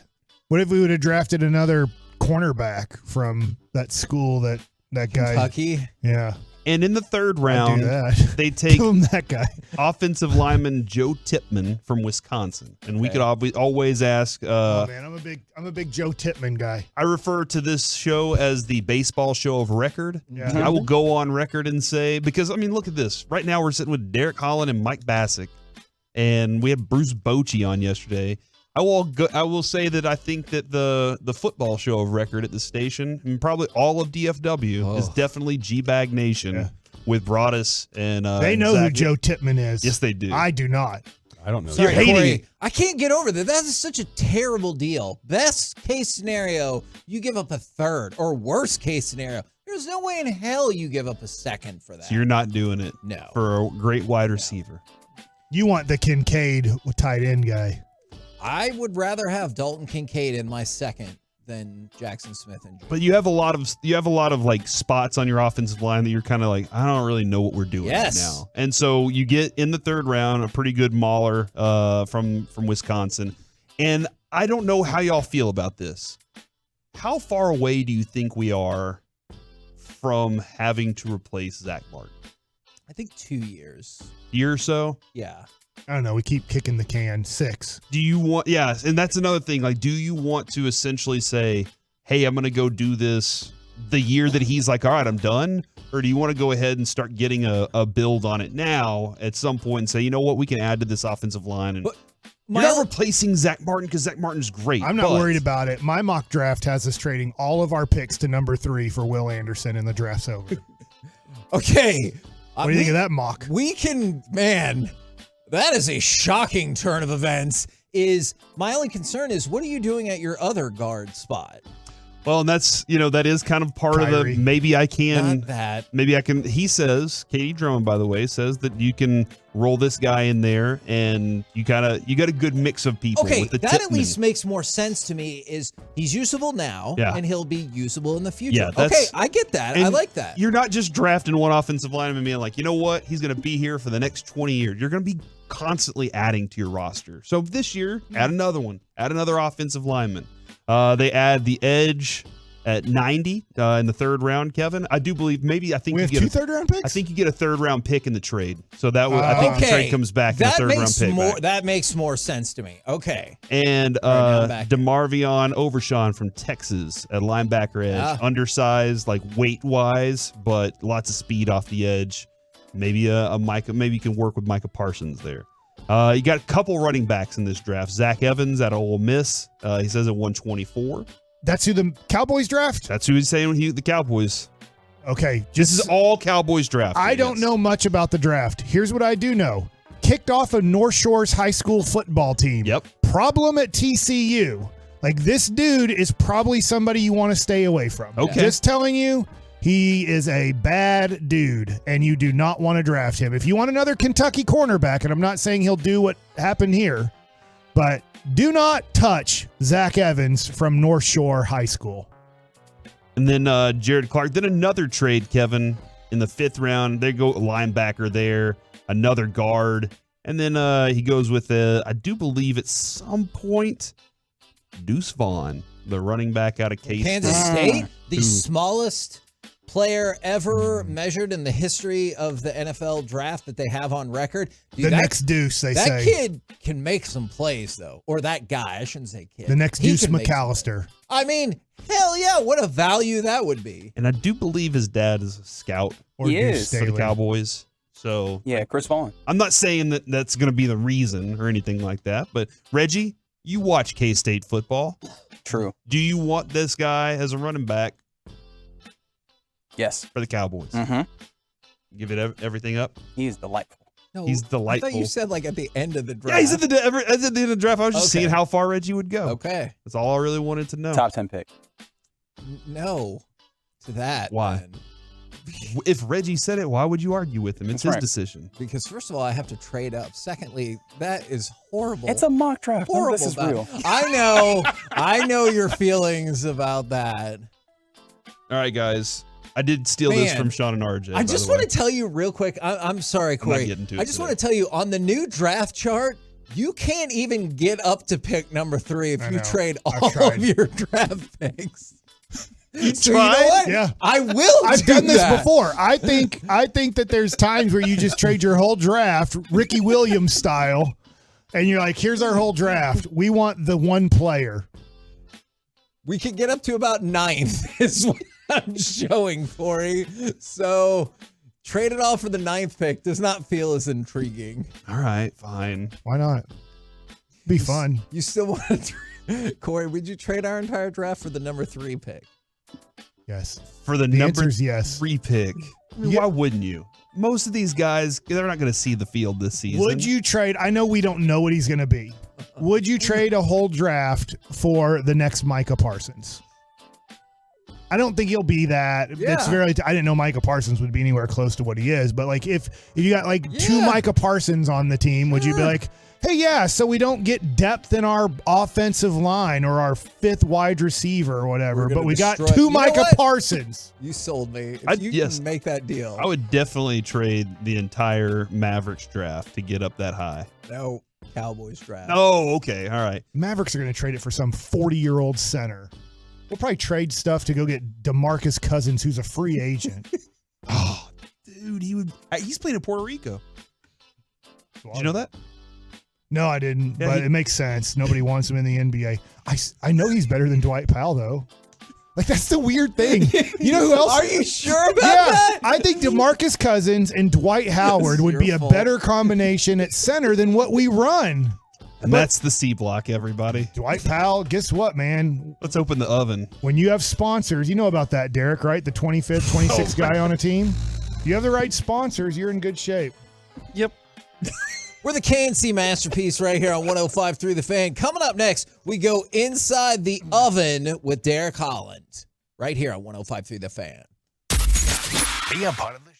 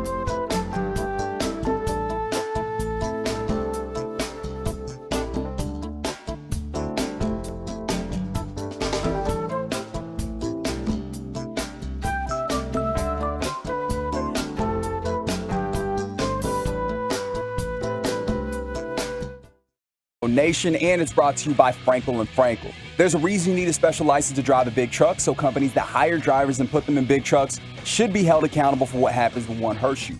Frankly, you need Frankel and Frankel. The consultation is always free. Visit truckwreck.com. Barlow with the 2-0.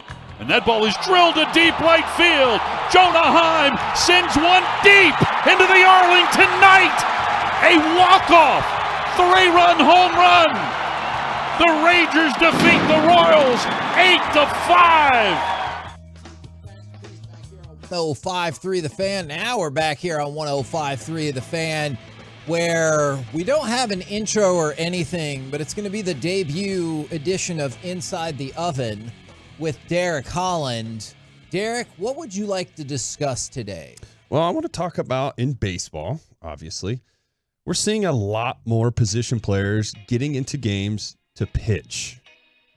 And my whole philosophy to that is I feel like we're doing more throwing than pitching. And Mike, this is where I wanted you to come into this as well, is with what we're teaching at the lower levels and what we're seeing with guys that get fast-tracked up here and get to the big leagues, a lot of them are just throwing. It's about how hard you throw, and we let the spin numbers dictate a lot of things rather than working on pitching. I know now I've been around Mike Max, and I know this is his way of doing things too, is he's going to work on location with you. And I know Bochy's the same way, is they want you to be able to locate. That's great. You can throw hard, but guys up here at the big league level, they can hit hard fastballs. So I feel like we have gotten away from locating, and that's why, to me, we're seeing so much of the position players pitching. Because they run out of pitches. Correct. And they don't know how pitchers. to get out of a situation. It's interesting because the other day, did you see that there were 9 free base runners and a no-hitter in one inning, and they lost the game 7-5? It's a double-A baseball game. It wasn't like rookie ball. A double-A baseball game, a team lost 7-5, and the team that lost threw a no-hitter. See, that's bad. Now, there was a big error in the inning, but there was only one error in the inning out of all wild those pitches things. and walks, yeah. And hit by pitches. Oh, yeah, that's right. And so, I go up and I help out with the kids at North Lake Community College. And one of the things I always talk to them about is we cannot give up free passes, meaning walks. We have to learn to pitch. Especially, hey, maybe 2-3 hole hitter in certain situations, totally get it. Make them chase. And Right. if they walk, you're facing a lesser hitter maybe. But to your point, there's so many times now where you see guys and they make it to the major leagues as throwers and not pitchers, and then you're hoping they learn how to pitch in the major leagues. Right. And you're going to see, too, in the major league level is when you're getting blown out or whatever, instead of going to the position player, you'll see a guy that, hey, let's try to give this guy some confidence. Let's get him into this game, get him some work in, so that way we can go back to him. Yeah, why don't they do that anymore? But we're not seeing that, and that's what I'm trying to figure out. And then they sit here and tell you that, hey, we don't have enough pitching, but it's like, well, it's because I don't know how to put it. I'm trying to think of the right way to say it, but that's where I'm against the pitch clock. Almost every day there is a position player pitching in baseball. Well, it's crazy. The other day it was against Kansas City. The Rangers faced it, right? They had the right fielder came in and pitched Eaton, the 8th I think, inning. was his name? And the first one this year was against the Rangers. So, the rules they tried. Philadelphia with Josh Harrison. Exactly. And it was the second game of the season. So, That shouldn't happen. yeah, it immediately happened. And I get it. We're trying to say you want to have your arms for the next day and all that stuff, and I get it. But this is where I'm against the pitch clock now, is because you're getting guys that are going out there and it becomes a race to beat the clock, and they're not making a quality pitch, which is causing to give up more runs, because we're seeing a lot of higher scoring games. And I think that is the big factor, is you're not seeing pitching, you're seeing throwing. Well, and at some point, the pitchers are going to adapt to that. Not necessarily this year. A lot of them have been. But over time, they have to adapt. Right. Otherwise, they can't play in this game, in this league at some point. And I totally get, we talked about this the other day, Derek, is most scouts with their pitching coordinators will say, I can't teach the kid to throw 97 miles an hour. Yeah. I know it's going everywhere, and he's not even good in college. He can't even pitch in the SEC.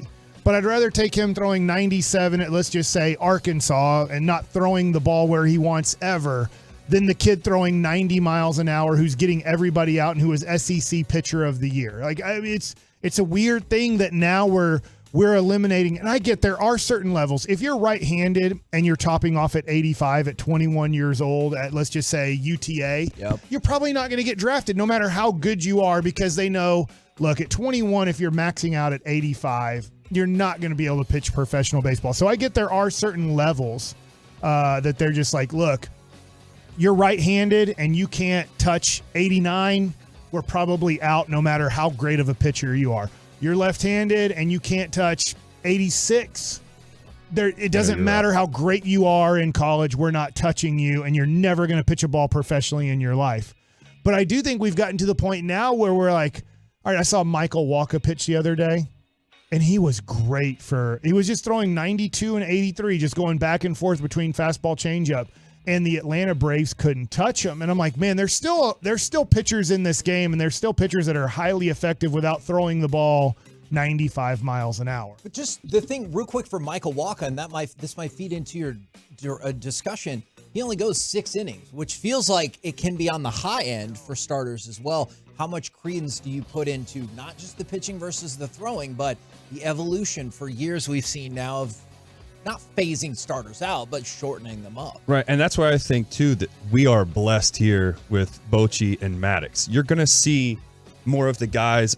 Yes, they're going to listen to the analytics and stuff, but they're also going to put in, and I'm not saying it's old school, but technically it is, you're going to see our pitchers going a little bit more in the distance, because Maddox is the type of guy, and this is what I love so much about him, is he measures you by your heart. He can tell how competitive you are, what you're feeling, and what you're thinking when he goes out to the mound visit. Yeah, you got me. I looked over and you started laughing. It got me. But when he goes out there, he asks you questions. He's trying to comfort you and make sure you're good. But when he asks you the questions, it's the way you answer it. And if you don't have like authority in what you're saying, he knows that we're approaching the end of what you're doing right now of that game. So that's the big thing too. And Bochy's going to let you get out there and compete as long as you can until they realize, okay, he's no longer able to go any farther, so we can go to the pen. You got 2 unbelievable people that will manage that bullpen and manage the starting rotation very well. That's one thing that's very exciting to go along with what Kevin was saying. Can you explain deGrom then to me? Because this is a dude touching 100 miles an hour but pitching at the same time. Yeah. Like, it's not Greg Maddux where it's like, average is 85 sometimes. I want to say this real quick. Greg Maddux with the Chicago Cubs was touching 95 miles an hour. He used to throw hard. So it wasn't like he came to the major leagues throwing 88. He came to the major leagues throwing low to mid 90s. Yeah. I was looking at his 2008 velocity, right, and it was like, and I was trying to go back further. So, but like deGrom at 100, 101. And with his slider, is it because does he have perfect form? Is it just he has great mechanics? Okay, and that's the thing, is it's all about your mechanics. But with deGrom, we're still in the process of stretching him out. Remember, he had a slow start to the spring training, so we're still building him up. He's going to be your guy. You're going to see a lot more 8-inning games from him, I think. Last night, 98 pitches, 7 innings. So we're there. And think about how crazy this is as you talk about them stretching him out. Is Corey, you had brought this up after 2 starts, is he did, in fact, break the record for most strikeouts for your first 3 starts with the Rangers ever at 27. That broke the record of Nolan Ryan. Got to feel pretty stoked about that. And pretty then decent. First 3 starts for any Rangers season, it's one off the all-time record of Yu Darvish and Nolan Ryan, who had 28. So even in spring training, where he was slowed, still being stretched out, he's right there. Can I ask you this question, Derek, because you've been through this, is why are guys throwing so much harder now than, I'm going to go back to when I played right before you made the major leagues, is I was below average speed at 86, but like the average fastball from a left-handed pitcher in probably the early to mid-2000s was probably 88 to 90 was average lefty fastball was right there, and I was at more like 85 to 87. And you did have guys that threw plenty hard, but what has happened? How have the human body been able to take average fastball 92 from a righty, average fastball 89 from a lefty, and let's just say 2002 to now average fastball from a lefty being, let's say, 93, average fastball from a righty being 95. Yeah, it just comes down to, obviously, the evolution of sports. I might be a little high on that number. No, you're good. Evolution of sports. I mean, every sport is getting bigger, faster, stronger. With baseball, I can say the big thing is, too, we have so much technology to be able to provide, okay, this is how we can get more out of your fastball. We can use your legs a little bit more. We can, if you get yourself into this power position, that's going to help you create more velocity. So there's a lot of things that we get to study on the body when it comes to pitching and watching the mechanics of that person and figuring out how to get more out of it. That's the big thing. And your workouts get changed to a different way that are going to be specifically for you, that's going to help create more velocity. You got weighted balls. That's another thing that's going to help with guys creating more velocity. Stretching more of the ligaments is another big thing. You know, I'm big into stretching and long toss. That's kind of the old school method, but that has helped me create more velocity. I'm still I'm 36. I'm still throwing 95. So it's just more about how you take care of your body and prepare it for the battle that's going ahead. What do you think they're doing? Do you have any idea what they're doing in high school and college? I think you might have just mentioned it. That is making the guys throw the ball so much firmer than what it used to be. Is it the heavy balls? Is it the workouts? I would say it's the heavy balls, the workouts, and then you just get to the more you're studying your mechanics. Like you got so many guys that get to watch that one person. There could be 3 set of Pitching eyes coaches, on that. Yeah, there's multiple coaches that are watching and seeing your release point, how you're spinning the ball out of your hands. Can we create more of the whip with your hand and your arm? There's just so much that is going on that it's hard to specifically say this is exactly what made you get your velocity. Like to me, I'm going to sit here and say long tossing almost every other day has helped me keep my velocity where it's at. I do think it is amazing, though, Corey, that Jacob deGrom does not have the Nolan Ryan, Roger Clemens. If we think of the hardest guys that, I can think of throwing, he doesn't have the structural body, that kind of the ass and the thighs, that kind of like Jack Leiter, we were talking about him and how thick his lower body is and everything. They also, at some point in the 90s, they genetically changed Brussels sprouts. So now kids are eating Brussels sprouts, and maybe that's one of the big factors, Kevin, is that they really genetically they taste better. Yeah, they used to be so bitter, people didn't want to eat them. Got a super quick question for you guys, as that was an excellent inaugural edition. Thank you. Of the Inside the Oven. Would you say that is like all-star worthy? Always. Yeah. Hey, now. I just want to play you part of this clip, and you guys tell me if you think Isaiah Thomas is joking. So, which Isaiah? Isaiah Zeke? Thomas, the one who had to be moved out of his job because of the things. The 2-time NBA champion for the Detroit Pistons. So that's, you could say that. That would help me out more than the 5'8" one who played for the Mavericks for 3 seconds this year.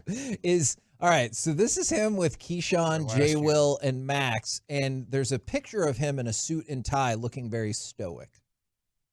If Chris Paul wins a championship, and by the way, I'm looking at my picture. Come on, Keyshawn. I don't. Y'all doing that? Y'all doing Zeke, that to me? Zeke, I don't have. Why don't you smile a little, Isaiah? Smile a little bit. What are you so sour about? I saw Max Kellerman's picture up there. I saw your picture up there. Y'all smiling. Y'all just had my man up there, who was doing the football. He was smiling. My man. This the picture y'all put up there, me? That's what the y'all picture. doing at ESPN to me? Well, you got to talk. Come on, That's man. a bitter That ain't Isaiah right. Thomas, that I ain't see. right. Why don't you smile a little bit, Isaiah? What's wrong? Come on, man. What's wrong with y'all? Why y'all do this to me? This is just messed up. As a matter of fact, y'all should just take that down. Right? I mean, who is to blame? Who's responsible for this picture of one of the greatest players who ever lived? No, pictures say a lot, right? And the way y'all got me cast in this picture, that ain't me. Come on, man. And then he hung up. Even when they said they were going to change the picture. Well, they changed the picture, and then it was of one of him playing, like when he was at the free throw line, so it was like kind of a smirk and not a smile. Oh my gosh. So I thought he was joking. It sounds like he was joking, but the way it kept going on and on, I was like, hold on. Is he not joking? There's another minute if you want to hear how this There is goes. another minute? That's right. How narcissistic are you that you're looking at yourself? You're watching the show. Wait, y'all don't do your that? own picture while you're on the phone with somebody. I get it. I need to call up the Texas Rangers. I have a really fat face in the program. They're like, hey, here's the pre and post people on television. I'm like, man, I'm really fat in that picture. And I keep thinking I should tell John Blake to can we change it to another? But I always forget. And then the program comes out and then I look at it and then I see my face and I'm like, man, I look fat in that one. Hey, Mike. Deal with it. Wow. They were in sync perfectly. We're the KNC masterpiece right here on That was good. 105.3 The Man, Fan. Zeke. Coming up next. I like Zeke. Chit chat with those Him fellas. and Jason Kidd never made a mistake. From the as a coach. G-Bag Nation. Good night. We'll do that next right here on The Fan. I'm Michael Jenkins helping you.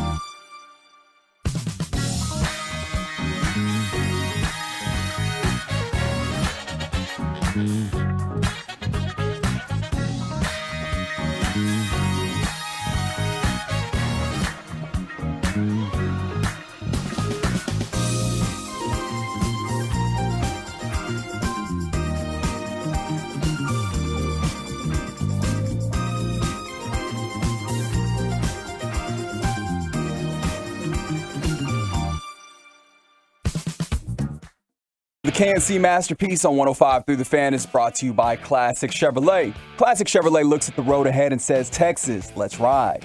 They're doing their part with deep discounts on their full lineup, with unprecedented savings making now the best time to buy. This is Texas. This is Classic Chevrolet. Relax and enjoy the difference and find new roads.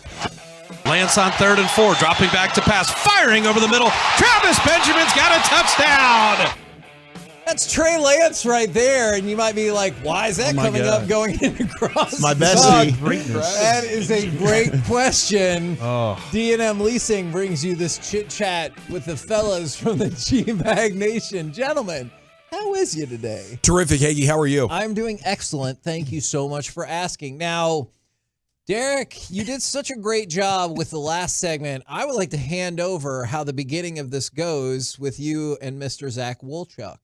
Well, it was an interesting day. We're here. They were going to the Holland compound to watch the Adesanya fight. And, I had some guests over, as I normally would for a fight night. One of those guests happened to be Trey Lance. So Zach comes in the house. Hey, man, I want you to meet everybody that you don't know. This is Trey Lance. Trey's actually taking a tour around the house, looking at, stuff. He's never been there, so he's showing him around. Introduce him, walk off. I did my part. We're good. We're all playing pool, and he's sitting at the little bar right there. Hold on, Zach, do you dispute that he told you the name? I didn't hear the last name, Lance. I just heard Trey. This is Trey. Okay. But, hey, I might have been inebriated. Who the hell knows? Fair. It was a Saturday. I do my drinking on Saturdays. I get my soda fill in. Good day for it. That is a great day for it. So we're playing pool, whatever. They're sitting by the bar. He's getting ready to have another drink. Texas whiskey, by the way.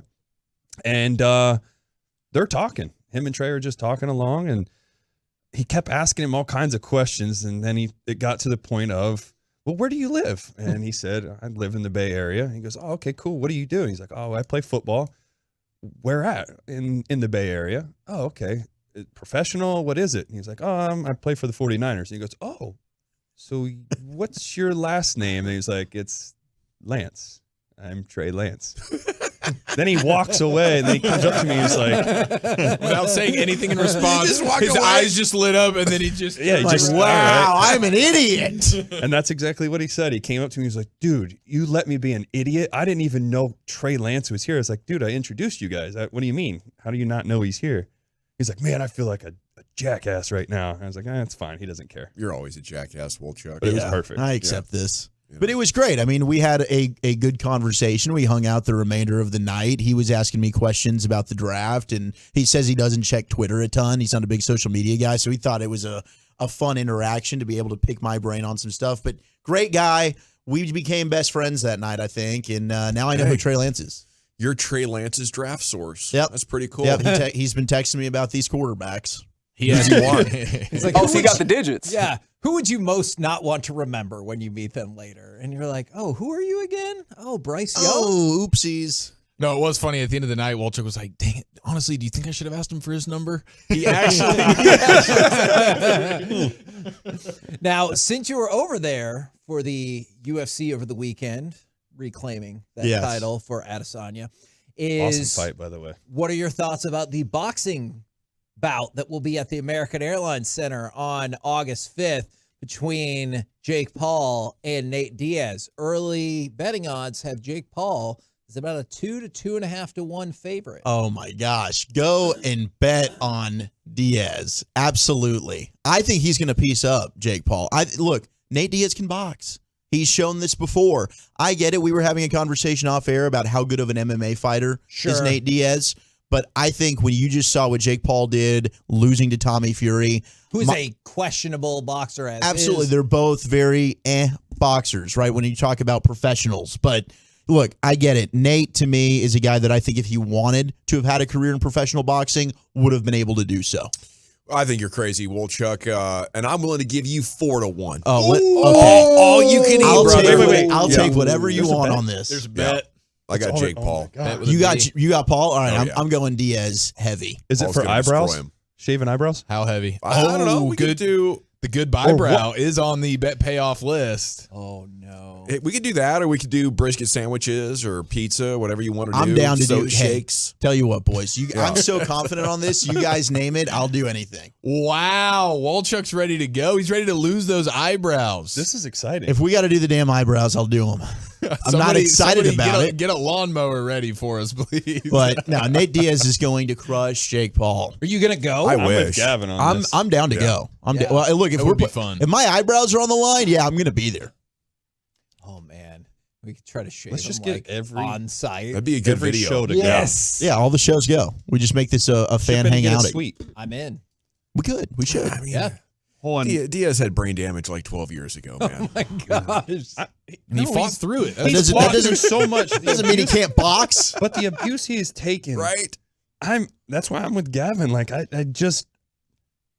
he's taken How many such more a miles toll on does that body. does Yeah, that face have? Dude's a bleeping triathlete. All right, he's in shape. He's going to be just fine.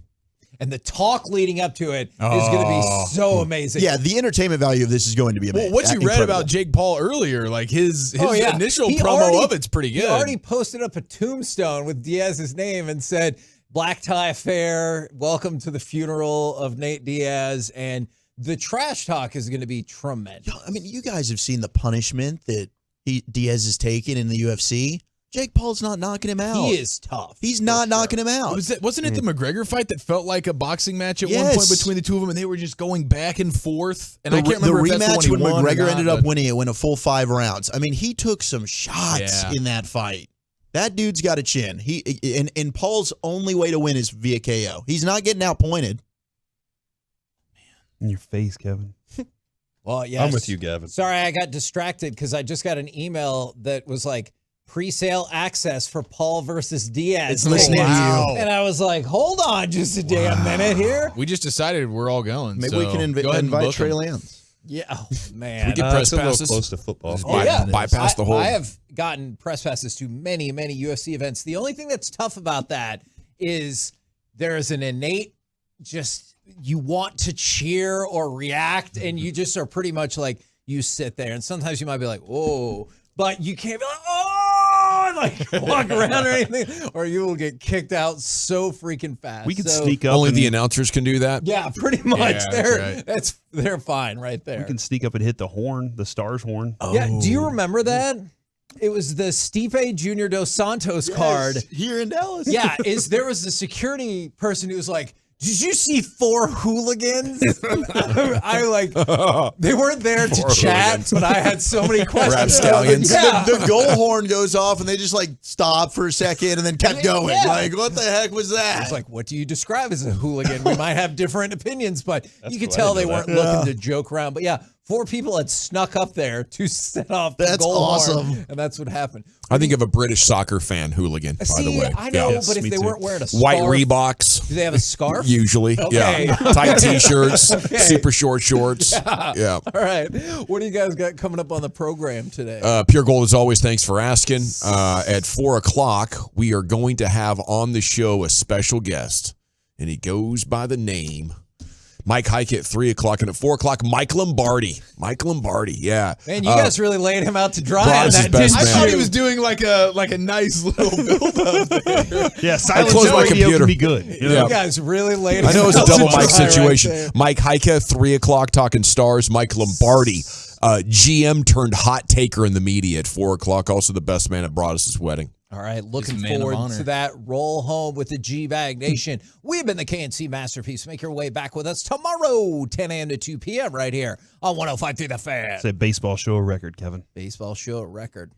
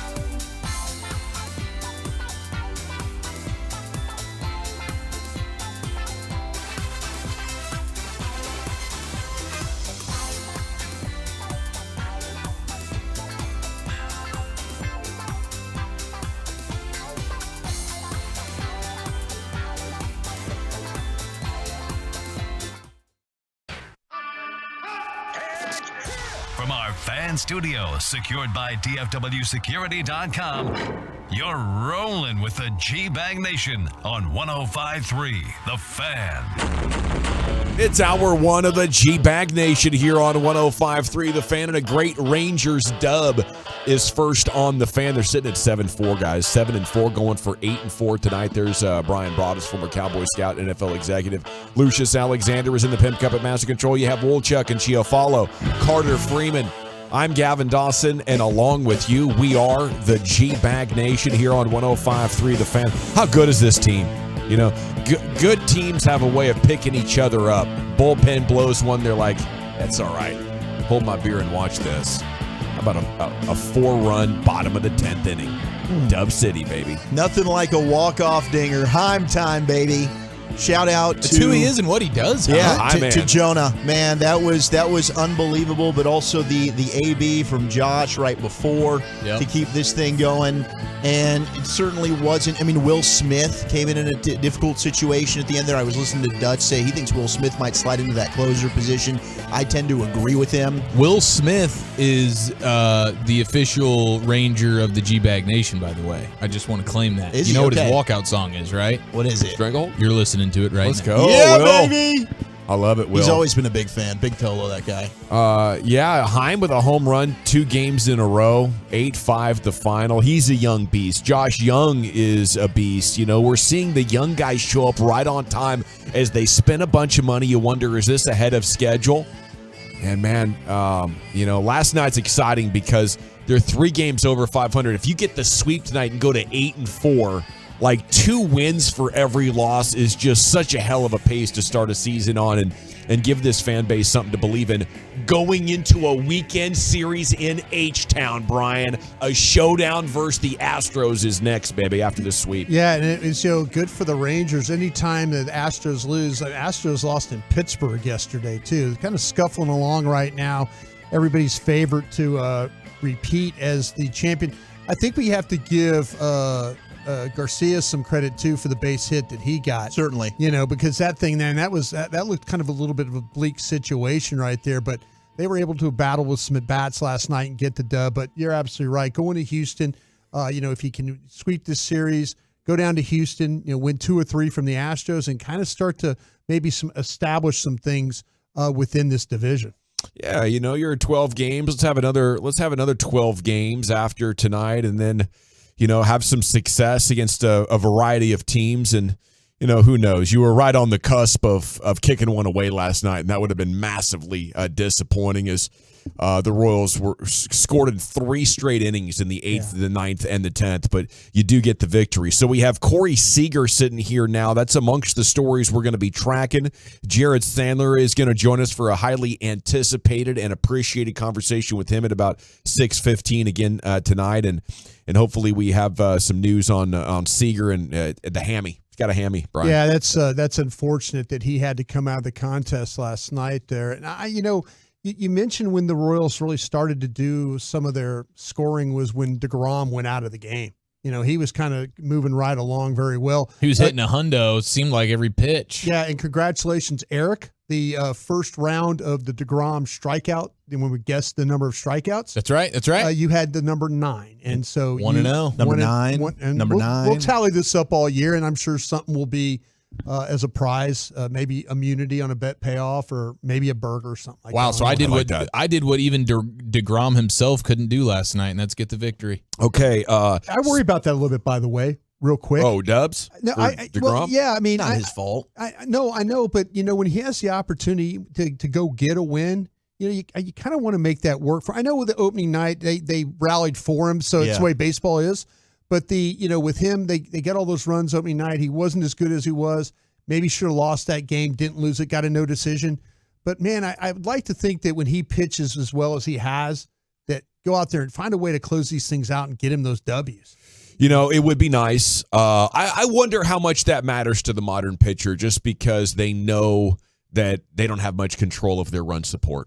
You know what I'm saying? I just wonder, for me, it's kind of a personal thing because I'd like to see him win the Cy Young. I'd like to see him be healthy, and I think every win does matter. Yeah, for sure. Something like that, absolutely. I mean, the strikeout numbers for him the last couple starts have been incredible. Right. But they're also going to look at, his record was 16-4. I think that the voters are certainly now, with the wins and losses with pitchers, they have a different perspective of. I think it's more because they don't go as far in the games. Well, that, but also, I mean, you've got Cole Reagans now. He got the win. He's 2-0. Right. He's got 2 winning decisions this year, and in each of those 2 outings, he's thrown a total of 5 pitches. Right. So the wins and losses is very skewed with that. So it's all about the ERA. It's all about the K rate. It's about the whip. They're looking at those kind of numbers for the whiff. I think the Like bigger. the whiff. I think the whiff. bigger for me, it's like, hey, maybe the bullpen is going to be an issue as we expected, and maybe after the first 10 games or so, it's maybe starting to show a few signs here. I in other news, speaking of bet payoffs, I believe I still owe a bet payoff, and I'm disappointed you guys that have not kept me accountable on that to this point. Wait, you didn't do one on Friday? I was out on Friday. Your teammates didn't keep you accountable? No, they did not. No, wow. They were asleep at the wheel, and I think sure. I think they're letting the Tolos down. To be honest with you, maybe we should do the goodbye brow come early situation. Oh, I don't know if I could do that. That might not be one that I'd pick. Oh, come on. Yeah, no one's picked that for a reason. And shout out to the texter in the 817 saying you guys need to be careful because those eyebrows don't always grow back. A friend shaved his in middle school. We're almost 30 and he still doesn't have brows. Oh yeah, 214 says, guys, please do not mess with the eyebrows. Yeah, a second texter said, and they were all caps on the guys. Like they wanted to make sure they got our attention with that one. Like, guys, please do not mess with your eyebrows. It's a dangerous game. 817, the win was great, but we got to put that game away before extras in the future. Yeah, for sure. Yeah. 817, how can I see the broadest top 100 draft picks? Do you have a big board or something? I tell you, I actually went through them. No, I have not, and I put them together last night. There's probably 2 or 3 players I still need to watch. I'm well over 200 players now. I'm gonna put together something for the site. But yes, I did my top 100 last night because I'm not going to be able to add anybody into that list. So yeah, if you watch the draft show today from what Zach and I did with DallasCowboys.com, I talked about my top 100. But I promise I'll put that in my board up for you before the draft. I promise I'll have nice. You're a man of your word. Okay, another Nolan Ryan record has fallen. This time for the Los Angeles Angels of Anaheim of Southern California. Shohei Ohtani set a new franchise record. Taking on the Nationals, notched his 10th consecutive start in which he surrendered 2 runs or fewer. This guy's a machine. Jeez. Angels' record for such starts had previously belonged to Nolan, who tallied 9 of them in 1972 and 1973. So congratulations to Shohei Ohtani. Man, what a bad night for Nolan Ryan. And really, as a Rangers fan, it's going to be a great season. It already is. But maybe not a great one for Nolan Ryan. Every time he's turning around, he's got a record being broken. deGrom broke another one of his, too. That's what I'm saying. It's just nuts. You got Heaney the night before and then 2 last night. Yeah, no. But I guess when you own all the records like Nolan does, this is going to happen. He's a true damn competitor. I bet he's dominating a bullpen somewhere in America I'm right coming now. back, just to prove baby. to himself that I'm he's still pitching got again. It. Yeah, he's probably like bareback training some sort of stallion out in a corral is what I imagine. I was wondering when you're going with his shirt off. Yeah. Okay. Stars did not play last night, but it was a big night for them. They clinch home ice advantage in round 1 thanks to the Jets beating the Wild. Colorado had an overtime loss. They move a point ahead of the Stars with 105. Both teams have played 80 games, 2 remaining. And they will visit the Blues tonight at 6:30 on TNT. And then they will host them tomorrow. It's a season-ending back-to-back home-and-home situation. Tonight's on TNT. Tomorrow's on ESPN. So I know Stars fans are just ecstatic right now with this win streak, 4 in a row now, and hoping that they could lock up maybe a little bit more home ice advantage, which can be crucial in the Stanley Cup playoffs. You get to Game 7, you're going to want that home ice, aren't you? Heck yes, especially if you end up having to play Seattle. We were talking with the Hockey Hawk Gavin Spittle. You can always check out their hockey podcast, Spits and Suds. But he made a great point. If you end up linking up with Seattle, that's going to be their first Stanley Cup playoff trip. I mean, that is going to be a hostile environment. You know better than any of us there, Gavin. I mean, they're probably going to rally there in Seattle and be pumped for the Kraken. Yeah. You know, it's a good fan base. It's a good fan base for a number of things, and when they are good, they really show out. It's so rare. Timberwolves have a really good roster, but no superstar yet. They had the Lakers on the ropes in the play-in opener last night. I don't know if you guys watched that late last night. I was trying to go to sleep. I fell asleep twice in the final 2 minutes of regulation. I was gone. They were up by 15. Yeah. This game was supposed to be over. I was like, wow, LeBron's getting put to bed by the Timberwolves. Yeah, and then Schroeder hits a 3 in the corner, and they're all celebrating a dub. Anthony Davis fouls, I forget who in the corner. It was for the Mike team. Conley. Mike Conley, that's right. He makes 3 free throws in a row, and you're like, oh my goodness, the Lakers figured out a way to have this game go to overtime after improbably coming back to win it. And then they do win it in overtime, 108-102. Could Los Angeles be a threat for the title? They seemed on the ropes last night in a crucial game. LeBron had a huge game, another great year, but there's just something off about that team, but also something promising as they showed in that fourth quarter. With the West being as wide open as it feels like it is, you would definitely say, hey, you got LeBron and Anthony Davis, you got as good a chance as anybody. And so as long as they can stay healthy, it seems like they have a team, and they've had post All-Star break, it was the second best record in the sport. It was like 16-7.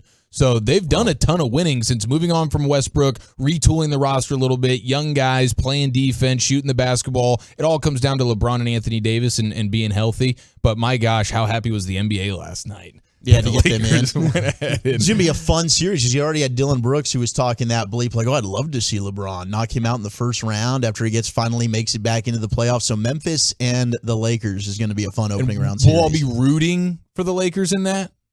Or will we not be? Because I will be rooting for LeBron and the Lakers. I'm not rooting for the Grizzlies. Yeah, I'm a little bit indifferent. I can't say that I've ever liked the Lakers, but I do.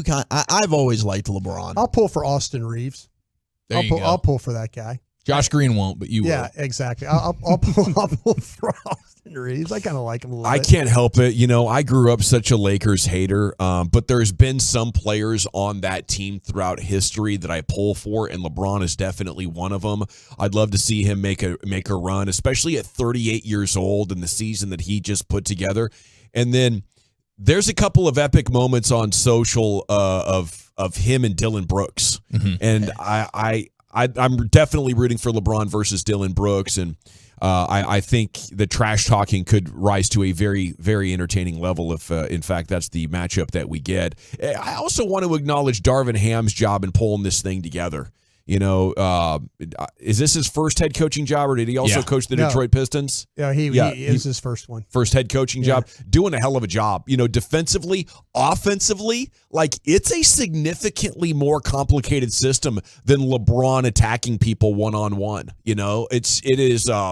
You know, I think a pretty sophisticated offense that takes more advantage of the different weapons that they have than just asking LeBron to do everything, which is exactly what they need at 38 years old. But he is still playing such an efficient level of basketball that a really hard team to slow down at this point. Do you think just getting rid of Westbrook had something to do with this? Them turning that thing around? Yeah. Plus they got quality supporting cast back. I think Hachimura and those guys. Vanderbilt. Vanderbilt's been a beast. It's a great model for the Mavs. You know, what could you do with Kyrie Irving? Could you make a trade like the Lakers made with Russell Westbrook where you get a couple, 2, 3, like rotation players that can, you know, give you defense and rebounding and high basketball IQ? I think that's got to be your goal. Saquon Barkley not signing the tag for the Giants will not be in offseason workouts. That is the right move. You know, I think for him, you can't risk injury if they're just going to tag you. If Bijan is this good, you want him, or would it have to be better than Saquon Barkley to want him? I think he is better than Saquon Barkley, personally. Yeah, I think so too. But I was on a Giants podcast the other day. Were you? They weren't talking anything about. They were talking about, and they're picking right ahead of Dallas, and so we're all kind of looking at the same players. Yeah, they're looking wide receivers. They're looking cornerbacks. I mean, not one time did they even mention a running back being a part of their equation. And I don't know that this is smart for Barkley. I mean, I get the injury risk of it. I think that's very fair, but I think it's pretty common knowledge now. You're not getting more than that franchise tag per year. Yeah, I think he just doesn't want to get fined for not showing up. I think he's just like, that's fine. That makes sense. I'll see you in training camp. I'm going to do my own thing. Louisiana wide receiver Michael Jefferson, a middle-round pick of the NFL draft, involved in a multi-car crash over the weekend, left him with injuries that will require multiple surgeries. So that's a sad draft story. Hopefully everything comes together for him. But, I don't even know how you evaluate that. You're going to have to take a really good look at the medicals and see, what his likelihood of a recovery is. Yeah, that's it. That's something. If you're interested in the player, you're definitely going to have to do your due diligence on that one. We got to get Real Madrid and Chelsea, the Champions League, on television. They are scoreless in the 13th minute. Real Madrid at this point probably the favorite for the tournament, and Salt Lake City joining a push for an expansion MLB team. That would be interesting, as the MLB looking for a little expansion and increase their footprint into Salt Lake City. We have the NFL news of the day. Wolchuk, where are we going with that? We've got a current Packers player who says don't fear when it comes to the Jets trading for Aaron Rodgers. I'll give you the audio next on The Fan. The latest from the Star in Frisco, as well as inside information from around the league. It's DFW's top football podcast for a reason. Love of the Star.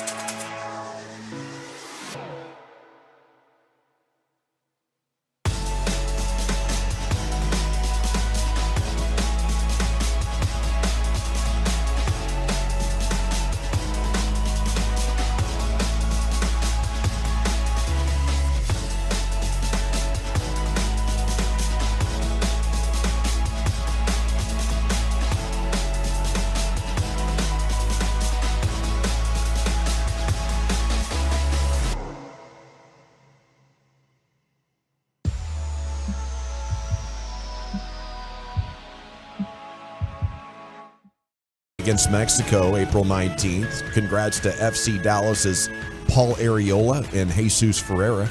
They made the team. Segment here is brought to you by the Frankels. If you are hurt in an accident and it's not your fault, call the Frankels 214-333-3333. Go to truckbreak.com. G-Bag of the Day is coming up in 7 minutes. Here's Woolchuck with some NFL news of the day. Thank you very much. We had David Bakhtiari, the outstanding left tackle of the Green Bay Packers and noted bestie of one Aaron Rodgers. We sure know he can drink a beer way faster than Aaron Rodgers can consume anything, even liquor. Now, he was on Bussin' with the Boys, which is one of the better sports podcasts out there right now. Bussin' with the Boys is getting all kinds of love as they're part of Barstool.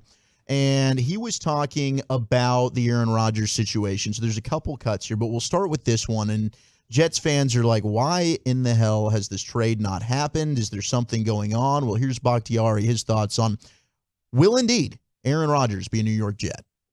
Have you gotten tired of being asked about Aaron Rodgers? Depends on who it is. No, it hasn't really, I mean, it's been like that like my whole career. So. Like everyone, if the last 4 or 5 years, if it ain't one thing, it's another type thing with him. So kudos to him. He's definitely like always being talked about. Very mysterious. I think he kind of likes that. But I mean, honestly, it's been kind of chill as of late. He's a Jet now, so it's a Jets problem. So is he officially a Jet? No, but I mean, he's gonna be like allegedly. What are they else gonna happen? Well, it's weird because if you're the Packers, what are you gonna ask for Aaron? He's older. He's on the back nine of his career. He could literally the last 3 years have been like, is he retiring? What's he doing? What's the deal? And so he could literally go play for the Jets for 1 year and then retire. Is that worth a first-round pick? It doesn't, but what are you going to do? I almost feel like Aaron has the leverage because if the Packers don't deal him, he could just, he's got it. He's got it all. He can just not show up. He can literally hold you hostage. He's got the leverage. And I feel like that's how I feel about it. Yeah. Or option 3. Yeah. Tell us what option 3 could be. Again, I'm not being a homer. The Packers are rebuilding, whether you think so or not. They don't could they be good? I don't know. Could they be bad? Probably if you're betting, more people are going to think they're going to be bad than good. Mm-hmm. Right? Isn't that fair to say? Fair. So then they'll be like, well, we're going to suck anyways. We want what we want, and we're not going to bend anyone, so we'll just eat it. You can stay sell and retire. We'll pay you. We don't care because we're going to, if we're going to do it our way, it's going to be on our terms. If not, were we going to be Super Bowl contenders anyway? So we'll eat it. You can hang on the side. We'll pay you your money, and then we'll suck anyways. Get the picks as compared to dealing him for something that you shouldn't have. You could potentially look like an idiot to not only president and the board, but everyone else around the league.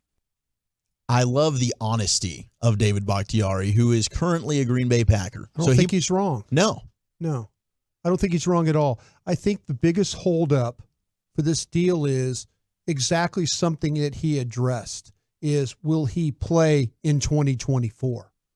That's the holdup on this deal. Hard to find a deal that makes sense for both parties. The compensation. Yeah. Like, what if Aaron Rodgers after this year? What if it doesn't go well in New York, and he's like, I'm going to go into the darkness again. Ayahuasca.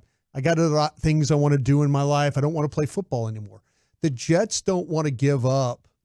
They can give up a second-round pick in this draft, but then the compensation, the Packers are thinking, well, what about a one next year? And they're like, and the Jets are looking at like, no.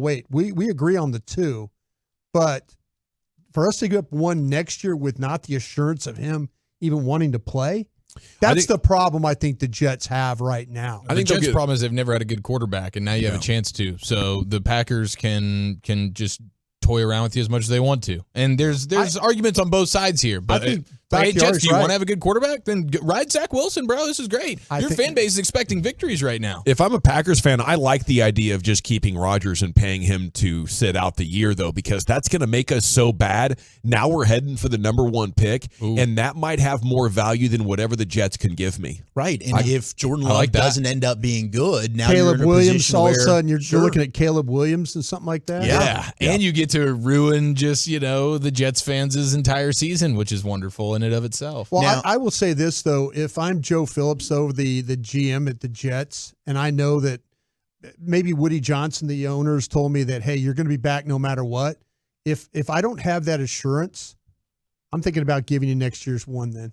I'm going to make the deal. Exactly, because your desperation is But that's what I'm saying. That's my desperation. I don't sense Joe Phillips is there yet. That's a pick in the 20s if you have Rodgers. I wouldn't worry about it. Sure. You can have 2 of them. Yeah, and I mean, look, it's funny how Bakhtiari said it, but a lot of other players in the NFL are all just assuming he's a Jet. Like, this thing's done, but the deal is not done. So we'll see how this all plays out, but it's pretty interesting. And the Jets are apparently trying to go after old Hopkins? Yeah, they're trying to go after DeAndre Hopkins. That's the latest report, that they might make a run at him, which, hey, they tried with Odell Beckham Jr., so it makes a lot of sense. You go ahead and turn your sights on possibly acquiring DeAndre Hopkins. The other NFL news of the day is we got new odds for the number 1 overall pick. Bryce Young has become the favorite over C.J. Stroud, according to bookies in Vegas. And how about Peyton Manning, as he was recently talking about Bryce Young? He has compared Bryce Young to Joe Burrow. He said, I think Breeze and Wilson are kind of the easy comparisons because of the size similarities. But when you talk to real scouts, Burrow is kind of the guy that comes to mind, right? Because of sort of the sixth sense in the pocket, the decision-making, processing information quickly. Peyton Manning saying Bryce Young, the comp, Joe Burrow. Wow. I mean, Broadus? He's I went through my top 100, which Gavin was nice enough to mention. The Tolos out there were asking about it. He's my second best player on the board. I've got Carter, Young, and then Robinson is my third guy. The running back from Texas are my top 3 guys.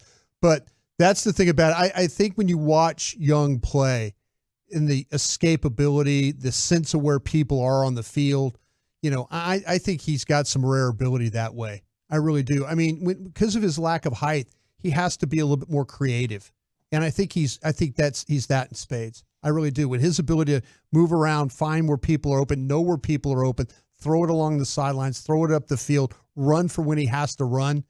That I think he's got that. The only problem with him, if he was 6'2" or 6'3", the Bears would have never traded. There he is. The Bears would have never traded the pick. Yeah. The Bears would have never traded that pick. More draft football greatness from Brian Broaddus coming up in Krusty's Corner at about 2:40. It's time now for the G-Bag of the day. Here's Lucius. Yeah, because Broaddus, you have you said your top 100? Top 100. Top 100. Every time you say that, I think of Hot 100. Girl, you look good, won't you back that ass up? I don't know if y'all remember that. That's Throwback Dallas right there. Throwback Dallas. Shout out to Hot 100 and the personalities over there. I don't know if I made it they used to be. I don't know if I made it here for the Hot 100. Hot 100 days. Yeah, I think Billy the Kid used to be on Hot 100. I think G Spook used to be on Hot 100 back in the day. Yeah. Shout out to all them boys, man. R.I.P. G Spook. All right, let's see here. Cleveland Guardians Bat Boy. You guys seen him go viral? Have not. No. Okay, he's the Cleveland Guardians Bat Boy, from what I'm understanding. But Yankees didn't have any bad boys for this series. They didn't have enough bad boys, so they had to go get a Cleveland guy. Okay, this is a long-haired bad boy. Yeah. They call him Joe Dirt. David Spade, Kid Rock. Yes, I didn't know that. I thought didn't it was know that was actually Cleveland. Yankees. I thought that was Yankees myself. Now, the story that I'm reading, that he's from the Cleveland situation, coming to fill in for the Yankees. Wow, that's awesome. Yeah, Michael K has something to say about it, though. He didn't know at first either. Strange to see a Yankee uniform and somebody wearing that uniform with that sort of hair. There are rules. Rules are rules. He's disobeying two of them. I think there's facial hair, and I think there's obviously the hair is below the collar. But the red shoes. That's also against the rules. There's our bat boy friend from yesterday. So he got a lot of play on social media because he had the long hair. And he looks different. Yeah, they've had him tuck the hair under the helmet. Found out about it. His name is Nate, and he's in a band. He's a drummer. Clearly, yeah. I think they're trolling the Yankees by sending Nate over. Nate, you got to be the Yankees guy. That's history right there. Nate, I'm not going to prep for anything, man. I'm just going to show up as I am. Yeah, absolutely. I'm not going to clean my nails. I'm not even going to brush my teeth. I'm not going to do nothing. Not even going to lick my fingers and rub my eyebrow. Nothing. I will tell you about my band. Yeah, man. I'm the drummer. The girls say I look like Kid Rock. You got Spotify? I'm on Spotify, bro. They said give me a Bud Light. They'd believe you if you said he was 17 or 37 years old. Yeah, either one. I like the names for them. They call them Kid Rock or Jay from Silent Bob, David Spade. They're hilarious out here. These people are funny, man. Yeah. And you said that guy's name is Woody Johnson? Woody Johnson. Yeah. He's heir of the Johnson & Johnson fortune. What's his first name for real? Why is he going by Woody? You know It's why. hilarious. Is it Woodred or something? What's going on here? I've always known him as Woody. Woody Johnson. It's Robert. Robert? Well, his middle name is Wood. Robert Wood Johnson. No way! That sounds even worse. Somebody is out of control. So we got Woody Johnson, Magic Johnson, Jimmy Johnson, BJ Johnson. People are trolling out here. Yeah. Having too much fun. Having fun. Yeah. Draymond Green talking about the Rudy Gobert and Kyle Anderson situation. Yep. Listen to Draymond right here. A little toxic. Insecurity is always loud. Let's get into that. As far as He's so juicy mouthed, by the way. Juice mouth. Up on the chest goes, quite frankly, there are just some words as men you just don't say to men. So when I saw the choice words, that is the bitch word, Kyle Anderson using towards Rudy Gobert, you do have to be ready with what comes with that. Like, you're just not allowed to just disrespect guys and say what you want to say. Kyle Anderson uttered some words to Rudy Gobert that a lot of people thinks. He said it. That's what a lot of people thinks. I personally think Rudy Gobert is a little on the softer side. Whoa. Myself. He gained a little respect from me because he stood up for himself. I've never really seen the guy stand up for himself. Didn't really know if the guy was capable of standing up for himself. He stood up for himself a bit. Oh, you got some respect out of me because I didn't think you were going to be anything, really. I don't think you were about to smoke, but hey, you went for it. You are soft and charming, but yeah, you surprised me today, man. Clearly respects the hell out of him now. Yeah, a little respect. Let me see how much respect I got down here in my pocket for you. Lucius, do you think these players care anymore about, because early when they were talking about each other, it seemed like there was a lot of pushback, but now it's kind of like I think people just kind of let it ride. I mean, you got a platform now. That's what You got a platform. I just want these players like, man, he always going to say something. Yeah. Always going to say something about it. Hey, if you want to say something back, you got plenty of microphones open for you to go ahead and say something. Yep. People will allow you to be on that pod. Yep. Just like and subscribe, please. They'll build you a home studio if you want to jump in there. Come on in. Sure will. Turn on that mic. Sure will. You can have no experience at all. Showtime will come grant you that check. Heck, they try to do it to Micah. He was going to be there on First Fake. We'll give it to First Fake. I love that. Speaking of First Fake, let's go to Kendrick Perkins. I don't know if you heard this. It's kind of old, but, like last week or whatever. Kendrick Perkins on a hot mic. Mavericks did not believe they were going to do a damn thing this postseason. That's why they made the decision that they made. So we can lament the decision. I'm just focused on the reason why. The reason why is We think they're not that good. And everybody was making so much noise about them forfeiting games where it prompts an NBA investigation. I have no doubt the Knicks probably called and complained. But my point is you had a whole bunch of teams, that weren't trying to win. I'll tell you what, if my girl butt dialed me and those are the sounds I hear on the other end of that butt dial, I'm going to be leaving. Hey, Tim, I got an emergency at the house. I got to go. It was a great day. Can somebody do LA Line for me? It was a great day. It's that or he's on the throne, one of the two. Yeah, I don't know. It's hilarious. Had a big breakfast, it sounded like to me. Struggling to digest it. Somebody get that microphone out of his mouth. Yeah, we got to mute that. Who's the producer on the set there? Speaking of producers, Isaiah Thomas is mad at the producers over there at ESPN. He was on with Fax Kellerman, Keyshawn Johnson. Zeke is upset about the photo they used. Isaiah Thomas a little upset. He was kind of scowling in the photo. Not really a happy photo. Nice. And Zeke is, he's a little sensitive right now. I say that respectfully. A lot of people are coming at him. A lot of things are unearthing about him. So he's on high alert. If Chris Paul wins the championship, and by the way, I'm looking at my picture. Come on, Keyshawn. I don't. Y'all doing that? Y'all doing that to me? Zeke. I don't have. Why don't you smile a little, Isaiah? Smile a little bit. What are you so sour about? I saw Max Kellerman's picture up there. I saw your picture up there. Y'all smiling. Y'all just had my man up there, who was doing the football. He was smiling. That's right. This the picture y'all put up there, man? What y'all doing at ESPN to me? Well, you got to talk. Come on, That's man. a bitter Isaiah right. Come on, Thomas, man. I see. Why don't you smile a little bit, Isaiah? What's wrong? Come on, man. What's wrong with Come y'all? on, Why man. y'all do this to me? This is messed up. As a matter of fact, y'all should just take that down. Jeez. I love it. I'm trying to find the picture here. I love it. How bad is it? He's scowling a little bit. And they use like the meanest photo they can possibly find of Isaiah Thomas. Producer was producing at that moment. Yeah. He's reading the room. Here's how, has everybody looking at Isaiah this way today. So I'm going to make sure we're going to put that up as Isaiah today. This is the picture. Oh, wait. Don't do that. Don't do that. You can't do that. I can't do the picture? You can't tell how Isaiah's supposed to feel. If I look at a photo of myself and I'm not smiling or whatever else out here, and the guy's next to me, his photos are smiling, you can't tell him he can't feel a way about that. Well, you can't tell me how I should feel about how he feels. You was getting ready to tell that man how he's supposed to feel about a photo.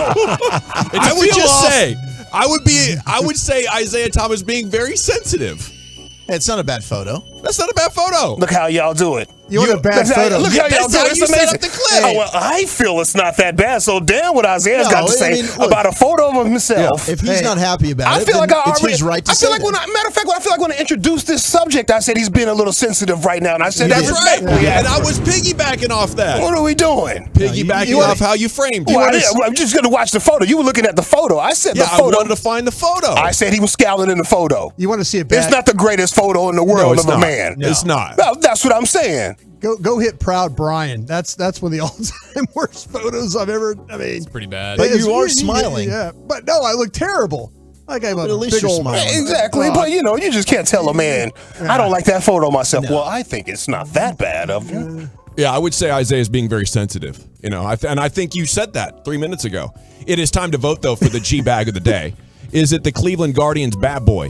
Is it Draymond Green? Really respecting Rudy Gobert. Is it Kendrick Perkins or is it Isaiah Thomas? Mad at the producers. I'm going to go with Draymond. Chief, how about you? Give me the heavy breathing.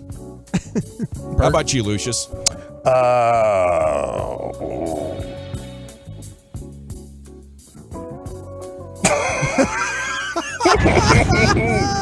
Draymond Green. 2-1, Wolchuk. What do you say? Oh, this one's tough. I think I'm going to go with Perk and the breathing too. We're tied at 2, Brian. It's Draymond Green all the way. By a score of 3-2. Yeah. And your new G bag of the day champion, it's Draymond Green, really respecting Rudy Gobert. Krusty's Corner's coming up next. Where are we going with that? Yeah, of all the worst picks that Jerry Jones has been a part of, how many have I been a part of them with him? We'll talk about that next. Coming up Thursday morning on Sean and RJ, another Rangers ticket giveaway for the Tolos during the Expressway and Life Hacks at 7:20. It's a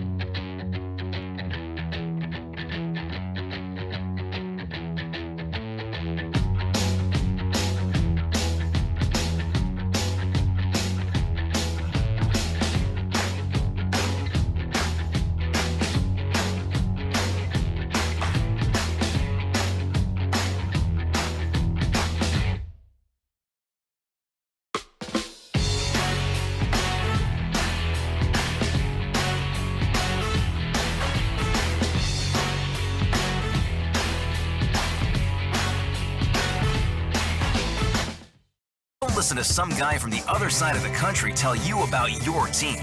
Live conversations for your local team. No matter where you are, your season, your Odyssey.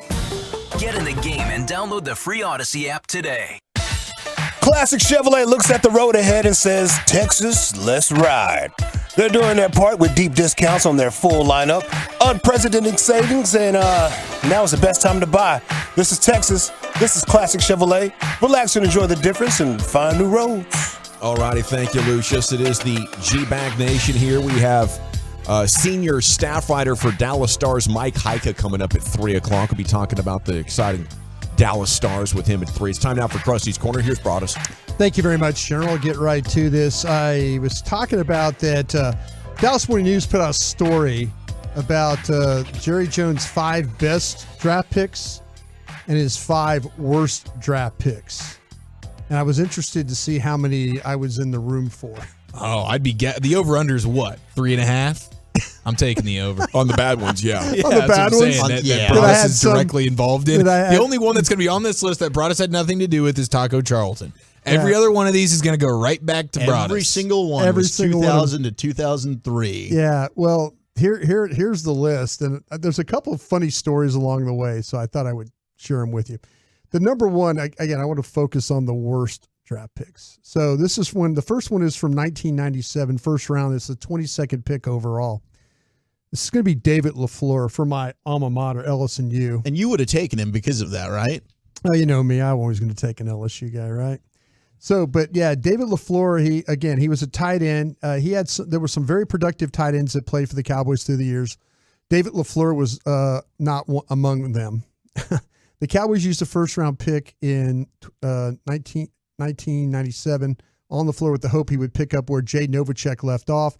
He was big, strong, first-team All-American at LSU. He had promise.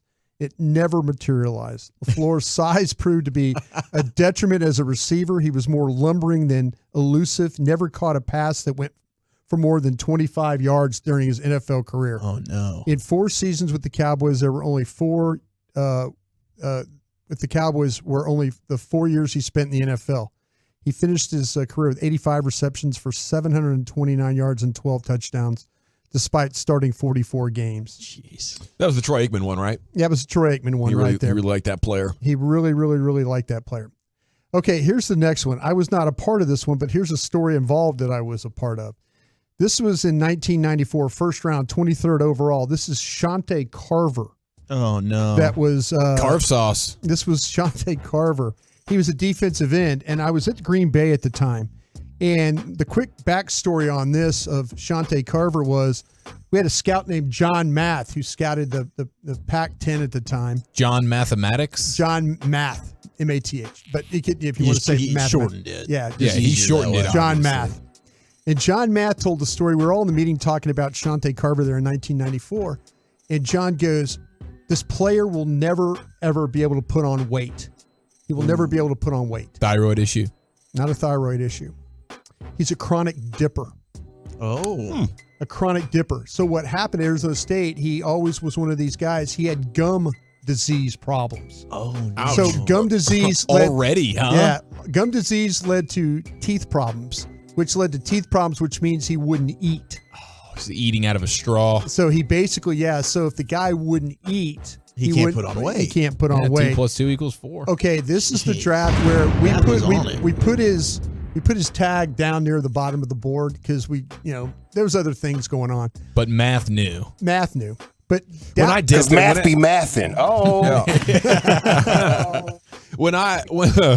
That's good. Is good. When I dipped, as soon as the pain got too much that it was going to affect my eating, that's the sign. It's time to stop dipping, not time to stop eating, bro. It's time to lean into it all the way. It's time to lean in all the way. I mean, let's get a milkshake, get some smoothies. Yeah, the protein shakes would be on deck there for old Carver. Yeah, well, when he was taken in the first round, the room in Green Bay went silent. I mean, dead silent.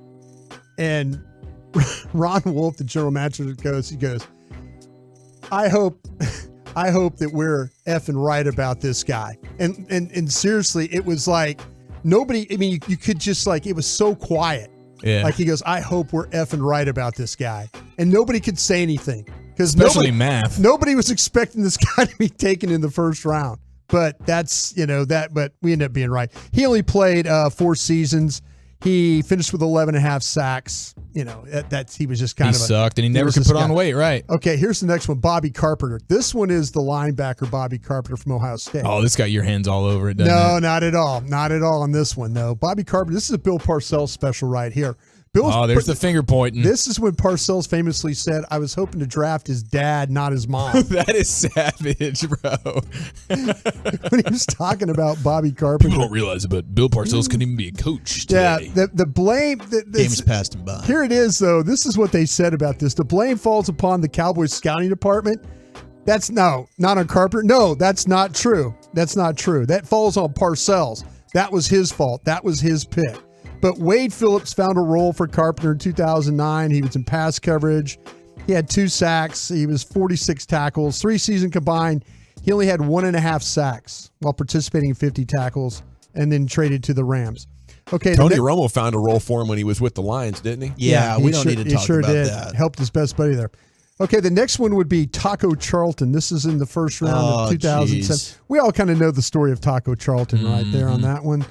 This one I think had to do more with that they didn't feel like there were enough defensive ends on the board, and that they knew if they waited past the first round that they weren't going to get one.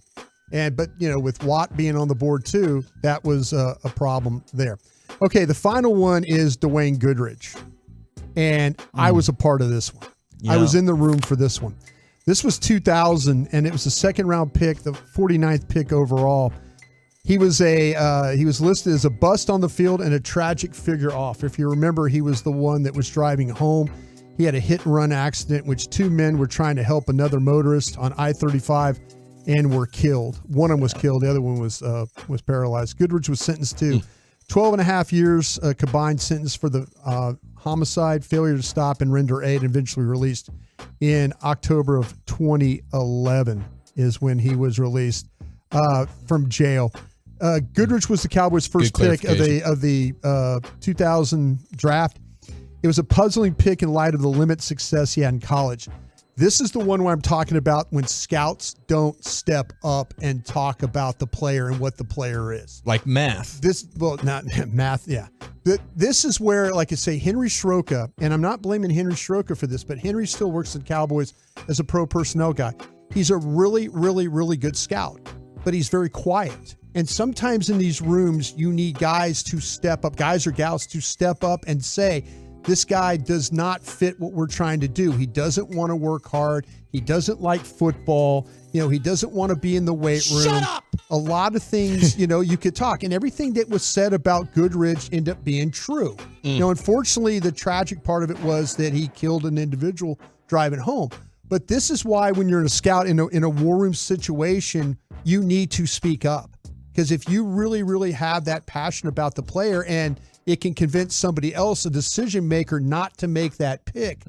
Dwayne Goodrich is the perfect example of why you speak up in a draft room, especially when you have the player cold. Just don't speak up too much over a long period of time. That happened to me with Parcells, and I was way too combative. But you have to talk about these players, and when you don't, that's how you end up drafting guys like Dwayne. Sounds like they had nobody stepping up in 2009 when they were drafting Jason Williams, Robert special Brewster, teams Stephen draft. McGee, Victor Butler, Brandon Williams and company. That was a terrible draft. No one stepped up to the plate. Well, they were so good they didn't need any starters. So That's they just right. filled out the special teams. Yeah, Jerry didn't want to pay backup starter money, so he kept trading back into the third round. We got to go, Nation. We're talking stars with Mike Heika, senior staff writer, DallasStars.com. What's this team set to do? We'll discuss it next in the G-Bag Nation. Got to chat Frankels with you before we do anything else, because if you are hurt in an accident and it's not your fault, call the Frankels, 214-333-3333. The reason it's so important is they make sure you don't settle for less. And that's what the Guilty Parties Insurance Company is going to work overtime to get you to do. Settle for less.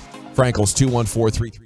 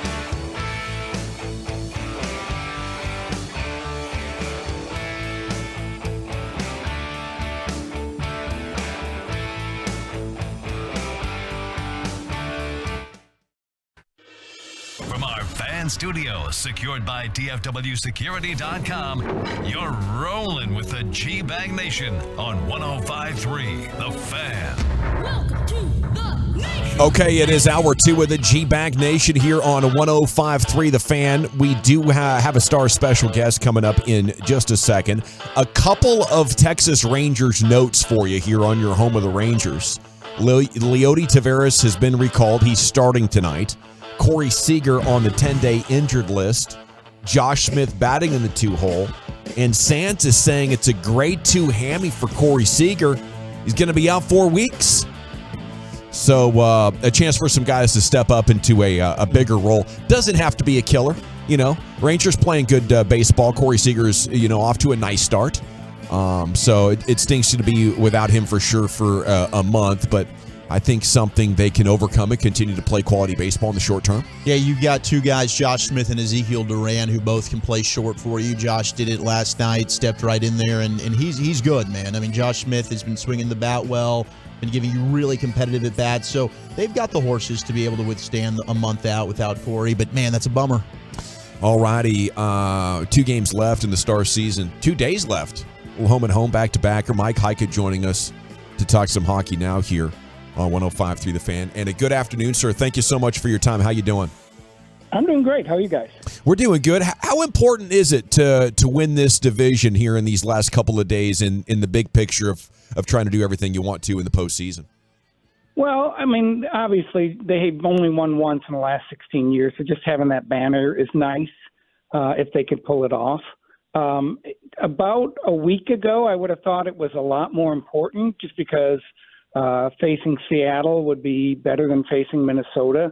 But Minnesota seems to, they suffered some injuries last night. They're kind of trending in not the right direction. And all that can change, obviously, before the playoffs start. But at this point, I don't think playing Minnesota, especially if you're hosting them, is the worst thing in the world. Playing Seattle might be a little bit better, but it's almost like 50-50 right now. If they don't get the division championship, as long as they're playing well and they go into the playoffs with things moving in the right direction, and I think they're fine. Yeah, I mean, you mentioned the possible 2 playoff matchups that they'll have, Mike. When you look at both those teams, the physicality in which they play with, is there a matchup that you think would be better for the Stars? I mean, what areas would they be in fear of possibly an early exit against either of those teams? Well, I think Minnesota, 1, has experience. 2, they would be very motivated just because of the rivalry between Minnesota and Dallas because, quote unquote, we stole their team. So the fans would definitely get behind that. And I think that would influence the players as well. Seattle has no experience, so that I think is a helpful thing, just because it's going to be, new for them. So in that regard, I do think, Seattle would be better. As far as actual physicality and everything, Dallas is I shouldn't say weird, very interesting this year in that Pete DeBoer does not really tailor his game to the opposition. He wants to roll 4 lines. He wants to play all 3 D pairs. He wants to play, quote unquote, the Dallas Stars game and not really worry about what the other team is doing. And that's really worked for him pretty well this year. So every time you talk to them, they're like, well, we need to do this we need to do that. And we're not really worried about what the other team's doing. Now, of course, that's easy in a 82-game season where it's a different opponent every night. Now, when you play a team, every other night for 7 games, you do have to match up better. But it's been weird because he doesn't really try to match his lines versus the other lines or his D pair versus the other D pair. They really are trying to balance everything out and worrying about how they play. Mike, if the Stars end up going on a run here, what are going to be some of the reasons why? Well, the power play I was just looking at today is really good. The penalty kill is really good. They potentially, if Mason Marchman comes back, he's supposed to play one of these last 2 games, and then he is the quote-unquote last player who's been hurt. If he can come in, get up to speed, they would have 3 forward lines that are all pretty talented. So obviously the top line is one of the best in the league with Robertson, Hintz, and Pavelski. The second line has really stepped up with Ben, Johnston, and now Dadonov. And then the third line, if it's Domi, Sagan, and Marchment, and that's a really good third line. And I think we've seen historically in the playoffs that teams that have that, you can get some goals out of their third line. It really can swing a series. So I think that's a big one. And then to me, the big key is Jake Ottinger. He is, in my opinion, the best goalie in the Western Conference. He did what he did in the playoffs last year. He seems to love the spotlight. And even though he's only 24, I definitely think he's ready for this moment. So those two things, I think they have three great forward lines potentially, and then Jake Ottinger could be the best goalie in the West. So traditionally, Mike, the goaltending is really what carries you through this playoffs. If you were just to take a crystal ball and then look ahead, I'm always going to try and look ahead here, but in like the conference, in the finals and the Stanley Cup, all these teams look stacked in the East. Is Ottinger the type of guy that can stand up to the playoff series that you're going to have to win against that potential team in the East? Well, the hope would be that because they would have to win 3 rounds to get there, that he would definitely be that goalie by that time. When you look at what he did against Calgary last year, particularly in Game 7, he was spectacular. I mean, there are old-time hockey experts who are saying it was one of the best playoff goaltending performances they've ever seen in Game 7. So he has that potential. Now, let's say they play Minnesota, okay? You play Minnesota, you got to get through that. He's from Minnesota. I think there'll be a lot of emotion in that series. If he can handle that, now, boom, you probably get Colorado. Well, that's going to be quite a hurdle to get over. If he gets over that hurdle, then it's, Vegas or one of the teams from the Pacific, which might actually even be a little bit easier than Minnesota and Colorado right now, or especially Colorado. So the point being is that by the time he gets to whoever that team may be, and if it's Boston, they're pretty much flawless this year, he would be ready for that, I think. It's a process, and he is just 24, and he does just have one playoff series under his belt. So, yeah, I mean, there's all sorts of things that can happen. It's funny, the other thing about goalies is we've seen some young goalies who, just tear it apart their rookie year, and then the next season or the season after that, they, have their hiccups. They have some, mental hurdles they have to overcome. So he's still got a lot in his career that he has to, manage. But, yeah, I definitely think if he gets to the Stanley Cup final, he'll be in a pretty good place. It's Mike Heika, DallasStars.com with us here. What meaning do you give the recent 4-game winning streak? Can we apply that? Do you need to play great in these next 2 to feel confident going in that they're maybe at the top of their game? I think it's helpful. They've played some teams that are very beatable. Arizona, they played really well. The Colorado game, the first period was fantastic, and then they just kind of ran out of gas. And then they played some teams recently, Detroit and now St. Louis, where these are teams you should beat, Nashville. So it's hard to say that this is really preparing them, but at the same point in time, it's a lot better than losing. Like Pittsburgh last night had to go beat Chicago. It's not a very good team, and they lost. And that's a tough thing to swallow. Now, they'll always tell you once the playoff starts, all that stuff just goes out the window. But I do think it's important. And then the other thing I think is important is getting things in order. They've recently brought up Thomas Harley, and that's kind of changed their D pair. They moved Suter up to play with Heiskanen, which I know a lot of fans don't like that.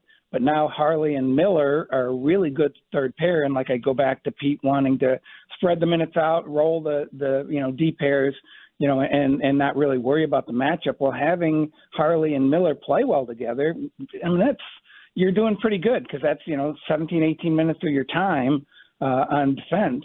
And if you can roll those D pairs, that's important. So as we go through all this, and these 2 games are important, I think that's what they're looking at. They keep focusing on themselves. And, I know that's boring sometimes, but it really is a smart way to do this. And Pete, I'm just getting to know him this year and getting ready for the playoffs and everything. He's really smart, really calculated, very patient. You just look at things and say, this is how you're supposed to do it. And then you look at the numbers and back that up. Like I said, I think they're what are they? 7th in goals against, or 7th in scoring, 9th in goals against, 3rd in penalty kill, 6th in power play. I mean, this is a really good team from what they were last year. They were nowhere close to these numbers last year, and so you add guys like Dadonov and Domi, and hopefully get Marchment back in the lineup, and that's what's important to them. So yes, you want to be winning these games, and they have, but you also want everything to be just flowing the right way. Jason Robertson is a guy who just keeps getting better and better. How special is the season that Robo's had? Oh, it's amazing. What's funny about him is, one, he's a little bit goofy, which is kind of fun. And two, the way he plays the game is more smart than skilled. And, I hate to say he doesn't have skill, because he definitely does. He's a big guy. I mean, a lot of people think he's smaller, but he's really not. He's a big body. He can handle himself in scrums. He can win battles. But it's just the way he shoots the puck is unique and awkward and fantastic all at the same time. I think the goal that broke Modano's point record in Arizona is the best example. So you're coming down to the end of the period. He's got the puck on his stick. He kind of doesn't know what he wants to do, and he just makes something up. He kind of just hesitates and then just flings it at the net, and boom, it goes in. Because, if he doesn't know what he's doing, then certainly the opposition doesn't know what he's doing. And then you mix all that with when the team needs a big goal in overtime, or they need a big goal, at a key moment, he also makes those spectacular plays. I mean, highlight reel plays. So yeah, you get 100 points, you're probably doing something right. And the fact that he's 23, he is a point. That's another one. So you look at Jamie Benn, or you look at Tyler Seguin, or even Modano probably was closer to this, but that was a few years back and different time. Jason Robertson scores more than a point a game for the first 200, games of his career. And that's pretty rare. Yeah. Jamie Benn didn't do that. He was a 40-point guy in his first season. Tyler Seguin didn't do that. He was a 35-point guy in his first season. Jason Robertson, since he's touched the NHL ice, is a point-a-game player. And, I mean, that's impressive. And he's done it for 3 years, and he, clearly looks like he's going to keep doing it for, 10, 15 more years. Your hockey knowledge is impressive as well. Thank you so much for your time. Mike Heika, senior writer, DallasStars.com. Salute to you, sir. Thank you, guys. Yeah, enjoy the playoffs. There he is, breaking it down for us. And I know a lot of Stars fans are excited. A back-to-backer here. They'll be in the home barn tomorrow. Tonight, they're in St. Louis's barn on TNT. Tomorrow, ESPN. I have a miniature edition of crazy Texas news for you boys, okay? Let's go. The first story, maybe the most gloriously insane story in the history of this segment. And if you've picked up a newspaper anywhere inside these borders, you'd say that's quite a claim. About to say, this story doesn't have the balls to be the number one story of all time. A Texas woman was found alive in a vehicle that was discovered submerged in a lake 2 days after she was reported missing. What? Yeah. According to a statement, the Marion County Sheriff's Office said it received a call from a fisherman on Lake O' the Pines Friday morning. Reported observing a black Jeep submerged about 40 feet from the Woody's camp boat ramp. The woman was pulled out of the water safely with the combined efforts of the Wrecker Service, fishermen, and Marion County deputies, later identified as the same woman who'd been reported missing since April 5th by the Longview, Texas Police Department. She'd been in a Jeep underwater. What? I guess that thing's watertight, buddy. Are you buying this story? That's wild. She must have, this had, the ingenuity involved to have like a boat, like a ship, like How lucky was it wasn't a soft top?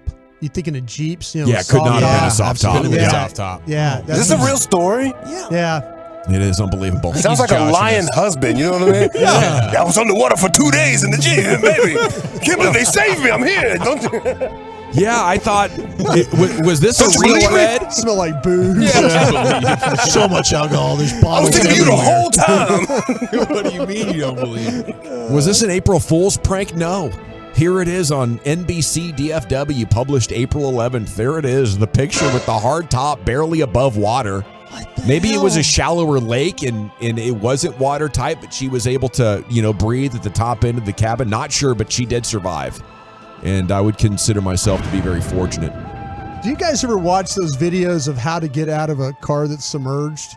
Like on YouTube and stuff like that? Yeah. Like, you do this with the door, you hit the window, there's all these things you're not supposed to do. I got this handy-dandy tool right here. This is a seatbelt cutter. Cut your seatbelt, right? Okay, and then this thing fires out a little spike that can break a windshield. Like it's spring-loaded. Yeah. You do that, bam, it spikes it. And then you got like a little point there that could also break glass. So, yeah, and then I have a tool in my glove box as well that can hammer a windshield even better. I think about that all the time. Whenever I'm going over a bridge. I think about that too. Yeah. Like, you don't want to end up in that water. Please don't drive over this. That one over there by Louisville going to Denton? Oh, yes. The hell out of me. In the Mean Green days, man. Especially had a few cocktails. Over there, Sneaky Pete's. Exactly. Hey, we got to run, nation. Around the Mavs, is the NBA going to confirm they have an anti-Mavs bias because there's no way you can justify what they're investigating? And that's coming up next year on 105.3 The Fan.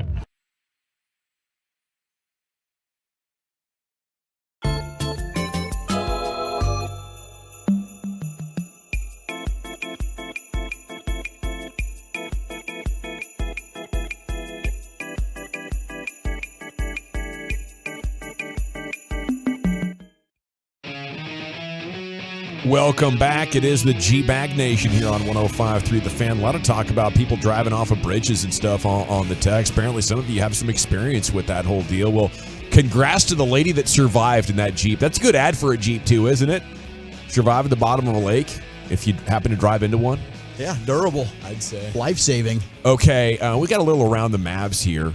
Mavs defense for tanking last week. Will the NBA expose their bias against Mark Cuban and your hometown basketball team? Segment's brought to you by the Frankels. There's a reason you need a special license to drive a big truck, so companies that hire drivers and put them into big trucks should be held accountable for what happens. It wouldn't hurt you. Frankly, you need Frankel & Frankel. Consultation's always free at truckwreck.com. Yeah, NBA got their feelings hurt because they believe Mark Cuban kind of showed them up a little bit and disrespected the play-in tournament by electing to sit out a bunch of guys last week, blah, blah, blah. You've heard people call him coward stuff. And they've decided to apparently treat the Mavs differently as a result of them, not being able to handle those feelings or whatever. The NBA is coming after the Mavericks. Today, the Mavs are letting their side of the story known through their sources, okay? Mark Cuban wasn't just going to jump into this and do something so bold without feeling like he was in the right. Mm-hmm. Mark Stein reporting, former Mavs beat writer. The Mavs consulted with the NBA league office last week before they announced a number of players would be unavailable. They remained mathematically alive for the play-in spot when they decided to sit a number of players in the game against the Bulls, which was reportedly a clear indication that they decided to prioritize lottery position. How could they possibly be so negligent and flagrant? Unbelievable. Who would do such a disrespecting the play-in tournament? We got to investigate these guys, Chiafalo. You know what I'm talking about? Yeah, man. I mean, you can load manage in November and January and February and March and the early part of April, but when you start doing that in mid-April, you're a bleep hole. Yeah, the Utah Jazz were similarly still in contention for a play-in spot as of last Thursday. Was that 2 days later? A day later? Yeah, dude, it was 2 days. That was the weird part about it. It's like we're going all out on Wednesday and we're throwing up the white flag on Friday morning. I was at the arena on the Wednesday night. It was a hell of an effort, man. It really was. That fourth quarter was nuts. It was kind of like they were it was like the Kyrie, wasn't it? Yeah, Kyrie? it was Kyrie, yeah. Him and Wood, yeah. And then Luka decided, well, listen, these guys are taking over. I might stay back here and play a little defense. Yeah, who says he can't play off ball? Yeah.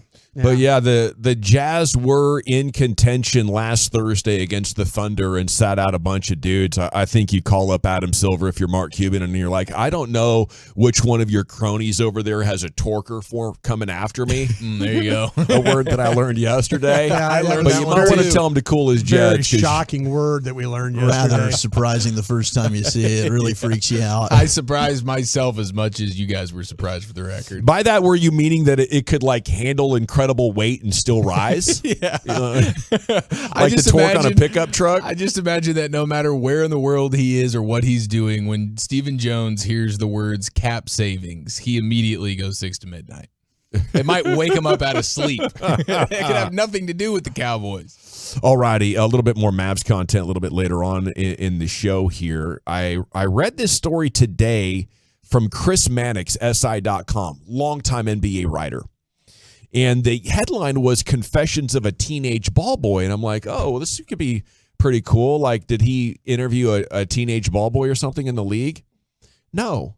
He was a ball boy himself right before he became a writer for SI like 20 years ago. Wow, okay. And instead of like writing a book, he just decided to unload the entire clip in one column for SI.com and really a number of if you like the NBA from the mid 90s to the early 2000s, this is going to be a little bit of a stroll down memory lane. Dude, there could not be a better job, like first job or teenager kind of job, than a legit professional sports ball boy. That's Are a you dream. even kidding me? You're around your favorite athletes all the time. Phenomenal, I mean, bro. the access is unreal.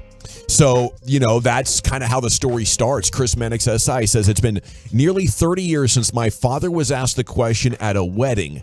He doesn't remember from a guest he really didn't know.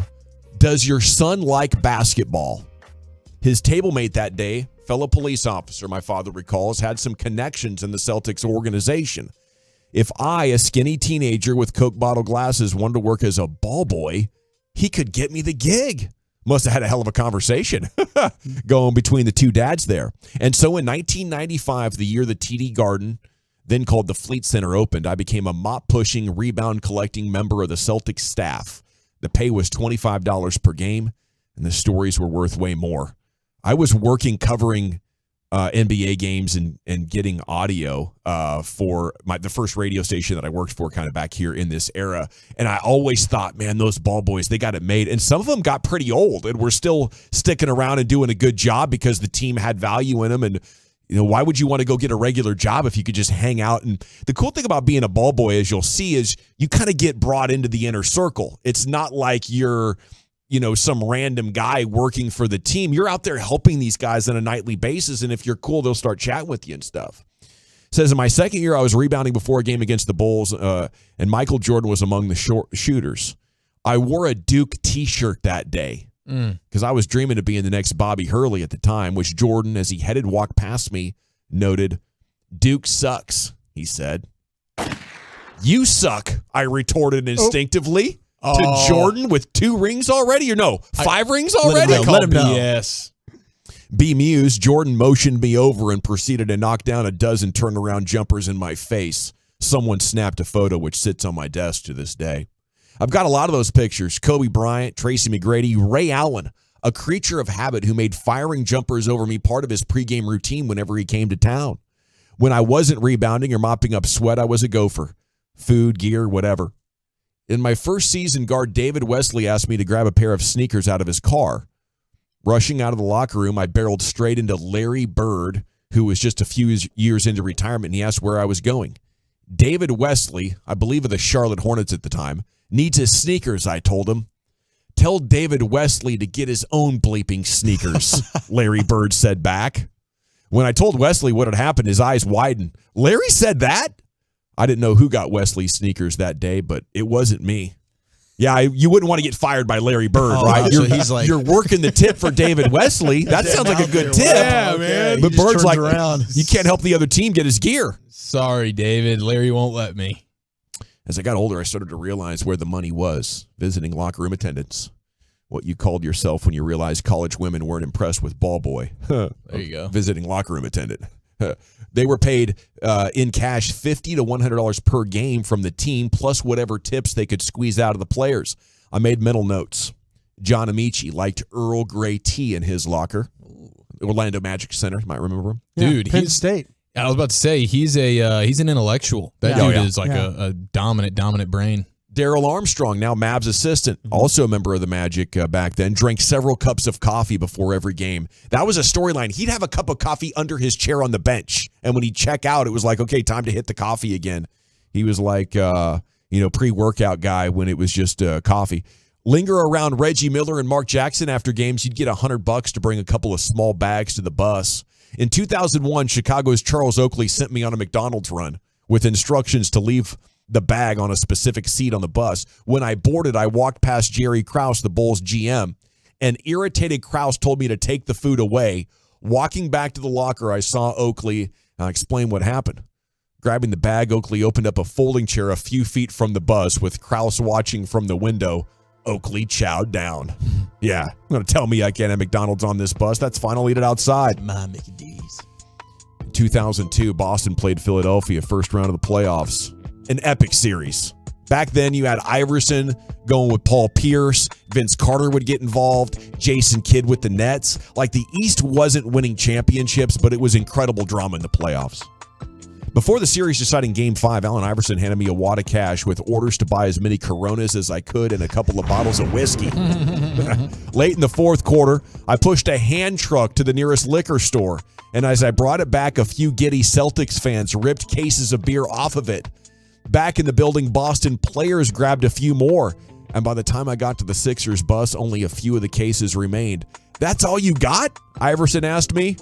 He didn't care. Grabbed one of the bottles of whiskey and boarded. There's so many more, writes Chris Mannix, SI.com. Dale Davis betting several of us $1,000 each that we couldn't take him in a fight. Nobody took him up on it. But yeah, you're right. Getting doused with beer during, Net Celtics conference finals runs.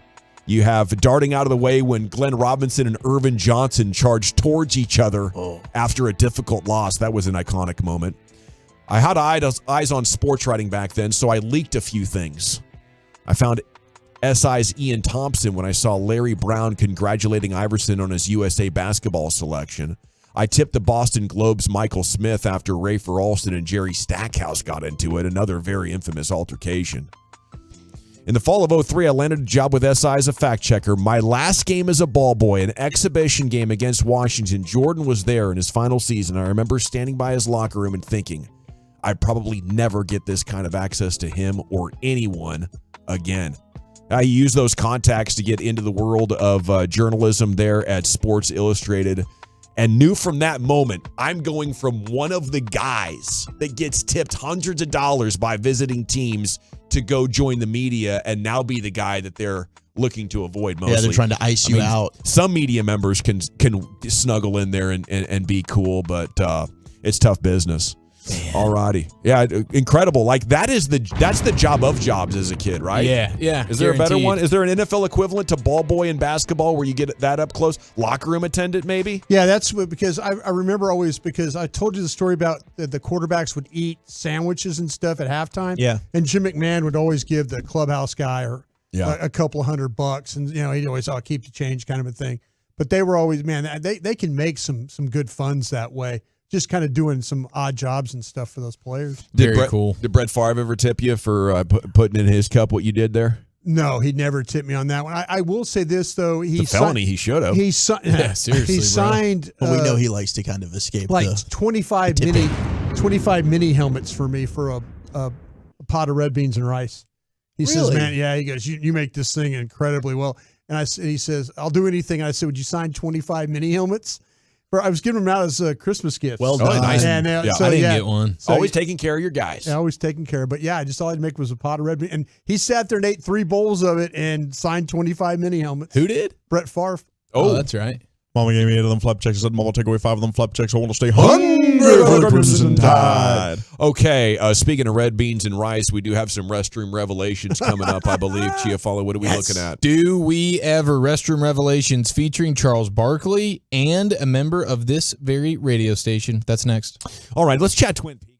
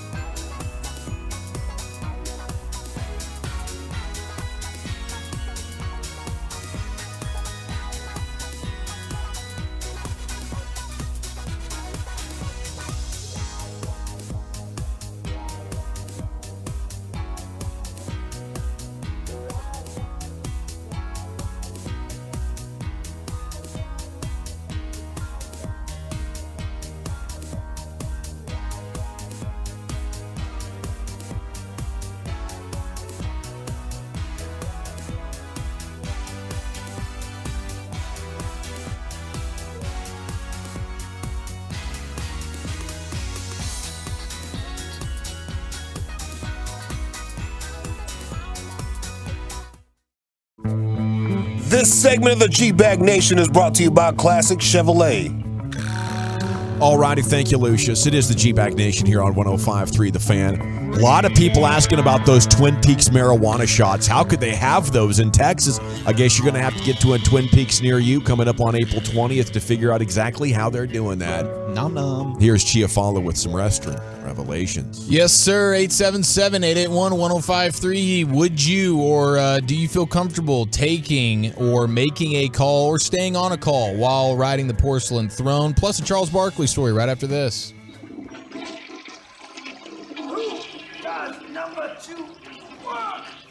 That's right, buddy. You show that turd who's boss. Hey, just grab a hold of something, bite your lip, and give it hell. Come on. We're going to get through this. Yes, we are. I think Chuck's the headliner here. Well, Chuck, why don't you fill the people in? Well, Charles Barkley was on NBA on TNT, as he usually is, and well, Chuck's mouth, we all love to hear it. He told a story about how he always travels with his own big bars of soap after he nearly suffered this incident at a hotel years ago. And, well, Shaq, Charles, and company tell the story. Hi, Sir Charles. If you drop soap on the floor, is the soap dirty or is the floor clean?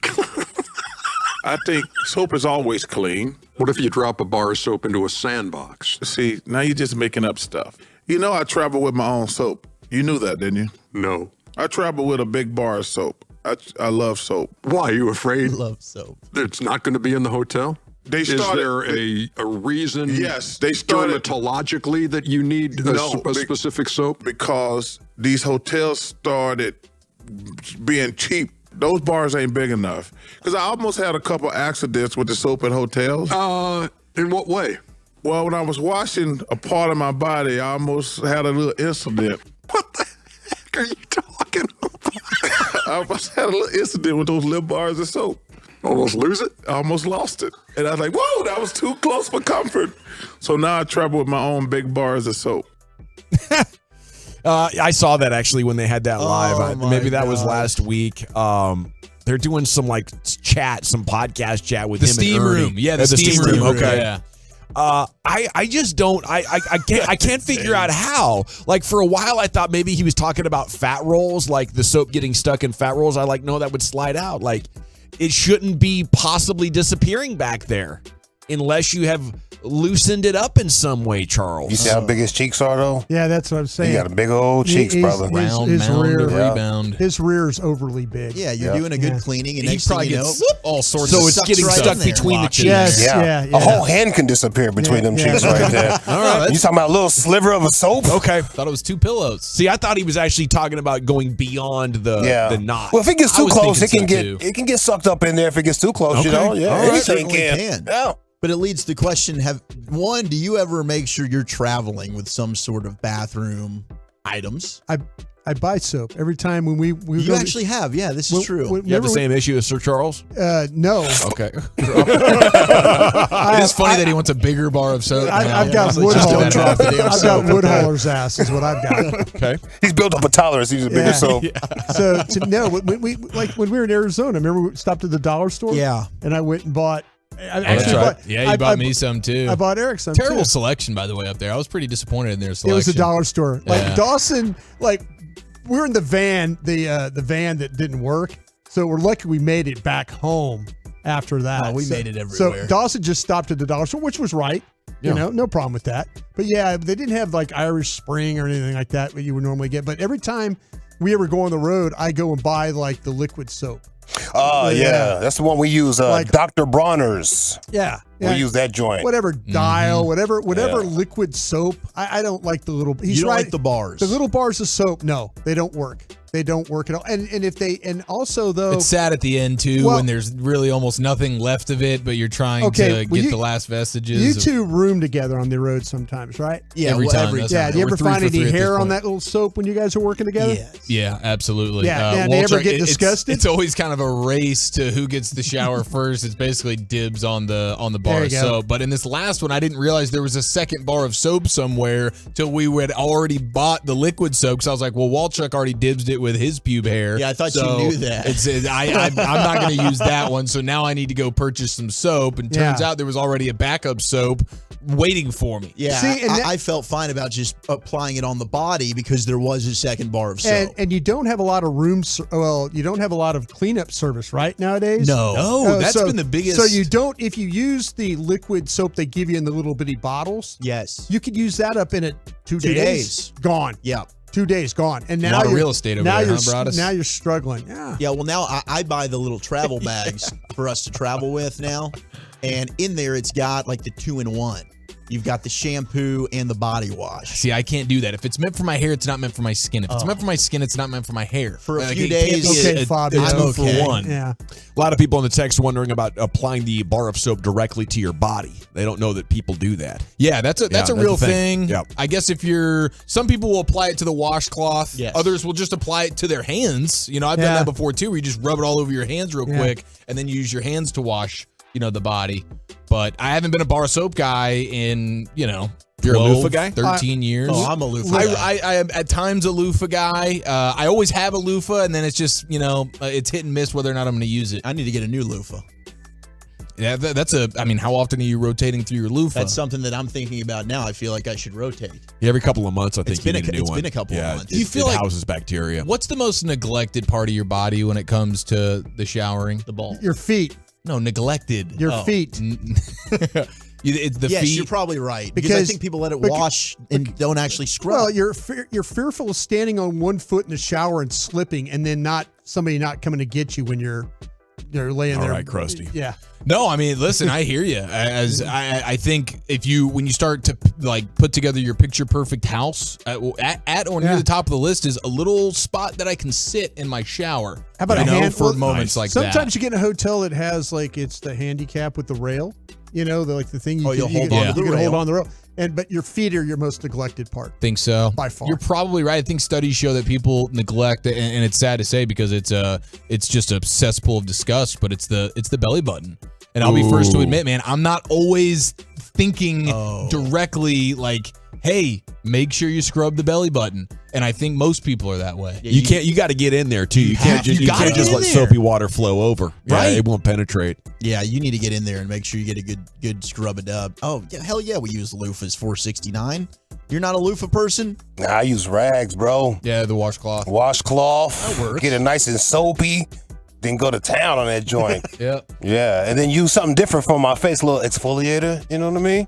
Yeah, don't use the same one. No, for the face. and use that Dr. Bronner's down below, the peppermint one. It's gonna burn for a second, the but you waist down smell thing? good. Yeah. You smell so good. Peppermint one. Yeah. Now, will you guys be willing to, if you're on the phone and then you're at home and then you gotta go deucing? No way. You're gonna hang up that phone call before? I'm not even going to flush.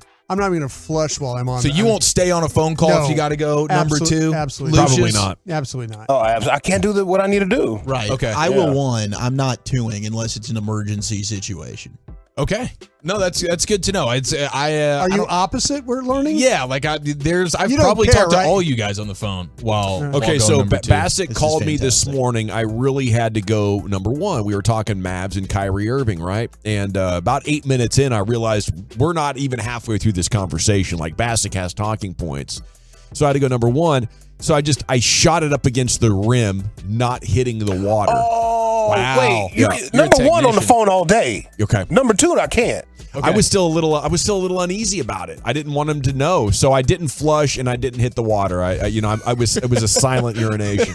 Yeah, Amazing. Just is it your own embarrassment, or you think he's going to be a little bit embarrassed, or are you guys, if you know that company's in the other room and you're taking a leak, are you going to allow the leak to splash into the water, or are you going to do what you do? People are close outside that room. no consideration at all. I've never thought about that. Always yeah. But on the phone, you clearly But do. on the phone, yeah, I was like, I don't know why. hilarious. I don't know why. Yeah, it's a good question. Always a thought.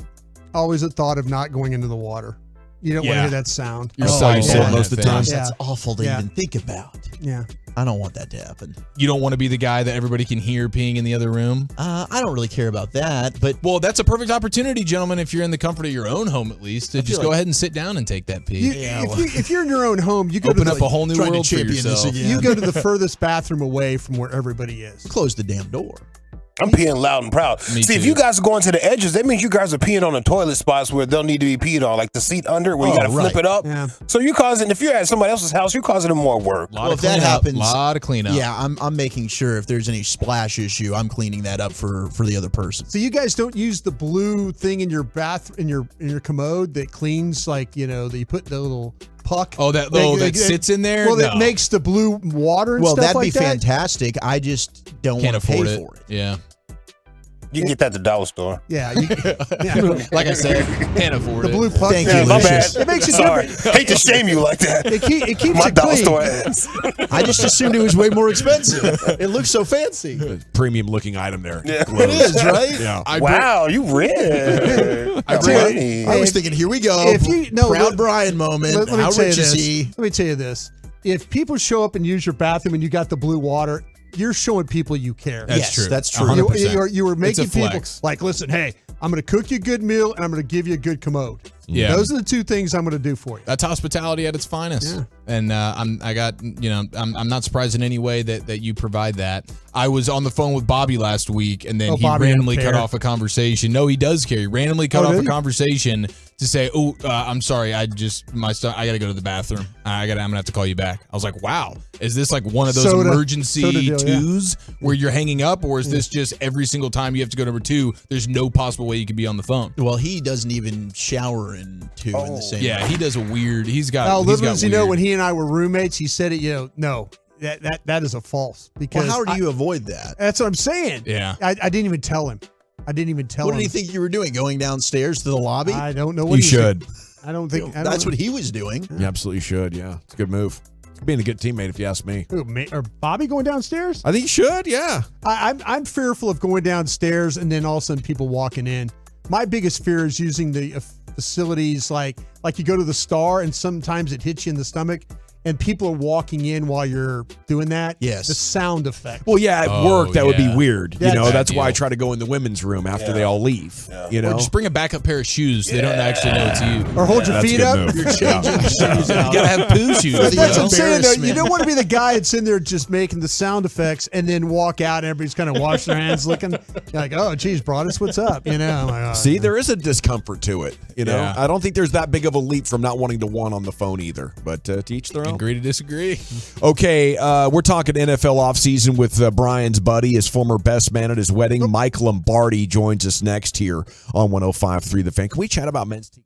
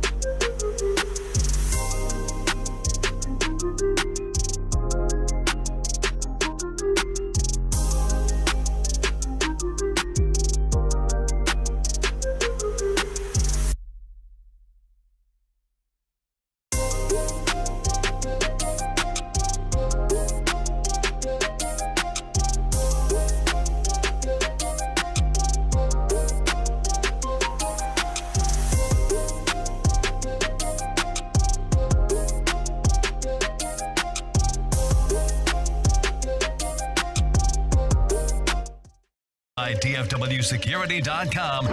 You're rolling with the G-Bag Nation on 105.3 The Fan. Here we go, hour 3 of the G-Bag Nation on 105.3 The Fan. I hope you're having a great day. Thanks for joining us here. Rangers pregame is coming up at 6:30. Joining us now is a special NFL guest, best man at Brian's wedding, an NFL author, a podcaster here, the GM Shuffle Pod, the Daily Coach. He is Michael Lombardi, former NFL executive, here with you on 105.3 The Fan. And a good afternoon, sir. How the heck are you? I'm doing great. I'm doing really well. Hope all is well in Dallas. Oh, we're liking this NFL offseason here. Adding these couple of players, folks are getting excited around here. Michael, what do you think? Is it warranted? Look, when you have a good team and you strengthen the team like Dallas has, and you can improve on some of the weaknesses that they had last year, it gives you hope. And I think being in the NFC, where look, let's face it, who are the top quarterbacks in the NFC? You could say Jalen Hurts. You could say Dak Prescott. Aaron Rodgers isn't there anymore. Tom Brady's not there anymore. Jared Goff's considered a top 5 quarterback in the NFC. I mean, when that's open like that, you've got a great opportunity. Michael, when you look at the Cowboys, as you do, I know you study all these teams, but I know you really do study the Cowboys. Have they made too many changes on the offensive side of the ball to really help them? I mean, with McCarthy calling the plays, Mike Solari, moving around line coaches or running backs, should this offense be good with all the changes they made? I think it's going to take a little bit of time, but I do think that, what I've been hearing from McCarthy and what I've been hearing from them is, they need to get back to who they are, what they're going to be. And, obviously Pollard's a key part of that. And having the ability to control the pace of the game is going to be a key part of that. And they're going to make sure that their offensive line, can Smith stay healthy for an entire year? That's going to be critical. So I think they've got some moving pieces, but I think the one thing you do know is they know who they are. And I think Mike Martz said this the other day is not all the problems with Dallas's offense started with Dak Prescott throwing interceptions. Michael, I was listening to you the other day talk about Odell Beckham, and everybody in the show was agreeing with you about your take on that. And for the folks that haven't checked you out about that, did Dallas dodge a bullet here? I'm sorry for lack of a better term, but Dallas dodge a bullet on Odell Beckham? Brian, I don't think anybody was in this game at this number. I think certainly there were people interested, but there was only one team willing to overpay, and that was Baltimore. And a lot of this relates to Lamar, right? Lamar told them that, get Hopkins, get Odell, and, we'll have a better conversation. And so they went and overspent for Odell. Look, Odell's a great PR machine. The guy hasn't really played well. People say, well, he played great for the Rams. He had 5 touchdown passes. His catch percentage was 50% at that point. Catch percentage is critical for receivers. And this whole notion a guy's a number 1 receiver, it's the biggest crock in the NFL. There's maybe about 4 or 5 number 1 receivers, and that's it. Everybody else is a 2. And when you pay a 2, this kind of money on a 1-year deal, I'm not sure Odell's even a 2. Could he be a 3? Remember this. When Robert Woods left Cooper Kupp and went to Tennessee, he wasn't the same player. Do you think Odell as a number 1 is going to be better without Cooper Kupp? He had 5 touchdowns. He had 35 touchdowns his first 3 years in the league. He hasn't had 35 touchdowns since then. Do you think CeeDee Lamb's a 1? No, I don't. I think he's a really good player, but that doesn't make you a 1. A 1, here, let me tell you, let me classify what a 1 is. You're driving to the stadium Sunday morning, and you're sweating, and it's 30 degrees outside, and you're sweating because you don't know how the hell you're going to cover that guy. Right? Tyreek Hill's a 1. Devontae Adams is a 1. Mm-hmm. Amari Cooper was never a 1. He got paid like a 1, but he was never a 1. He had one skill set, wasn't competitive stamina enough to be a 1. But the 1s are few and far between. Justin Jefferson's a 1. You're worried the guy's going to take over the game because you can't roll the coverage to him and take him out of the game. He still gets open. Kelsey's a 1 receiver because of the way they move him around. Kelsey's not a tight end. It's the biggest joke in football. He's never been a tight end. He doesn't block anybody at the line of scrimmage. He blocks support. We categorize him and call him a tight end, but he's a wide receiver. How important is it to have a real 1 like that? I think what's more important is to have the back. See, what I think we miss a lot on spread formations in football today is the back makes the passing game. When you have a back that you have to defend the box, defend in the passing game, and then defend the width and the length of the field, you make the receivers better. It's the point guard in football. The running back's the point guard. You know, it cracks me up. All these analytical people say, well, you can't pay a running back. You can't pay Tony Pollard. He's a running back. But you can pay Keenan Allen. Who's a better player, Keenan Allen or Tony Pollard? Who averages more per catch, Keenan Allen or Tony Pollard? Who makes more big plays in a game, Keenan Allen or Tony Pollard? It's comical. The best player on the field is a weapon. Keenan Allen's a nice player. Love to have him on my team. Would I pay him $15 million? Absolutely not. No way. Is he good in the red area? Yeah. He averages 10 yards a catch. Tony Pollard, now I'm going to pay him because he's got skill to turn the game around. He can make plays in the passing game. He can make plays in the running game. So you wouldn't hesitate to pick Bijan at 26, then I imagine, for these Cowboys. Sounds like number one overall. You know, I don't know if I pick running back that high. I do think Bijan's a 3-down player. Remember this now. It's no longer downs. It's all about formations. And so the back's got to be able to play, within the formation. So if you're an 11 personnel, one back, one tight end, the back's got to be really good in pass protection, or else he's coming off the field. That's what happened to Saquon early in his career. He couldn't stay on the field because he couldn't pass protect. So I think you got to be looking at formational groups more, but I don't know if Robinson will last that long. He's too much of a weapon. I mean, when you can average 10 yards a catch in the passing game for the running back, like Todd Gurley did when the Rams were really going good, you got a weapon in the backfield. That's why Kumar got paid. That's why McCaffrey gets paid. That's why Eckler's underpaid. What do you think of the wide receivers in this year's draft class? It seems like everybody has a different top 5. How many are in the first round? This is a tough one to project. You know, you can ask Brian my view on receivers because I was schooled by Bill Walsh. Now, maybe Bill Walsh doesn't know anything about football. Most of these mock draft guys do. But Bill Walsh always would say to me that don't fix the receiver position on your team until the rest of your team's fixed. And you say, well, he drafted Jerry Rice. Well, that's why he did it, because the rest of his team was fixed. And we traded up to get Jerry Rice. But the reality of it is you take a receiver that's not a number one receiver in the first round, you're still looking for a receiver. I mean, look at the Titans. They take Corey Davis, the 7th, 6th pick overall in the draft? Mm-hmm. Yeah. I mean, how many blown picks are there? In 2019, John Ross from Washington, because he ran fast, was the 10th pick overall in the draft.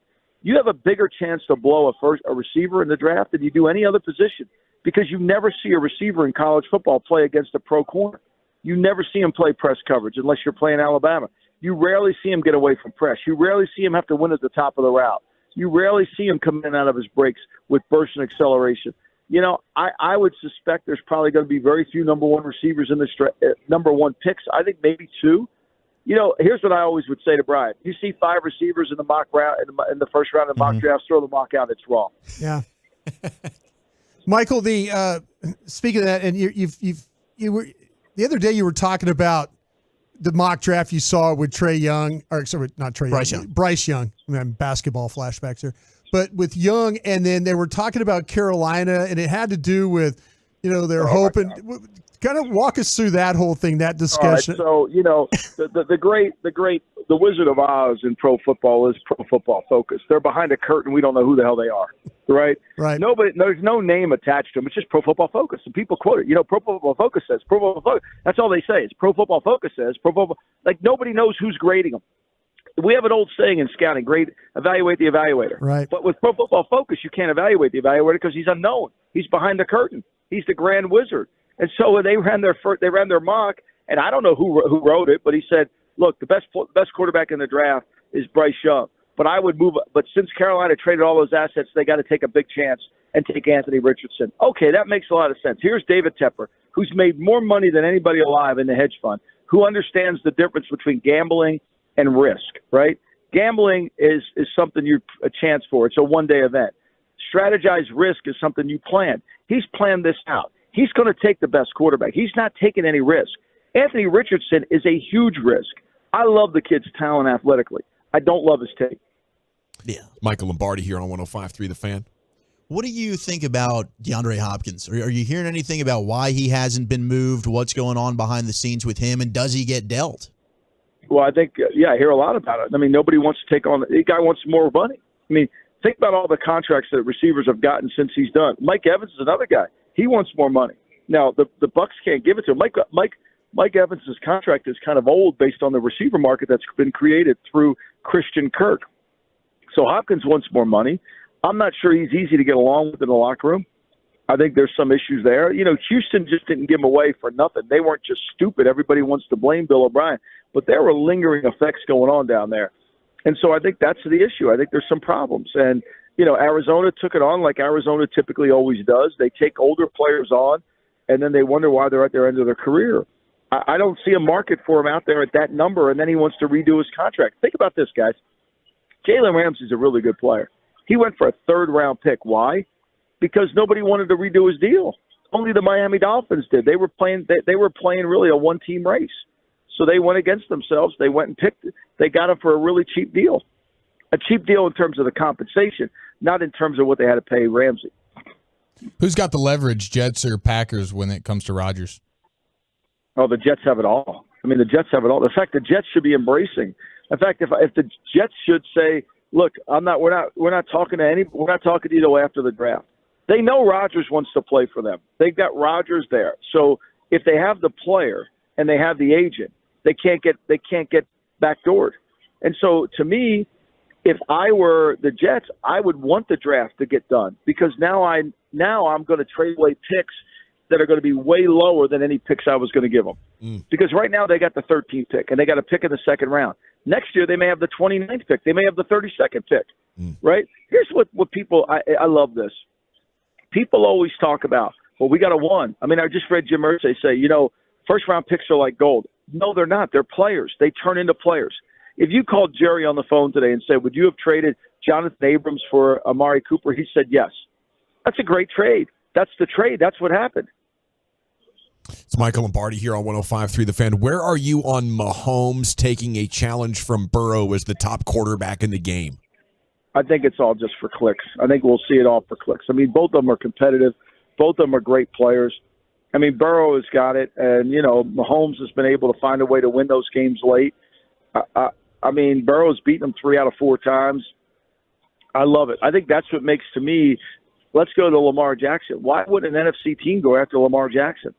Why wouldn't Washington go after Lamar? I know Ron Rivera says, oh, we're not interested. Really, Ron? Yeah. You got Sam Howell playing quarterback. Really? You're not interested? This guy could flip. If you're in the NFC, there's no competition. When the schedule comes out, I know all you guys will go over the schedule. We play this thing. The only reason you look at the schedule is to see what quarterbacks you're playing. That's it. And when you're in the NFC, you're not playing great quarterbacks on a weekly basis. Other than Bryce Young, do you think any of these quarterbacks pan out? No, I don't. I'm not sure about it. I'm not 100% sure. I like Stroud. I don't love him. I worry about that Ohio State offense. It's a little bit too – I'm looking to the sideline. Tell me what to do. I think Will Levis is one of those players that if it goes the way it was practiced, in practice on Thursday or Wednesday or Friday, and he'll execute in the game. If it doesn't, it's going to be a problem. Richardson, to me, he's not a quarterback right now. He's 2 years away from being 1 year away. He needs so much more work. I wish he would have come out, would have stayed. I was fortunate enough to watch Lamar all through his collegiate career at Louisville. My son was a coach there. I kept telling my son, Matty, let the other kid play. Put the other kid in. Lamar's not ready to play. And all that year, they kept going back and forth at Louisville. Finally, when they played A&M in the Music City Bowl, Lamar became a better player. It takes time. And Richardson's play last year on tape was not good. Even the games that people say he played good in, when you study the tape, they're not good. All right, staying at quarterback, will Jalen Hurts continue to have big team success when the big cap hit comes that they're going to give him? Well, they're going to lose some players, right? But I think the Eagles have done a really good job of building their team through the offensive and defensive lines, which matters most, right? And that's going to take a little bit of a cut because they're going to lose some of that money that they've allocated. Look, they lost Hargrave. They brought back Brandon Graham. They brought back Fletcher Cox. I would have rather played Hargrave and traded the money we gave Graham and Cox. I think it's going to hurt them a little bit, and I think it's going to affect them. But they have these 2 number ones, so they get an infusion of young talent. As long as you keep hitting with your draft, that's the Cowboys' success. Will McClay does a really good job there. They find ways to get players. They get guys like Pollard in the 3rd round. Those are things you got to hit on when you're paying the quarterback. Michael, before we let you go here, the situation with the Cowboys, if at 26, are you going to sit there and just and let the board come to you, or are you going to be a little bit aggressive here if you see somebody you really like? I think it all depends, Brian, on how many first-round grades they actually have. Why would I trade up to get a second-rounder? Yeah. Right? If say the Cowboys have 15 first-round grades on the board, And most teams have between 15 and 20. You and I both know that. Right. So if I'm sitting there at 26 and there's why would I trade up to get a second-round player when I'm going to get him here at 26? So, but if somebody's there that I have a first-round grade that I could get to without giving away an asset, then I would try to do that. But if you're the Cowboys, just stick to your board, take the best player that you have that fits. It doesn't have to be your need because most teams at the end of the day need everything anyway. Right. Like, there's no perfect teams. This is what cracks me up about these mock drafts. Well, Houston has to take a quarterback because they need one. Well, if they take Stroud and he's a bomb, they'll need one next year. Michael, we love having you on, man. Enjoy the draft and the rest of the offseason. We'll catch up with you soon. Thanks, guys. Cheers. There he is, Michael Lombardi on here, your home of the Cowboys, 105.3 The Fan. Good podcaster, longtime executive, started multiple media companies. You know, the guy he understands takes, I think, and he understands football. So it's a really unique combination of skills that he can bring to the table to create some good sports radio. And we always love it when Brian can book them for us. Yeah, he's one of those guys who'll drive you damn nuts, though. Too. Yeah, you know? Yeah. He's kind of a jerk. No, in real life, he's a super nice guy, but when it comes to football, he will fight you. On points. I love it, man. And he overdoes it sometimes. He does. No, I think he's really but good. It's at good. You think he's a bar of soap guy or a body wash guy? No, he's a body wash guy all the way. Oh, no way. He's too crusty for that. All the way. All right, we got to run, Nation. When we come back, it's time for the top 10 at 420. Willie Bully, where are you going with that? It's National Licorice Day. I got the top 10 worst candies next on the Fan. Okay, I want to chat about D&M leasing, though, because if you want or need a new vehicle, it's time to call D&M.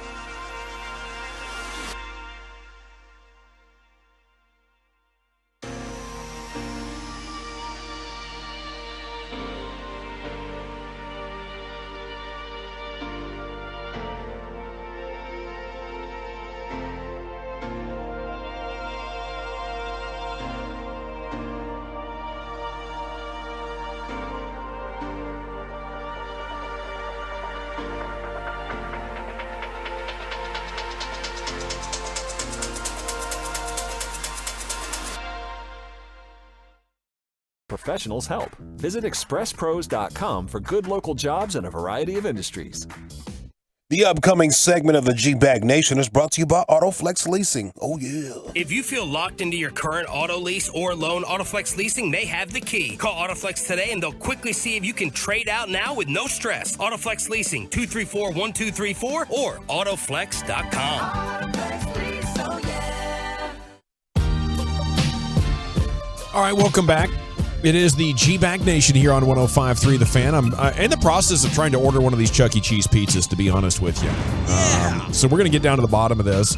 Segment is brought to you by the Frankels. There's a reason you need a special license to drive a big truck, so companies that hire drivers and put them into big trucks should be held accountable for what happens when one hurts you. Frankly, you need Frankel and Frankel. Consultation's always free, truckwreck.com. Segment's brought to you by Soda, that's state-of-the-art weight loss. And the Woolly Bullies Top 10 brought to you by the Alma Ted Procedure, only available at EliteSkinCenter.com. Here's the Woolly Bully. Thank you very much. It is National Licorice Day. Do you like licorice? And No. is it the worst candy? Because I got the top 10 worst candies. Is the red stuff licorice, like Twizzlers and stuff like that? That's it. You got it. But Okay. the Those are black good. licorice is disgusting. Yeah, Of course. Yeah. It's not a real candy. No, that's horrible. They did that one wrong. I have no idea. They must have been struggling to find ingredients for real desserts in the Great Depression. Oh. And they came out with something. They're like, it's not good, but it's different. Maybe the kids will like it. But they've done great stuff with licorice these days. You know, the sour ropes. Yeah. There's all kinds of great stuff happening now. Well, maybe I should give licorice another shot. No, you shouldn't. No. It's not like home ec. Absolutely not. I was just never into it, man. Gavin's right. The Depression, they decided they didn't have enough, and let's make the worst candy we can make. What are we going to do with this leftover kerosene juice? Yeah, exactly. Let's make candy out of it. What was that like in real time? Oh, look, the candle wax burned down. Maybe we can make something out of it. It's just Let's get the gross. wax some flavor. The texture's just weird. And the black licorice tastes awful. Yeah. Absolutely terrible. But I got the top 10 worst candies. Before we get into that, though, I did want to mention this because I think Lucius and Brian will really be into it. But we've got this show, The Catch, presented by Fritos, that's going to be on CBS Saturday, April 15th. So this Saturday. Fishing? So what it is, yes, it's a fishing tournament. Sweet. It's a saltwater fishing tournament, but they're going to have NFL players competing in this. You'll have New York Jets defensive tackle Quinnen Williams and Arizona Cardinals wide receiver DeAndre Hopkins. They were the final additions to this star-studded saltwater fishing tournament that's going to be coming up this Saturday. So it's a single-day competition. It's taking place at Miami Beach and will be broadcasted live on CBS this Saturday. Now, Williams said, I can't wait to show off my fishing game. I enjoy fishing. Watched some of the SFC events on TV last year, and I'm excited to partner with the best SFC anglers and compete against other NFL players. So this sounds interesting. Justin Herbert's going to be in there, Tyreek Hill, A.J. Brown, Dalvin Cook, Patrick Surtain II, and Chris Jones of the Kansas City Chiefs. So you got a lot of NFL players, and I guess they'll also be with some professionals as well. Oh, no, you're absolutely. Michael Jordan, big saltwater fisherman, he's got a really beautiful boat. Of course he's going to have a beautiful boat. But, yeah, he goes out there and does some sail fishing. I'm interested to see how many of these players that will get seasick. Because he's talking about what he's talking about. Some Dramamine. Exactly. But, sometimes you get out there and it gets a little rough, even rough for Dramamine. And so, but I'm interested because the things that Quentin Williams watches on TV is like bass tours, Right. And they which make is that on look lake, amazing. which is on a lake with like a bass boat. Oh. So he's thinking, I watch it all the time. So he's going to be on the back of a boat where, like, there's going to be all kinds of lines in the water. Choppy. Could be blowing chunks a couple hours into that thing. Exactly. There's a lot of, like... Good TV right there. And that's what I'm saying. If you get some players that kind of start getting sick while they're landing How fish, long does it take to get used to that? Do you need like 2 fishing trips in the deep sea? Or let me tell you what, if you think that going deep sea fishing is just kind of go walk in the park thing, it's really not. If you are even the slightest bit motion sickness, don't do it. I won't. You'll make everything miserable for everybody out there. I will. You know, when we went out and jumped in that shark cage off Oahu, by the time I was heading back, the seasickness had kicked in. Yeah. They try to get you out there and get you in the water before the seasickness kicked in. And on the way back, I was like, oh my goodness. It's miserable, dude. Worse. Then you got the sun beaming down on you. Yeah. Or you're drinking beer out there too. That kind of messes you up a little bit. Sure. You don't think about, I'm just going to drink beer, and you get and now what's happened is the boats, and you're looking at the horizon. So the horizon keeps going up, and then now you get to that point where you're just like, it's just the motion part of it is what absolutely gets. Yeah, that'll be fun. I'm interested to see how this goes, but I'm also Jimmy Johnson, get him out there. Now Jimmy I'm Johnson interested. would dominate. I want to see how many of these guys are going to blow chunks. I mean, if they're signing up to do this, I feel like they're confident in their abilities. Well, I think there's people that want to go and try it until you actually get out there, and all of a sudden my guess is for this program, it's going to be catch and release. It's maybe a tag and a go, but sometimes you get those fish on board, and now the blood is flying everywhere. Oh my gosh! When I went halibut fishing, that is fascinating. How they're able to get the halibut onto the boat. They essentially have to whack and electrocute the fish. Yeah. And then you drag it on board. Yeah. They spank the fish and then they electrocute it? No, the spanking is the electrocution. They have a special device. You sound interested over there, don't you? Well, I didn't know that we About were the spanking and electrocuting our fish before we eat them. Well, it kills it. Yeah, no, I totally get what it does, but I'd never heard of that before. I am not a fisherman. Blown away. It was awesome. Seriously though, if you get invited on a deep sea fishing, just be alert. Did you actually electrocute the fish, or did you just do the spanking? No, I just did the reeling and catching. Yeah, Yeah. We had the professionals dealt with the electrocutions, and then I just got to watch. Did you eat that fish? Yeah, absolutely. Brought it back. Was it delicious? We had them for like a month. We had so much fish. One guy we were with, who's 80 years old. His name was Guy. That's why he was 80 years old. Yeah, we're not making guys We don't make anymore. guys anymore. But he caught a 300 Making pounder. girl guys though. Made me look like an idiot. I only caught 95 pounds. Oh. I thought, I had a great catch. No. Here comes Guy. Takes him 2 hours, reels this sucker in, but it's 300 freaking pound halibut. Yeah, That's what you call a slump buster, right That's there. when you Walchuk knows all about that. It's on funny. land you tore him up, didn't you? Oh yeah. Sorry. It's funny when you like they put you in that chair and you fight, and you don't want to not, but they'll get everybody, let everybody have an opportunity to fight the fish. Oh, and cool. And that's kind of a cool thing to sit in the chair. Right. And No, it's fun. Forearm workout. It's fun. It is back, shoulders, forearm. I mean, and they're yelling at you the whole time. Yeah. I mean, yelling at you about when to reel and when to stop, that kind of stuff. All right, let's slide into the top 10 worst candies. I vote the black licorice is the worst candy. Do you guys have one that you think is just utterly disgusting, Lucius? The Good and Plenty. Okay. Which is black licorice when you put you try to hide it with the candy coated thing? Nah, it's still black licorice. We see that, bro. That makes sense. The good and plenties. I need to see that. Yeah, the good and plenties will make an appearance. Nah, it's not good. It's just plenty because nobody's eating it. There's no good in it. Plenty They of put BS. the good in there. Looks like pellets that you would put in a pellet grill. Yeah. I actually think cotton candy's not good. Whoa. It's amazing That's as a a hot kid. Oh, But yeah. Too much sugar gets you going. Too much goodness. Yeah, I guess it's just handfuls of sugar. Yeah, and I can't like crush it You sound like my cousin. He says it's like eating cobwebs. Yeah. Like I want a Kit Kat or I don't know. It just sort of dissolves in your mouth. Skittles. Yes. Yeah. There's nothing beyond sugar. I think it's not a very good vessel for flavor. So you're not a Pop Rocks guy either? Nah, not a big Pop Rocks guy. right, It's how cool about though. that? Yeah, it is pretty cool. We got votes for Peeps. Yeah, absolutely. Oh, sorry, is that considered Aggie. candy? Nah, I mean, considered it's trash. Peeps is awful. It is considered trash. Just disgusting is what it is. Number 10 is Laffy Taffy.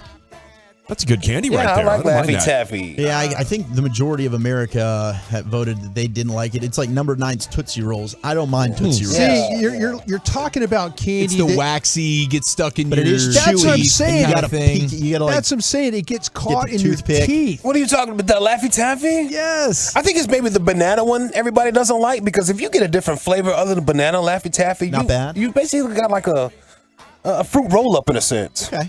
Yeah, With kind a of little bit more like candy fruit roll up. a Starburst fruit roll-up. Yeah. But Thank you. The Starburst you can have. That's one of the worst candies too. Whoa. There we go. Wow. Okay. When takes go bad. Yeah, that's the worst. You might candy. want to walk that one back. I'm dude. not walking that one That's back. Nope. that's Nope. offensive. You don't like Honestly, Skittles I either, hope do you? Lucius No, I dumped don't it. like Skittles either. It tastes like sand. Oh, it gets everywhere. What is happening? Well, he's got some questionable food takes. We've learned this. Clearly. Number 9 is Tootsie Rolls. Number 8 is Raisinets. Now wait a minute. Now Oh, okay. Chocolate covered raisins. Basically, chocolate covered raisins are bad. Can we? The Raisinets aren't good. They're pretty What are you good. They're not. talking I'm about? not paying money for a damn Raisinette. Sorry. Oh, okay. Then, but you're going to pay money for. Will you turn it down though? Yeah. If it's free, Yeah. do I look like I'd turn it down? It's a fair retort. Yeah, I think there's some things you can do with raisins that make them good. Raisinette is one, and somehow Raisin Bran is another. I don't mind raisins. I don't want raisins any other way than those two. Celery on a stick with the peanuts though, bro. Okay, Come on. that's where it's at. Peanut butter with the celery on the stick. I'm telling you what, the celery stick with the squeezed cheese on it. You got to try Huh? that. The What? cheese. What are you doing right now? Cheese whiz? Cheese whiz on a celery You know, stick? you get that cheese. It's in a can that you Yeah. can squirt. Isn't that the whiz? Put it on celery. Fam. Put it on celery. Seriously. You want me to whiz on my celery? I and want eat you to it? whiz on your celery and eat it. Yes. But All take right. the But cheese. Starburst is too much for challenge you. accepted. man. Pull that. Don't even talk. Pull that. Have you been drinking, Brian? What's going on? No, He's put got the that Miller cheese. Lite shirt on. I I'm was gonna- I'm was gonna swearing bring- to fair I'm gonna enough. bring- Cheese whiz and I'm gonna- celery. I'm going to bring. I swear to God, I'm Why going don't to you bring. whiz on my No, no. celery? No, that Starburst are terrible. Talk You about guys are restroom idiots. revelations. You guys are idiots. I'm serious. I'm going to Yeah. bring some. You're going to enjoy Okay, it. I think I got the leader here. That is doesn't get any worse than the circus peanut, does it?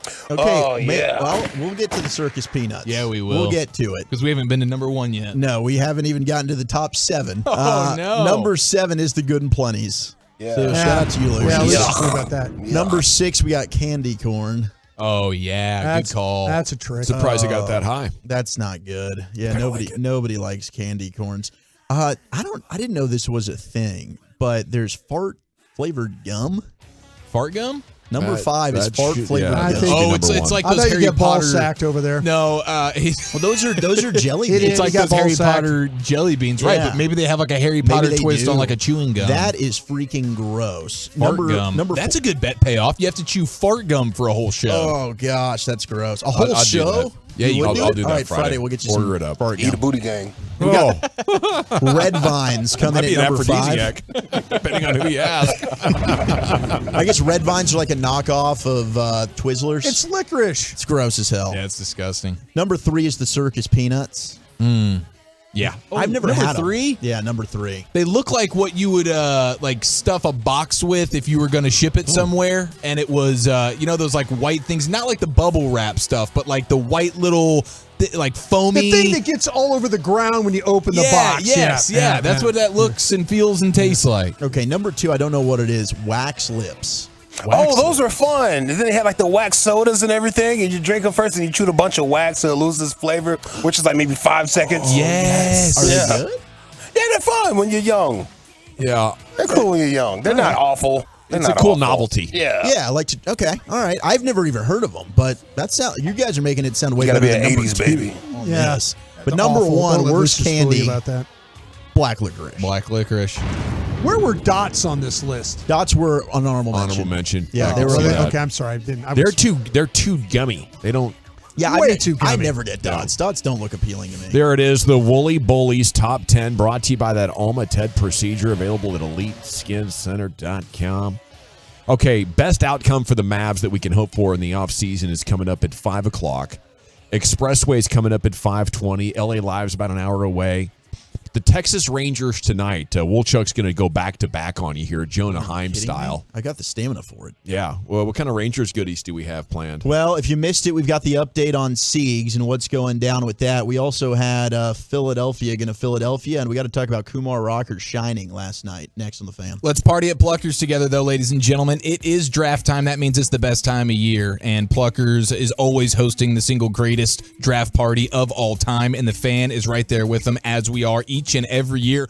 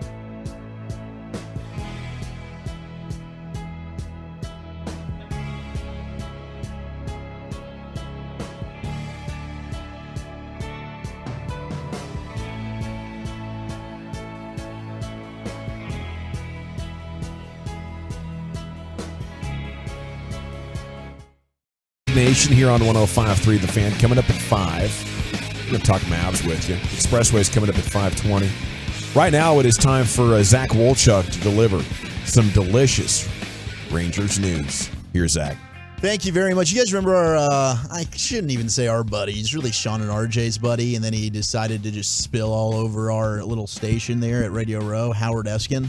Oh yeah. Esk doggy. Yeah, so Eskin yesterday quote tweets this video, and it's become a story today because I guess they did $1 hot dog night in Filthy yesterday. Did they ever? So what ends up happening is the fans there in the city of brotherly love decided we're just going to start throwing hot dogs at each other. Just because they were angry at the product on the field, right? Their team was losing, and they're like, bleep you, Phillies. You just were in the World Series, and you're not winning enough games for me right now in April. So we're going to go full-on food fight. They throw it on the field? Or just sort of at each other? They were all throwing it around the stadium at each other. I think pretzels ended up being thrown as well. Oh, no, the pretzels are good. Well, is this condiment-free wieners, or is this like, I'm going to mustard up this bad boy and then whip it at Eric, someone? I think all of the above. Wow. I don't think that there's stain a good shirt. There's any rules in Filthy, man. It's just like flying, Animal House. Flying dongs all over the place. I think they like to slap them against each other's faces, to be honest with you. I agree with that. The hot dogs? Yeah. No, I can confirm that. Can you? Yeah. How? I know disgusting people from Philly. Yeah, well, it's a bad habit. Howard They Eskin brought was that crap like, down here. I'm ashamed. I can't believe this. Filthy, you're better than this. They were throwing batteries years ago. Like, what do you mean? This is a step up. This is what we call progression, dude. You're not better than this. Like, your people are actually trying to better themselves. They're not throwing batteries. They're throwing hot dogs. Let me ask you this. The Texas Rangers hot dog night, $1 hot dogs. That's tonight, by the way. Yeah, those things in that foil, the kind of the steam. They're good. Foil, I think they're good. You got to get them early. I wouldn't be throwing them. No, I wouldn't be throwing them either, but No. I think you do want to get them early so you avoid something happens to the bun about 6th inning. It gets too it's probably the 8th inning these days. It's But stale, yeah. something weird happens. I like that you brought up the 8th inning. The steam and the foil and stuff, man. It's good, man. I think they got something in that Nolan Ryan beef. That stuff's good.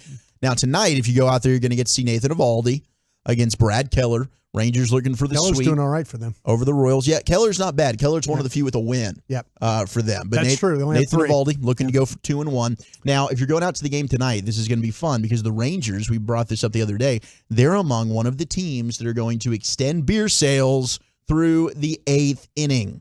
So you'll now have until the 8th to get a nice frosty adult beverage. And I think this is great. We talked about the Brewers and the Diamondbacks doing it. Rangers are saying, hey, average game time down 31 minutes. We got to go ahead and extend this sucker. This is what we call good business because I saw Joe Pompliano. We're losing $1 million on this thing now? So, 30 minutes quicker on average, these games are flying by. That translates to a loss of $280,000 to $1.1 million. That's a pretty big delta, but either way, that's a lot of money in lost beer sales throughout the season, depending on the stadium. I guess that's per team. He doesn't specify, but I think that's per team. So as a team, you're thinking to yourself, at minimum, slightly over $250,000, maybe all the way up to $1 million we're going to lose in beer sales. Hey, as long as we're not going to, worry about letting out drunks anymore, right? Because that's what we're doing here. Why stop it at all, right? We're saying, well, let people manage themselves. They don't need a full 2 innings to sober up anymore. We're only going to give them 1 inning or a half inning if the home team is leading. Why cut it off at all? Why not put it on the individual and just don't overserve drunk people? Yeah, because don't do that. Because we've proven when we allow people to make their own choices sometimes. They come back and sue you. They start peeing in the middle of the... Yeah, they don't make good decisions. Oh, the concourse stadium. pee. Yeah. But nobody's sobering up. Nobody's sobering up from the 8th to the 9th inning. Yeah, It's over. They're pushing the designated... Speak for yourself. They're pushing that designated driver play. Walchuk's got a great You have a cup of rally. coffee and a bottled water, you're good to go. Just chug it. I'm ready to rock. Let me Let's ask go. you, if you guys go to a game like multiple people, is one person always going to be kind of the D&D, the You'd designated driver? hope, but sometimes that person can't be trusted. Yeah. Oh, yes. well, yeah, With Gavin, yeah. absolutely. We're But I mean, usually if safe you're going Gavin. with your crazy friends, you better get an Uber. We do, because yeah. none of you are. No, abstaining. we know what we're getting into, Yeah. and we're definitely getting transportation to and from. We're smart adults. See, I don't think people always make that smart decision. No, you're absolutely That's right. They probably don't. why they don't allow you to. They do a lot bottom more line. these days than us back in the day. No, a Yeah. lot more. A Yeah. lot more, yeah. Yeah. Well, that's when your DD is saying, all right, this is my last one, okay? This is my last one. I'll keep it single digits tonight, guys. Okay. Am I good? Look good? Yeah. All right, I'll quit. We've had 8. Eyes check, wide and loud. Come on, you got this, buddy. We've had 8 and the DD's had 4. That kind of thing. Yeah. Yeah, he's having half as much. He should be fine, right? He doesn't have the beer goggles on just yet.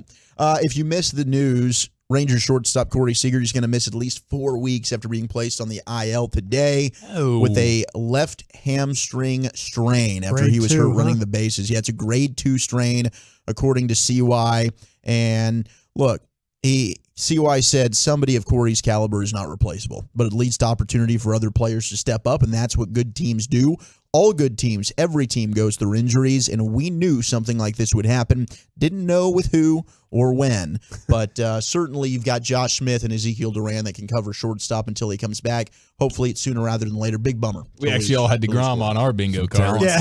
We did. I was going to say, pitching staff, early injuries. Yeah. Well, speaking of the pitching staff, Levi Weaver put out an article about trends, right? And every team's beat writer for The Athletic had a trend for each team. But the Rangers trend, and if you've been following them, they've done an excellent job with this with the starting pitching. They're not walking. That was a big issue last year. Knock on wood. Free base runners. But the Rangers put certainly an emphasis on that. Jacob deGrom, Nathan Eovaldi, Andrew Heaney, they all excel at limiting walks. Last year, so far, so good this year. Leclerc. Rangers in the top 4 right now among least amount of walks. I love it, man. If those guys are going to get on base, you got to make them at least run fast. Yeah, no question. None of this walking stuff. We are still watching history as the Rays are now 11-0. What are you doing over there? Talking baseball man. talk, dude. Yeah, we're just covering the a couple of seam heads talking ball, cutting it up. Yeah, Brian, what are you doing over there? Captain This Week in Baseball over to my left here. Well, the Rays at 11-0. They're searching to become the first team to ever go 14-0. They got to get over the Braves and the Brewers, who have won 13-0, have had 13-0 starts in MLB history. What did the Tigers do that one year? Am I missing something? Didn't the Detroit? I thought the Detroit Tigers run a 38-4 run one time. They might have, but they probably lost one of those games. 85, yeah, like they probably lost one of those games early. And then they just went on a giant run. Moneyball, didn't the A's win 20 straight games? I guess that's not to start. 1981 A's went 11-0. So the Rays have tied the A's. So now they're looking at trying to push and make baseball history if they can win 3 more, which would be simply outstanding. I love this from ESPN Stats and Info. Rays have hit 29 home runs this season and have only allowed 20 runs total. That's the largest differential between home runs hit and runs allowed by any team after any day in MLB history. It's dominant what they're doing. Their game, Holy geez. We were sitting here, I think it was yesterday, and their game was on TV. There's like 3 people at the game. Oh, it's with all the rings there. It's almost embarrassing behind home plate. It's just crazy.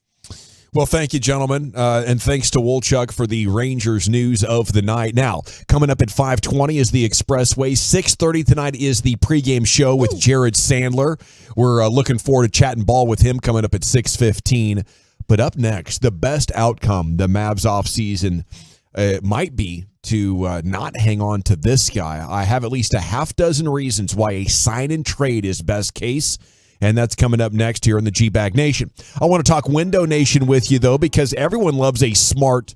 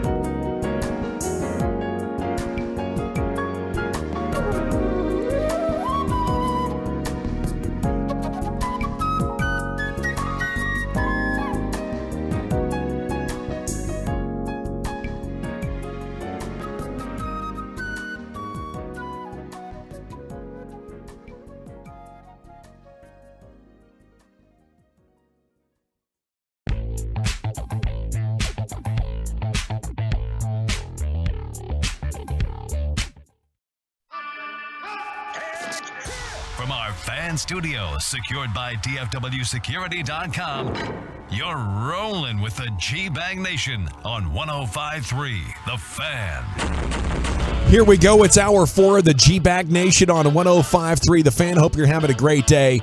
Kyrie Irving did make me a huge fan of his. I realized I had some of the narrative dead balls on wrong when it came to Kyrie Irving. I loved watching him play, and I think he's a super cool dude.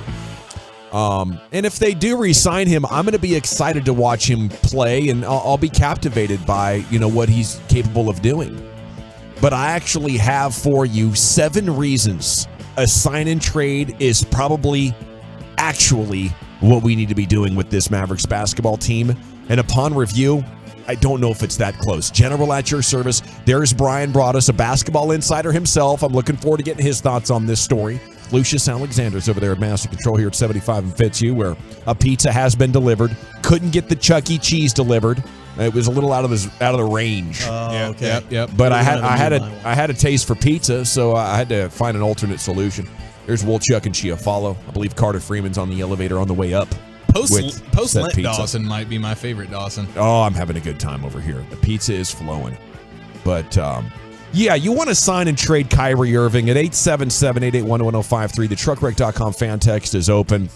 Number 1, I think you could get more than what you gave up for him.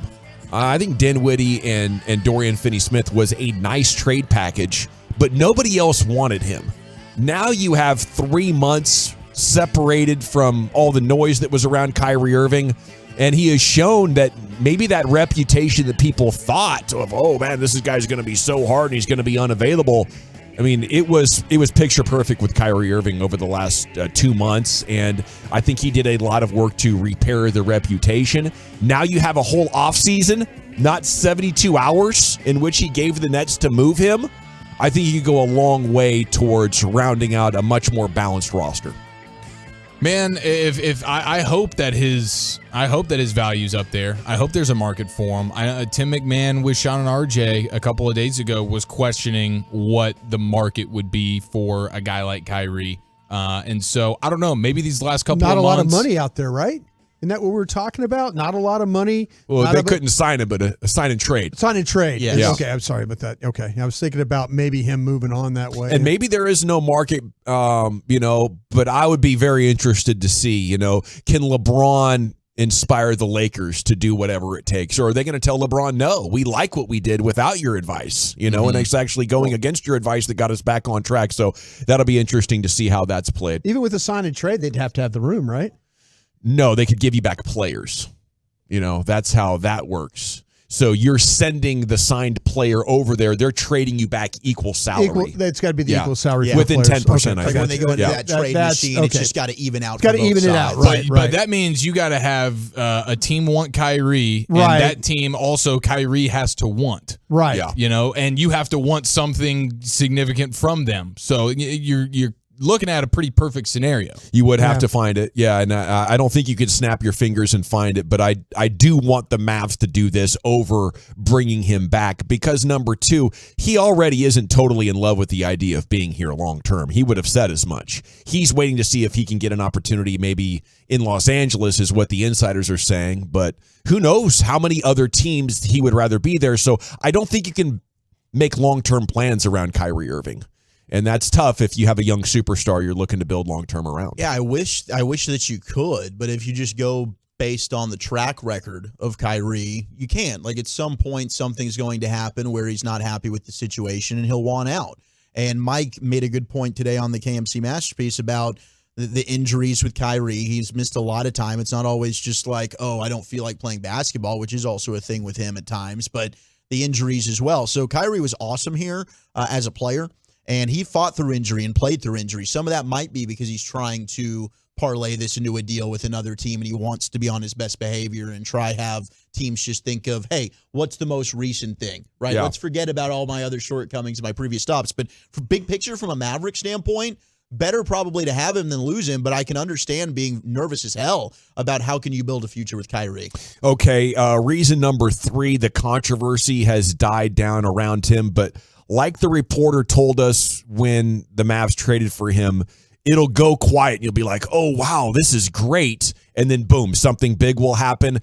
If you wait until that happens, he might not be tradable again. Right. Especially, 10 years into his career. Number 4, I think you have redundancy with Kyrie and Luka, and maybe it would be better to have one of the two surrounded by great role players.